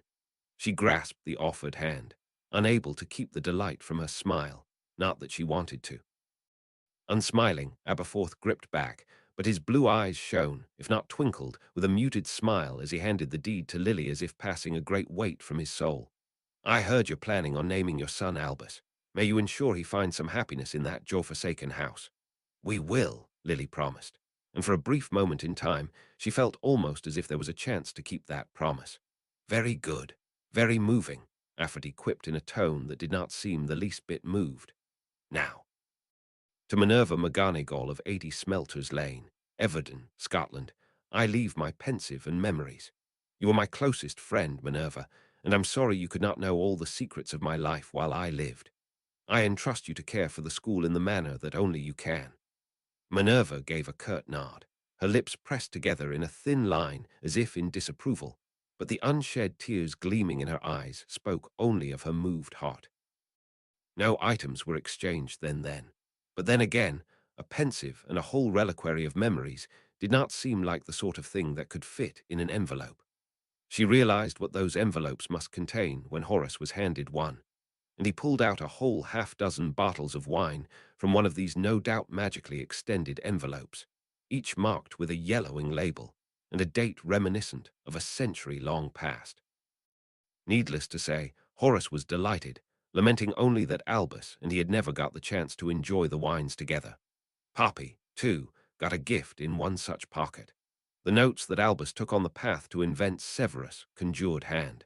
Pages upon pages of hand-written parchment, meticulously detailed dissections of the physical form of the hand, and notes that appeared to be unfinished at the end, for more work was being done to the tail of it, to perfect the form, to stabilize the conjuration, and ensure the hand required less attention from the caster less frequently.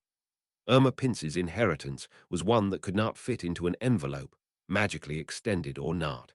To her, the late headmaster had left her his personal book collection, a collection she had promised would not see the terrible mistreatment at the hands of inconsiderate students. It was at that time that Severus finally attended the office. His smart rap on the door signaled his arrival as distinctly as if he had signed his signature upon the wall. Without a word, Save stepped into the room, finding his place quickly into the crowd as he directed a brief nod to apologize to the gathering for his tardiness. Lily stepped right up next to him, taking his hand in her own. Finding his black eyes meet hers, a little quizzical at her unbridled joy before finding the deed, he smiled, a tired, strained expression, but an effort made. Lily squeezed his hand in answer of appreciation, enjoying his public acceptance of her affections. "Professor Snape, I presume. Your colleague said you were running late." The balding man turned quickly to his sheaths of legal documents. "For you, Albus left a very poignant inheritance, the right to his wand. Now, one hiccup. We do not actually possess his wand. It was presumed to have been on him when he died, so rites of exhumation do not occur if you had entombed him with his wand." "I don't believe his wand was ever recovered when he was murdered that eve," Minerva stated. She seemed keen to move matters along from such talk of exhumation. So soon after the burial, such emotions were still raw. "Ah, well, I am very sorry that we cannot fulfill that request of the late professor," Afferty said solemnly. "At the very least, we can all take comfort in having to skip all the tedious paperwork of a registration of a second wand. It is tedious to say the least, and that is even with the help of a professional like me." Lily glanced to her husband, knowing full well he had the headmaster's wand on his person. She didn't know how much of a secret she had kept it from the rest of the order, but she could think of no other time the topic was brought up in their meetings. He certainly wasn't keeping it secret from her. But he did not speak up when prompted by the ministry man on the legalities required for the wand in his possession. He said nothing. Since we're at the property going to the Snapes, There's one more penned for a Lily Snape. Lily whipped about, eyebrows arched high. Though she had been called to the reading, she hadn't really expected to be actually named in Albus Dumbledore's will. Though she had gotten the chance to work closely with the late and great headmaster, she never thought of them as being particularly close. Not in the same way the other professors, Albus, brother and long-time friend, had known him. Certainly not the life and death spanning friendship that he and Severus had. Lily felt but a blip in the great man's life, a smudge upon his biographical telling. Yet he set a piece aside for her. To Lily Snape of 12 Ermingway Street, Godric's Hollow, England. I leave you my deluminator, a creation entirely of my own. May it light your way when the night seems the darkest. From the envelope, Lily slipped a beautiful, ornate object that looked akin to a Muggle lighter she had seen used by her father's neighbor Greg whenever he went out for a puff. She could feel the power of the magic thrum against her fingertips as she held it, at odds with its simple appearance.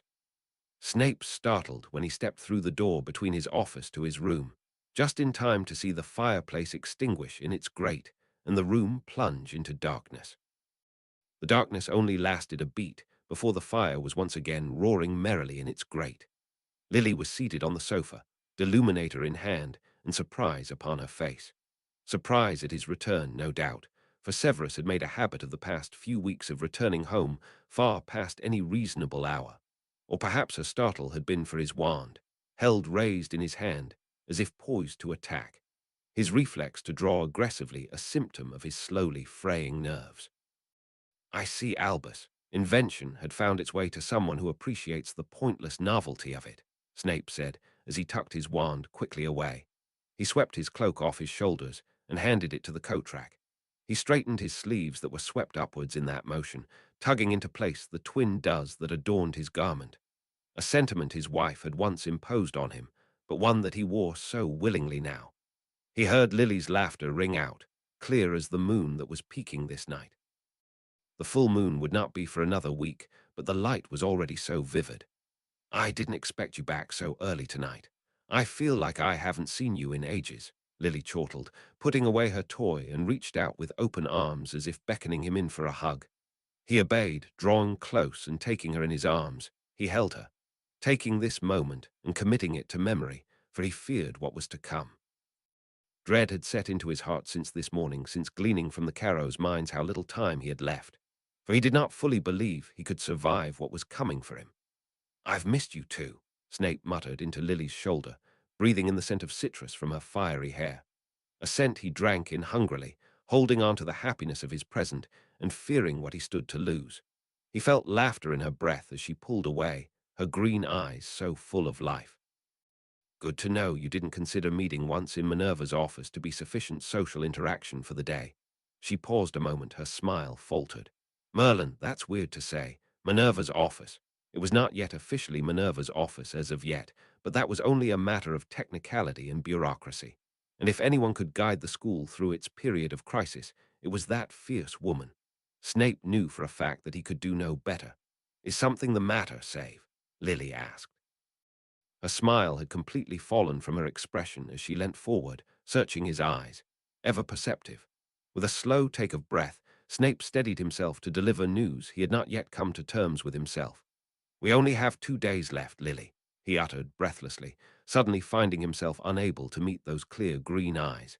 2 days? She asked, the quiver in her voice marking her aware of the implications of her husband's words. Snape reached forward, taking her hands in his own.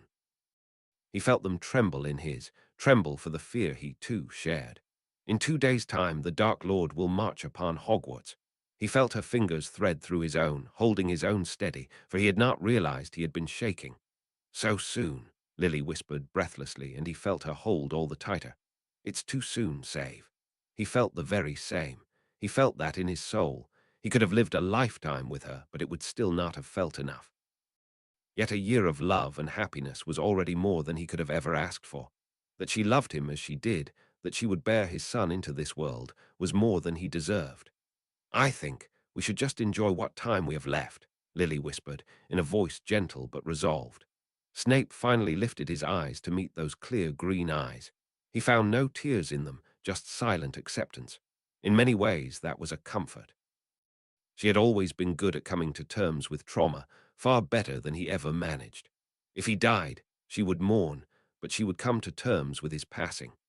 That was comforting in many ways, that she would not face the same trap of trauma that had haunted him to his dying days. She would not let that trauma break their child, as his father's trauma once broke him. He felt her hands tightened about his. He felt the clink of their two rings meeting in that grasp. The silver rings that bound them together in more ways than just symbolically. When he died, that would be one of a few meager things she had to remember him by, and the only piece he had ever given her to be worn. A memento crafted more by her hands than his. All he gave her in truth was the silver to start it by. He felt in that moment he had to give her something, anything, to remember him by. Something more precious than a lump of silver or a crystal vial taken from the collections of another. A gift that no one else could give. Tell me, Lily, if I were to modify your ring, would it disrupt the enchantment? He muttered, his dark eyes turned to hers. Lily paused a moment, thoughts turning so quickly they almost seemed to manifest in her eyes. Her experience in the field no longer warrants her as a novice. So long as you don't cut through it and break the path along the circular form of the ring. A smile touched Snape's lips as his idea took form in his mind. Then I believe there is a gift I can give, that only I can give. Snape drew from his wand holster that black focus stone he had kept so close at hand. A stone he poured into with the knowledge and memories only he possessed, for the only other man to have seen them had passed from this earth. With a switch of his wand, he broke a shard from the tip, breaking it in half and chipping it smaller and smaller, carving them into little diamonds, perfectly the same in size and shape.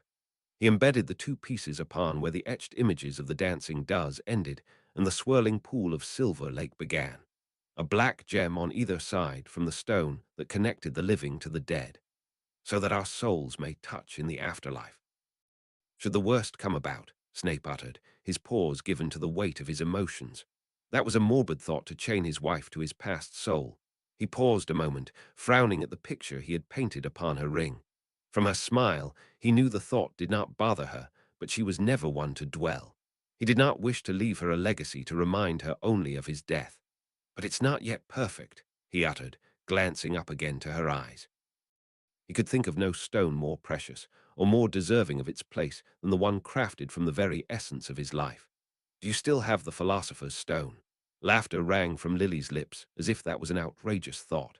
I haven't lost it, if that's what you're asking. You're putting that in my ring. Snape arched a brow. And why not? Considering how much of a burden it is to you to be carried in your day-to-day life, I can think of no better place for it than to set it in your ring. Would be the most valuable ring in the world, she uttered in a voice still breathless with laughter. It is certainly more valuable in your ring than being misplaced by you in every which way, the young husband agreed. At which point, where have you placed the stone today? She appeared to pause, as if racking her brain. I don't think I've taken it out from my bedside drawer this morning. With a dramatic sigh, having had his point proven, Snape stood to search for the stone that had been forged from his own blood. He never summoned that stone, for summoning didn't appear to work on it. Perhaps it was because it was a life-giving stone that anchored it, for living things could not be summoned by spell. It was in the drawer, as she had said. A miracle it remained so, for he could not imagine treating something so precious so carelessly. He returned to his wife's side with the stone clutched in hand, a small blood-red pebble he had created to save her from the clutches of death. He pointed his wand to the stone and struck a piece off. With careful cuts cast from his wand, he fashioned the stone into the shape of a gem like those he had seen displayed in shops. Larger in size than those he made from the black stone, Snape had intents to set it as the centerpiece. The orange candlelight flickered off the surface of that gem, giving it the impression of a living thing. Its center seemed to swirl with the cast-off light, the glowing within seeming to swirl as he set it carefully into the centerpiece of Lily's ring, right into the heart of the silver between the two does. It set like it was destined to be set there, as if the ring had been created with the very intention of one day seating the stone at its heart. That stone is more than just the key to immortality. That stone that contains the memories of our love. I can think of no better place for it. Lily raised her hand to admire the ring she wore upon it. her eyes gleaming with delight at the meager contributions her husband could manage. He knew in his heart it was not the stones themselves that brought her the most joy, but the sentiment behind them. She placed her hand on his once more, her eyes holding his with her joyous smile. "I love it, Save." She paused a moment, her smile dimming as the reality seemed to set in once more. "And I love you," she whispered as she leant in to kiss him. He doubted those words no more. It would have been a moment to savor that night, one last memory to keep before committing to fate. But fate would not be patient nor kind. A silver cat slipped through the wall of Snape's room, startling him with its presence.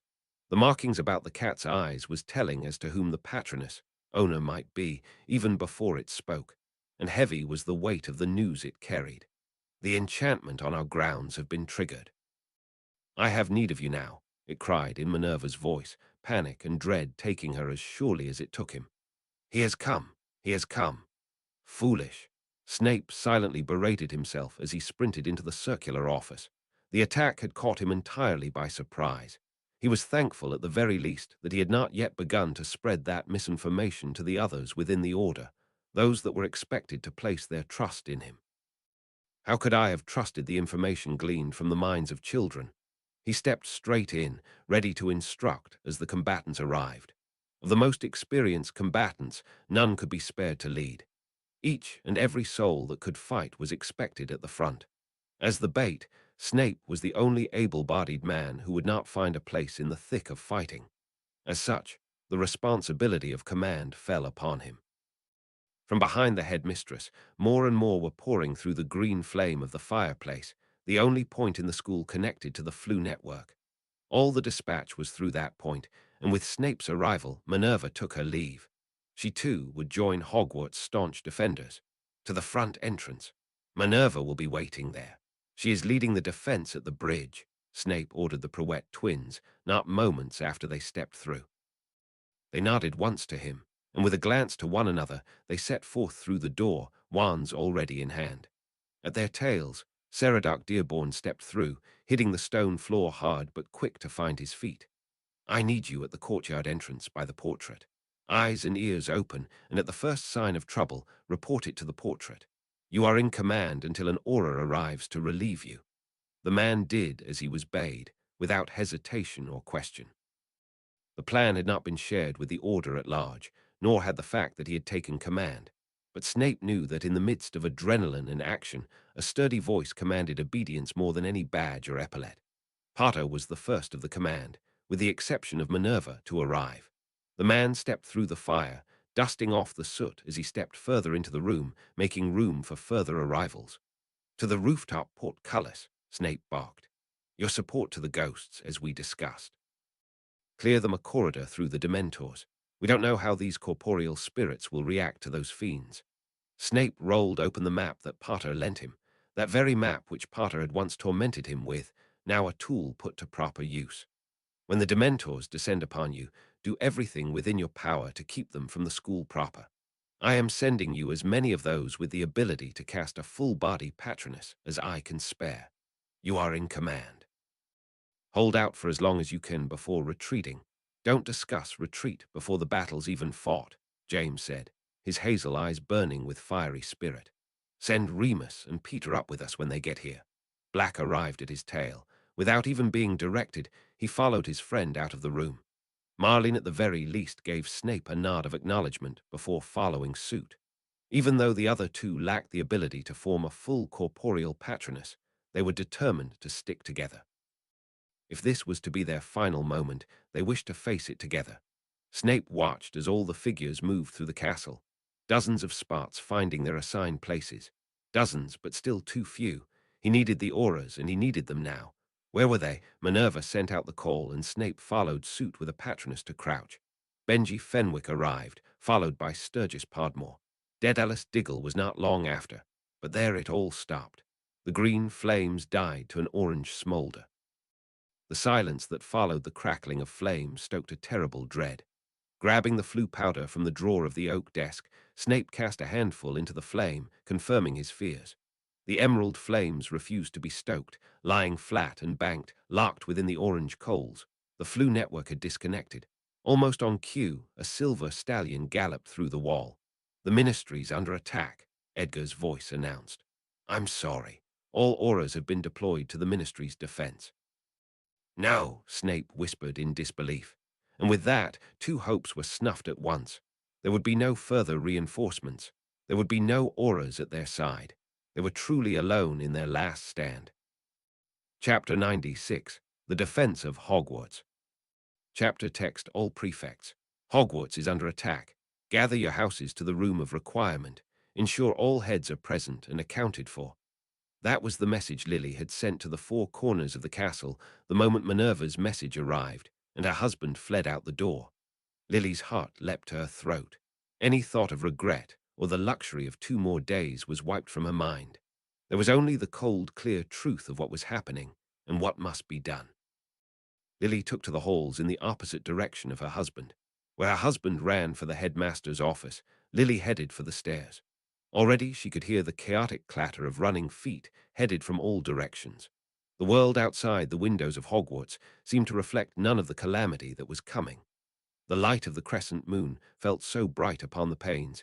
Each star felt like a pinprick piercing the inky blackness of the night's sky. It painted the grounds in a stark monochrome. The winds were gentle this night, for the tree line seemed unnaturally still, as if time itself had stopped, holding its breath. A shadow caught Lily's eye, for it seemed to be the only movement she saw in the world outside. A figure, distinctive in his size, ran for the tree lines. Hagrid, it seemed, was not taking refuge in the castle. Lily drew away from the window, turning back to the chaos within the castle proper. Minerva passed her with a speed not ascribed to a woman her age. Fierceness in her face matched only by the fury of her magical casting. Around her, all manner of objects came to life, whether they be stone, steel, or wood. Tables and chairs charged ahead of the steady steps of the suits of armor and animated statues, once ornamental weapons now deadly and sharp within their grasps. Sir Nicholas swooped down the hall, following the headmistress closely before darting off to the upper levels of the castle. Around his neck was bound that black stone that gave the dead life. He gained the power to interact with the material world, but in exchange, he had lost his ability to path his way through walls. At the stairwell, Lily glanced upwards, seeing the swirling activity of spirits gathering to the rooftops. Horace, too, hurried in the same direction, boxes of brewed and bottled toxins rattling as they levitated up behind him. Behind him, Sprout was doing the same with her cuttings of venomous tentacular spores. Lily followed behind the headmistress, finding herself among the throngs of gathering defenders. Though the first shot had yet to be fired, anticipation filled the air, like electricity crackling across her skin. Her intention had been only to gather her students that were pouring up from the lower levels, but seeing that heroic gathering, she couldn't help but feel swayed to join the battle proper. But thoughts of her unborn child stayed her hand. She had been living for more than herself since finding out the truth about Severus, but now she lived for one more. Lily turned away from the gathered, turning to the dungeon entrance. She had duties to honor, duties that kept her away from the front lines. Though the students would be more than protected by the room of requirement, it would be a job and a half to keep them from leaving safety, some more than others. Her duties were behind the front lines, and the danger was not hers to share. The Hufflepuffs arrived first, coming from the kitchen corridor. "Is it true we're under attack by you-know-who?" one asked Lily, wide-eyed and pale-faced. Their wands were all drawn. The teachers had kept silence around the students, but as always, news had a way of spreading in Hogwarts. "Everything will be all right," Lily quickly reassured. "I just need you all to quickly gather on the 7th floor. We're headed to the room of requirement." One paused among the defenders gathered, turning to them with a set determination as if expecting to be allowed to join the fray. "Don't even think about it," Amelia chastised, calling her little badger in line. "But I can fight. I'm one of the best fourth-year duelists in Snape's class," the young Hufflepuff shot back. "Roberts, you're not yet 17. You do not get a choice in this matter," Amelia stated firmly, ushering him up the stairs. "Well, I'm 17, another Hufflepuff stated. "Death Eaters killed my pop and my sister. I want to fight." "I don't see why we shouldn't get a choice," another voice agreed, but this one came from the direction of the dungeon. Regulus Black emerged, leading his Slytherins. Their numbers had their heads down, quickening their pace to the stairs. The Carrow twins were leading the rush up the stairs. Pale and shaking, they ran as if the devil was nipping at their heels. But among the Slytherin numbers, too, were some that stopped at the entryway as if readying themselves for battle. "Nobody is to remain here," Lily commanded. "Leave it to the professors. There'll be more here soon.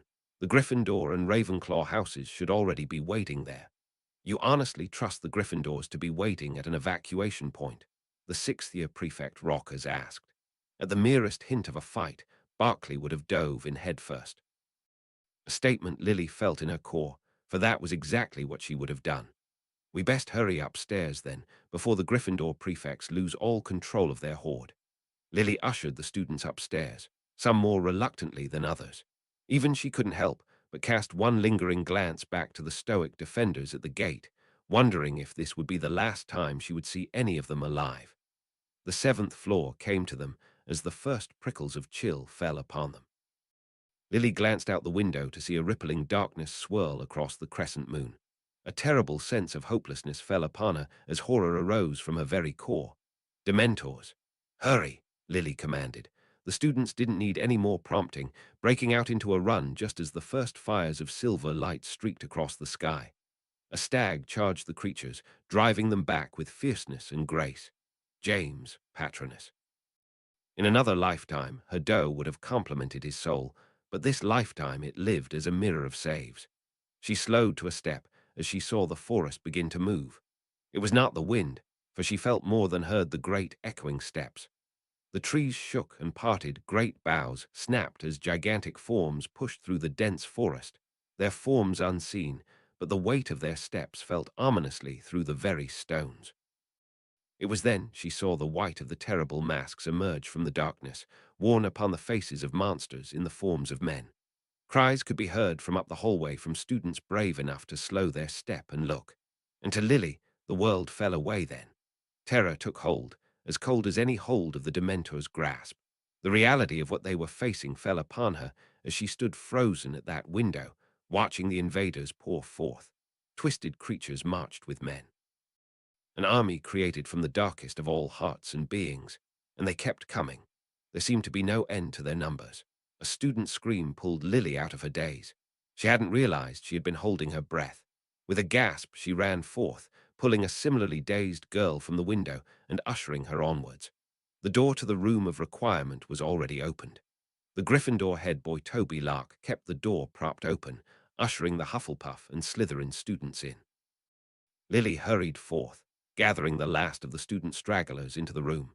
The door closed behind her, disappearing seamlessly into the wall as by design, keeping safe the students within.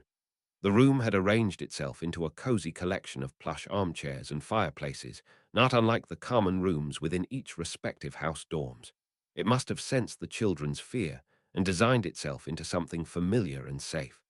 "Prefect, count for your houses," Lily commanded as the children got settled.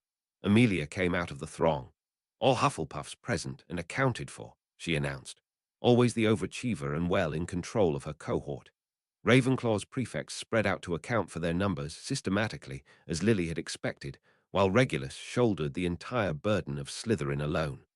Lark was in his corner, struggling to count his Gryffindors as they rolled restlessly and refused any notion of sitting. But then the first dreaded absentees were called. "Lockhart isn't here," Patricia Erin alerted. "Oh, Merlin, he's probably run off to join the battle, the fool. He was bragging so much about how he could wipe out you-know-who with his newly invented spell all the way here, but I didn't actually think he'd try it." "None of us did. He's usually full of hot air," the other Ravenclaw agreed glumly. "And he's not the only one to be missed. Drian's gone too. I'm missing a few." "One of my prefects among others," Regulus announced in a deadpan, as if he expected as much. "Rockers and his friends. They've been practicing dueling together with the Gryffindors all week. Nothing I said would have changed his mind." "Speaking of Gryffindors, I have at least a dozen unaccounted for," Locke exclaimed. "I don't yet know who among my numbers isn't present." Lily felt at a loss for the briefest of moments before it became clear what she needed to do. It wasn't like it was unexpected that students were going to try to join the fray. Her task was clear: do everything in her power to protect the students. Amelia Bones, you're in charge, Lily announced as she turned to the door that materialized in anticipation of her decision. I'm going to find them and bring them back. There was a bite of frost in the air tonight. The frost crunched underfoot as Snape picked his way to the front of the viaduct courtyard. In his hand was clutched that map, reminding him how sparse and fragile his defense was. There were not the numbers to man every point and expect defenses would hold. A great shimmering shield sat over the sky above them, its brightness washing the stars from the sky. A powerful shielding charm within which were woven multiple anti-curse and anti-hex wards. The combined power of all the professors went into its creation, and perhaps it would buy them several minutes of respite before its eventual breach. Severus, you should not be out here, Minerva exclaimed upon sight of him. She stepped back from the gatehouse at the front gates where she had been taking cover with Phileas Flitwick. Diminutive size of the charm's professor was deceptive, for there were few that could ever claim to have duelled the professor and come out with their wand still in hand and feet still planted on the ground. The auras aren't coming, Snape conveyed without so much as pause or warning. An attack brought down the flu network. Half our numbers are stranded, and will have to make it to us by foot through our enchantment-guarded grounds. The weapon they had hoped to wield against the Dark Lord was turned against them. The enchantment that kept him from escaping also kept help from coming to their side. A hush fell upon those standing in the quadrangle. Fear followed that silence, despair that could quickly grow under the loom of the swarming Dementors and strangle from every soul any hope. Talk of action was better than wallowing in any talk of what they lacked. We'll have to retreat from this position far sooner than we hoped, but until such a time, I'll be joining you in the defense. If they know you're here, they'll be coming straight for you, Minerva cautioned. Snape grimaced. And yet if I don't, we will fall all the sooner. I've already recalled everyone sent to guard the other entrances to join us here or position themselves on the ramparts above us. He turned to Minerva, weighing the loss of her presence in the fray to come against the task he had in mind. The task of rallying as many of their wayward allies as she possibly could. But no matter how he dissected the problem in his mind, he could see no way of doing such a task efficiently. For one, he did not know the location from which every defender was to travel. That was not part of the plan discussed. We should blow up the bridge, the squat Prouette suggested. It'll stop at least the giants crossing. Whereupon they'll wade to the base of the castle and scale it, breaching the castle from any point, Snape countered. The thinner Prouette nodded, seeming to understand. I'd rather they come at me from the front than have them flank me. A heroic last stand, just like the legends of old, Sturgis Podmore agreed. A sentiment straight from the annals of Gryffindor House. Snape turned his eyes to the entryway, barred and gated, knowing the physical structure had no chance of stopping the force that lay beyond. Through the gatehouse window, Snape could see the suits of armor formed up side by side, weapons ready. At their shoulders stood the stone sentinels, flanked by a small squad of office furniture, an army of the conjured and animated, more than a mere physical barrier for the invaders to get through, for they would fight with physical force beyond the materials they were constructed from. Yet more lay dormant in the school. Placed in positions Snape knew they had not the numbers to cover, and enchanted to animate at the first sign of the uninvited. A contingency Snape hoped would not be needed. No. Holding the front would be a challenge enough without having to worry about their flanks. He glanced once more to the map, his eyes moving over the moving dots and jumbles of names. Those that manned the castle were but a few blotches against the inky mass that gathered across the bridge. With resignation, Snape tucked away his map. He knew the odds were against them, but never could he imagine he would be put in a position so dire. Not only himself, but every soul that heeded his call. He may have doomed everyone with his lapse of foresight. He had put too much faith in the belief he could summon to his side the numbers to face this crisis. He cast his eyes across the bridge, watching the distant force amassing. The terrible skull masks of the Death Eaters stood out within the darkness. Those he had once served amongst, fought beside, killed beside. But in this moment he felt, as he never had before, free of those past sins. He took his place among the doomed defenders, knowing all the decisions of his life had taken him to this point. His duty bound him more than anyone else who stood beside him this day, yet no one balked from the point. Nobody doubted that this was their duty. Then that ultimatum came. The bargain Snape knew would be offered. The Dark Lord did not fight when what he wanted could just be taken. His greatest weapon was fear. His greatest victories were won when those who could chose not to resist. I know you are preparing for a fight. That voice curled into Snape's mind, chilling him to the core.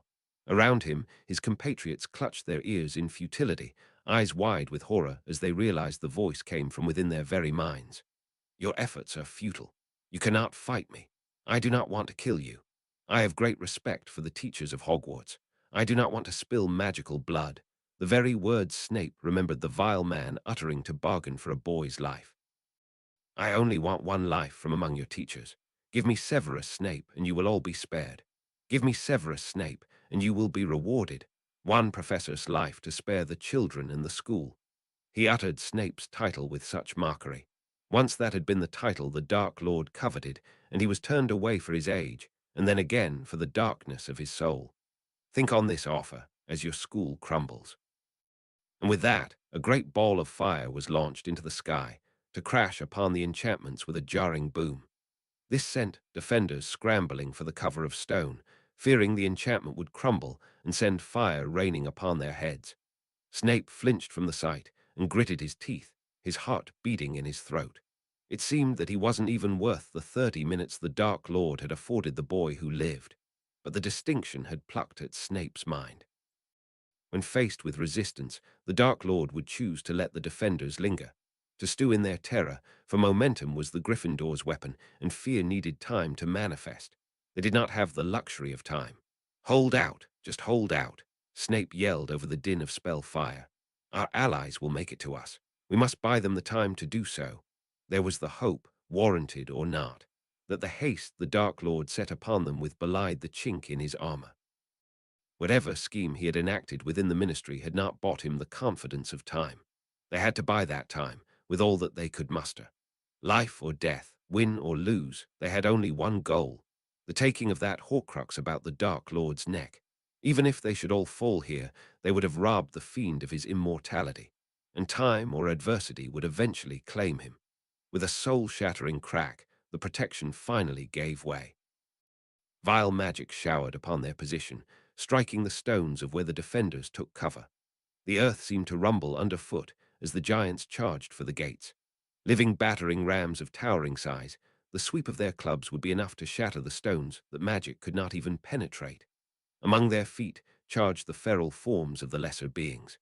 Werewolves, hags, and men of twisted hearts, those that made up the bulk of the Dark Lord's army. Those whose lives he had no qualms about throwing away.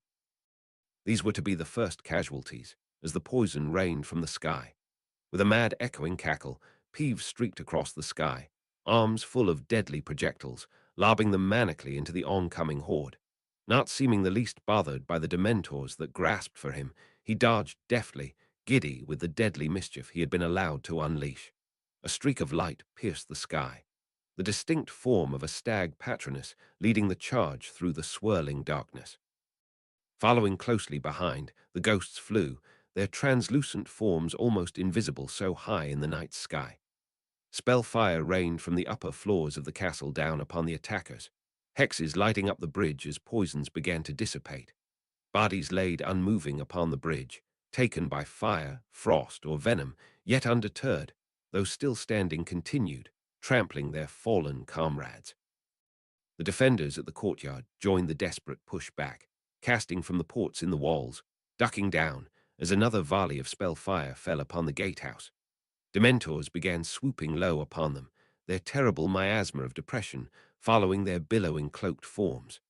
The few spluttering attempts at a patroness from the squat, Prouet brothers did little to dissuade the plague of darkness, but with a sharp command, Minerva swept the lot away with one cast of her feline patroness. The first of the giants reached his mark, wading through the blades and pikes of the animated defenders to do so. Tall and lanky, bearded and clothed in a mottled fur coat comprised of various animal skins, stitched together to cover his massive form, he raised his club and brought it down. The gates boomed and rattled upon their hinges. The stones of the very walls cracked and groaned. The castle was enchanted to resist the misfires of magic, but to physical means it was but stones and mortar. Snape launched a leg-locking curse upon the creature, binding its powerful legs and sending it tumbling backwards into a second giant. One human-sized attacker was lucky to dive away from the falling giant just in time to avoid a terrible crushing demise. He was, however, not as lucky with the knockback jinx Snape sent his way, or the long drop off the bridge that followed. Another volley of spell fire caused Snape to dive down quickly, as one struck too close to the castle port he was standing at for his liking. The damnable map came loose from his robes then, unfurling upon the stones to show him the carnage of their situation from a bird's eye view. But as dire as things were, he could see they could indeed become worse. Figures were moving to the edge of the lake by the boathouse, mobilizing Hogwarts, many magical boats, no doubt, directing an assault to the far more lightly guarded base of the castle, just as Snape had feared. But another ink splotch caught Snape's eye, his own surname. With a sense of horror and dread, he followed the image of Lily Snape running down the 7th-floor corridor, away from their designated safe room and towards the spiral staircase. 1,000 curses threatened to pass his lips as he stood and let one loose in spell form into the charging attackers. He asked of his wife only one thing, and that was to keep herself safe. And against all logic, against all thoughts of survival, she was charging through the castle proper, a castle whose meager defenses would be soon penetrated. Gritting his teeth, Snape stood from his sheltered port, stepping out of the gatehouse and into the spell-lit night sky. "Severus, what are you?" Minerva called before the rest of her words were drowned out by another thunderous crack of a giant's club against the gates. Launching himself into the sky, he cast away the secrecy of his power, the gift of unaided flight. He rose swiftly above Hogwarts' defenders. Gasps and cries followed his ascent. Dementors swooped towards him, stretching open their maws as if in anticipation of a feast, but with one sweep of the Elder Wand, he swept them aside. The dough that sprang forth from his wand manifested with a power he had never felt. The creatures scattered in their flight, recoiling in its presence as if its very light burned them. Their swarming form dispersed, such that the moonlight pieced forth once more, and the stars settled once again into their rightful place. The power of that one magical command reverberated through him. The magical wisps from its trail curled around him protectively, as if that magic was a living thing. He landed upon the ramparts of the gatehouse, wand held high in that shining hand that could not be mistaken in the darkness. There were no more secrets to keep. Silence would no longer help him. He stood atop that rampart, brazen in his might, as he cast a fireball across the lake and crashing into the boathouse, sending the Death Eaters their scrambling and burning boats abandoned in the embers. Spell fire flew at Snape, but he swept it away with grace and ease. The power of the wand, coupled with his dueling sense and timing, rendered him untouchable by those inexpert casts. Bringing that same wand down in a forceful motion, he sent a shockwave down the bridge, knocking off several attackers and tumbling a giant. The doe Patronus Snape had been so eternally reluctant to expose galloped about his head. Its silvery form chased away the dark figures whose rippling forms had all but swallowed the crescent moon. A bolt of green streaked across the sky, aimed square for his chest. With expert precision, Snape parted the killing curse with a stone from the castle wall itself, shaken loose by the blows that were raining upon it. A physical object made for the very purpose to disperse the power of destructive spells. But the power of the striking spell was enough to be felt through to Snape's very core. That curse could only have been sent from the Dark Lord himself. He had his attention. Casting the stone into the head of an approaching giant, Snape readied himself for another blow of the club. He barely kept his footing as the entire wall shook like the earth itself was tearing apart. With his feet firmly planted, Snape struck with another booming cast of the knockback jinx, sweeping aside the giant that was poised to strike again. Drawing a second wand in his offhand, Snape swatted away another ill-cast spell. The grace of learning to cast with his left hand and right granted him the confidence to duel. Wielding the Elder Wand in his main hand, he brought his childhood wand to bear in his left, taking his dueling stance upon the ramparts as chaos and spell fire rained down upon him. "You want me? Come take me," he yelled into the night as he struck down the spells that found their marks upon him. With one final blast of thundering magic, Snape leaped from the ramparts and took to the sky. The castle shook with the power of that blast. Lily paused upon the third-floor flight to glance from a window. She couldn't see much of anything from this angle of the castle, but she could feel the battle roaring around her. Above her in the night sky, she saw the form of James, Patronus stag, toss its great antlers high as it warded off the dementors that were thick upon the sky. She watched a moment as that stag streaked across the sky, its light throwing into stark relief the true volume of the night creatures clawing above, and how close to the castle they had come. The cold seeped from the very stone was from more than just early spring alone. Dementors were finding their way through the cracks in the stone. Turning back to descend the stairs, Lily cursed silently to herself as she was a step too late and found the staircase turn away. Recklessness seemed to grip her as she took a running leap, landing roughly and rolling precariously close to the gap formed by a missing step. Wincing, Lily silently chastised herself for her own recklessness. Since Save couldn't be here to see it, she had to do it on his behalf. Finding her feet again, Lily tore down the remainder steps before finding herself hesitate on the final flight. Where was she going? She had no clue where to even begin looking for her missing students. She had no notion of where they might have decided to head. Almost as if summoned by her very thoughts, Gilderoy Lockhart appeared, pale-faced, and dashing up the stairs from the entrance hall as quick as his 16-year-old legs could take him, which was honestly pretty quick. Terror plastered upon his face. He half-barged Lily aside in his haste, seeming to not have seen her at all. It seemed the battle was not the glamorous heroics he had envisioned himself in. But a shuddering boom rattled the very foundations of the castle and caused him to trip off his feet before he even made it to the stairs. Lily, too, found herself stumbling against the banister, glancing around wildly for the source of the powerful force. To her horror, she caught sight of the source from outside the window, one enormous eye staring straight back. With a gasp, Lily grasped the sprawled Lockhart, dragging him to his feet and towards the safety of the first-floor corridor. Wall crumbled in the next blow as stone and debris showered the floor where they had been. A giant stepped through the gaping hole in the stonework, sopping wet and filling the room with the stench of wet fur. With an inhuman roar, the creature caught sight of Lily, landing on the first-floor flight in one leap, shaking the entire castle with the weight of his landing. "Run!" Lily commanded as she steadied herself back onto her feet. The young Ravenclaw insisted on standing rooted to the ground, dumbstruck with fear. With a silent sweep of her wand, Lily hurled stunning spell after stunning spell at the creature, only to see them skitter off his skin and fizzle without so much as an impact. Magic-resistant skin, of course. With an angry grunt, the magical being moved to squeeze further into the corridor after the offending witch. The giant managed to just fit upright into the sizable castle walkway, with his shoulders hunched and head bowed low. "Run!" She commanded again, this time physically dragging the boy to his feet. His survival instincts seemed to finally kick in and unstick his feet from the stones. Just in time, too, as a hand the size of a wagon came crashing down on where they had just stood. Glancing back, Lily caught the terrible sight of the creature stomping after them, his long strides making ground despite being hampered with the inability to stretch his limbs out entirely. A suit of armor came to life at the giant's approach, stabbing at him with its pike.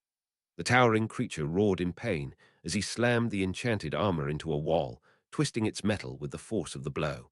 Flinging another futile curse out behind her, Lily found herself falling behind her student charge.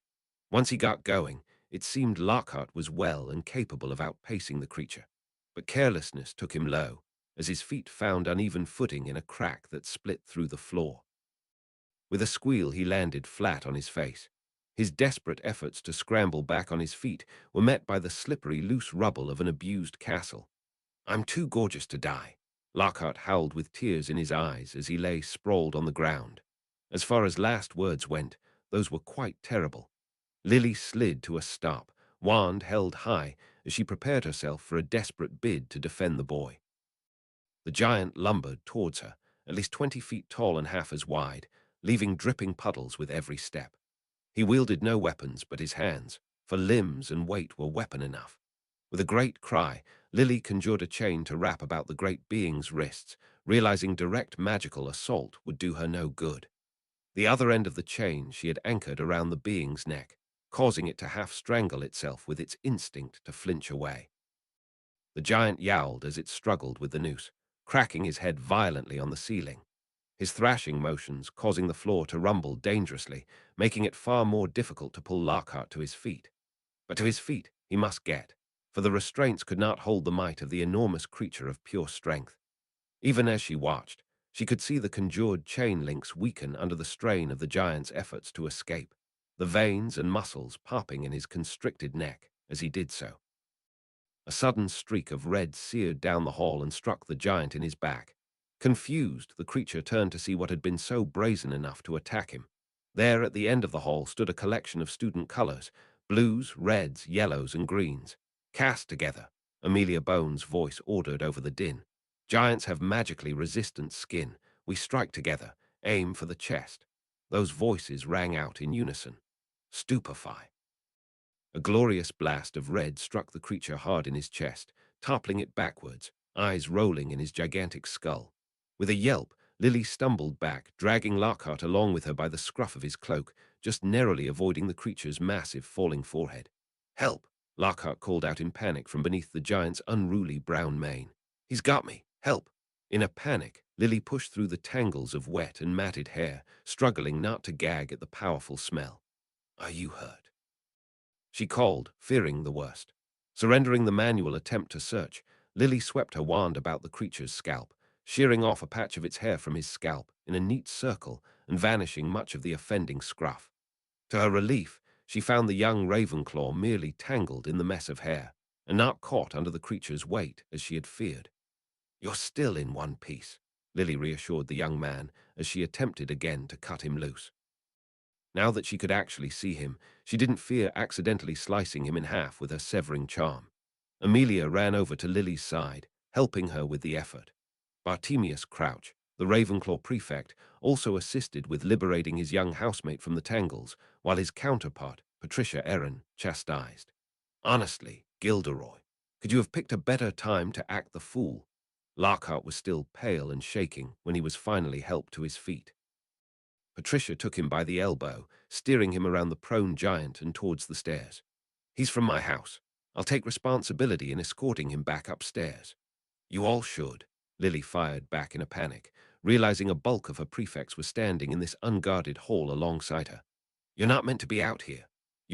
We're 17, Regulus Black retorted, looking more like his brother in that moment than he ever had right to while garbed in green. "We can choose the danger we face." Amelia Bones, despite her adherence to rules and guidelines, nodded in firm agreement. "And we chose to lend our assistance to you in finding our lost classmates. They are as much our responsibility as they are yours." The cold in the air stole away any response Lily had, a dreadful sensation she was becoming too familiar with. Expecto Patronum. She yelled, casting her silver doe into the shadowy hall, its light throwing the shadowy creatures into sharp and terrible relief. With twisted gnarled hands and gaping maws visible from their billowy cloaks, the Dementors were more horrifying than any artist's rendition within the library's books could do justice. They fled from the Patroness, like shadows chased back into their corners, the power of the Patroness showing its value as more than just an avatar of her heart. It was the only weapon that could save her and her students. With a panic, Lily ran after the fleeing creatures, terrified of what they might do to the lone Ravenclaw prefect and her powerless charge. "Find Patricia," she commanded her doe, casting its protection away from herself and into the doorway of the stairwell. It was then she saw another silver light join her patroness charge. A silver goat, its horns lowered in a charge. It dove into the scattering wraiths, bounding around them as if herding them with such expert precision. "Back with you, to your posts in Azkaban. I'll tolerate no rogue Dementors in my county." Relief flooded Lily at the sound of that commanding voice. She turned her eyes upwards to see Aberforth Dumbledore standing on the floor above, his wand poised as he directed his patroness motions. Behind stood Alistair Moody, garbed in sweeping brown robes bearing the crest of the ministry, he facing the opposite direction as he cast his own formless patroness into the upper levels, shielding Patricia and Lockhart from the Dementors that slipped past them into the upper eaves. "Longbottoms, have you got a hold of things upstairs?" he called into the rafters. Alicia's voice answered. "We're a little busy here." Down she tumbled into sight as spell fire streaked down from above. She too bore the ministry's crest, the symbol of the official business she served. Death Eaters got brooms too. What's the bet we gave them the idea? Frank asked as he flew into sight, astride that aforementioned broom, ministry robes aflutter, and almost colliding with a moving staircase. "Watch it," Aberforth shot up at Frank. "You blasted auras have already lost me 3 of my brooms getting here. I want that one back intact." "You lost one of those yourself," Alice reminded him as she found her place among the gathering, "and the other one was lost by Peter." Turning her eyes upwards, Lily saw the light of the silver stag prancing about the 7th floor as more figures descended amidst chaotic blasts of magic. She could pick out the pudgy form of Peter leading the retreat, dashing down the stairs as quickly as his stubby legs could take him. Behind him followed Remus, propping up what looked like a blood-covered black with one arm, shooting out shielding charms with his other. Marlene held out the rear, firing back on the Patroness, while James directed his stag down to support the auras. With the retreat of the Dementors, it freed up Moody to turn his sights on mortal foes. "Avada Kedavra," he roared, sending a streak of green striking at targets so high up Lily couldn't even see the outline of their forms in the shadowy darkness. Found its mark, for a body fell from the heights, silent in its plunge. It broke upon the floor of the stairwell, eyes staring hollowly upwards through the eye holes of those terrifying white skull-shaped masks. Was that the killing curse? Toby Lark gasped, eyes widened with horror. Auras had been given authority to use them, Bartemius confirmed flatly, as if such a terrible thing should be common knowledge. Regulus Black said nothing as he marched up to join the auras, turning his wand upwards. "Regulus." A voice hissed from up on high, his recognition of the boy startling.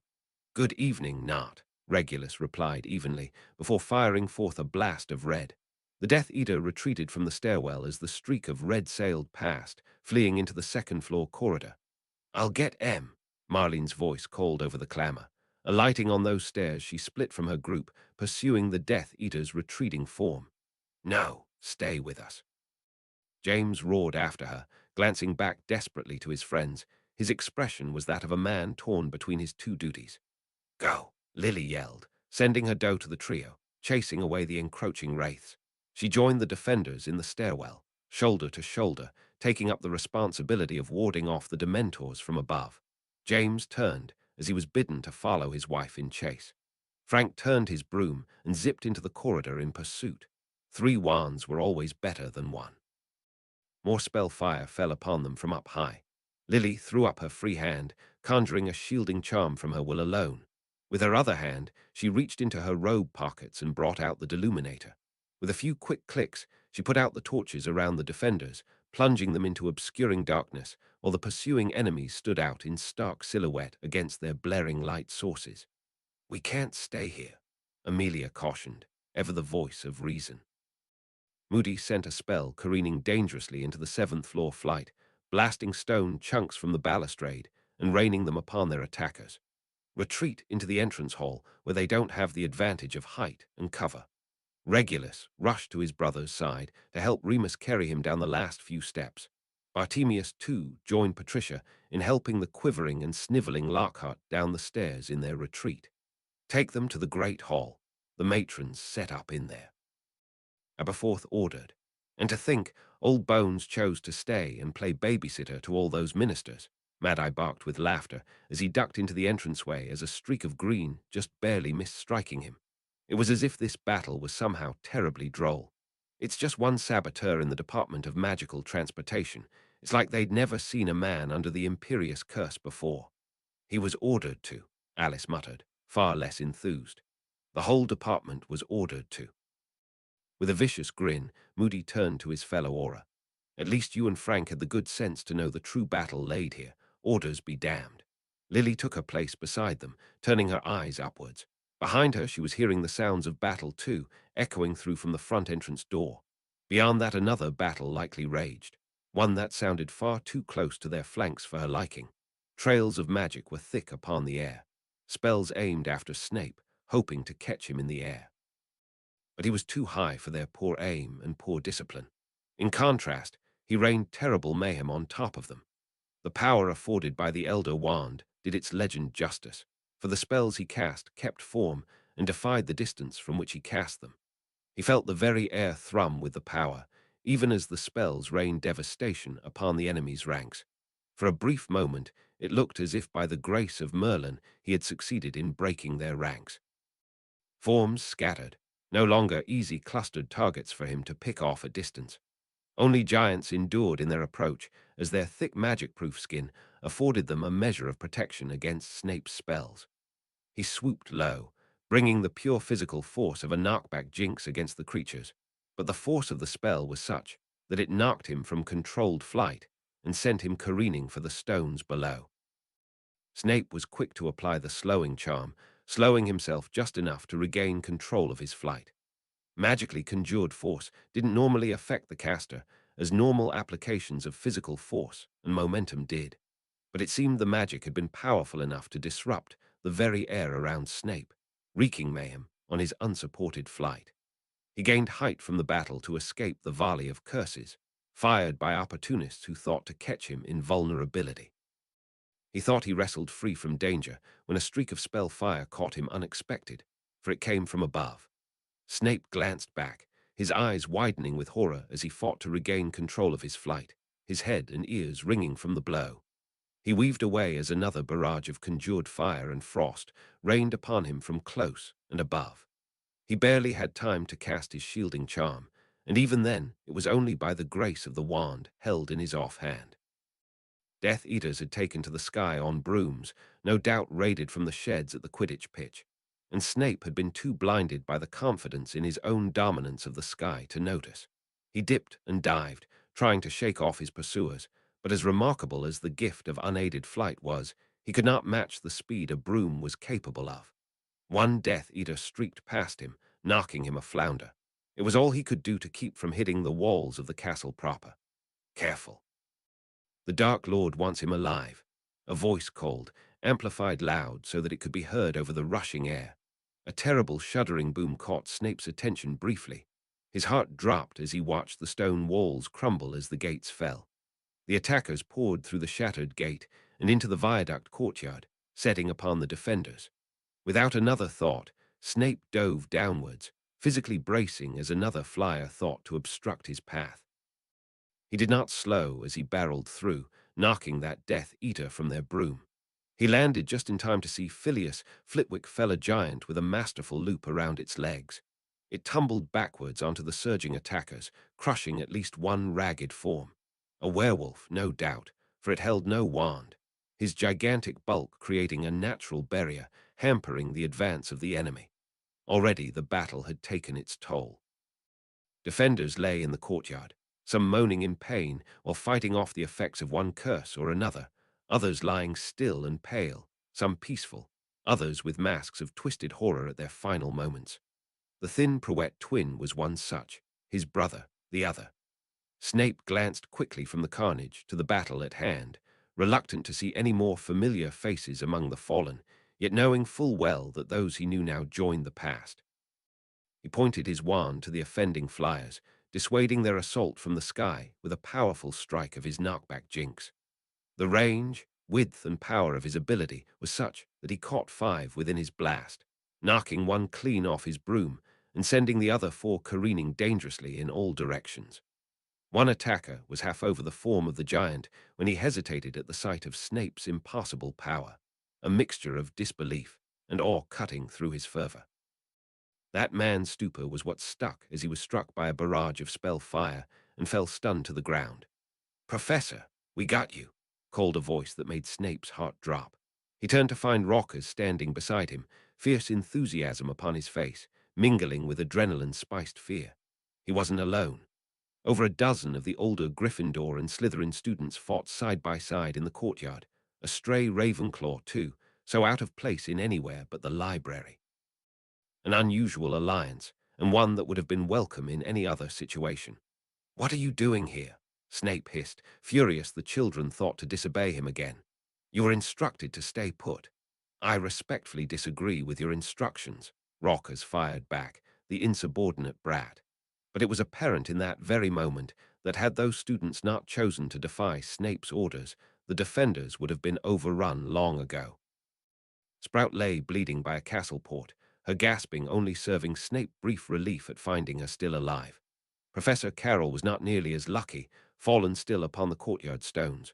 Not even the power of foresight could protect him. Of the students, 2 had fallen. Another fell at his side as a curse struck from a gap in the giant's thrashing limbs. The horror of the sight branded in Snape's mind, screaming with the mental images conjured from his dying night, of how many students he had lost, how many he failed to protect, of how powerless he had felt, knowing he was to die without ever being able to fulfill his promises. But it was not the fear of death that motivated these students. Even with their friends falling beside them, the students did not break rank and run. They held firm, shielding themselves competently, far more competently than Snape had given them credit for. It appeared they had practiced beyond the lessons their defense teacher had provided. It was a decision to be made then. The knowledge that the lives of their children were not in his control, but they gave them as willingly as any who stood here this day, just as they once had in another lifetime. It was never Minerva's call whether they lived or died. They chose as bravely as any other. If you are to stand with me, then do it right. Take cover. Snape commanded the children, a command they obeyed without question or complaint. They broke from his side, diving behind the stone structures of the crumbling castle, taking the care that Snape hoped would carry them past this moment to survival. Snape chose no such protection for himself, using his own presence as a way to control the attention of the enemy's offensive. The thick spells that rained upon him he swept aside with ease with his newfound power. He struck a werewolf down, his feral human face bared in beastly rage as he clambered over the giant on all fours. Behind the fallen man clambered another man-shaped beast in rags. It wasn't an issue to dispatch the fiend, or the next to pour through, but their numbers seemed unending. And the only barrier between them and the defenders now was one prone giant, one that was struggling to a sitting position and tearing through Phileas' binding curse by physical force alone. With a thrust of his wand, Snape sent a stunning spell against that recovering beast. An act of overconfidence, perhaps, but one that repaid his faith. The creature keeled over and moved no more, its magic-resistant skin little match against the power that the fabled wand brought to bear. Snape turned his eyes up to the sky to brace for another aerial assault, only to see the flying menaces hounded away. Peeves, by far, the most enthusiastic. The ghosts, it seemed, had run out of deadly projectiles, but were using their newfound physical presence in other practical ways. Most had been dead for centuries, and had long mastered their own powers of flight to a degree no witch or wizard could claim. They kept with the brooms easily, harassing them with buffets of their physical force enough to have them fear a fall. Dementors ignored the spectres in their entirely. Another advantage Snape had never foreseen. It seemed the dead could not provide the emotional nourishment they craved, and as such were treated as entirely invisible. It was then he felt more than heard the impossible as the ranks of the offending force faltered. Eyes turned to the back of their ranks, ferocity turning to horror. A moment Snape took to launch upon the prone giant, blasting back a swath of the offenders. In the distance, he saw a terrifying sight. A horde of bristling amorphous forms, skittering from the forest edge, swarming towards the bridge. It was only in the light of magical retaliation did Snape see clearly what those creatures were. Spiders. Not just any spiders, but acromantulas. Spiders the size of hippogriffs, swarming across the hillside, striking at the forces at the rear. Forces that had thought themselves safe so far from the lines of assault. Among the horrifying throng of arachnids, he saw the form of the ground's keeper, his usually distinctive size, almost lost among the gargantuan spiders that surrounded him, charging among them with his ridiculous pink umbrella raised as if it were some clubbing weapon. They made no moves to assault him, even seeming to obey him as he pointed his pink umbrella. It was in that moment that Snape saw the Dark Lord. He stood among those at the rear of his army. His back was turned, his attention upon the encroaching acromantulas, made vulnerable by his inattention. The young professor glanced to his flanks, taking stock of those who remained. Their numbers still standing had halved, though there were little to begin with. They could not take advantage of this distraction with an offensive, nor could they weather the battering waves any longer. Snape ducked behind the fallen giant to take a moment of respite. He stowed away the wand held by his hand of flesh back into his wrist holster and drew out that black and deathly stone. With the powerful Elder Wand, he encased himself with all the wards at his command, steadying himself to the task that only he could accomplish. With a deep, steadying breath, Snape launched himself into flight. Soaring swiftly and low over the heads of the assaulting force, he felt spells fly by him close, one even biting him deep in the leg, drawing blood even through his protective spells. A giant swiped at him, too slow to catch him, too clumsy to avoid the wound Snape inflicted in passing. Even with the howl of the giant, Snape's approach was too swift and silent for most. Too silent, too, for even the Dark Lord, as the man turned only as Snape was upon him. Snape stabbed the stone downwards as the Dark Lord raised his wand in defense, a defense that should have come too late. An inch away from stabbing the pendant, he felt the stone fly slip his fingers, forced from his grasp by a simple disarming charm cast by a mindful or lucky follower. The Elder Wand, too, flew from his grasp, turning end on end as it cast over the edge of the viaduct bridge. Snape landed roughly on the stones, knocked from his flight by the mediocre, yet significant force of the spell.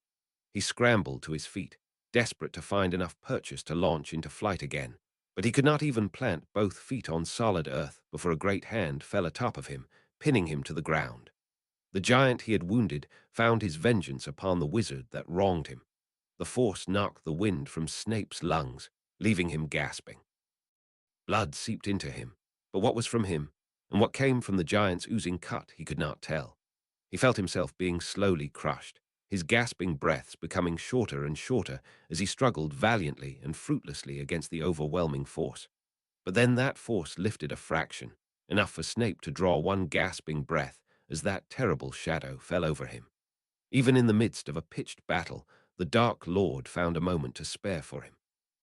A seemingly unvoiced command, the giant's hand that caught him curled about him, holding him up for the Dark Lord, in a grasp just loose enough not to crush him. "Why, Severus Snape, how good of you to join me," he uttered in that venomous, rasping voice. "You've been keeping secrets, Severus. Secrets I do not appreciate being kept from me." The Dark Lord ran his wand across Snape's form, drawing from him something intangible, yet felt. "I know my own spell work when I see it, Severus. The power of flight was not of your own. It is but a notion upon the vast scape of my mind." The Dark Lord pointed his wand to Snape's forehead, only to part his battle-stirred hair such that he could lock eyes. Still brown, more human than Snape had ever remembered. "When did you gain this enchantment to your soul? How did you come to know my touch?" A strike of legilimency clashed against Snape's guarded mind. Powerful, but against Snape's occlumency and iron will, that attempt might as well have been the wind howling against the walls of Hogwarts itself. With a furious, breathless roar, Snape pushed back, plunging his mind against the Dark Lord's, seeing those still human eyes widen at the unexpected defiance. His legilimency shattered against the Dark Lord's occluded mind, but it was in that moment fear chose to leave Snape. This wasn't an immortal, impossible monster. This was a man, Lord Voldemort. Tom Riddle, mortal, and chained to this world tenuously by a single enchantment. With a difficult flick of his wrist, Snape drew from his wrist holster his wand. Turning it backwards in his grasp, Snape stabbed the tip of the wand hard into the seeping wound within the giant's palm, past that creature's protective skin. "Sectum Sempra," he roared. His spell ripped through the gargantuan being's hand, cutting deep and through. Chunks flew off as the giant's hand tore apart. Snape felt himself being flung as the creature roared in pain. Turning head over heel, Snape reached for flight, only to find no magic to reply. His powers had been stripped from him. Unable to stop that cry of horror, he saw the viaduct bridge fall away from him. The sounds of battle swallowed by the swift and dizzying descent, before black, unforgiving waters enshrouded him, taking him deep into their cold, uncompromising embrace. Chapter 97.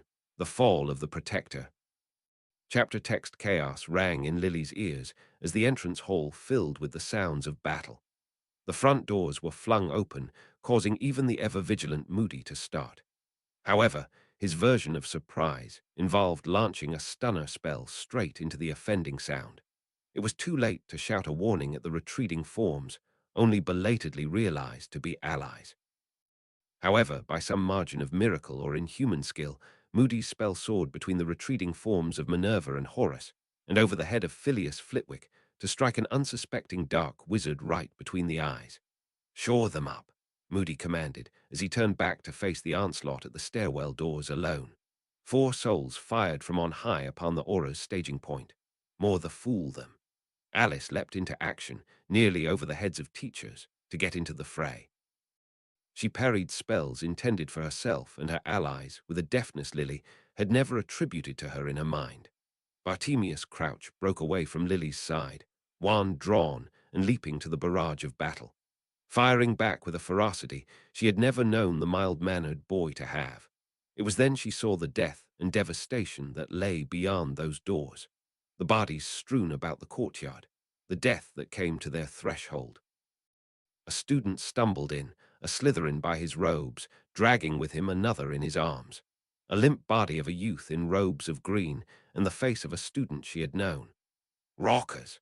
Amelia uttered in disbelief, rushing forth to aid her fellow prefect. A gesture made in futility, for the young Slytherin would not wake. Lily's heart leapt to her throat as she saw more limp forms carried back by those in retreat. Pomona was supported bodily by Rolanda Hooch, stumbling forth with barely the strength to put one foot in front of the other. Minerva and Horus had a boy each, Gryffindors, limp in their arms. 2 Gryffindor girls limped inside, supporting each other through the door. Tears streaked their eyes as they had to leave a third behind, fallen and still on the cold stone. Incensed, Lily too stepped forward to the battle lines, finding herself between the attackers and her retreating friends. The air outside was thick with magic and smoke, the chaos of battling friends and foes. Without a word uttered, Lily struck down a black-cloaked stranger that lunged for her, and another that dared raise a wand towards her retreating friends. Without even needing to point her wand, she caught another by strangling roots that sprang suddenly from the cracks in the stone paving. There was a momentary respite, a sudden break in the flow of attackers as a terrible howl sounded out from behind them. A moment Lily took to grab someone, anyone, close at hand. Her hands fell upon the form in student garb, still warm but unwaking, to evacuate with her in retreat. She wasn't the only one to have such a thought, for Amelia was at her side. The head girl conjured a stretcher to bring with her the fallen Ravenclaw boy and another Slytherin who had fallen with his eyes, still wide, as if the last spell that struck him down caught him by surprise. The door was pushed together with a roaring boom. A bolt conjured into place, alongside a heavy bar across its middle. It was only then she paused, heart fluttering in her chest, as she reflected on the danger of it all. The danger she had placed herself in. The danger she placed her unborn child in. It was all too easy to forget in the heat of the moment she wasn't just risking herself anymore. Lily turned back in time to see a similar fortification come up in the entrance in the stairwell. A gate had been conjured and fitted to that stairwell entryway, barred and bolted with only a peephole to watch through. But despite the extra fortifications, no more sound of assault came from within the direction of the stairs. Nobody could still be standing after standing for so long in Alistair Moody's line of sight. Taking a leaf from Amelia's book of far better solutions, Lily conjured a stretcher of her own for the young fallen man. She brought him into the great hall to find a bed to lay him, only to be faced with the reality of what she saw. There were at least 24 witches and wizards laid in cots, some moaning in pain, others silent. Wounds adorned their bodies. Burns, misshapen limbs, cuts so deep they exposed their very bones. One wizard had his head transfigured into a pumpkin with candles sitting within his carved maw, his soft moans causing the flame to flicker. Lily could only look away and press down the tears of anguish that threatened to hiccup forth. Trying her best not to look too closely, Lily picked a cot and laid the young Gryffindor boy within. It wasn't Poppy that came to see to the patient first, but Emmeline Vance. "I didn't know you were a healer," Lily remarked, after clearing her strained throat of her unshed agony. She racked her brain for what she remembered of the woman.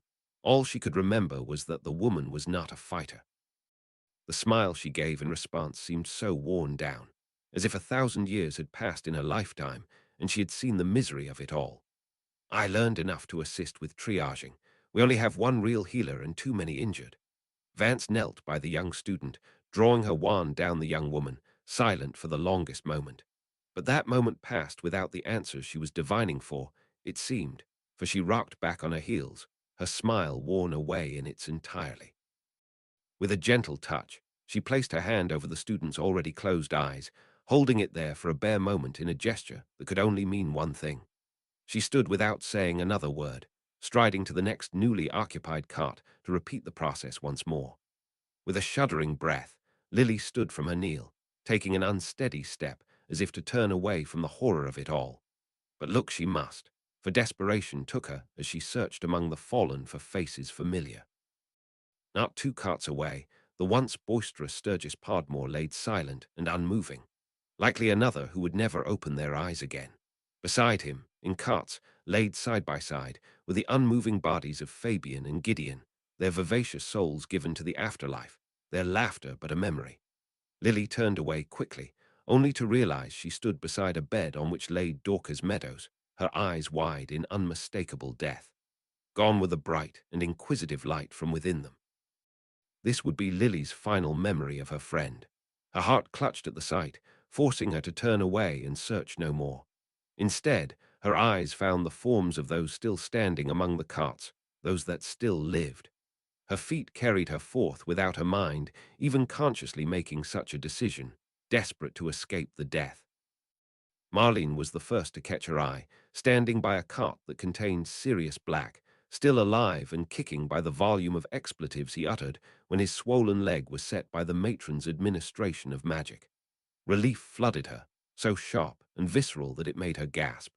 She flung herself at the unsuspecting girl, nearly getting hexed for her efforts. "I'm so glad you're alive," Lily whispered, too taken by emotions. "Right back at you, Lils," Marlene replied as she returned the embrace, her drawn wand still held tight in hand. Regulus stood by his brother's side, seemingly out of place among the wounded marauder's friends. But of the friends, only Peter and Remus stood there, looking haggard and fearful respectively. "Where's James?" Lily asked with mounting horror. The hitch in Marlene's voice did nothing to allay it.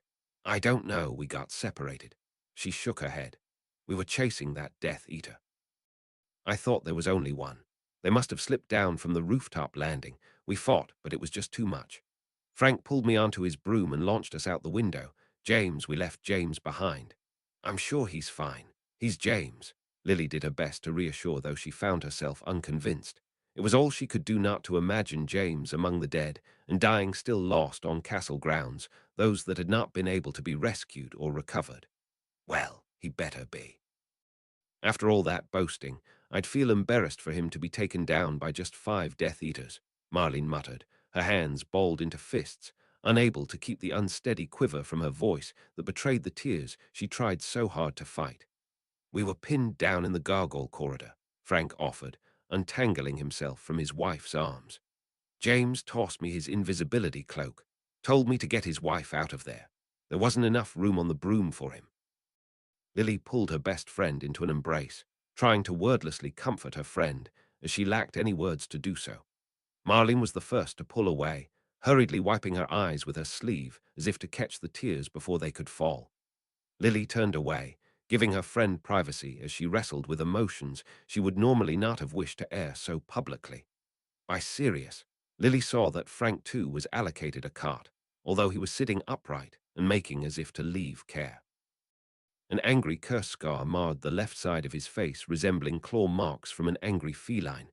But unlike cat scratches, curse scars would never fade. Alice was at his side, the relief palpable on her face. Even garbed in aura robes, he was her husband first. Lily turned to what remained of the marauders, her heart clutching at the thought of her own. "We're safe. He wasn't with us," Remus answered gently. Lily turned again to survey the faces about her, feeling her courage leave her at the sight of the unmoving forms laying within the carts. She turned instead to those who still stood among the living, those who stood by the entranceway, wand held ready with grim expressions upon their faces. Already parted the bloody spiders, should have taken that opportunity to push. Lily heard Moody's voice over the din. "What's happened to Hagrid?" Minerva's voice raised. "No bloody clue," returned Moody's voice. "With any luck, the spiders carried him off. They don't seem to want to eat him. How many do they have left?" Frank's voice sounded, seeming to have returned to work mode within moments of recovery. Too many, Moody said with such vehemence. Lily could hear his teeth grit in that utterance. Silence was an unsettling sound in a world that, just minutes ago, was lit by the fires of battle, an eerie, almost calm that prickled Lily's skin. Those who readied themselves in the entrance hall appeared to feel the same, gripping their wands in anticipation of whatever terror was to come. There were only a handful of them, less than a dozen at the doors. Whether by design or by accident, the windows had been magically sealed with conjured stone, blocking them completely from the attackers, but in turn obscuring the attacking force from the defenders' sights. She could see Frank kneeling by the door, wand against the wood with his eyes closed, his brows furrowed in an intense look of concentration. I can see they've rallied across the bridge. I'm only counting 3 dozen. We can take them. Did you check the courtyard behind us? Moody countered. Frank's eyes did not open, but the color appeared to drain from his face. The aura Moody was taking command of those that presented. Among them were the professors that were still standing or not set to work alongside the matron to save who they could. But Severus was not among them. Lily approached those in the entrance hall, hoping to find at least one who knew the answer to her question. Has anyone seen Save? Minerva was the first to answer. He was with us at the front. Lily's heart thudded to a stop. What happened to him? I'm sorry, I don't know, was the dreaded answer. Last I saw, he was flying. It was unbelievable. Like nothing I had ever seen, Phileas exclaimed. A claim too outlandish to be believed had Lily not known the true extent of her husband's fantastical life. But then Horace turned to her. The battle had marred him with dirt and dusted him with debris, but he was otherwise miraculously unharmed. Bearing grim expression, he delivered the news she sought, but simultaneously dreaded. I too saw Severus flying out through the enemy ranks. After that, I couldn't spare my eyes to follow his position, for the enemy pushed up aggressively. She felt a chill bolt through her. That moment of uncertainty that came with silence. She feared the worst. But then that terrible voice sounded, that cold voice that haunted her nightmares, sending her mind to that moment once again, shivering on that cold forest ground. You have fought valiantly, he rasped, voice prickling every nerve in Lily's body. Lord Voldemort knows how to value bravery. Yet you sustained heavy losses. I do not wish this to happen. Every drop of magical blood spilled is a loss and a waste. A prickle of hope bloomed in Lily's heart, but with one glance about the grim faces that hope waned. My forces sit at your door waiting for the order. They will breach your door. They will find you and kill you to every last man and child. I do not wish for this to happen. The bile rose in Lily's throat. That wicked man. All I ask is for one more life. Snape's wife. Give her to me. Lily's blood ran cold, horror clawing at her throat as her hand instinctively flew protectively to her belly. Eyes of the defenders turned to her, some grim-set, some horrified. I will give you 5 minutes to surrender to my terms, he hissed, voice seeming to claw from the very bowels of darkness itself. There will be no more chance for mercy after that. He is entirely cruel and without mercy, Remus, mournful muttering sounded at his approach. His grim features set, but his eyes so distant and hopeless. His wand held firm in determined but trembling hands. He would not even meet Lily's eyes.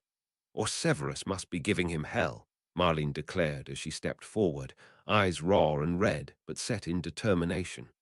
The creep can't keep up with the likes of the guy and needs to resort to bait. Sirius Black came, limping gingerly on his newly healed leg, more mindful of recent hurts than any true measure of lasting injury, followed most reluctantly by Peter, whose features were set in the purest of fear. Regulus came to her side, wand in hand, and determination set upon his face. Bartemius crouched too approached, looking somewhat uncertain as he took point beside her. These children seemed to think her standing orders for them to ensure their own safety no longer applied. Even the ordinarily straight-laced and law-abiding Amelia Bones stepped forth, no longer content to abide by the role of the protected.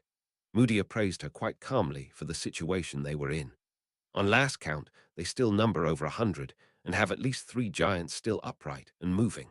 Our numbers remaining are less than 2 dozen. That we know he has the young lass marked for death may be the only advantage we have. You're not sacrificing her. Marlene snapped, fiery and quick to jump to conclusions. The grizzled aura grimaced as if perplexed. We've sacrificed all the way to this point. Do we draw the line at her? Despite the losses we suffered, our goal has not changed. We must bring low you-know-who at any cost. Lives, limbs, loved ones. Goodness no, the young girl's pregnant, Horace exclaimed, placing his bulk between the frightened girl and the aura. Oh, congratulations. Should you survive today, I wish your child a long and prosperous life in a world free of you-know-who and his Death Eaters, Moody uttered as sidestepped the potion master to approach the still-reeling Lily. Otherwise, its only hope would be that the Dark Lord spares the youngster more than he would the mother or father. Blunt words that pierced Lily straight to her heart. What do you need me to do? She asked, mouth dry. This screamed against every promise she had made Severus. Every instinct to protect that babe that had not yet seen the sun. No, Lily, don't, Marlene pleaded, a voice of tempered reason from an ordinarily famously reckless girl, but the weight of reality had caught up to Lily. Moody grinned approvingly. Have you heard of this concept of a false surrender? No, not many would have. A Muggle tactic, and one that proved so effective in their history that they classed it as illegal. He appraised those about him, as if sizing up the force that he had. Accept the surrender, you know who will stand before us, for he would never send another to claim victory on his behalf, the egotistical wretch that he is. He will be within striking distance. He paused, glancing to Minerva as if gauging the weight of a secret they shared, a secret Lily too knew. Those of you in the Order have been given a standing direction to not strike a killing blow before taking out the necklace he wears about his neck. A necklace only in form, but a cursed object in truth, a Horcrux. A dark look rippled across the faces of several members of the Order, while the students, and most of those not in the Dark Wizard catching business, only sported confusion. It will anchor him to life if he were killed, Moody continued, explaining away the confusion that some sported. And it can only be destroyed by very specific means. Basilisk venom for one, fiendfire for another. This is why each of you were armed with a basilisk tooth, and some of the less hopeless of you been taught the dark means of fiendfire. His electric blue eyes met each of theirs, unwavering. But I no longer see a way to proceed with this handicap weighed against us. If there be an opening, we must take that killing blow. Minerva shook her head. But Alastair, you know what would happen if he dies before that anchor is severed? We risk his soul latching to other souls within his reach and forming anchors within them. Though we have only ever heard of one such instance, it was within isolation, with only one living being in his surroundings. But this battlefield has no such control. It is how Severus said. His shattered soul is so unstable, we have no way of knowing how many more could potentially form with so many other living people in his proximity. Moody nodded in acknowledgement. Aye. And we must bear the burden of what will follow. He paused, sweeping his blue eyes about those who gathered, impressing the importance of this point. If that were to be you, you will have no option but to give your life so that he may be put away for good. Just as much chance it'd be just filthy Death Eaters then, the still hobbled black muttered. Moody turned his blue eyes upon the obnoxious young man. And I suppose you'd be willing to be the executioner of their ranks to ensure he is cleansed from this world should they throw down arms in surrender. Sure, why not? Black answered with a wicked grin. You hold them down, I hex off their heads. On that Moody reflected, I think I'm beginning to like you. Through all this, Lily felt herself buckling under what this all meant. The bloodshed to come to even give them the chance to strike a victorious, but potentially devastating blow. That her friends might die in the struggle ahead, or worse, survive afflicted with a piece of that vile man's cursed soul and be forced to choose death for the greater good. And in it all, she had to take a stake in this. It was a fantasy to think she could live on without victory. He would hunt her as surely as he would Severus. He knew her face. His memory marked her. And should she live so that her son was born, then he too was likely to suffer his parents' fate. She didn't even have the comfort of deluding herself to the mercy he would show to her child. She couldn't sense Severus any more by the connection of their rings. Distance perhaps, or another unspeakable reason she found no energy to even consider. How furious would he be if he knew what she was considering? We can retreat from this position, Aberforth proposed. Leave. Regroup to fight another day. That room you have all the kiddies hiding in has more abilities than just taking on your heart's desires. And run where? Moody snapped. Hogwarts was the last place we had thought he could not touch. That all came apart with Albus, didn't it? Where there's life, there'll still be hope, Aberforth insisted, breaking from his gruff, unflappable persona. We don't need to gamble it all here. Moody scowled with such reproach at all the faces that stood in disfavor. You and I both know what ruin he will do to us and ours given that time. We have been blessed with the knowledge of what the future holds.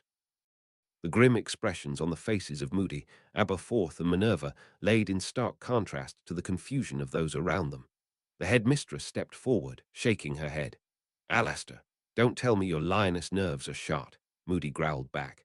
I will not make a sacrifice of another, she shot back fiercely, fiercer than even the den mother Lily remembered her as. And I would especially not have a child choose to sacrifice themselves, not when there is another way. Moody fell into a dangerous silence, glancing between the two that claimed co-leadership in Save's absence. Then what is your plan? He challenged softly. We have 5 minutes. What is your plan to move and safeguard these people? What is your plan to save the wounded? The silence that followed that question was most telling. Any hope Lily might have felt for an alternate outcome fell, though. Her life was weighed upon the wager of so many others. She closed her eyes, silently apologizing to her husband for the decision she was about to make. If I am to do this, don't throw it all away pointlessly on a last stand, Lily uttered, barely choking out her words from her throat constricted with fear. A dozen eyes turned to her, a dozen eyes behind which were locked souls that the war might claim. Surrender me, and get everyone else get out safely. The silence was shattered the instant those words of concession left Lily's lips. You can't be serious. Marlene exclaimed. That wasn't even an option on the table, Remus exclaimed, incensed from his normally mild and subdued, more so especially of late nature. Yeah, that's the dumbest idea I've ever heard, Sirius Black felt the need to chip in.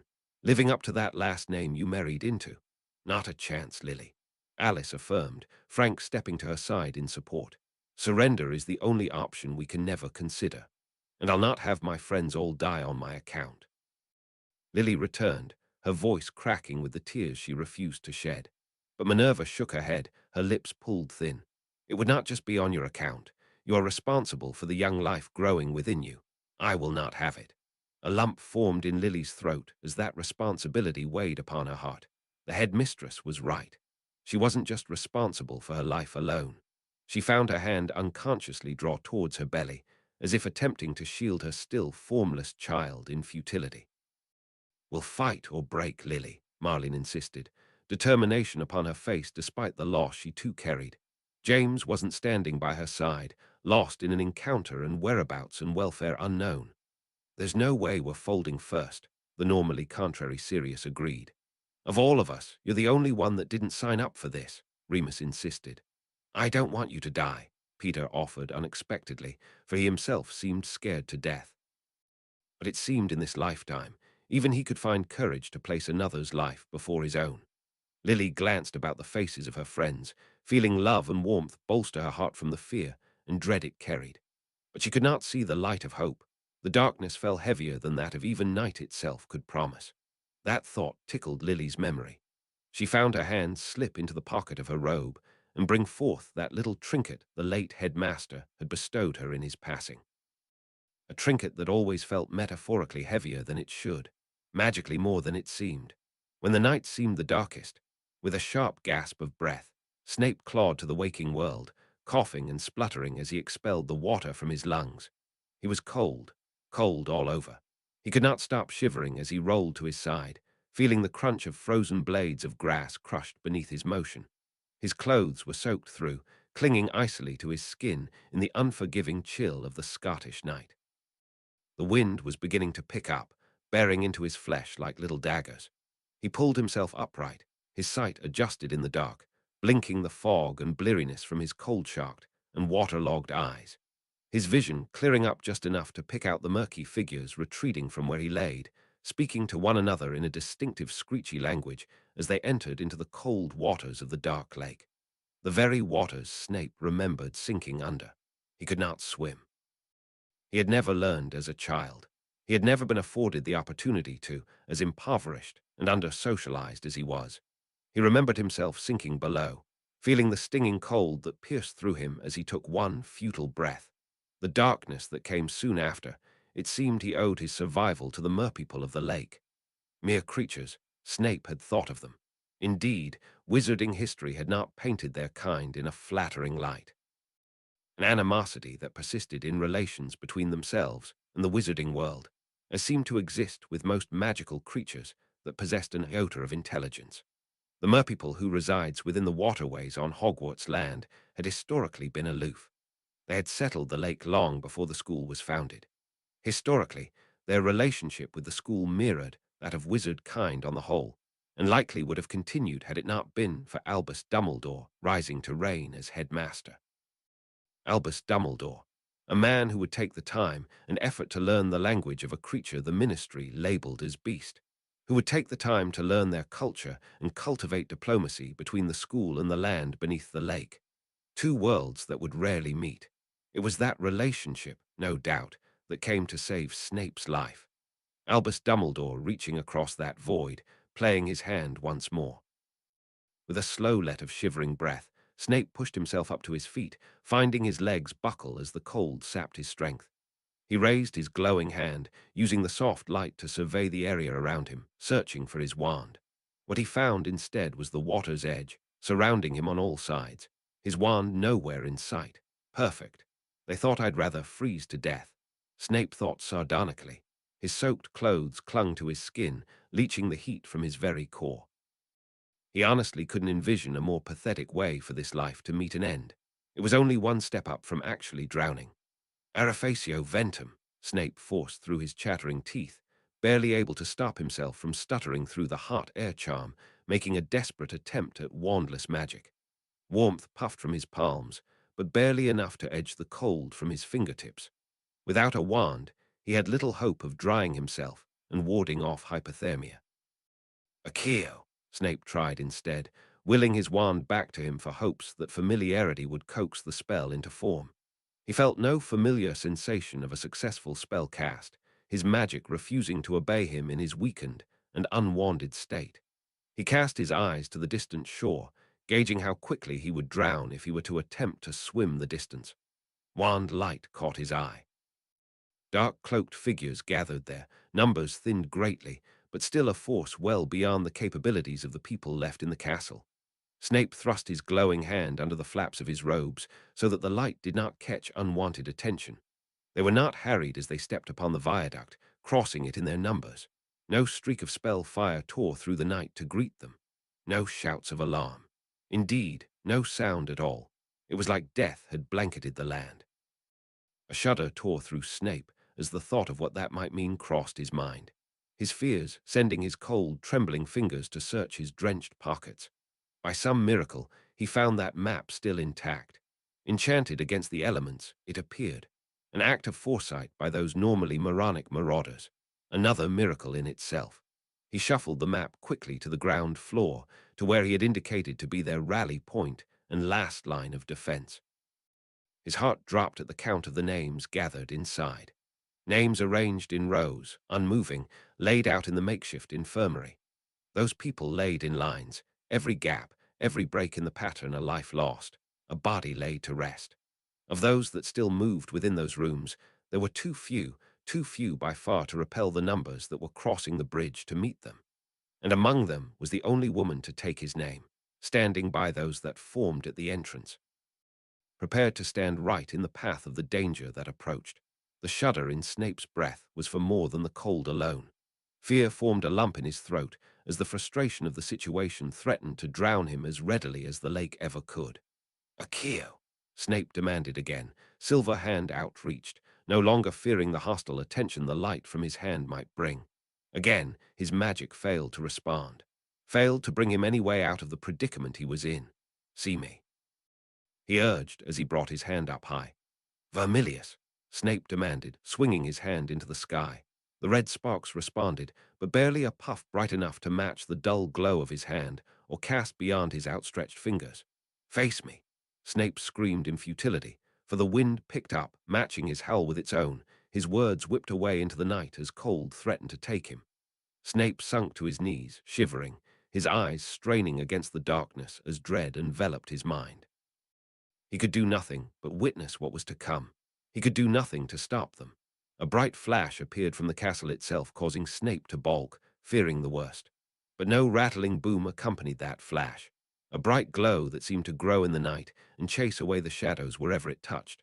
Then just as suddenly, that light burst, soundlessly and completely, sending streaks of light out like shooting stars streaking across the night sky. Bolts of light too many to count and too quick to catch. A flurry of movement came from the men on the bridge. A panic, perhaps, fearing the magic displayed was somehow intended against them. But the light did not fall upon that dark crowd. Only a few streaks of light did not follow the skyward path of their brethren. One such light picked its way across the lake, streaking right for Snape. He did not flinch at its approach. He did not turn away. Its form became clear as it slowed before him.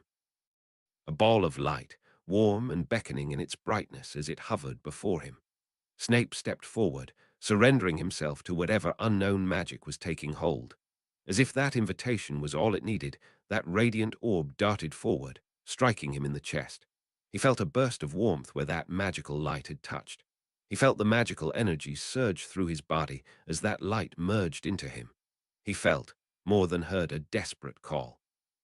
One that rang out with no words or voice, yet he knew it was from his wife. He could not explain the sensation, a sensation that filled him, a rush of magic that called him to follow. He closed his eyes and turned on the spot, attempting what should not be possible, apparition. He felt the magic take hold, a power that beckoned him forth. He disappeared with a ringing crack in his ears, and the world around him formed with a rush of relieving warmth.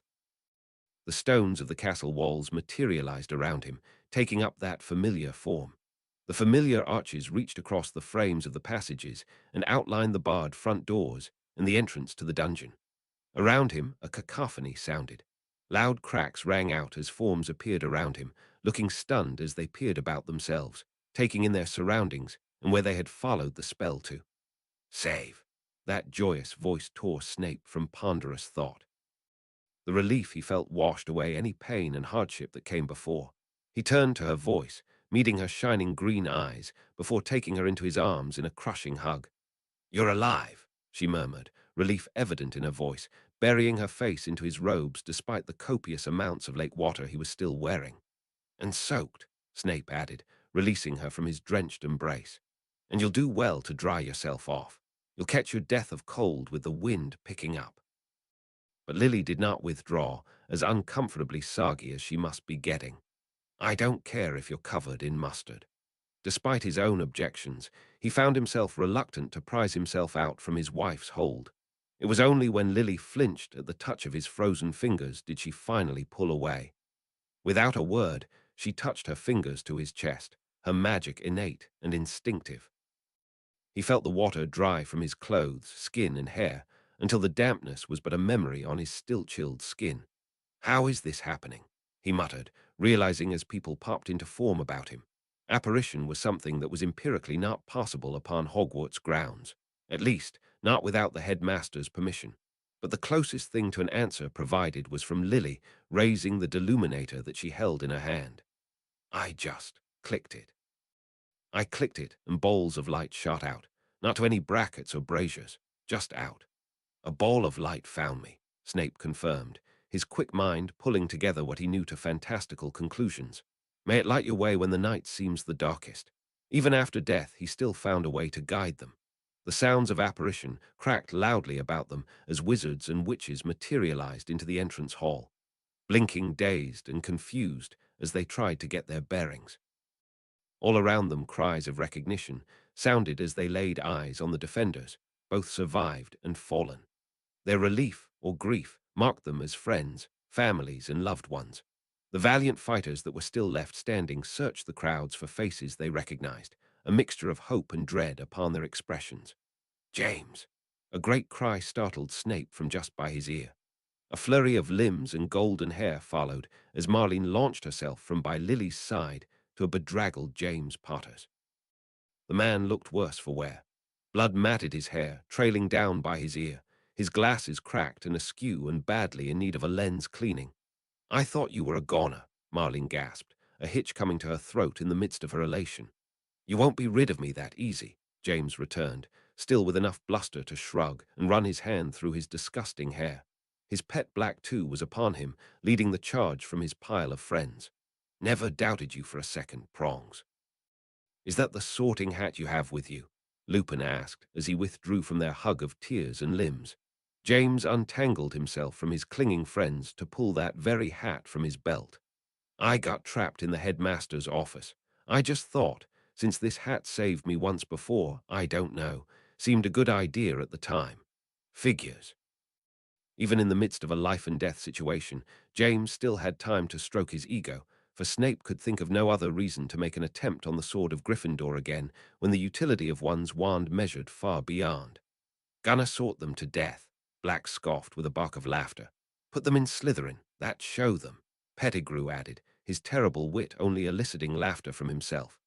Yeah, I don't know why I brought it with me, Potter muttered, shrugging sheepishly. Beside them, a witch popped into being, a familiar red hair and hazel eyes set in a distinctly unfamiliar stock and build. Marley, Frank Longbottom greeted as his wife came forward to clasp the woman's hand. It took Snape a moment to make that same recognition. Marley Weasley was how he had known her in his time. Age was truly the greatest disguise one might wear. My goodness, Frank, Alice, the Weasley exclaimed, slimmer than he remembered and still yet to be worn through by the demands of motherhood. What's happening here? Fight to determine the fate of the wizarding world. The Order's last and greatest battle if all goes according to plan, Alice Longbottom answered nonchalantly. The real question is, what in Merlin's name are you doing here? You have kids to be thinking of now. Marley Weasley started. I hadn't thought it wasn't exactly clear that this was going to happen. A ball of light found me in my living room. When I touched it, I just felt like Fabian or Gideon was in trouble. I knew I had to go to them, so I disapparated. Next thing I know, I'm here. And oh my goodness, I left Arthur alone with the twins. The look of sheer panic on her face seemed to suggest that even at their tender age of one, they had already set well upon the path of becoming the hellions they were destined to be. But whatever crisis the mother Weasley might have had on hand, it seemed to pale at Lily's solemn approach. Marley, Lily uttered, detaching from Snape's arms as she stepped forward, her expression as soft as her voice. Marley, I'm so sorry. I'm so sorry. Gideon and Fabian both there. They're in the Great Hall. They would have fought bravely before they died. The mother Weasley paused a minute, no doubt processing those impossible words, her eyes glancing to where the wounded and fallen were gathered, picking out their forms upon the cots. No, she ran to the side of the two still figures of her brothers. A family devastation that stayed true, no matter which lifetime passed. All around, more people popped into form. Men and women, blinking in momentary confusion as they slowly took in where they were. Of those that appeared, many Snape recognized. Most appeared to be older alumni from Hogwarts, for recognition eventually dawned. Some drew their wands and stepped forward eagerly, bolstered by the realization of what defining moment they had been summoned to. Order members were among the apparitions. Those that had missed their window of arrival when the alarm was first raised, greeting their comrades eagerly, with passion behind their eagerness to finally join the fight. Alistair, how in blazes did you manage to call me onto school grounds? Bones bellowed as he stepped into the forming order, his sharp ministry robes distinctive among the shabbily dressed cohorts who were summoned so suddenly in the later hours of the eve. Mad-Eye bared his teeth in his dry, humorless grin. Did the minister let you off your leash? Only after she was absolutely sure no Death Eaters were hiding in her sock drawer, of course. And yet, you best hope Minister Bagnold is more understanding of your desertion than you of her command. She may be the one signing your termination papers, for when you're hauled in front of professional standards. Bones snipped back unkindly, even as he stepped forth to join those left at the front doors. Moody scoffed, not seeming the least concerned. I chose the cause over rank and rules. If there weren't men that thought like me, you would not have a battle left to be turning up late to. Bones seemed to relent at that, nodding grimly in acknowledgement. And I'm glad, too, that you'd survived. There is no man I'd trust more to watch my back than you, you ever paranoid loon. Any more discourse between the two auras was interrupted by another figure striding forth with concern in his eyes. He was clad in ministry robes, a familiar face, but one that Snape could not quite place. Minerva, that man bellowed as he picked his way through the forest of materialized people. I heard of what was happening in Hogwarts. Thank Merlin you're safe. The ordinarily composed headmistress seemed rather taken aback, nearly flustered. Efferstone, you're an administrator. What are you doing so far out on the fields of battle? I could ask the same of a fair school principal. Where in the description of an educator does it state that one such as you should bear your wand in combat? The responsibility comes with the endangerment of her charge, she answered tartly, but not without warmth. A shadow of affection that Snape recognized and pieced together from his sharp recollection of this man, for he had a destiny entwined with that of Minerva, however brief it may be. Taking stock of the cluster of prefects by the entryway, the man looked dismayed. Are these all that survived of the students? The headmistress looked almost offended at that assumption. All students were ushered to shelter the moment the alarm was raised. The students you see here are those who voluntarily left safety to join us. She directed a glare to the cluster of prefects standing two among the defenders. Against my commands, I might add. Amelia Bones nodded in acknowledgement. I followed the direction I was given and carried out my responsibilities. What I choose in regards to my own safety is my choice. We are 17, Regulus Black agreed. It is our choice. Bartemius Crouch grimaced shyly beside his compatriots. Besides, if you didn't have us here, who'd herd away the younger students away? He gestured to those clad in Hogwarts robes that appeared amongst those that apparated, students that slipped out during the battle or perhaps answered the magical call to action. Students, gather. Minerva demanded, causing figures to shirk as if fearing disapproval. Some even tried to merge back into the crowd. I said come. Spurred on by the sharp tone, the students untangled themselves from the mass of encroaching wizards and witches, one looking sheepish as he crawled out from under the hems of a distracted wizard's robes. I need you all to know what it is that we face beyond these doors, she announced, turning her words to regard more than just the students she had called to her attention. We are besieged. Death Eaters lay beyond the castle's walls, as well as their master. Gasps sounded from those gathered. More than one wizard fainted within that crowd, but of those still standing, faces set in grim determination. To any that are not yet 17, you will stay in the hall and assist Madame Pomfrey in any way you can. Minerva began, eliciting groans from a good portion of the children that were there, mostly from the Gryffindors. For all those of age, you have a choice.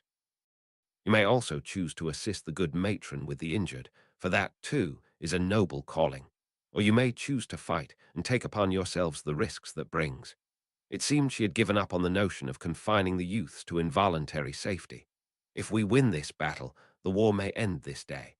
A great roar arose, voices that carried the hope that so many had never thought they would see. There was little doubt what the Gryffindors would choose. Within seconds, the eligible lions lined up at the front, not even giving the decision half a thought. But they were not the only students that made their way to the front. Blues, yellows, and greens stood by those clad in red. Even Slytherins had found their way amongst the defenders.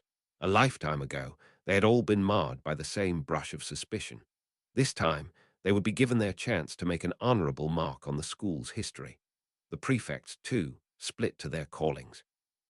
Patricia Erin had turned straight for the hall, overseeing the students who applied their efforts to the wounded and dying. Snape could see the looks of grim horror dawning on the faces of the youths, some of whom faced death today for the first time. For others, this was but a footnote in the war that raged through their young lives. Bartemius Crouch looked poised to choose the same, but he seemed to falter on the decision. With set shoulders, he trudged to the front, as if forcing himself to choose against his nature. It was only since knowing the boy did Snape finally understand what drove him. And spiting his father was not what moved him now to stand beside Snape and so many others against the evils that laid beyond that door. Regulus Black took post by his brother, seeming to revel in the freedom and permission to strike back so openly. A heart betrayed made for the greatest enemy for everything they once believed in. And privately, Snape was glad the boy chose to face battle and death. Once the war was done, his actions this day would be what determined the gravity of his past crimes.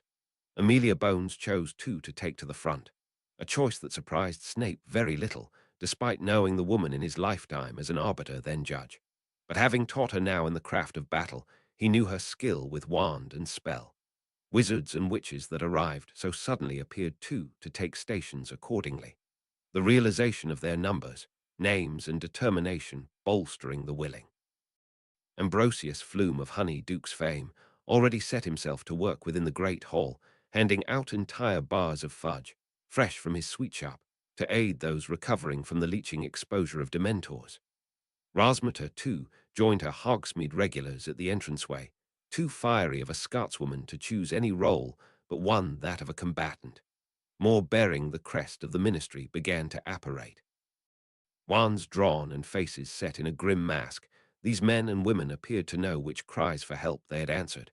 The auras stood most prominently among them. Their brown robes marked them clearly from the ministry greys and blacks, so too the confidence they exuded as they marched to the front of the entryway. A rallying point by the ragged defenders, a bolstering of forces that they so desperately needed.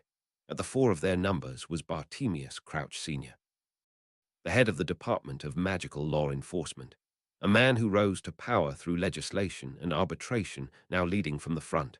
For all the man's flaws, he knew how to command the respect of his warriors. Bartemius Crouch Jr. stood too among those at the entryway, seeming to balk at the approach of his father. The senior Crouch barely spared his son one glance before setting his auras to task. Shore up the left flank with the probationers, and rally the civilians. Deputize any willing to the task. With a few sharply barked commands, he had men and women taking point at the door, phasing out the exhausted defenders to the back. And seal the courtyard door in the great hall. There will only be one point of battle tolerated. Only after his men had taken their posts did Crouch the Senior turn his attention on his son, attention the boy had not expected to have. "Are you hurt?" The younger Crouch startled, blinking as he glanced about, seeming to think it more likely that his father was speaking to anyone else standing beside him. "No," he finally answered, after accepting the question was for himself. "No, I'm fine." The older Crouch nodded, a motion dangerously close to approval. "There'll be hope for you yet as an aura." Snape turned away to spare the boy as he looked on the verge of tearing up. He was greeted by a voice he had expected, and that he was glad answered the call. "Snape," greeted Sebastian Urquhart, clad in aura browns, emerged from among those who approached. "I figured you'd still be alive. You're too stubborn to die." "That might just be the reason," Snape agreed, reaching out a hand to clasp that of his friend and ally. "Just cause he has a fancy title now doesn't mean crap unless he can put his wand where his mouth is," another familiar voice sounded. Mulciber stepped unexpectedly into their midst, with his wider frame and his bearded yet merrier appearance causing the young aura to blink. "Mulciber, you've grown fatter," Sebastian uttered the moment recognition clicked with an upraise of eyebrow. Mulciber grunted, "And you look exactly the same. Skinny, girly, and with a face I'd like to hex." "That would be an unwise decision," the young aura shot back coolly. It was almost comforting to know that there were some reliable constants in this world. Snape glanced between the two, grateful for their presence. Another familiar voice rose above the din. "Mulciber, Snape, and Urquhart, is this a reunion?" Miles Lester appeared amongst the ever-increasing crowd. He stood out, clad in muggle wear of simple slacks and a button-up sleeved shirt, wand held out in an awkward manner as if he were out of practice with the entire notion. He had evidently spent the year hiding from this very war. "In a manner of speaking," Snape answered with a gratified nod. "Though I wish it were under better circumstances than at the edge of life and death. I do not know what you thought you were getting into when you answered the call." "I came to save your arse," Mulciber answered, matter-of-factly. An unexpected answer from a man he had known at his cruelest. "You were in trouble," Lester agreed. Something Snape would have never expected of the boy that he had found cowering in his dorm so many years ago, at the start of this all. "It's my job," Urquhart answered, but his smirk painted his words in jest. A tired smile touched Snape's lips unbidden. It appeared he had friends in true within the House of Slytherin, and it only took him 2 lifetimes to find. "I'm glad to have you all with me," he uttered, unable to express his gratitude any further than that lest he be accused of acting emotional.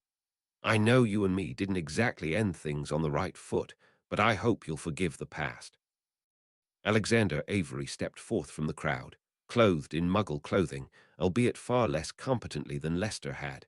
Dark rings circled his eyes, and the squirrely fear Snape had once seen in the boy had been all but replaced by a heavy weariness. "I'm tired of running. I just want this all to end." Though the last time Snape had seen the young man, he had been but another pawn of the darkness, a victim, but one who had, at that time, willingly aligned. Caution tickled at the back of Snape's mind, for it was well within a Slytherin's nature to distrust where distrust was earned. It was not a stretch to imagine that a Slytherin fallen from favor might seek to redeem himself through subterfuge. In fact, that would be entirely on brand. But Avery was but a boy when he fell, along with his family, from favor. Nor did he ever have the drive and ambition other Slytherins possessed. This was trust Snape could risk, and trust was what was needed, as was once the case within that very same pit of venom and snakes.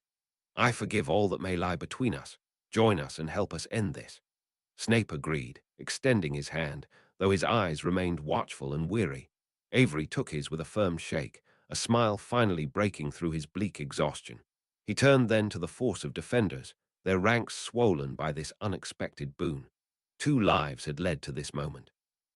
Snape approached the doors. The grizzled Auror grunted, his way of greeting, his electric blue eyes not peeling from the doors. Bones stood beside him, his features set in grim determination. "Do we have any more spare basilisk fangs?" Snape asked as he sat beside them. "I'm willing to bet you Aurors have not prepared your own Horcrux killing weaponry. I've already made this position known to Crouch, but I doubt he'd taken my word at face value." "He hadn't," Moody guaranteed calmly. "We didn't even have enough for our own to begin with. Alice has already retrieved the fangs she could from our fallen friends to pass on, but that's only Order forces. The men have been debriefed and have been trained in fiendfire," Bones interjected. "They are aware about what needs to be done. It's the civilians that are the uncertainties." And with that blessing came an unexpected curse.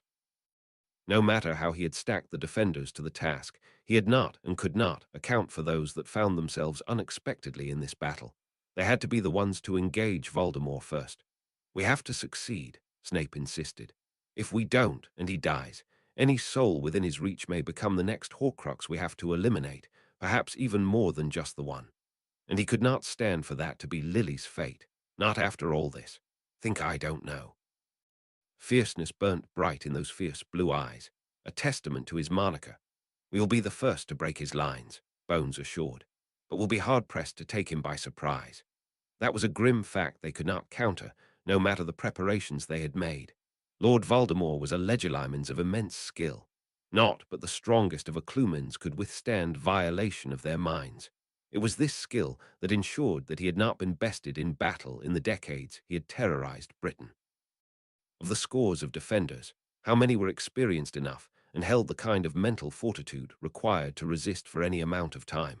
How many held the tactics of this battle and could potentially surrender it to the enemy? How many could make it close enough? And of that, how many had the necessary tools to do what had to be done? Any more assurances that might have been exchanged was drowned out by the earth-shattering boom that sounded, but not from the outside. As if moving as one, the Aurors of the front row struck forth with their wands, a powerful ripple of magic tearing forth and blasting the entrance hall door from its hinges.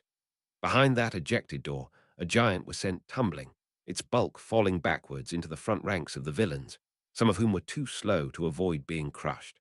The battle turned against the Death Eaters as quickly as it had been initiated.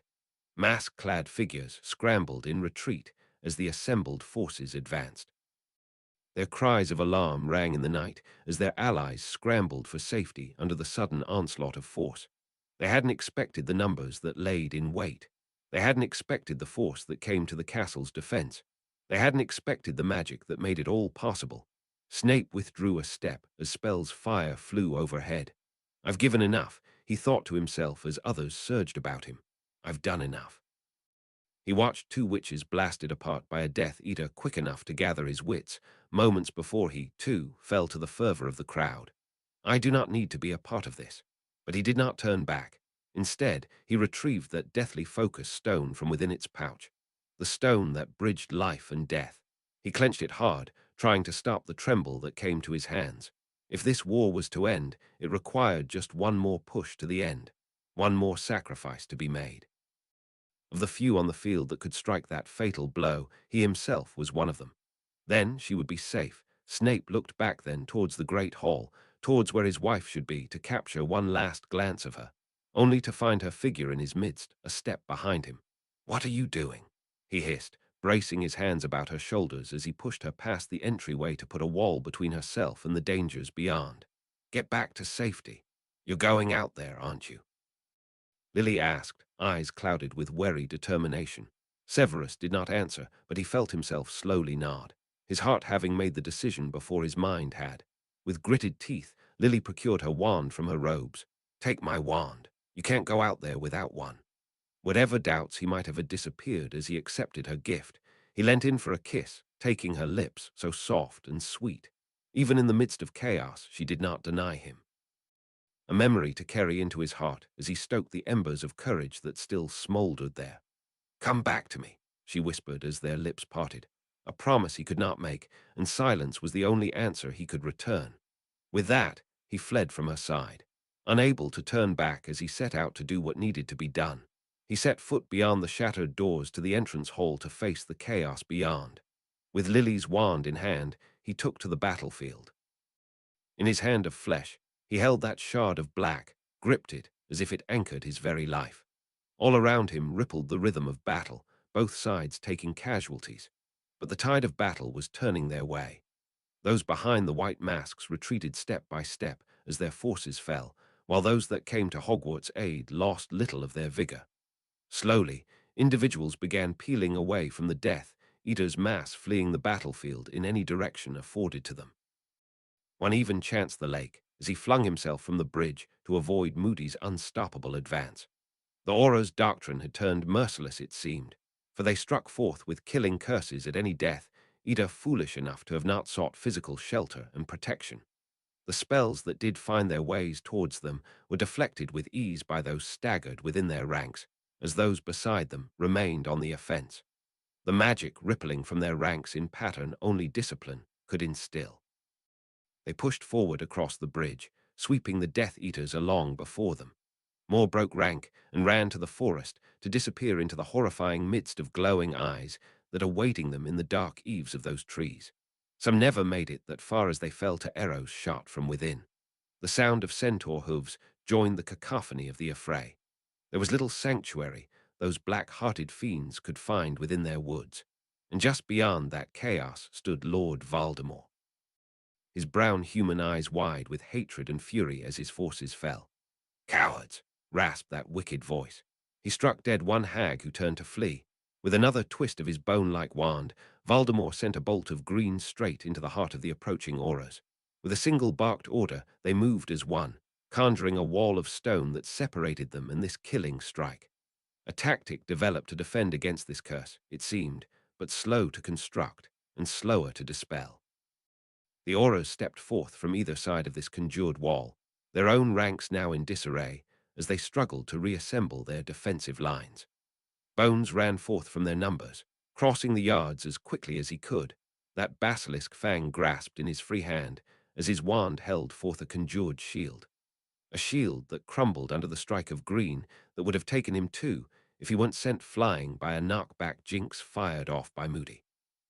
The spell caught him in the side and brought him just beyond the touch of that deadly curse.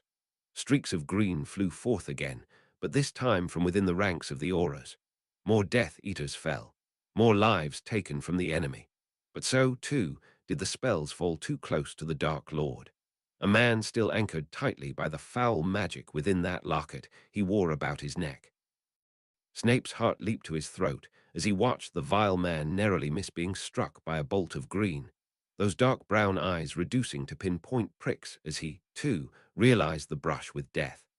That was the last straw needed for Voldemort himself to choose his route to escape. Snape could not let that happen. He swung back, scanning among the defenders and desperately hoping to pick out one soul among them, hoping she was still alive. Minerva McGonagall stood among the youth she had taken charge of, corralling them into a passable fighting force against the unmasked nameless of the Dark Army. Snape approached her, as quickly and carefully as he could, taking shelter behind the shields of other witches and wizards as he picked his way to the headmistress. "Severus!" Minerva greeted as she and Snape parted a Cruciatus curse from the cluster of children with their shielding charms. "I need to get close," Snape replied, wincing at a burn he only just noticed smoldering in his robes just above the elbow. "I need your permission to apparate." Minerva didn't hesitate. She didn't ask pointless questions. "Then it's granted," she agreed, instilling the magic of her permission without any ceremony or fanfare. It wasn't her place to be concerned about Snape, not when she had her own charges to care for. Snape's fate was his own. He held tight to that shard of black stone, feeling his cruel purpose weigh upon him. He turned his eyes across the battlefield to where Voldemort was retreating, drawing his force about him as a shield as he withdrew towards the burning form of the Whomping Willow, towards that secret passage that existed among its writhing roots. Snape breathed out, allowing determination to carry him to purpose, accepting the fate that laid waiting for him beyond what he must do. With a resounding crack, the world melded away momentarily, only to coalesce sharply into that snake-like face. Voldemort stood before him, his army at his back, so close Snape could feel the cold breath of his exhale. Those pinprick brown eyes fell upon the young professor, shock held within. Snape stood between him and the safety that laid within the roots of the burning tree. That moment, that could not have been more than a split second, seemed to stretch into eternity. Snape's eyes drew from the fiend's face to the quarry worn about his neck, that locket gleaming on a chain. With a roar, he stabbed the death stone down, catching the fiend in the flesh of his neck as he tore the jagged stone down the length of that chain where it caught upon the locket. As that black stone touched the cursed artifact, a terrible scream issued forth. Blackness formed where the tip of his stone met the surface of that closed locket, its magical protections unable to stop a stone that could touch the soul itself. Even closed, the power pierced through, dispelling the cursed soul from within. The chains that formed that necklace shattered from the force of that breaking spell as the surface of the pendant itself twisted inwards, like a metal case at depth in the ocean crumbling in its crush. With no more anchors tying this fiend to the mortal world, victory was inevitable, whether it was by design or by time. But just as sweet this victory came, so bitter came the price that he could do nothing but pay. He raised his wife's wand in one last effort to defend himself, knowing it could do nothing to protect him as fate came to claim its due. A streak of green pierced the defense he conjured and wiped away the sight of the world as darkness became his companion once more. Chapter 98, Peace at Last. Chapter text: It was like a shard of ice pierced Lily's heart when she felt that spell peel away from her soul.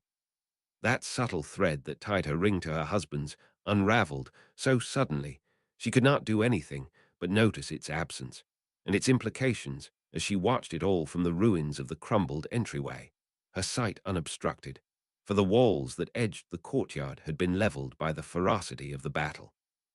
He felt her knees buckle, forcing her to lean against the cold stone wall as support, the sound of battle drums so far in her ears.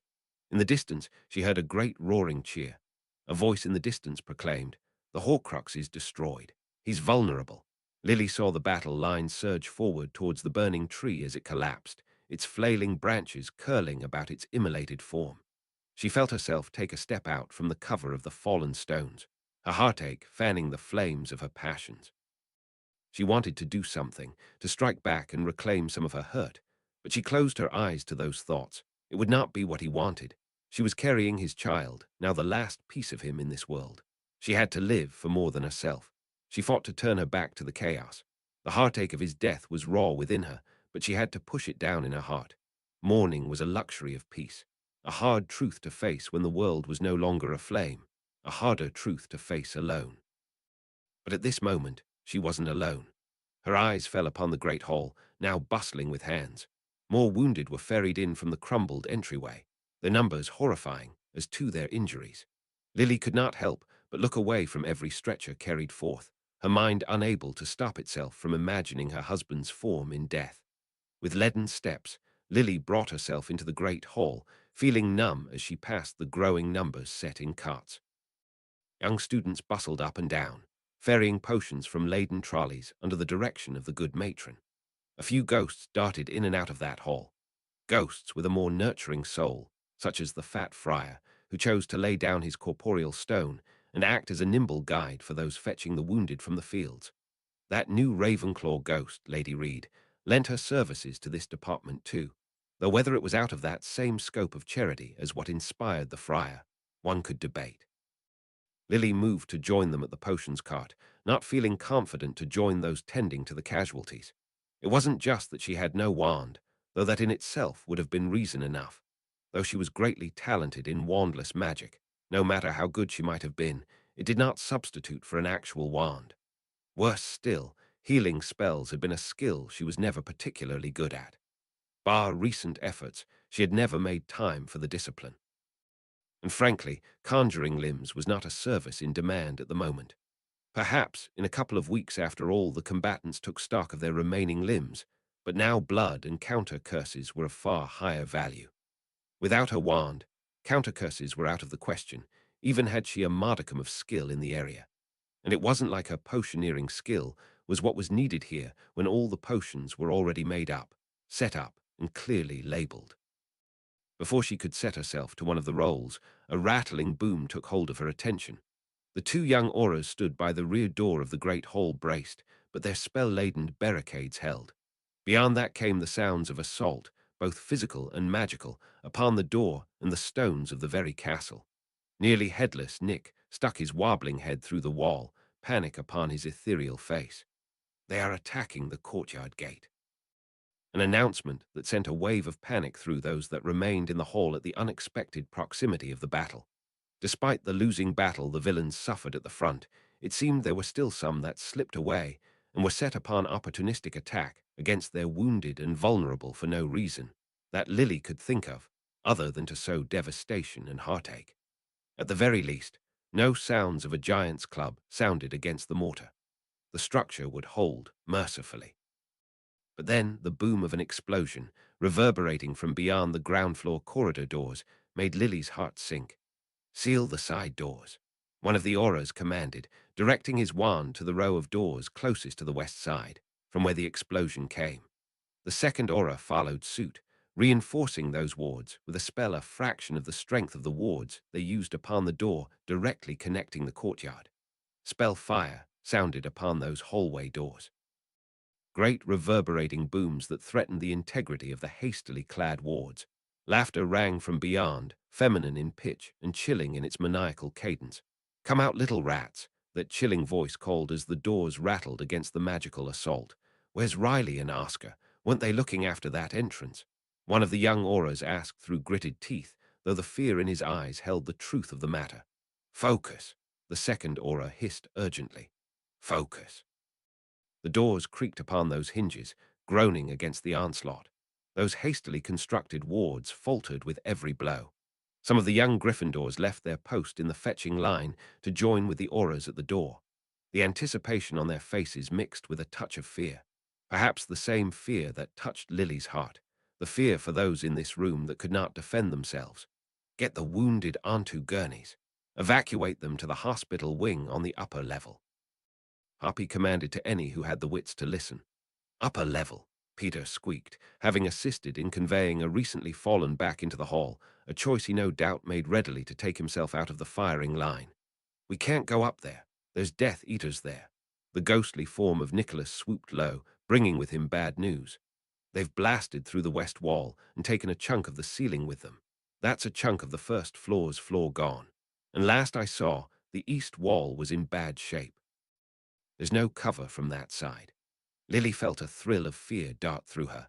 Her eyes touched upon the fear in those souls that paused in mid-motion, floundering in direction. Their conjured gurneys not yet loaded as the horror of the situation dawned. They would break through if they didn't remember first that they could follow the corridor around to attack the great hall from the opposite doors. It was only a matter of time before one of those eventualities realized. Lily glanced to the form lying in the cart closest to her, the still form of her friend Dorcas. Her heart beat in her throat as she placed her hand on her friend's body, feeling an unnatural cold upon her skin.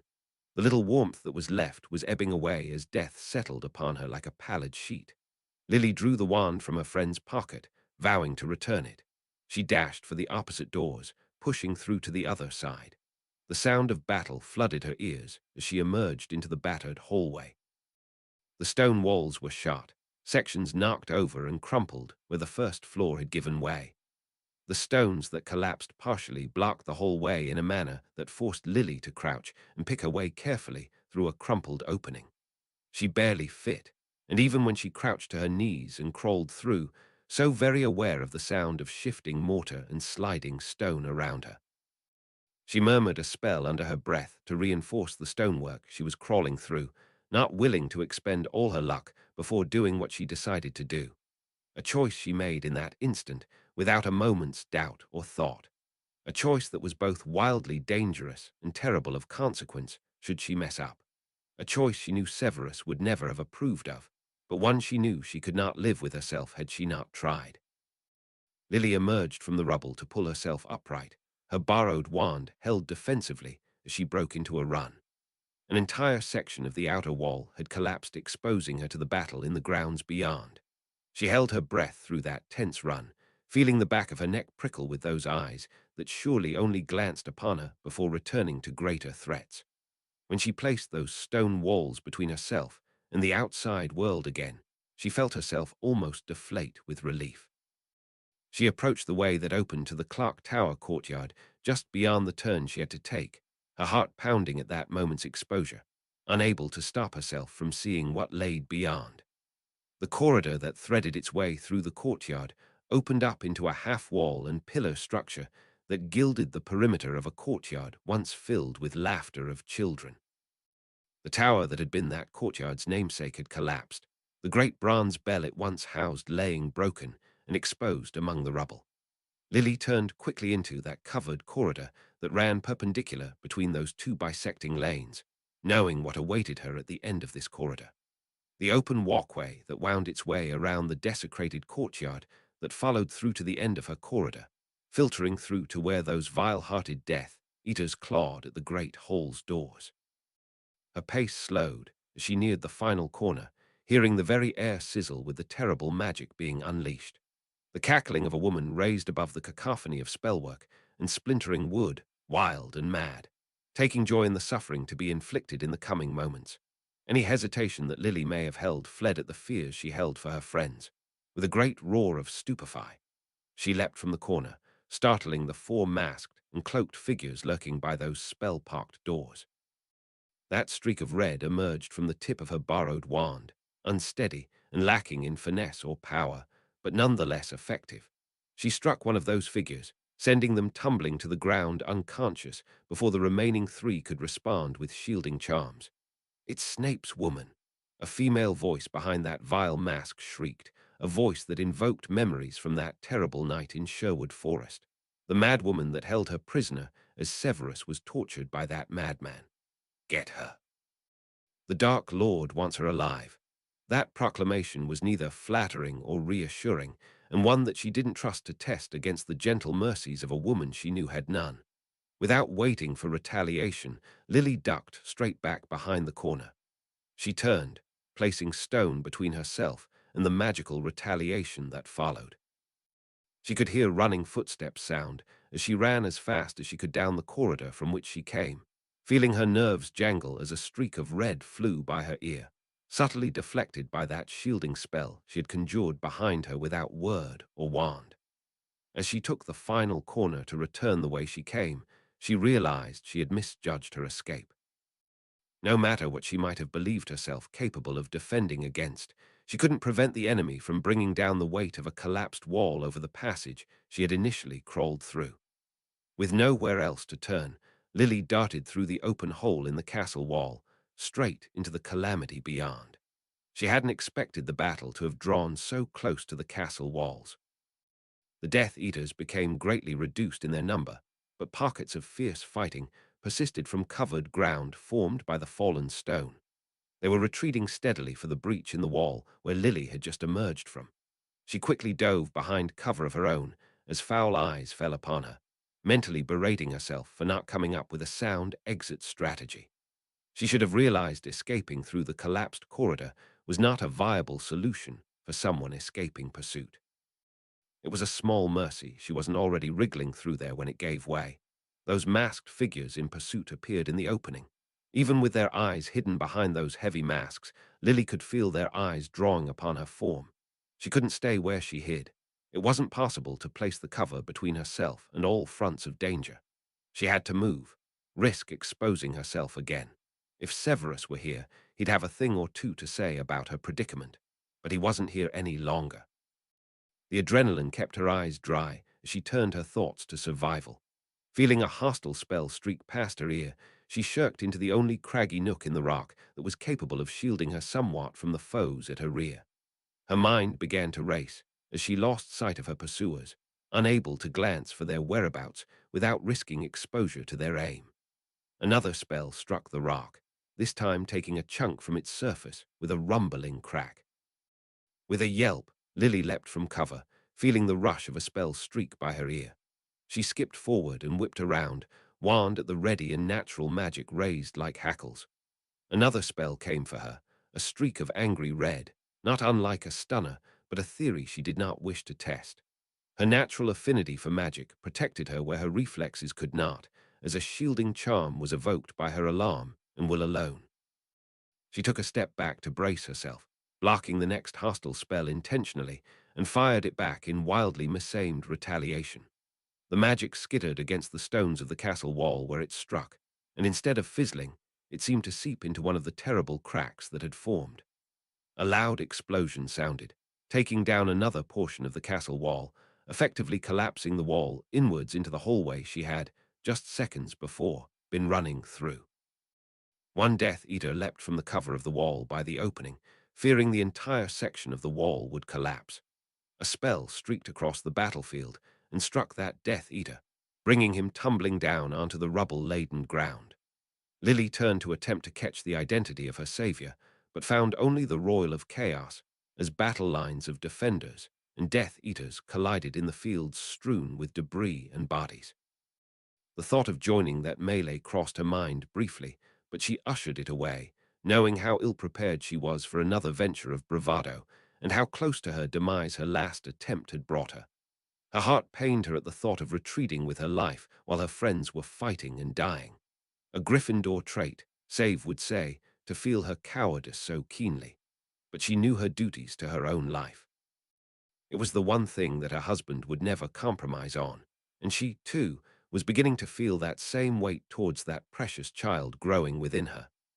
Lily ran along the stretch of the wall, trying to put distance between herself and the danger in pursuit, being careful to keep concealed from the battlefield proper, lest more Death Eaters catch sight of her. A great collective cry of alarm elicited from that direction, but Lily did not glance back. Her nerves were jangled already from all the screams and sounds of battle. If anything, it spurred her on faster. A figure darted up towards her from beyond the veil of rocks, causing her to start, but thankfully, Lily picked out the form of James Potter before her instinct to shoot hexes at any alarming sights or sounds took over. "Come on," he commanded, taking her by the hand. "Get into cover." Her step quickened to keep up with him. He was a good measure fitter than she was, but adrenaline spurred her on to keep pace. They dashed for another collapsed section of the castle, one that would lead her back into the clock tower courtyard. Dropping James' hand, Lily picked her way through the rubble hastily, but not without care. The stone rubble gave way to the shape of splintered wood, then a hand protruding from within, reaching out from a form clad in ministry browns. Lily bit back a gasp at the sight. She turned away quickly, only to catch sight of more bodies prone under the stones. Several bodies that laid exposed in the scattered stonework and broken masonry. Another figure garbed in those ministry browns was fallen among them. A terrible conclusion to what became of those young Aura's friends. The bell sat atop the toppled stonework, its bronze structure untouched by rust, its ancient metal dented by its fall. Where 1,000 years could not touch its enchanted surface, a sharp fall dealt what time could not. "Come on," James beckoned grimly, holding his hand out to help her over the last scramble, but content to slow a step with the battle ringing distant beyond those veiling walls. "How in Merlin's name did you end up out here in this mess?" "It just happened," Lily muttered, not ready to admit she had thrown herself headfirst into what could have potentially been fatal consequences. James grimaced, but not without a reluctant smile. What am I saying? You've always been too willful to sit back, and ordinarily I wouldn't stand in your way. His smile faded as his grimace turned solemn. But given what happened, Lily, I think we both owe it to Severus to ensure your safety. The tone in which he spoke sent Lily's heart pattering. Did you see it happen? James wouldn't even look her in the eye. I'm sorry, Lily. I saw him fall at the Whomping Willow. Her heart dropped. That moment she took to catch her breath, unraveled a knot in her belly she didn't know she had. Shivers racked her body, not just from the cold. It was like floodgates opened, and the fear and anxiety she had bottled up escaped all at once. It was all she could do to stop herself from collapsing into a puddle of tears. Though her heart struggled to accept it, she knew the truth of it all. Knew it from the moment she felt those ties sever, that he had passed from this world. Taking a deep centering breath, Lily calmed herself, placing a gentle hand upon her belly, willing herself to focus as she clenched that shaking hand, to not think about how her child would grow up never knowing his courageous father. Seeing her path was now clear, James turned back. Go on, Lily. Go to safety. I need to go back to join the battle. Sirius is gonna get himself killed without me. With one reluctant nod, Lily separated from James, following the path through the courtyard that would lead her to the very same hallway she had found those marauding Death Eaters. She glanced back only once to see James, form disappearing over the rubble of the collapsed section of wall. Separated from the battle with a wall of magical stone, the sounds of spell fire and screams seemed to fade into the distance with every step she took to safety. And though the war raged on, it was not hers to fight. She had to seek shelter, and there was at least one path left that would take her back to the relative safety of the Great Hall, provided her allies believed her not to be a Death Eater's trickery. But a touch upon her mind made her step falter. A familiar touch, one that evoked such terrible memories. That was all the warning she had before fire erupted before her, slithering forward like a great snake, veiling the path she had been following. As if alive, the fire reared its terrible head, flaming fangs bared as it burned across the entryway, its movement leaving trails of embers in the pavement beneath it. Her breath caught in her throat as she whipped around, eyes darting about desperately as every nerve was aflame with alarm.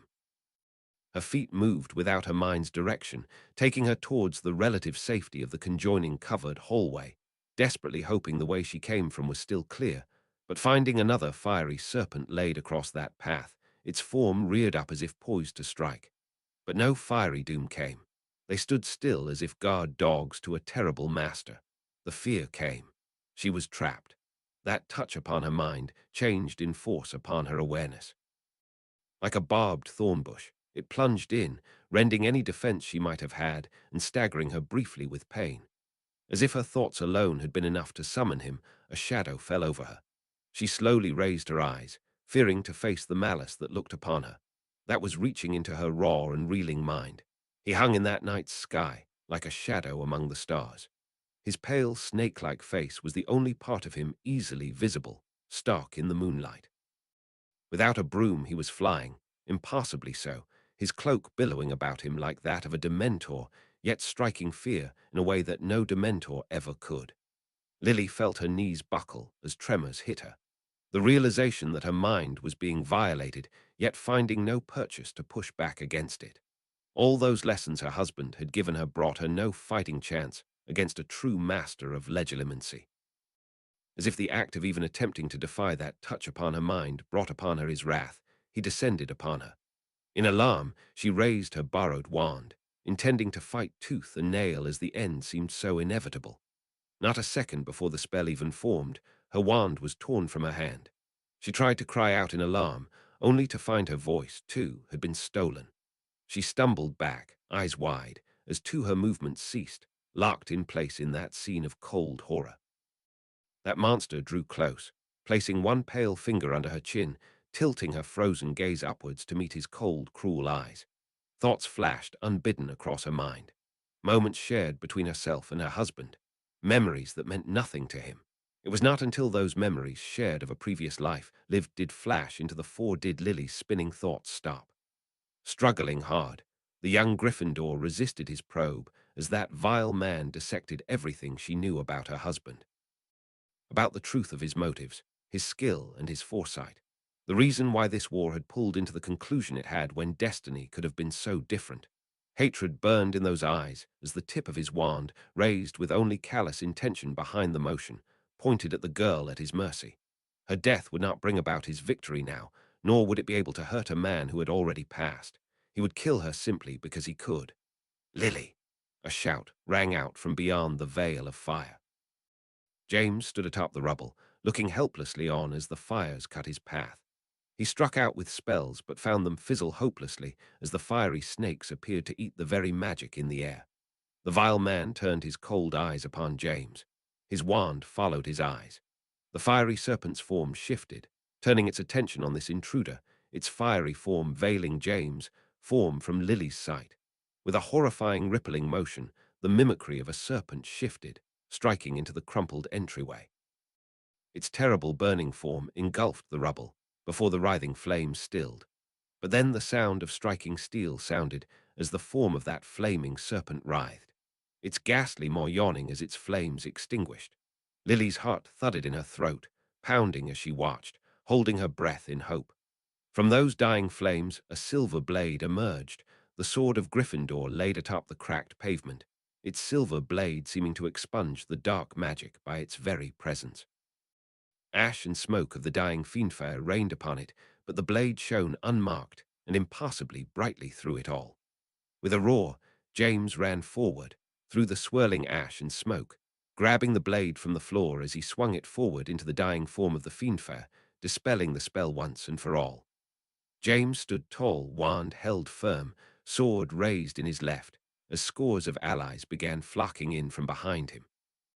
From the corner of her eye, Lily saw those still human eyes narrow from upon that inhuman snake-like face, hatred burning within as the tides turned against him. But then a smile touched the lips of that evil-given form. The second fiendfire drew upon the crowd, causing the masses to shirk back in fear, its motions almost cautious, as if it were some living creature. James held firm his sword, confidence in his stance as he moved in close. From the darkness, a chain shot up from the stone. A chain shattered from the great bell itself, wrapping about the length of the sword of Gryffindor and yanking it from James' grasp. Screams of horror arose as forms drew back beyond the breach in the wall. James dodged to the side just in time for the fiery snake's strike to miss, his robe tails singed at its close passing, narrowly missing a handful of others. Lily felt the legilimency slip from her mind as his attention was swayed from her. She struggled again with the spell that held her firm. Wandless and silenced and pinned in place, she would have been otherwise helpless, had it not been for the fact that she needed no wand, word, or motion to make magic. Breathing out, she reached her magic out as far as she could, further than she had ever attempted to reach. With no motion of hand or lips, she yanked the excised bell chain and summoned it to her direction. With great speed, that piece of metal flew, barreling straight towards the evil man that stood between. The fiendfire faltered as the vile man's rapt attention shifted, his reflexes just quick enough to vanish the chain before it struck. But nothing he cast could have stopped the sword of Gryffindor that the chain took with it in its flight. Lily fell to the floor, the spell broken with a horrid shriek. The sword pierced through, blood painting the ground beneath its strike. He stood a moment more, his face twisted with shock, as he grasped at the handle of the blade that protruded from his chest. Lily reached for his dropped wand, scrambling up to her knees, taking aim as he turned his eyes upon her. Without a word exchanged, he who must not be named, the man who called himself Lord Voldemort, the man who left so much destruction and death in his wake, crumpled to the floor, upon his face a death mask of hatred and disbelief. The great snake of flame, too, unraveled, its cursed power no longer tethered to that evil man's power and control, succumbed to the aura's attempts to dispel it. Its form collapsed in on itself, seeming to burn out, just as its master's life had. As if in a daze, Lily pulled herself to her feet, meeting the eyes of so many witches and wizards who gathered, meeting their looks of elation and heartfelt joy. She killed him, a voice declared, a statement that didn't feel like it should be true, that he no longer haunted their lives, that this fragment of evil was purged from this world. Cheers arose, celebrations of victory rang loud and clear through the courtyard and beyond. From within the hallways, students and adults alike poured out from the unbarred doors to the great hall, clambering to witness the body of the fallen villain. James, too, approached with a whoop, pulling from the fallen fiend that silver sword, still coated by the blood of its final act. He held it aloft to the great cheers of the crowd, inebriated on the air of celebration. With fear stripped from her heart, Lily felt only numbness. She pushed through the crowd, many of whom regarded her with cheers and firm pats, many who cheered her name as the bringer of their victory. She passed through the collapsed entry gate as the rubble was cleared. She pushed past the crowd of people who poured in, wizards and witches who were desperate to see with their own eyes the end to the terror. Beyond those walls laid many fallen figures of kind souls who came at their hour of need, joined in their struggle only to have their end unceremoniously meet them. The ragged, cloaked, stilled forms of those who served as little more than bodies to fill ranks within the army of darkness, scattered among those heroic souls. Many of the living of those villains having taken flight before their defeat was complete. She stepped clear of the crowds and into the fields, seeing the rolling hills silhouetted in the creeping light of rising dawn. A few witches and wizards remained, not joining the fervor of victory.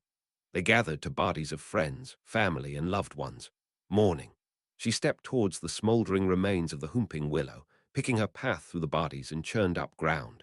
A figure approached her, Sebastian Urquhart dressed in his ministry browns.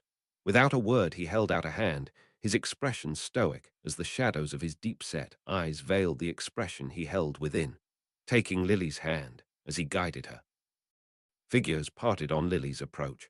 Mulciber, Lester, young Barty, even Sirius, brother Regulus, other young faces she had never met. Souls save had touched in life had come to pay their respects in death. She found him laid upon the grass, his form laid neatly, his silver hand at his side mirroring his hand of flesh. She placed one hand upon his cheek, feeling the coolness of his skin. He had been cleaned of the battle.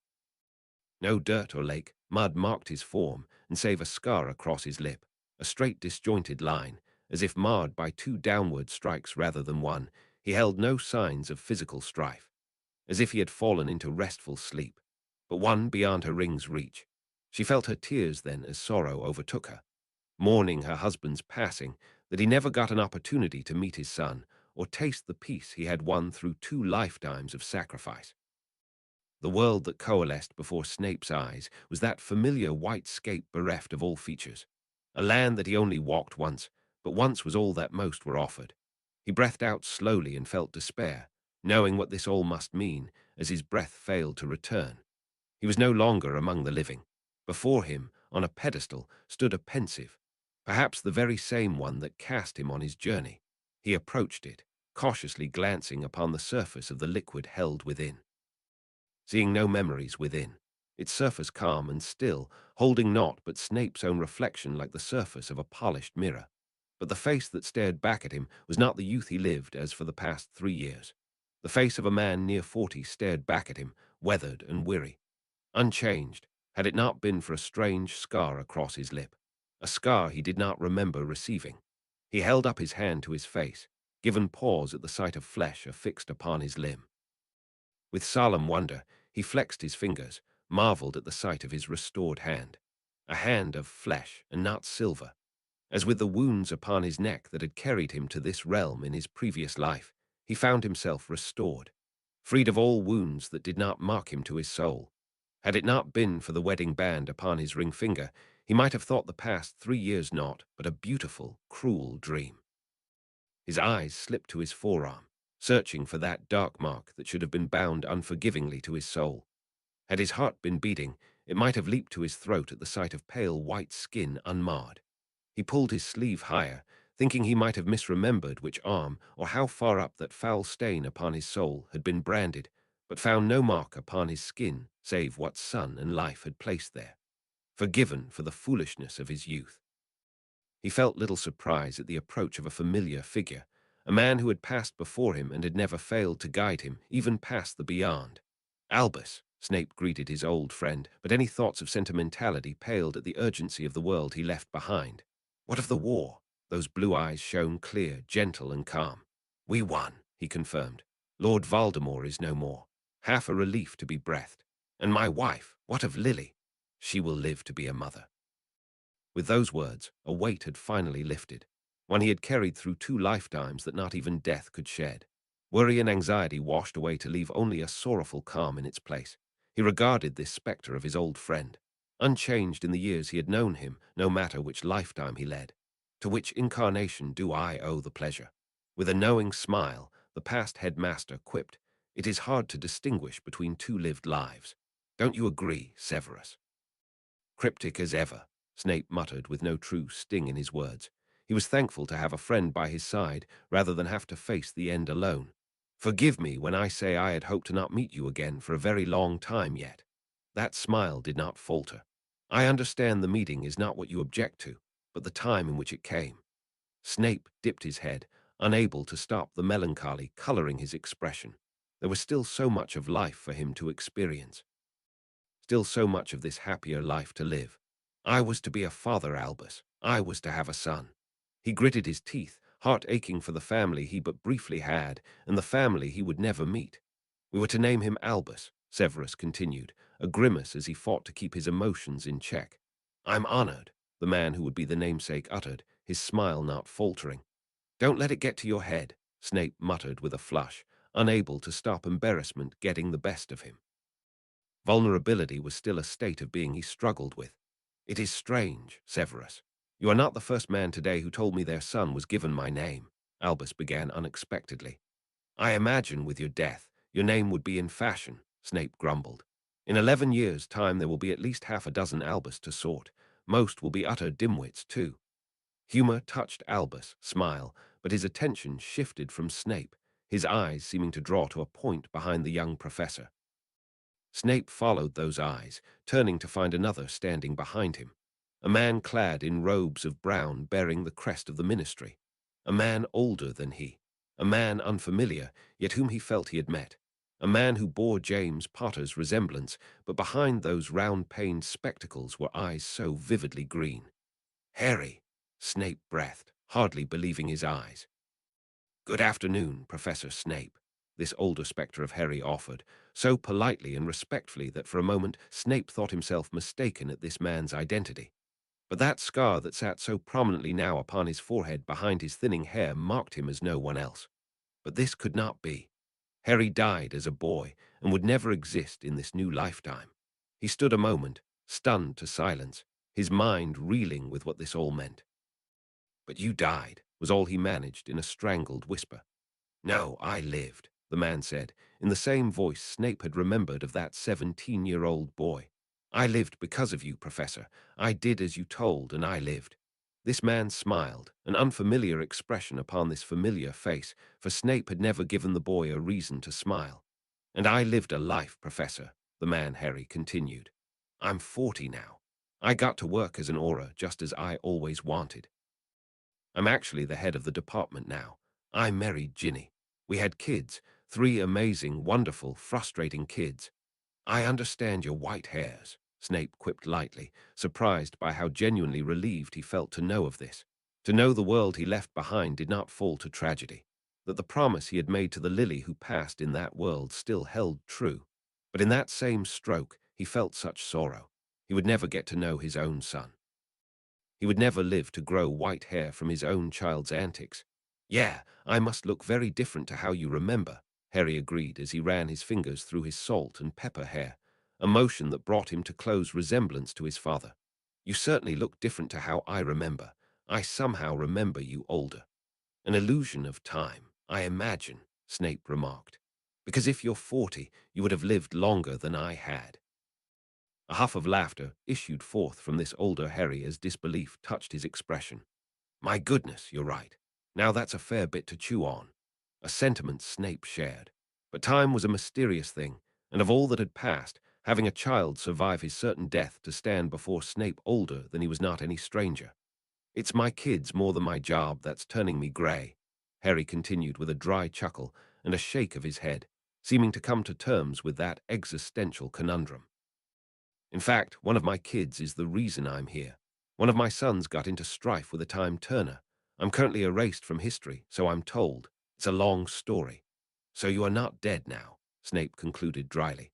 "I'm assured I won't be," Harry answered. Typical, Even in the afterlife, privilege makes its exceptions for a Potter.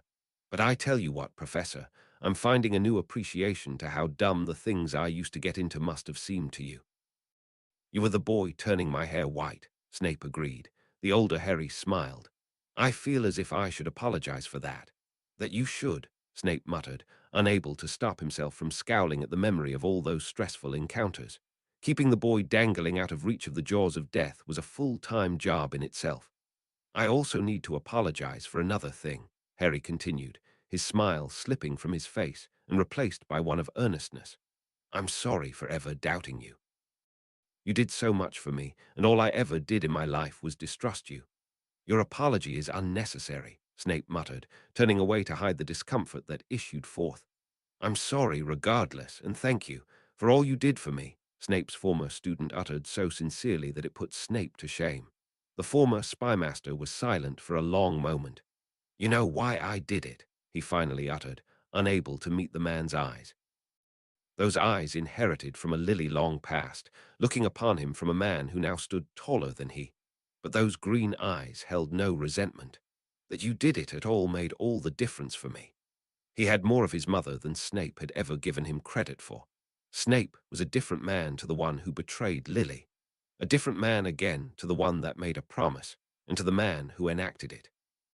He felt nothing but shame that he had shown no warmth to this boy, the last remnant of Lily in that world. I, too, am sorry, Snape relented, with no doubt to the truth of his words. I'm sorry I did not treat you better than I had. I accept. Harry's smile returned. And I understand. I understand why you were who you were. He was a mature man who stood before Snape now, a more mature man than Snape had been when he passed from this man's world. Do you forgive me? Snape felt the need to ask. There was nothing he could do to change the actions of his past, as ironic as such a statement might be. It filled him with shame at how he lashed out so against those that did not deserve it, that he let his own misery, his grudge with James, dictate how he treated a child who had never met his parents. A strange expression passed across Harry's features, as if he hadn't expected the question and resolved to return a true and weighted answer. I have 3 children, Professor. 2 sons and 1 daughter, the man began, taking a baffling tangent. I named my daughter Lily Luna Potter. I named my eldest son James Sirius Potter. Snape could not begin to imagine the headache a child named of 2 marauders might bring. But my youngest son, my middle child, his name is Albus Severus Potter. A warmth touched Snape's heart. Disbelief, gratitude, regret. I am honored, he managed, for he found no other words to convey how undeserving he felt. It was in that moment that it struck Snape how much of Lily her son possessed, to be able to forgive as he did sins that were otherwise unforgivable. I'm glad, Harry said, his smile returning in full. You wouldn't believe how difficult it was to persuade Ginny. She may have been the wiser of the 2 of you, Snape agreed. Upon the approach of Albus Dumbledore, the 2 men grew silent, aware that time drew near for whatever the next step might bring. It's time to go, Harry. With a drawn sigh, the man who Snape had ever known, and misjudged as a child, steeled himself to face the world of the living. It was good to see you again, Professor Snape, Harry offered along with his hand. Snape accepted the handshake, feeling the years of change behind that one motion, not just for the young man who stood before him, but for himself as well. Your parents would be proud. No doubt or disbelief colored the man's face. Instead, a grateful smile took its place, as if he had never doubted such a sentiment. Seemingly at peace with this matter that had always seemed to be laid so heavy within him in childhood. With a smile, he bade goodbyes, fading from the realm of the dead with determined eyes. To take once more his place among the living in a world Snape was no longer a part of. With the silence that followed, the realm of the dead seemed to draw cold. Albus approached, calm and solemn, his demeanor doing nothing to relieve Snape of his rising fears. It was now he who had to face what may come. I still have regrets, Albus, Snape confessed, unable to hide how vulnerable he felt. It would be impossible to be without any. Words of wisdom offered by a man who equaled those sentiments in life. With a reluctant nod, Snape met the headmaster's eyes, feeling the weight on his own soul and knowing they were not enough to bind him to this world. Of all his greatest regrets, he had cleared them all. Lily still lived, their relationship mended beyond perfect.